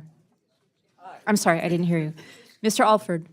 Mr. Alford, no. Mr. Amadei. Mr. Amadei, no. Mrs. Bice. Mr. Bishop. Mr. Bishop, aye. Mr. Calvert. Mr. Calvert, no. Mr. Carter. Mr. Carter, no. Mr. Case. Mr. Case, aye. Mr. Siscomani. Mr. Siscomani, no. Mr. Klein. Mr. Klein, no. Mr. Cloud. Mr. Cloud, no. Mr. Clyburn. Mr. Clyburn, aye. Mr. Clyde. Mr. Clyde, no. Mr. Cole. Mr. Cole, no. Mr. Cuellar. Mr. Cuellar, aye. Miss Dean. Miss Dean, aye. Ms. DeLauro. Ms. DeLauro, aye. Mr. Diaz-Balart. Mr. Diaz-Balart, no. Mr. Edwards. Mr. Edwards, no. Mr. Elzey. Mr. Elzey, no. Miss Escobar. Miss Escobar, aye. Mr. Espaillat. Mr. Espaillat, aye. Mr. Fleischman. Mr. Fleischman, no. Ms. Frankel. Ms. Frankel, aye. Mr. Franklin. Mr. Franklin, no. Mr. Gonzalez. Mr. Gonzalez, no. Mr. Guest. Mr. Guest, no. Mr. Harder. Mr. Harder, aye. Dr. Harris. Dr. Harris, no. Mrs. Hinson. Mr. Hoyer. Mr. Hoyer, aye. Mr. Ivy. Mr. Ivy, aye. Mr. Joyce. Ms. Capter. Ms. Capter, aye. Mr. LaLota. Mr. LaLota, no. Ms. Lee. Ms. Letlow. Ms. Letlow, no. Mr. Levin. Mr. Levin, aye. Ms. Malloy. Ms. Malloy, no. Ms. McCullum. Ms. McCullum, aye. Ms. Ming. Ms. Ming, aye. Mr. Molinar. Mr. Molinar, no. Mr. Moore. Mr. Moore, no. Mr. Morelli. Mr. Morelli, aye. Mr. Mervan. Aye. Mr. Mervan, aye. Mr. Newhouse. Mr. Newhouse. Ms. Perez, aye. Ms. Pingree. Ms. Pingree, aye. Mr. Pocan. Mr. Pocan, aye. Mr. Quigley. Mr. Quigley, aye. Mr. Reschenthaler. Mr. Reschenthaler, no. Mr. Rogers. Mr. Rogers, no. Mr. Rutherford. Mr. Rutherford, no. Mr. Simpson. Mr. Simpson, no. Mr. Strong. Mr. Strong, no. Mrs. Torres. Aye. Mrs. Torres, aye. Ms. Underwood. Ms. Underwood, aye. Mr. Valadeo. Mr. Valadeo, no. Ms. Wasserman Schultz. Ms. Wasserman Schultz, aye. Mrs. Watson Coleman. Mrs. Watson Coleman, aye. Mr. Womack. Mr. Womack, no. Mr. Zinke. Mr. Zinke, no. Are there any members wishing to vote or change their vote? Gentlelady from Iowa. Mrs. Henson, no. Gentlelady from Oklahoma. Mrs. Bice, no. Are there any others wishing to vote or change their vote? Seeing none, the clerk will tally.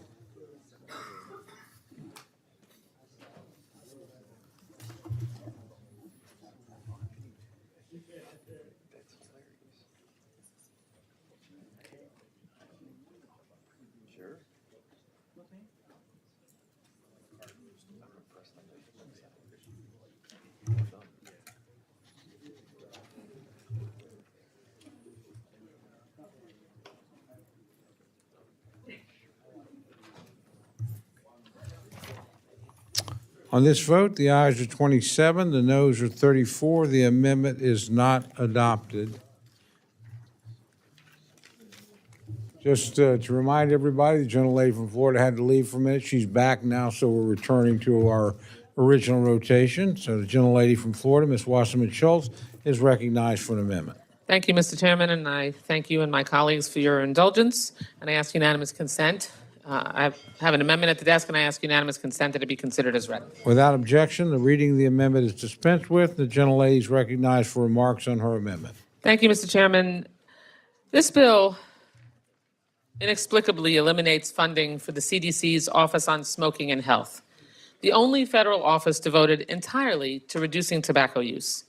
That decision is reckless, dangerous, and a clear handout to big tobacco. My amendment would restore this essential but already underfunded account. Tobacco use remains the leading cause of preventable death and disease in the United States. It kills nearly 500,000 Americans every single year still. That cost to our healthcare system is staggering. More than $241 billion annually, and over 60% of that burden falls on Medicare and Medicaid. You want to talk fiscal responsibility? Compare funding this program at $246 million to the $241 billion it saves in healthcare costs. That should be a no-brainer investment.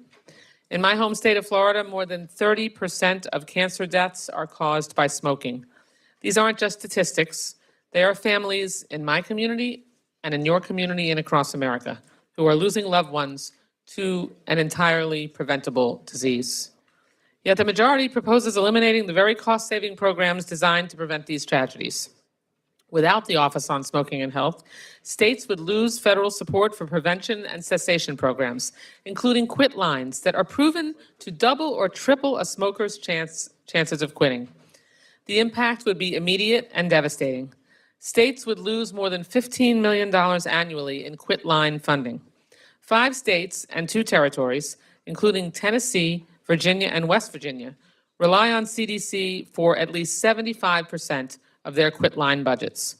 Those programs would almost certainly shut down. And then there are 18 states like Florida, Georgia, Louisiana, Michigan, Missouri, Mississippi, Nevada, and Texas rely on the CDC for between 1/4 and 3/4 of their cessation budgets. They serve millions annually, and this bill would gut them. It would also end CDC's highly effective Tips from Former Smokers campaign, where real people with smoking-related illnesses connect with viewers to get them to quit. This campaign helped more than 1 million Americans quit smoking, saving more than $7 billion in healthcare costs. Every single life saved is worth this investment. Ending these investments makes no sense unless the goal is to protect tobacco industry profits. Because eliminating this program is not just a cut, it is a cost shift, and one that guarantees higher spending and higher human costs in the years ahead. The consequences will be felt everywhere. More children smoking and vaping, more families suffering from cancer and heart disease, widening health disparities, and the erosion of decades of progress. Every state and district relies on this funding and benefits from this work. But taking it away will hurt communities across the country, red states, blue states, rural and urban alike. This should not be a partisan issue. It should be about whether we stand with our constituents' health or with big tobacco's bottom line. Eliminating the Office on Smoking and Health is short-sighted, fiscally irresponsible, and deadly. And sadly, it's a pattern. Last year, Republicans proposed the same elimination, and I offered an amendment to restore the funding. So let's reject this approach, restore this critical funding, and keep working to save lives. And I yield back. I thank the gentlelady. The gentleman from Alabama, Mr. Adderholt, is recognized to respond to the amendment. Again, I appreciate the gentlelady's amendment. Unfortunately, again, a lot of tough choices that we had to be making this bill. Programs that I would like to have spent more time on, but, well, of course, obviously, we have to be fiscally responsible. Unfortunately, the amendment does not have an offset. It would cause the bill to breach its allocation. Therefore, I oppose the amendment, but look forward to working with the gentlelady on this topic as the process moves forward. I yield back. Thank the gentleman. The gentlelady from Connecticut, Ms. Delora, is recognized to address the amendment. Thank you, Mr. Chairman. I rise in support of the amendment. This amendment would restore funding for CDC's tobacco prevention program, which has been eliminated by the Republican majority. Thank you. Appreciate that. Thanks. It's the licorice. My God, thank you. Tobacco use remains the leading cause of preventable disease and death in the United States. It kills nearly 500,000 people every year, costs more than $241 billion in annual health care expenses, more than 60% of which is paid through government programs like Medicare and Medicaid. Do you want to save money? You do not eliminate funds to implement a successful tobacco prevention and cessation program. This works. Again, we are going backward. We have spent years dealing with tobacco prevention. And in our schools, you know, the problem now is kids are not smoking, they're vaping. That's the other crisis that we have to address in tackling that issue. But we have been successful in the programming, the information, the Tips from Former Smokers media campaign, as the gentlelady from Florida mentioned. You've got former smokers on talking about their own physical and health disabilities as a result of smoking. And why would we? Prevention is the key to being able to success. We don't want people to start up again. We have been successful in addressing this issue, and now, once again, it's like vaccines. We know how valuable they are and they save lives. We know that tobacco prevention programming has saved lives. And again, I go to the point that the chair of the subcommittee is talking about being pro-life. This is pro-life. This is saving people's lives. And the issue of offset, again, is spurious. The majority chose to cut this bill by $24 billion below current levels. No reason for that cut. This is not going to the House floor. There is no top-line cap, this bill. So Democrats really care about offering an amendment that, in fact, deals with the quality of life, helps to save the lives of our constituents, than an arbitrary and unnecessarily elimination of a program that has done so much good. I urge my colleagues to support Ranking Member Wasserman Schultz's amendment. It is, again, about saving lives. We have a program that works and has been successful. Why do we want to eliminate it? Is it an industry issue? Is it, is it a profit motive? My God. Make the right decision.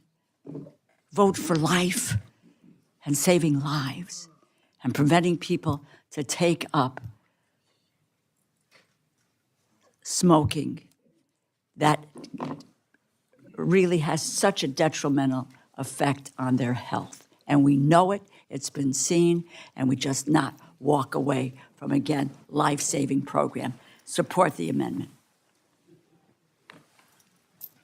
Thanks, gentlelady. The gentlelady from Minnesota, Ms. McCollum, recognized to address the amendment. I've never even tried smoking a cigarette. Lots of times people look at me and they can't believe it. I'll tell you why. My father started smoking during World War II, unfiltered. And I was in the house, and I remember the ashtrays being full. My mother used to smoke. She stopped smoking because on Sundays, when my father had ran out of cigarettes because we hadn't gone over to the PX to pick them up, now he had to pay for them. They were free when he was first in the military. When we go to the PX, he was she said, well, you're not going to smoke my filtered cigarettes. So she quit smoking. Oh, that set something off in the house. That one Sunday he found out that there weren't any extra cigarettes in the house, even though he didn't like her brand. He dug through ashtrays. Ashtrays. I watched him try to quit year after year after year after year after year. It's the hardest addiction to give up. It took a toll on his heart, took a toll on his lungs. His mother lived to be 93. He didn't make it past 70. I was with him July 4th when he was having his last scan being done. And the radiologist, I said, you don't look very happy. And I was standing back there with him, and he said, no. He said, it's worse than the last time. And, you know, it's too late for him to quit now. So cigarette smoking is something that also affects everybody else in the family. I remember my dad saying one time, he wouldn't smoke around the grandkids. He used to smoke in the car with the car windows rolled up with us. He never smoked around the grandchildren. Well, that was kind of because I was the enforcer that wasn't going to happen, but he didn't. But he often wondered all the times that he smoked in the house, that he didn't start the house on fire, or that he didn't cause one of the three of us to have secondhand smoke cancer. And I'll tell you, my brother and sister and I still wonder if the jury's out on that. I support the gentlewoman's amendment. Thank you, gentlelady. Gentlelady from Illinois, Ms. Underwood, is recognized to address the amendment. Thank you, Mr. Chairman. I strongly support this amendment, and I urge my colleagues to do the same. Now, despite decades of progress, smoking remains the leading cause of preventable disease, disability, and death in the United States. Every day, approximately 1,500 Americans under 18 smoke their first cigarette, and for many of them, this is a life-altering choice. Without meaningful action, we will lose more kids to addiction and more Americans to preventable deaths. Yet that is the path that this bill puts us on by eliminating the CDC's entire tobacco control program. This drastic cut would devastate our progress. States would lose about $70 million in funding for their tobacco control programs. And in Illinois, CDC funding helps schools and community organizations teach kids about the health dangers of tobacco and e-cigarettes. These programs work. They save money, also returning as much as $55, mostly in healthcare savings, for every dollar invested. Without this amendment, the cuts in this bill would reverse the progress that we've made. It would raise our costs and put our youth at greater risk. We cannot afford to go backwards. So I thank Congresswoman Wasserman Schultz for offering the amendment, and I urge my colleagues to support it to protect our youth in our communities, and I yield back. Thank the gentlelady. Are there other members wishing to address the amendment? If not, the gentlelady is recognized for 1 minute to close. Thank you, Mr. Chairman, and I thank my colleagues for standing up and speaking in support of this amendment.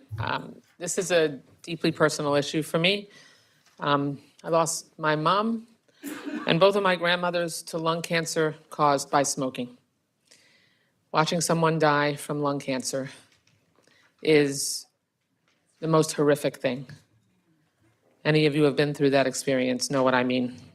Both of my grandfathers were hit with devastating conditions due to smoking. One, a stroke that he never recovered from, and the other, circulatory issues and multiple heart attacks. I know the pain and loss that tobacco brings to families, and I will not stand by idly while we dismantle the very programs that can prevent others from experiencing that same heartbreak. I've long championed tobacco prevention. I will do everything in my power to make sure this critical funding is restored because lives depend on it. The Senate bill includes funding for this program, and I would have hoped the House would follow suit. I'll withdraw this amendment and trust that when this outrage is reviewed in final negotiations, this vital funding will again be restored as it was last year and the year before. and I look forward to working with any colleague who actually cares about people's health and preventing cancer to work with me in a bipartisan fashion to ensure this funding is restored. I yield back the balance of my time, and I withdraw the amendment. Thank the gentlelady. And the gentlelady from Florida, Ms. Wasserman Schultz, is right.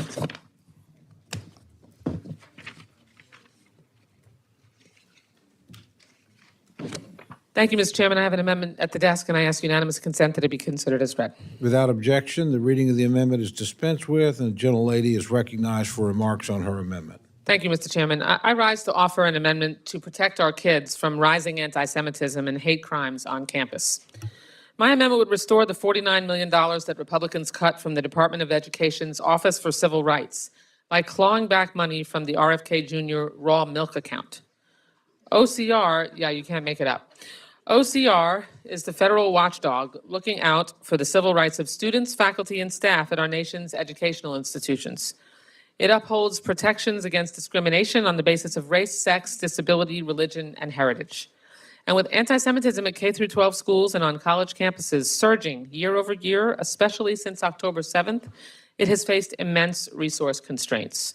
Complaints are at an all-time high. Anti-Semitism in our campuses and in our schools are at levels not seen in decades, and OCR is already stretched to the limit.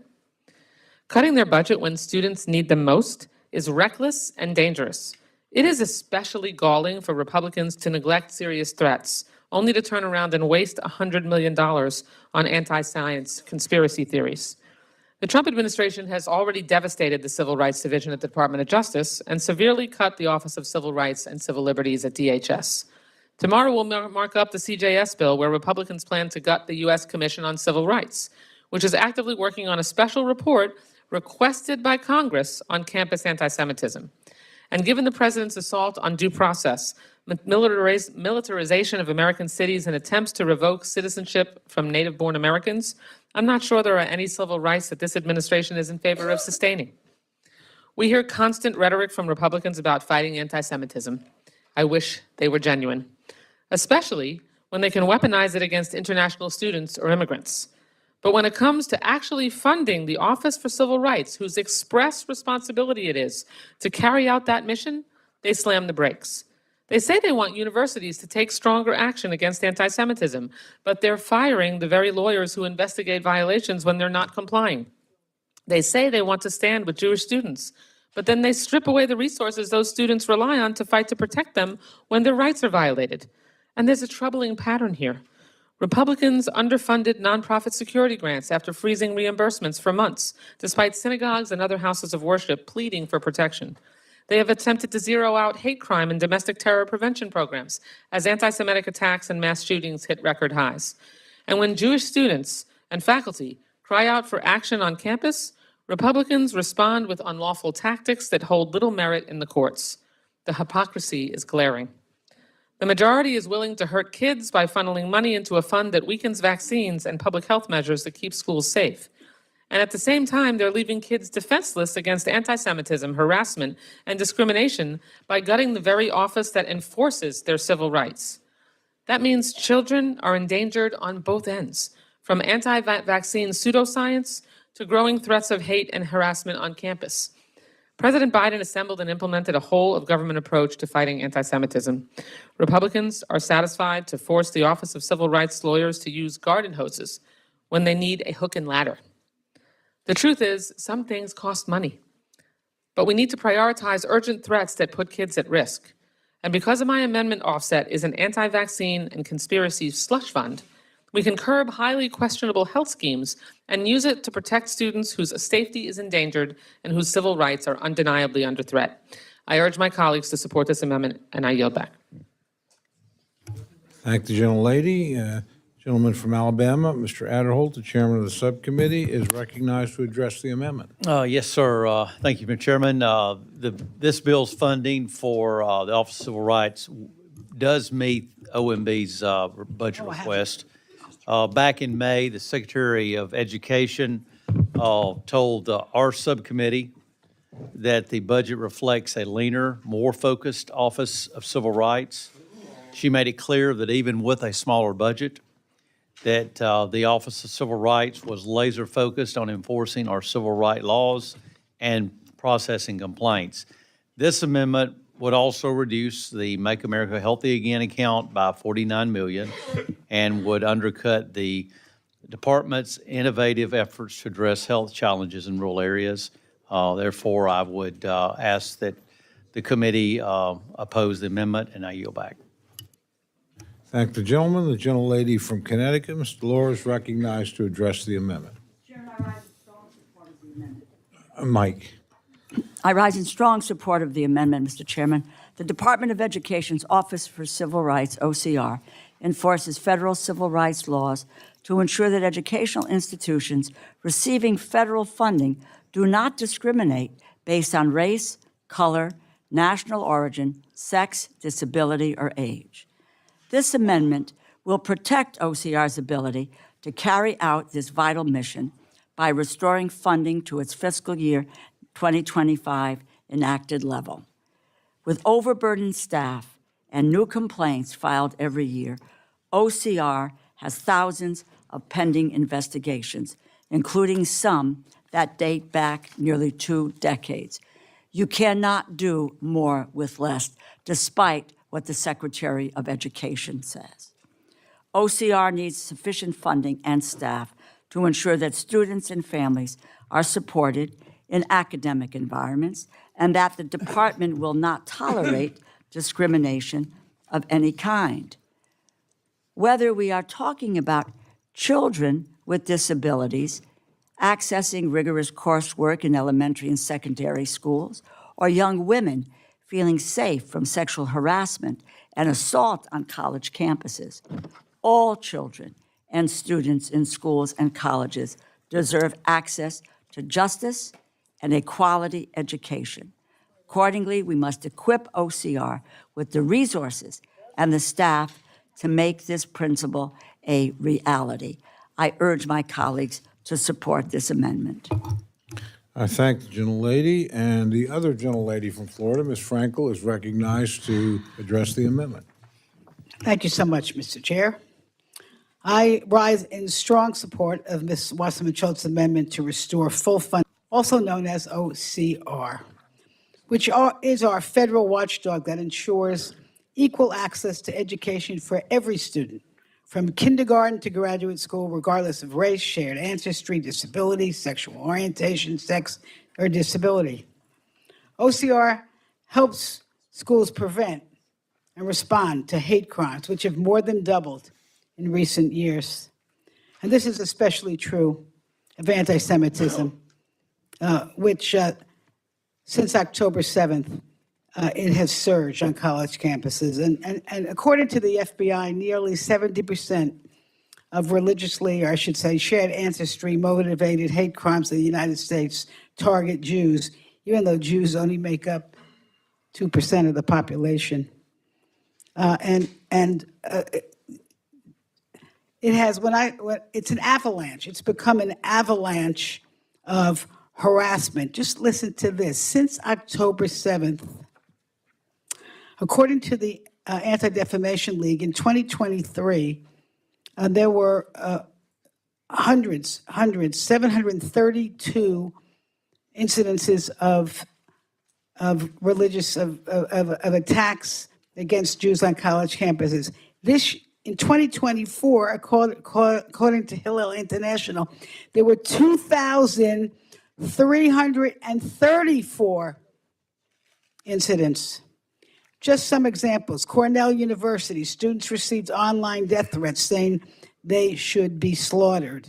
At Harvard, chants of "From the river to the sea," a call to erase Israel and its people, rang across campus. At Cooper Union, New York, Jewish students were barricaded in a library as protesters pounded at the doors. And across campuses, Jewish students have been cursed at, spat at, told to go back to Poland, or called colonizers. And I want to be clear, a disagreement with foreign policy is not an excuse to threaten, harass, or endanger students. Children, I'm going to say this, children are not responsible for the actions of adult political leaders. Every student, whether they're Jewish, Muslim, or otherwise, has the right to feel safe on campuses. Free speech does not mean the freedom to intimidate. Every student deserves a fair shot, an equal education, and that starts with safety. And that's where OCR plays a crucial role.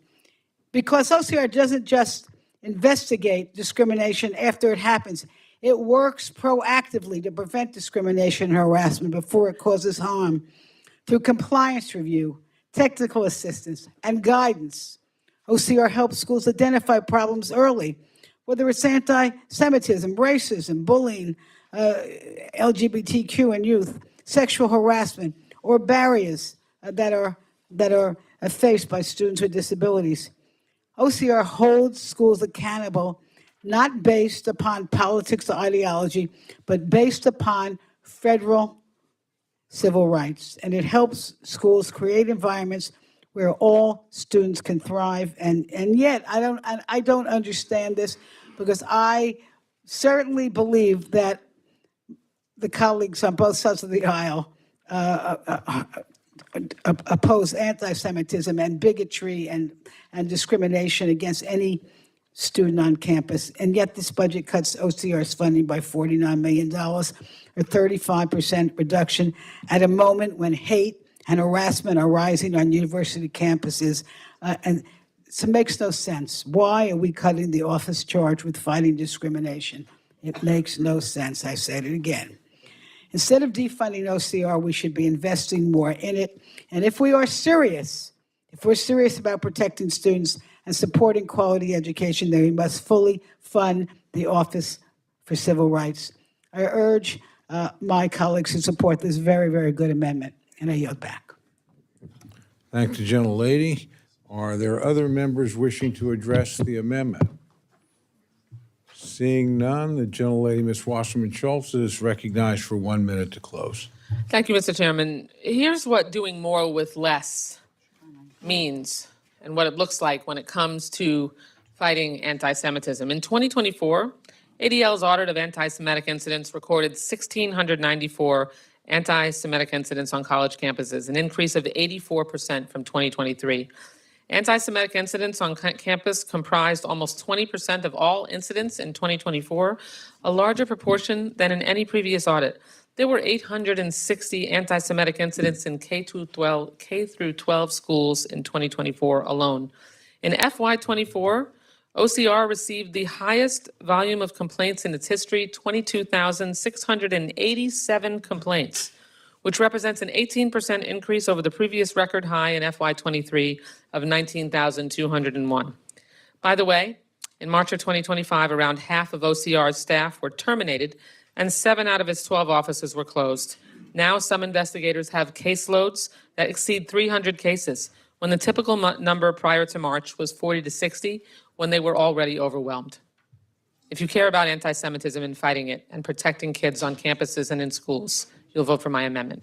I yield back the balance of my time and urge my members' support of it. Thank the gentlelady. The question's now on the amendment offered by the gentlelady from Florida. All those in favor say aye. Aye. All those opposed say no. No. The opinion of the chair, the noes have it. Roll call has been requested. Sufficient support has been demonstrated. The clerk will call the roll. Mr. Adderholt. No. Mr. Adderholt, no. Mr. Aguilar. Mr. Aguilar, aye. Mr. Alford. Mr. Alford, no. Mr. Amade. Mr. Amade, no. Mrs. Bice. Mr. Bishop. Aye. Mr. Bishop, aye. Mrs. Bice. Mrs. Bice, no. Mr. Calvert. No. Mr. Calvert, no. Mr. Carter. No. Mr. Carter, no. Mr. Case. Aye. Mr. Case, aye. Mr. Siscomani. No. Mr. Siscomani, no. Mr. Klein. No. Mr. Klein, no. Mr. Cloud. No. Mr. Cloud, no. Mr. Clyburn. Aye. Mr. Clyburn, aye. Mr. Clyde. Negative. Mr. Clyde, no. Mr. Cole. No. Mr. Cole, no. Mr. Cuellar. Mr. Cuellar, aye. Ms. Dean. Ms. Dean, aye. Mr. Diaz-Balart. No. Mr. Diaz-Balart, no. Mr. Elzey. Mr. Elzey, no. Ms. Escobar. Aye. Ms. Escobar, aye. Mr. Espaillat. Aye. Mr. Espaillat, aye. Mr. Fleischman. No. Mr. Fleischman, no. Ms. Frankel. Aye. Ms. Frankel. Mr. Franklin, no. Mr. Gonzalez. Aye. Mr. Gonzalez, no. Mr. Guest. Mr. Guest, no. Mr. Harder. Mr. Harder, aye. Dr. Harris. Dr. Harris, no. Mrs. Hinson. Mr. Hoyer. Mr. Hoyer, aye. Mr. Ivy. Mr. Ivy, aye. Mr. Joyce.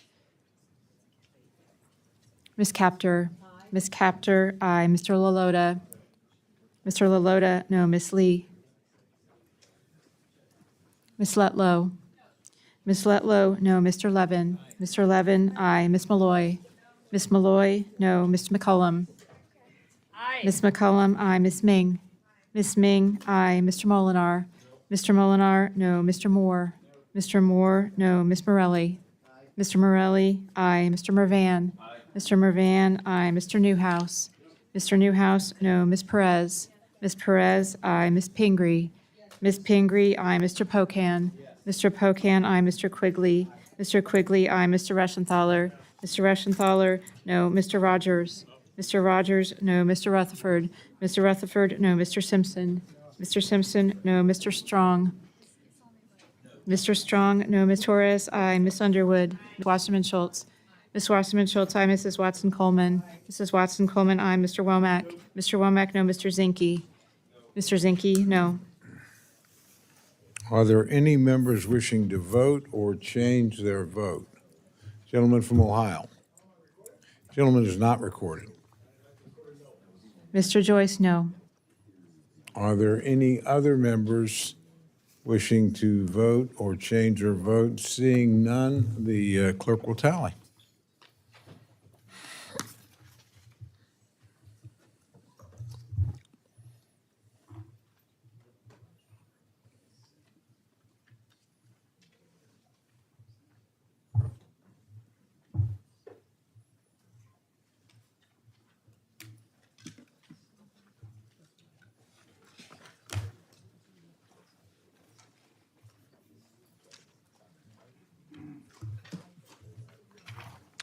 On this vote, the ayes are 27, the noes are 34. The amendment is not adopted.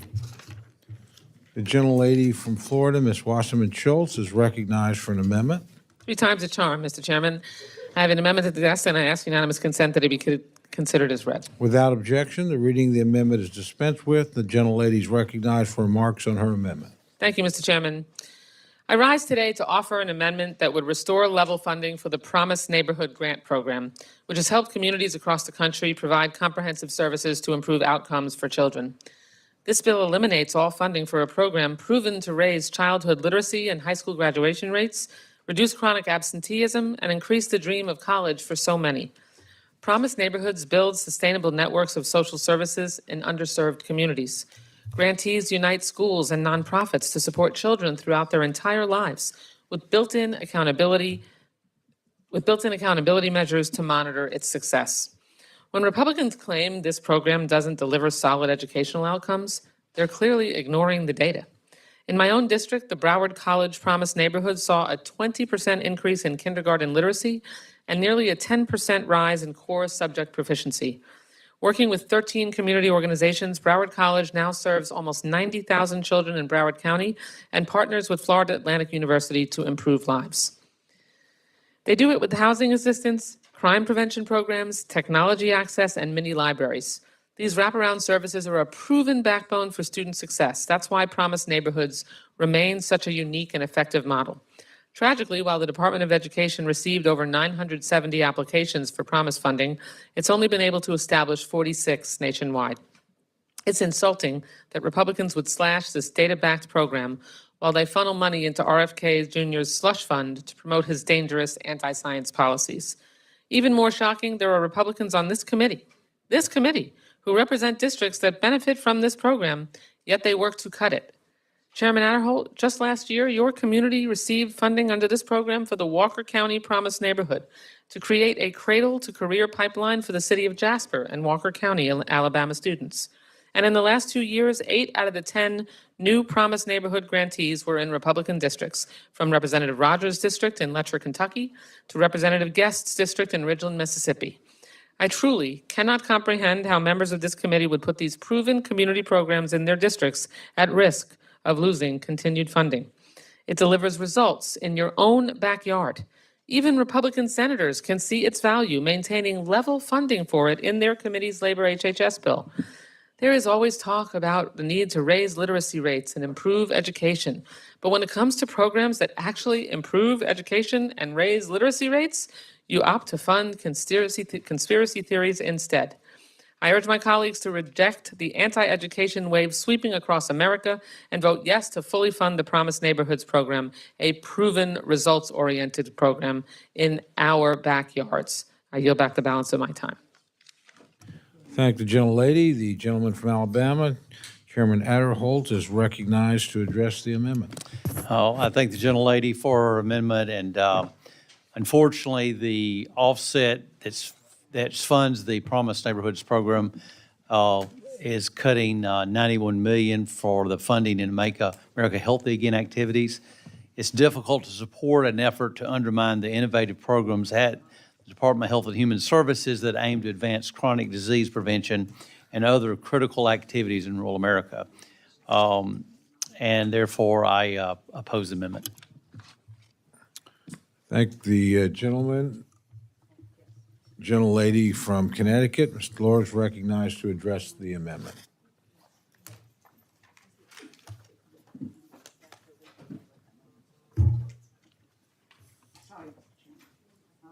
I rise in support of this Mike.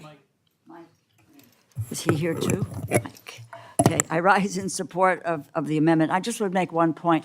This MAHA slush fund, by the way, there is no delineation of how it's going to be used and so forth. So in effort, it is a slush fund, and it is an appropriate place to take the funding for such an outstanding program as Promised Neighborhoods. Congress has supported community-led local innovations through the Promised Neighborhoods program for nearly 2 decades, with the mission of improving education outcomes for students in distressed urban and rural neighborhoods nationwide. And when I had the honor of chairing this committee and understanding the value of this program, we increased the funding every single year. It has been an effective and popular program, and I might add, this was done on a bipartisan basis. Over the years, the projects have been massive success stories. Federal dollars which have catalyzed additional public and private investments in economically disadvantaged neighborhoods to help students thrive academically and holistically, once again, providing opportunity for youngsters to succeed through education. Again, I would characterize it as the great equalizer. It says that your God-given talents will, and not your socioeconomic status or your gender or your religion or your political party, will determine what your success is. In the Mission Promised neighborhood located in San Francisco, California, 71% of early learning center students were ready for kindergarten when parents engaged in programming, compared with the neighborhood average of 47% in 2019. In rural Kentucky's Berea College Promised neighborhood, rates of kindergarten readiness at targeted schools increased from 16% when first reported to 38% in year 3 and up to 42% in year 4 when data was last reported. Meanwhile, South Ward Promised neighborhood in Newark, New Jersey, is working with community partners, colleges, workforce development organizations to offer college and career options to underserved students, including unique pathways partnerships for students interested in medical assistant careers and those interested in the tech industry. A pathway to success. That is what this program is all about. And on the Appropriations Committee, we do have a tradition of investing in programs that work, which is why we cannot turn our backs on the highly successful, effective Promised Neighborhoods programs. As I said, this has been done on a bipartisan basis in the past. Let's do that again. I urge my colleagues to support this amendment. Thank the gentlelady. Are there other members wishing to address the amendment? Seeing none, the gentlelady from Florida is recognized for 1 minute to close. Thank you, Mr. Chairman. It is inexplicable to me to understand how it is more important to fund raw milk and ridiculous conspiracy theories that have no scientific evidence backing them up as a justification for not providing $91 million in funding in proven programs that help not only improve education, but the quality of life and the long-term success of people in our districts across America. And, you know, the gentleman from Alabama has, we've been friends for a long time. It would ring truer if I felt like I could find a different $91 million somewhere in this bill that I would think you'd sign off on and say, oh, if only you chose the $91 million from another place. You guys are locked. You have very little interest in making sure that we actually have, you know, evidence-based decision-making and results when it comes to the education and healthcare and well-being of Americans. And that's just a fundamental divide that you know, we're going to lay out before the American people, and ultimately they'll have to decide. Doesn't seem like it's going so well in the polling outcomes lately, so I guess we'll just have to see over the next few months. I urge the members' support of my amendment. Thank the gentlelady. The question is now on the amendment offered by the gentlelady from Florida. All those in favor say aye. Aye. All those opposed say no. Opinion of the chair, the noes have it. Roll call has been requested. Sufficient support has been demonstrated. The clerk will call the roll. Mr. Adderholt? No. Mr. Adderholt, no. Mr. Aguilar? Mr. Aguilar, aye. Mr. Alford? Mr. Alford, no. Mr. Amade? Mr. Amade, no. Mrs. Bice? Mr. Bishop? Mr. Bishop, aye. Mr. Calvert? Mr. Calvert, no. Mr. Carter? Mr. Carter, no. Mr. Case? Mr. Case, aye. Mr. Siscomani? Mr. Klein? Mr. Cloud? Mr. Clyburn? Mr. Clyburn, aye. Mr. Clyde? Mr. Clyde, no. Mr. Cole? No. Mr. Cole, no. Mr. Cuellar? Mr. Cuellar, aye. Ms. Dean? Ms. Dean, aye. Mr. Loro? Mr. Loro, aye. Mr. Diaz-Balart? Mr. Diaz-Balart, no. Mr. Edwards? Mr. Edwards, no. Mr. Elzey?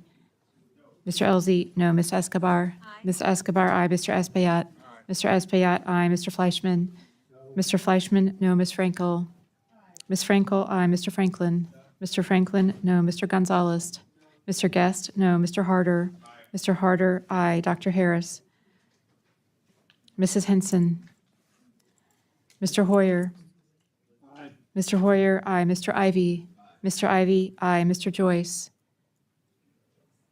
Mr. Joyce, no. Ms. Capter? Ms. Capter, aye. Mr. Lalota? Mr. Lalota, no. Ms. Lee? Ms. Letlow? Ms. Letlow, no. Mr. Levin? Mr. Levin, aye. Ms. Malloy?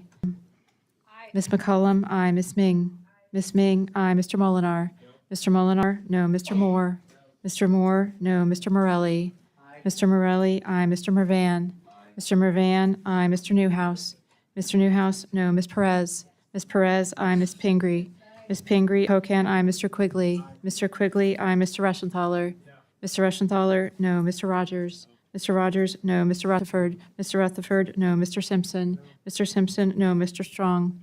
Mr. Strong, no. Mrs. Torres? Mrs. Torres, aye. Ms. Underwood? Ms. Underwood, aye. Mr. No. Ms. Wasserman Schultz? Ms. Wasserman Schultz, aye. Mrs. Watson Coleman?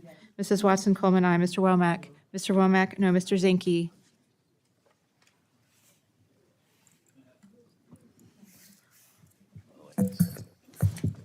Are there any members wishing to cast their vote or change their vote? Gentleman from Maryland. Dr. Harris, no. Gentleman from Virginia. Mr. Klein, no. Gentleman from Arizona. Mr. Siscomani, no. Gentlelady from Oklahoma. Mrs. Bice, no. Gentleman from Montana. Mr. Zinke, no. Are there others wishing to cast their vote or change their vote? Seeing none, the clerk will tally. Oh, sorry, the gentleman from Texas. Mr. Not Cloud. recorded. Mr. Cloud votes no.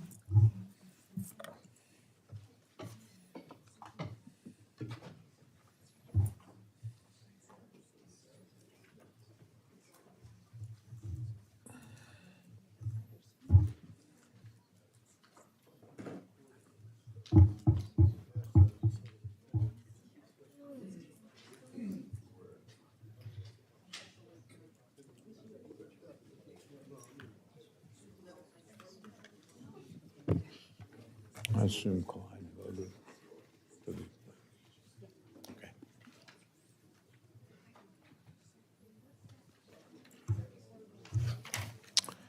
On this vote, the ayes are 27, the noes are 34. The amendment is not adopted. Gentleman from Illinois, Mr. Quigley, is recognized for the purpose of an amendment. Mr. Chairman, I have to notice that a few hours ago, Mrs. Watson Coleman made a request for dinner. Given the hour and the extraordinary pace we're at, was going to make a request for breakfast tomorrow. I can just imagine It's all in you. the gentleman and his friend's hands. Well, look, I can just see you and So if you're going to Mr. keep us Diaz here till Balart breakfast- operating an omelet bar. Just to respond to my friend, if you're going to keep us here till breakfast. No, and maybe you know, it in this will spirit, actually- Mr. Chairman, Maybe it because- would be actually your turn to buy breakfast. That's all I'm suggesting. All right. I'm not suggesting I think we anything have about the some time. McDonald's I would friends put in here a personal today. request for a screwdriver or a Bloody Mary, but you know, whatever you I provide was will be thinking more added. Egg McMuffins for everyone. My friend is recognized for the purpose of amendment. Mr. Chairman, I do have an amendment at the desk, and I ask that the reading be waived, and I am not going to ask for a recorded vote, given what we just talked about. Without objection, the reading of the amendment is dispensed with, and the gentleman's recognized for remarks on his amendment. Mr. Chairman, we are less than 2 weeks out from the tragic Catholic church shooting in Minnesota.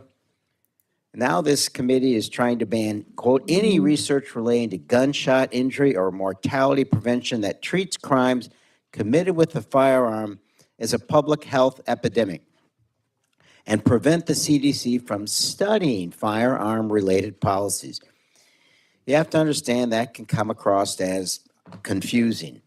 In 2023, 47,000 Americans died of gun-related injuries. That same year, an estimated 27,000 Americans died from the flu, and 41,000 died from car crashes. Gun violence is the leading cause of death for children and teens in the U.S. No other high-income country experiences this level of violence from firearms. Today is also National Firearm Suicide Prevention Day. The ban on gun violence research also bans research on suicide prevention strategies.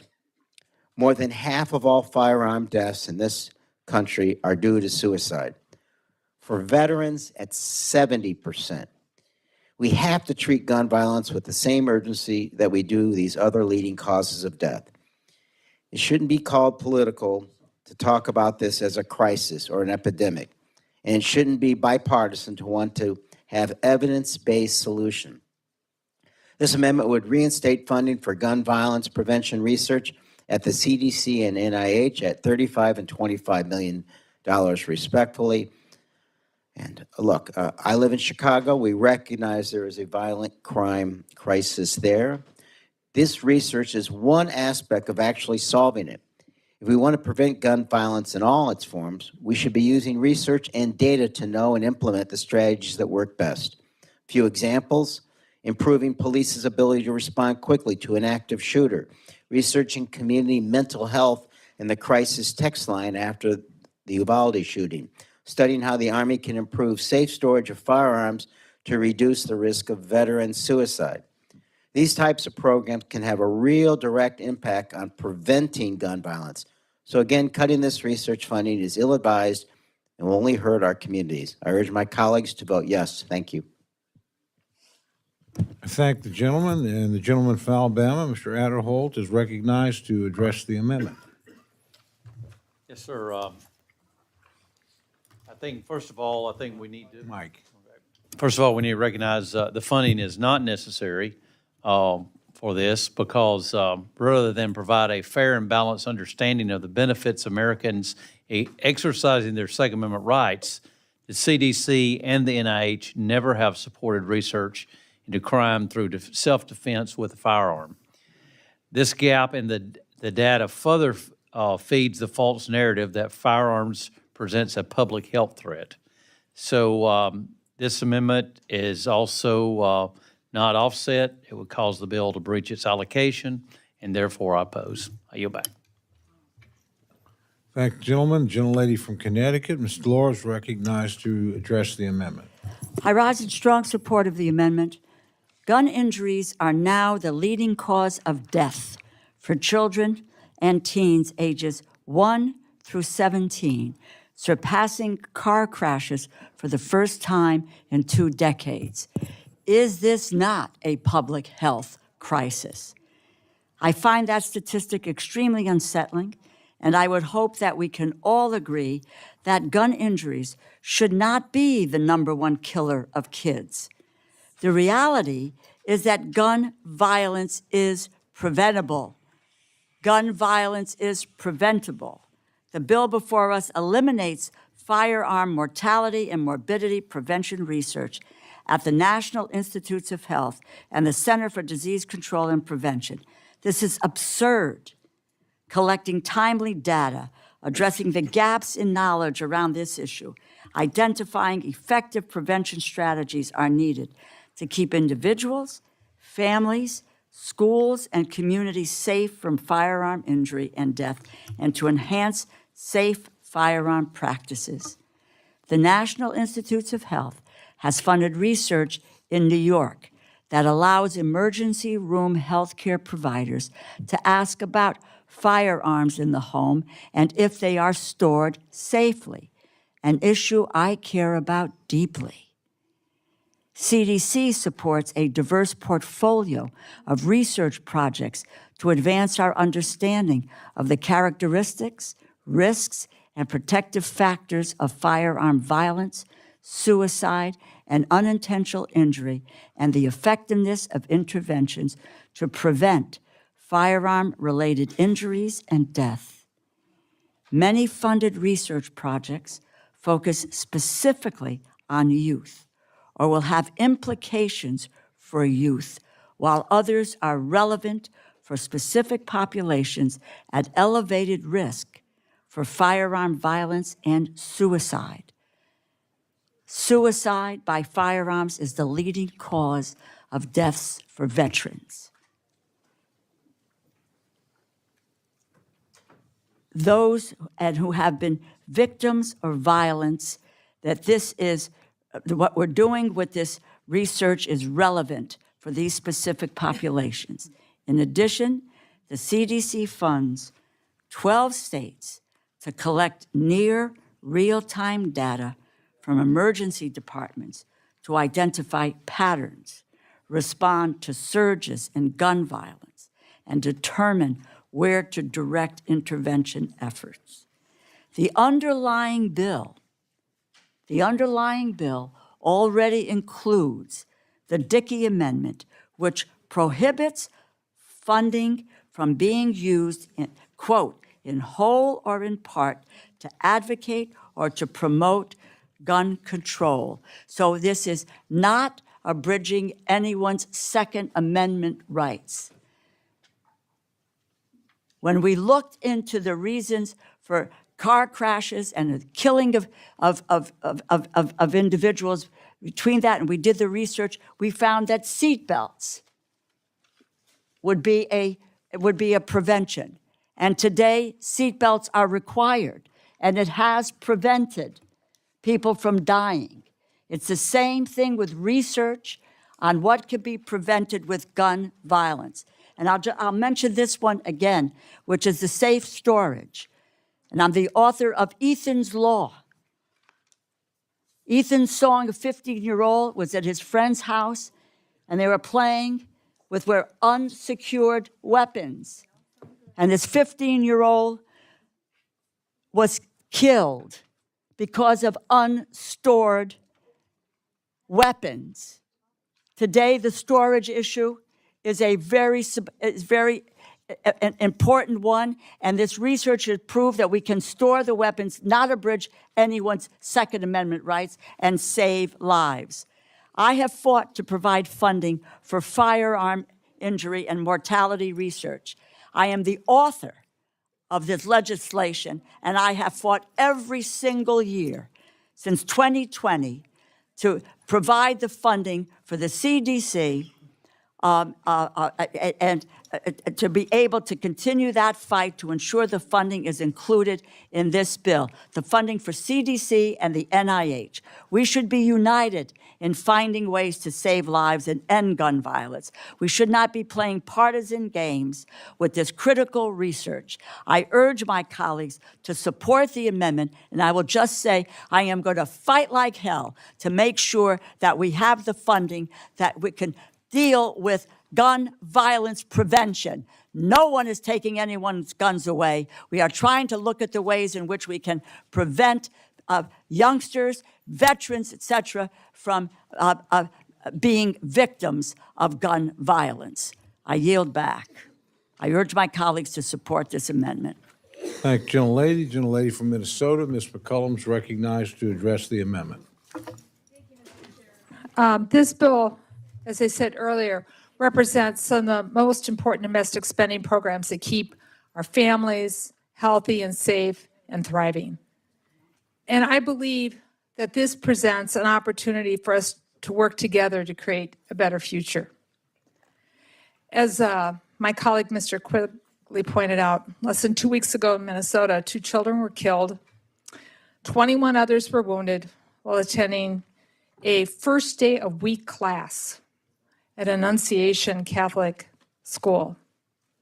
And this is something that I heard from neighbors and staff who worked for me and others, that everybody go to Mass together.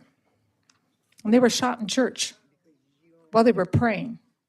So to send them thoughts and prayers, in my opinion, right now especially, is not enough. Whether you believe in common sense gun laws or not, I hope we can all agree at the very least we should be researching ways we can prevent injury and mortality in the future. My grandfather in Montana did it for me, my brother and sister when we were kids. There were guns around. They were safely stored. We also know what he would do to any one of us if we even thought of touching one.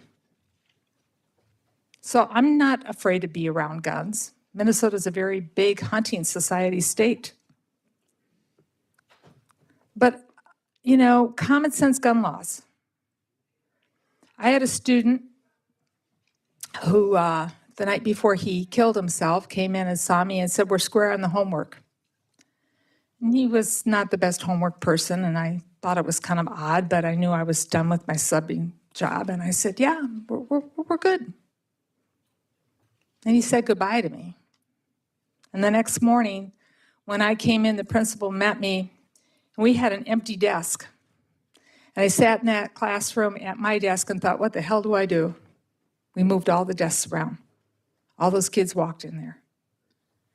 Could a gun lock have prevented that?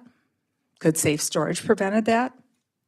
That's the question I know his family's asking. But the family was traumatized. I was, and so was every kid in that high school, and especially the kids who had to walk in that classroom. We've had so many young kids, and I'm talking about toddlers, shot by a brother or a sister or an older cousin in the house who knew there was a gun in the house and went and found it because there wasn't a trigger lock or it wasn't safely stored. Now, I'm not saying that there has to be a trigger lock on every gun at every moment and every time. But if we do the research to figure out how to talk to one another about it, to work with law enforcement who often provide guidance on how to safely store, and we make it something that people just have an expectation to do, we have an opportunity to make a difference.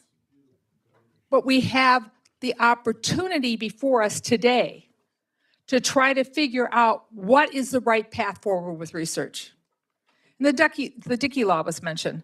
Now, this public radio plug, I heard on public radio a couple of years ago, Representative Dickey saying, you know, if I had it to do over again, I wouldn't do that amendment because of what has happened and what's evolved and what we failed to do. So, Mr. Quigley, on behalf of my constituents in the 4th District and folks in Minnesota, thank you for offering us more than thoughts and prayers. Thank you, gentlelady. Gentlelady from Pennsylvania is recognized to address the amendment.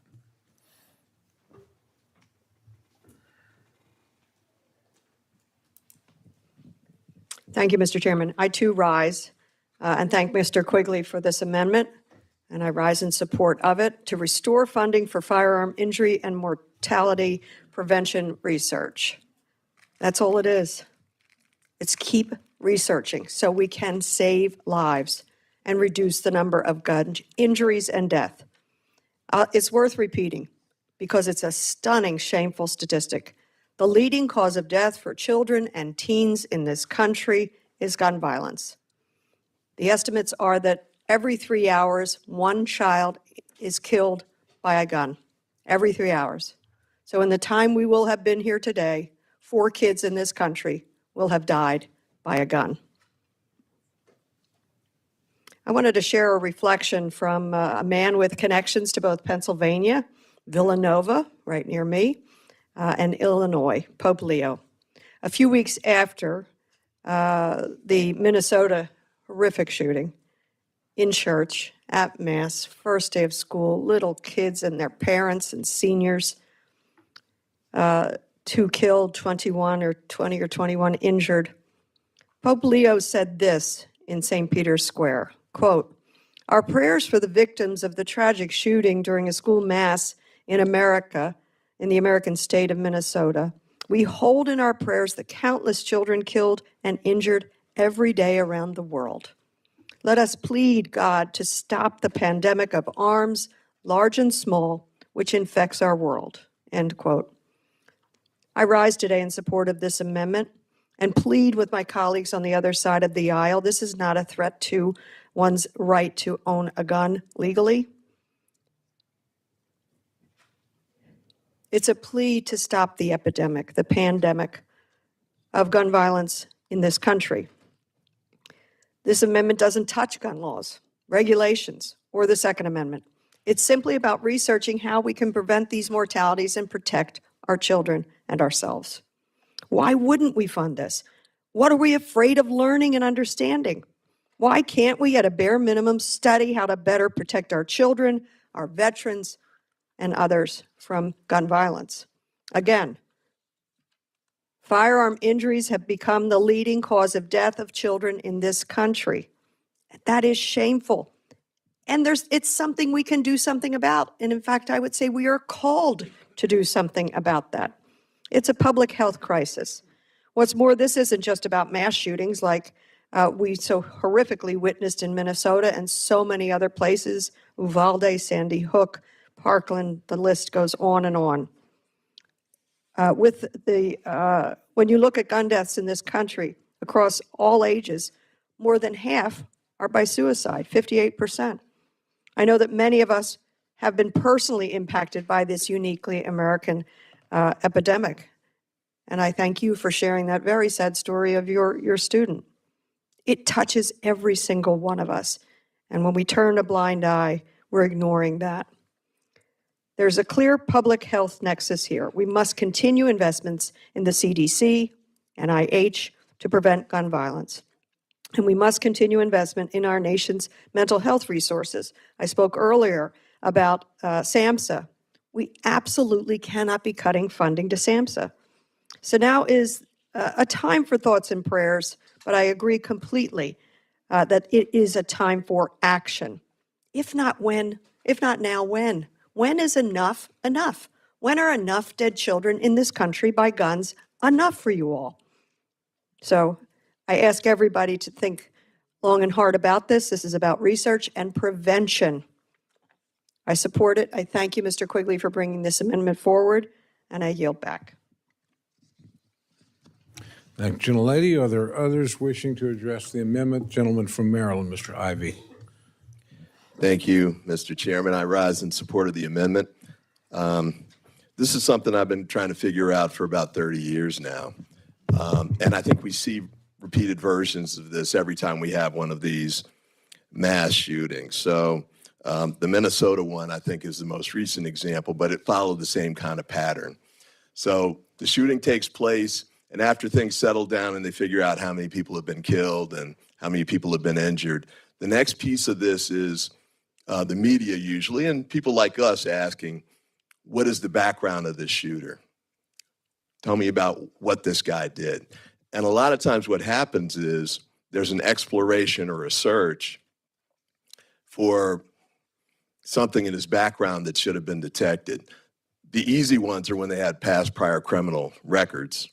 And, you know, he got out early or something along those lines. And you can say, you know, they're being soft on these criminals. That's why these criminal acts are continuing. If they were just tougher on these guys, it would be better. I'm going to set that to the side for the moment, because a lot of the shooters, like the one we just had, or the one who tried to assassinate Donald Trump last year, didn't really have a criminal background. They frequently are very young people, teens sometimes, maybe early 20s, first-time offenders, pick up a gun, go out and start killing people. When I was a local prosecutor, we had versions of that, not like these mass shootings in the schools, but you know, first-time offenders who were actually their first offense was murder. And so what we would do is go back and look and try and figure out, well, is there something in this kid's background that we should have seen? And frequently there was.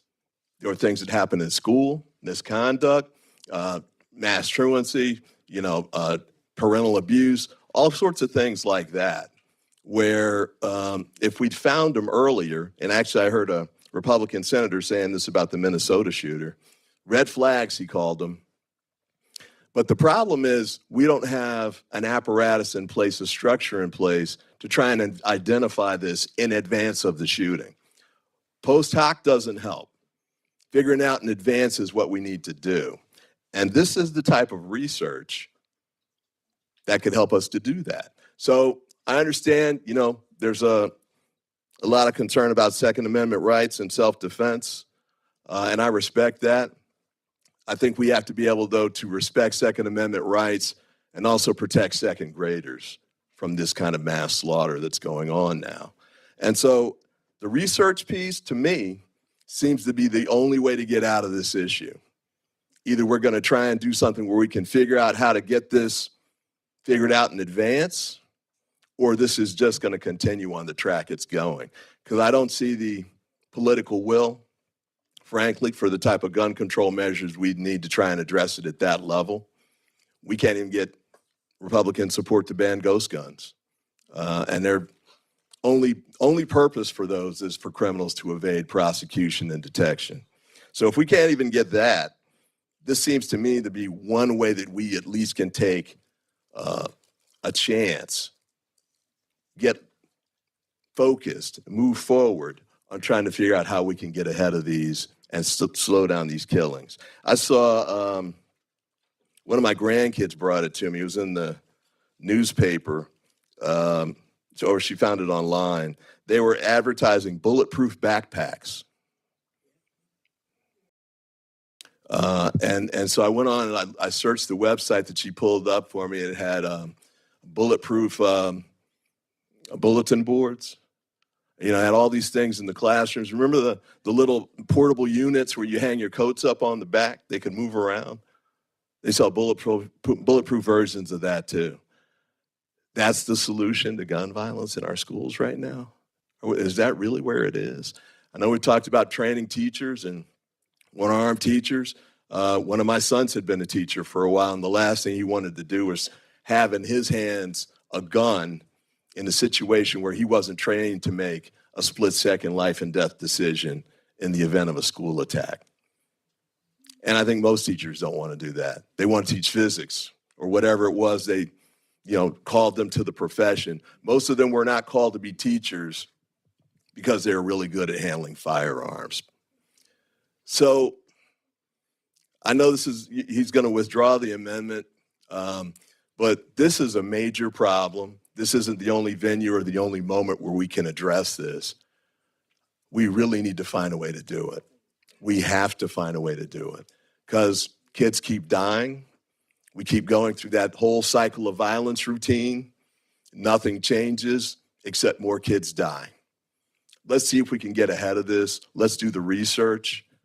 Research doesn't hurt anybody, doesn't undermine Second Amendment rights. It doesn't stop people from selling firearms. Some of the things I might want to do, but I'm not even asking for all of that. Let's just see if we can figure out, through research, a data-driven strategy to shut this down. And with that, I yield back. Thank you, gentlemen. Are there other members wishing to address the amendment? Seeing none, the gentleman from Illinois is recognized for 1 minute to close. Chairman, look, I'd appreciate your supporting this amendment. You got to ask yourselves, what are you going to offer here, right? If we're not going to go after, if we're not going to have universal background checks, we're not going to do some of the other easy things. I mean, can't you at least research and try to understand this? Respectfully, don't tell me this is about Second Amendment when we're trying to prevent kids from getting killed and veterans from committing suicide. So this ought to be the easiest thing to do, is to at least understand this issue a little better. And if we can't do this, then I guess we've got a long way to go. But I encourage your support. Thank you, gentlemen. The question is now on the amendment offered by the gentleman from Illinois. All those in favor say aye. Aye. All those opposed say no. No. The opinion of the chair, the noes have it, and the amendment is not adopted. Gentlelady from California, Ms. Torres, is recognized for the purpose of an amendment.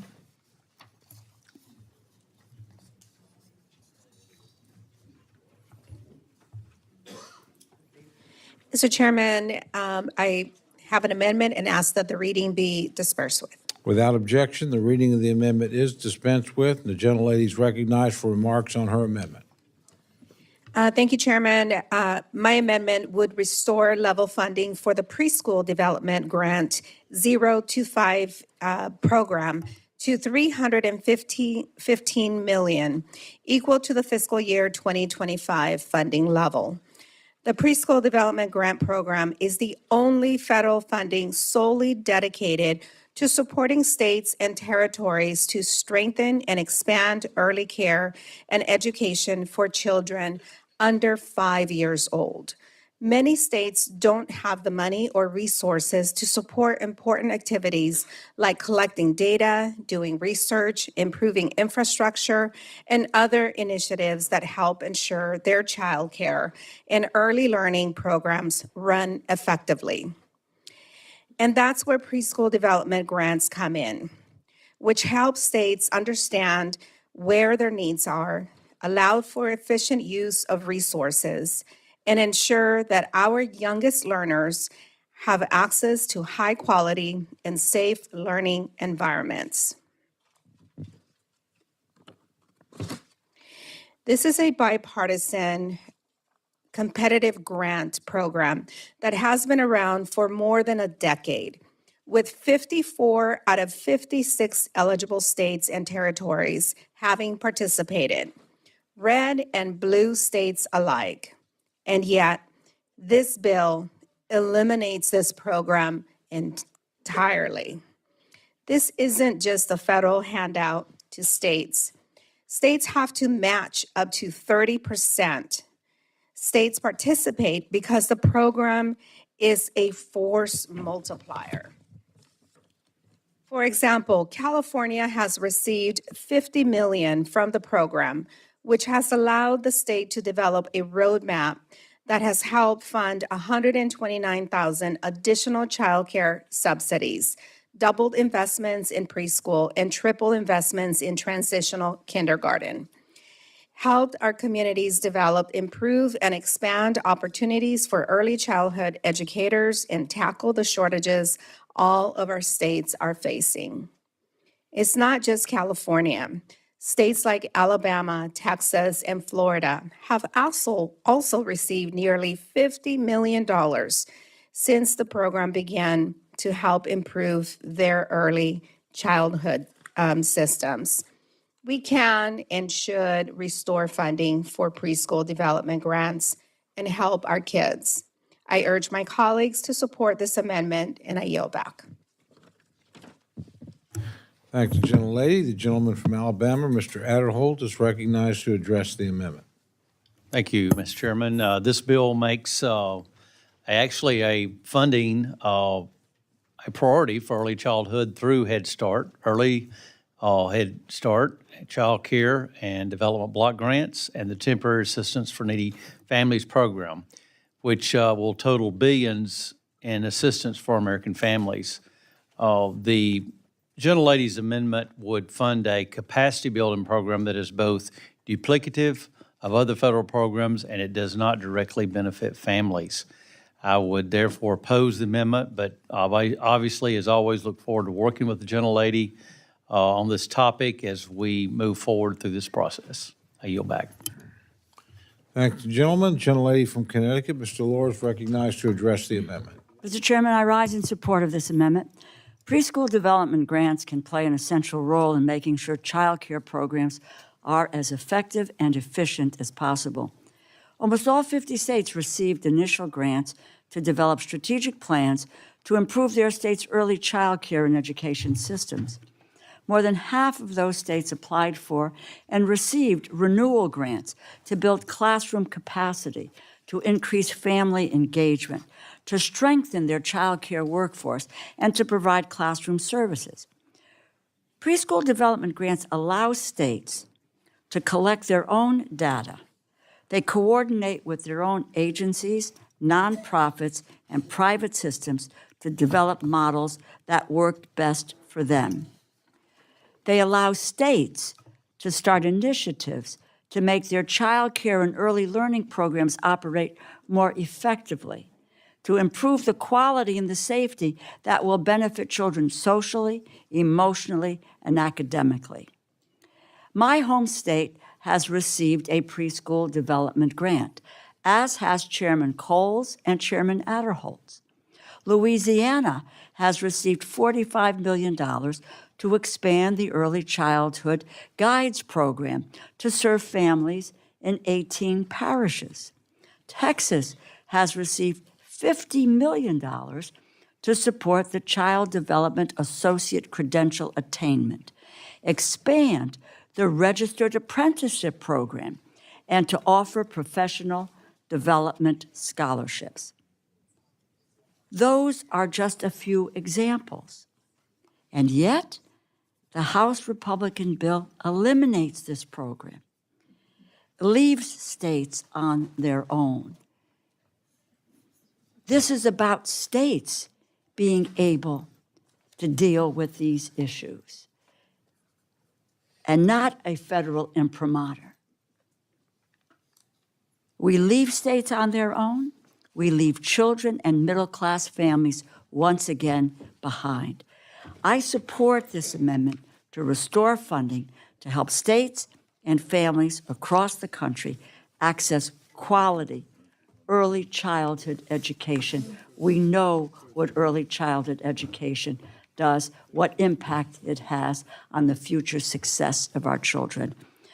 Thank you, and I yield back. Thank the gentlelady. Are there other members wishing to address the amendment? Seeing none, the gentlelady from California is recognized for 1 minute to close. Thank you, Chairman. As a mother and grandmother, I know firsthand how stressful and demanding those first 5 years are for parents and how these years make all the difference for our kids. My colleagues across the aisle talk about offsets and how the budget has made it necessary to cut this program. So as you begin to justify killing this really important program that helps young kids, let me remind all of us that Republicans passed a gun silencer tax repeal that will increase the deficit by $1.5 billion. Enough money to fund preschools, development grants for 5 more years, making it cheaper to buy gun silencers rather than helping our young kids learn. This is the same Congress that hasn't lifted a single finger to stop the president from spending over $400 million in taxpayer dollars to give himself a luxury jumbo jet, a gift from Qatar, or when his unnecessary and illegal deployments of war-fighting Marines and National Guard troops to Los Angeles cost taxpayers' dollars $120 million. Mr. Chairman, it is outrageous that we would cut early education to children 0 to 5 years old simply because you want to give a tax cut and a tax write-off for people, wealthy people, to buy gun silencers. That is outrageous, my friends. I ask for your support on this really important education bill for children, pint-sized babies, and I yield back. Thank the gentlelady. The question is now on the amendment offered by the gentlelady from California. All those in favor say aye. Aye. All those opposed say no. No. Opinion of the chair, the noes have it. The gentlelady's requested a roll call. Sufficient support having been shown, the clerk will call the roll. Mr. Adderholt. No. Mr. Adderholt, no. Mr. Aguilar. Mr. Aguilar, aye. Mr. Alford. Mr. Alford, no. Mr. Amadei. Mr. Amadei, no. Mrs. Bice. Mrs. Bice, no. Mr. Bishop. Aye. Mr. Bishop, aye. Mr. Calvert. Mr. Carter. No. Mr. Carter, no. Mr. Case. Mr. Case, aye. Mr. Siscomani. Mr. Siscomani, no. Mr. Klein. Mr. Klein, no. Mr. Cloud. Mr. Cloud, no. Mr. Clyburn. Mr. Clyburn, aye. Mr. Clyde. Mr. Cole. No. Mr. Cole, no. Mr. Cuellar. Ms. Dean. Ms. Dean, aye. Mr. Loro. Mr. Loro, aye. Mr. Diaz-Balart. Mr. Diaz-Balart, no. Mr. Edwards. Mr. Edwards, no. Mr. Elzey. Mr. Elzey, no. Ms. Escobar. Ms. Escobar, aye. Mr. Espaillat. Mr. Espaillat, aye. Mr. Fleischman. Mr. Fleischman, no. Ms. Frankel. Ms. Frankel, aye. Mr. Franklin. Mr. Franklin, no. Mr. Gonzalez. Mr. Gonzalez, no. Mr. Guest. Mr. Guest, no. Mr. Harder. Mr. Harder, aye. Dr. Harris. Dr. Harris, no. Mrs. Hinson. Mr. Hoyer. Mr. Hoyer, aye. Mr. Ivy. Mr. Ivy, aye. Mr. Joyce. Mr. Joyce, no. Ms. Capter. Ms. Capter, aye. Mr. LaLota. Ms. Lee, aye. Ms. Letlow.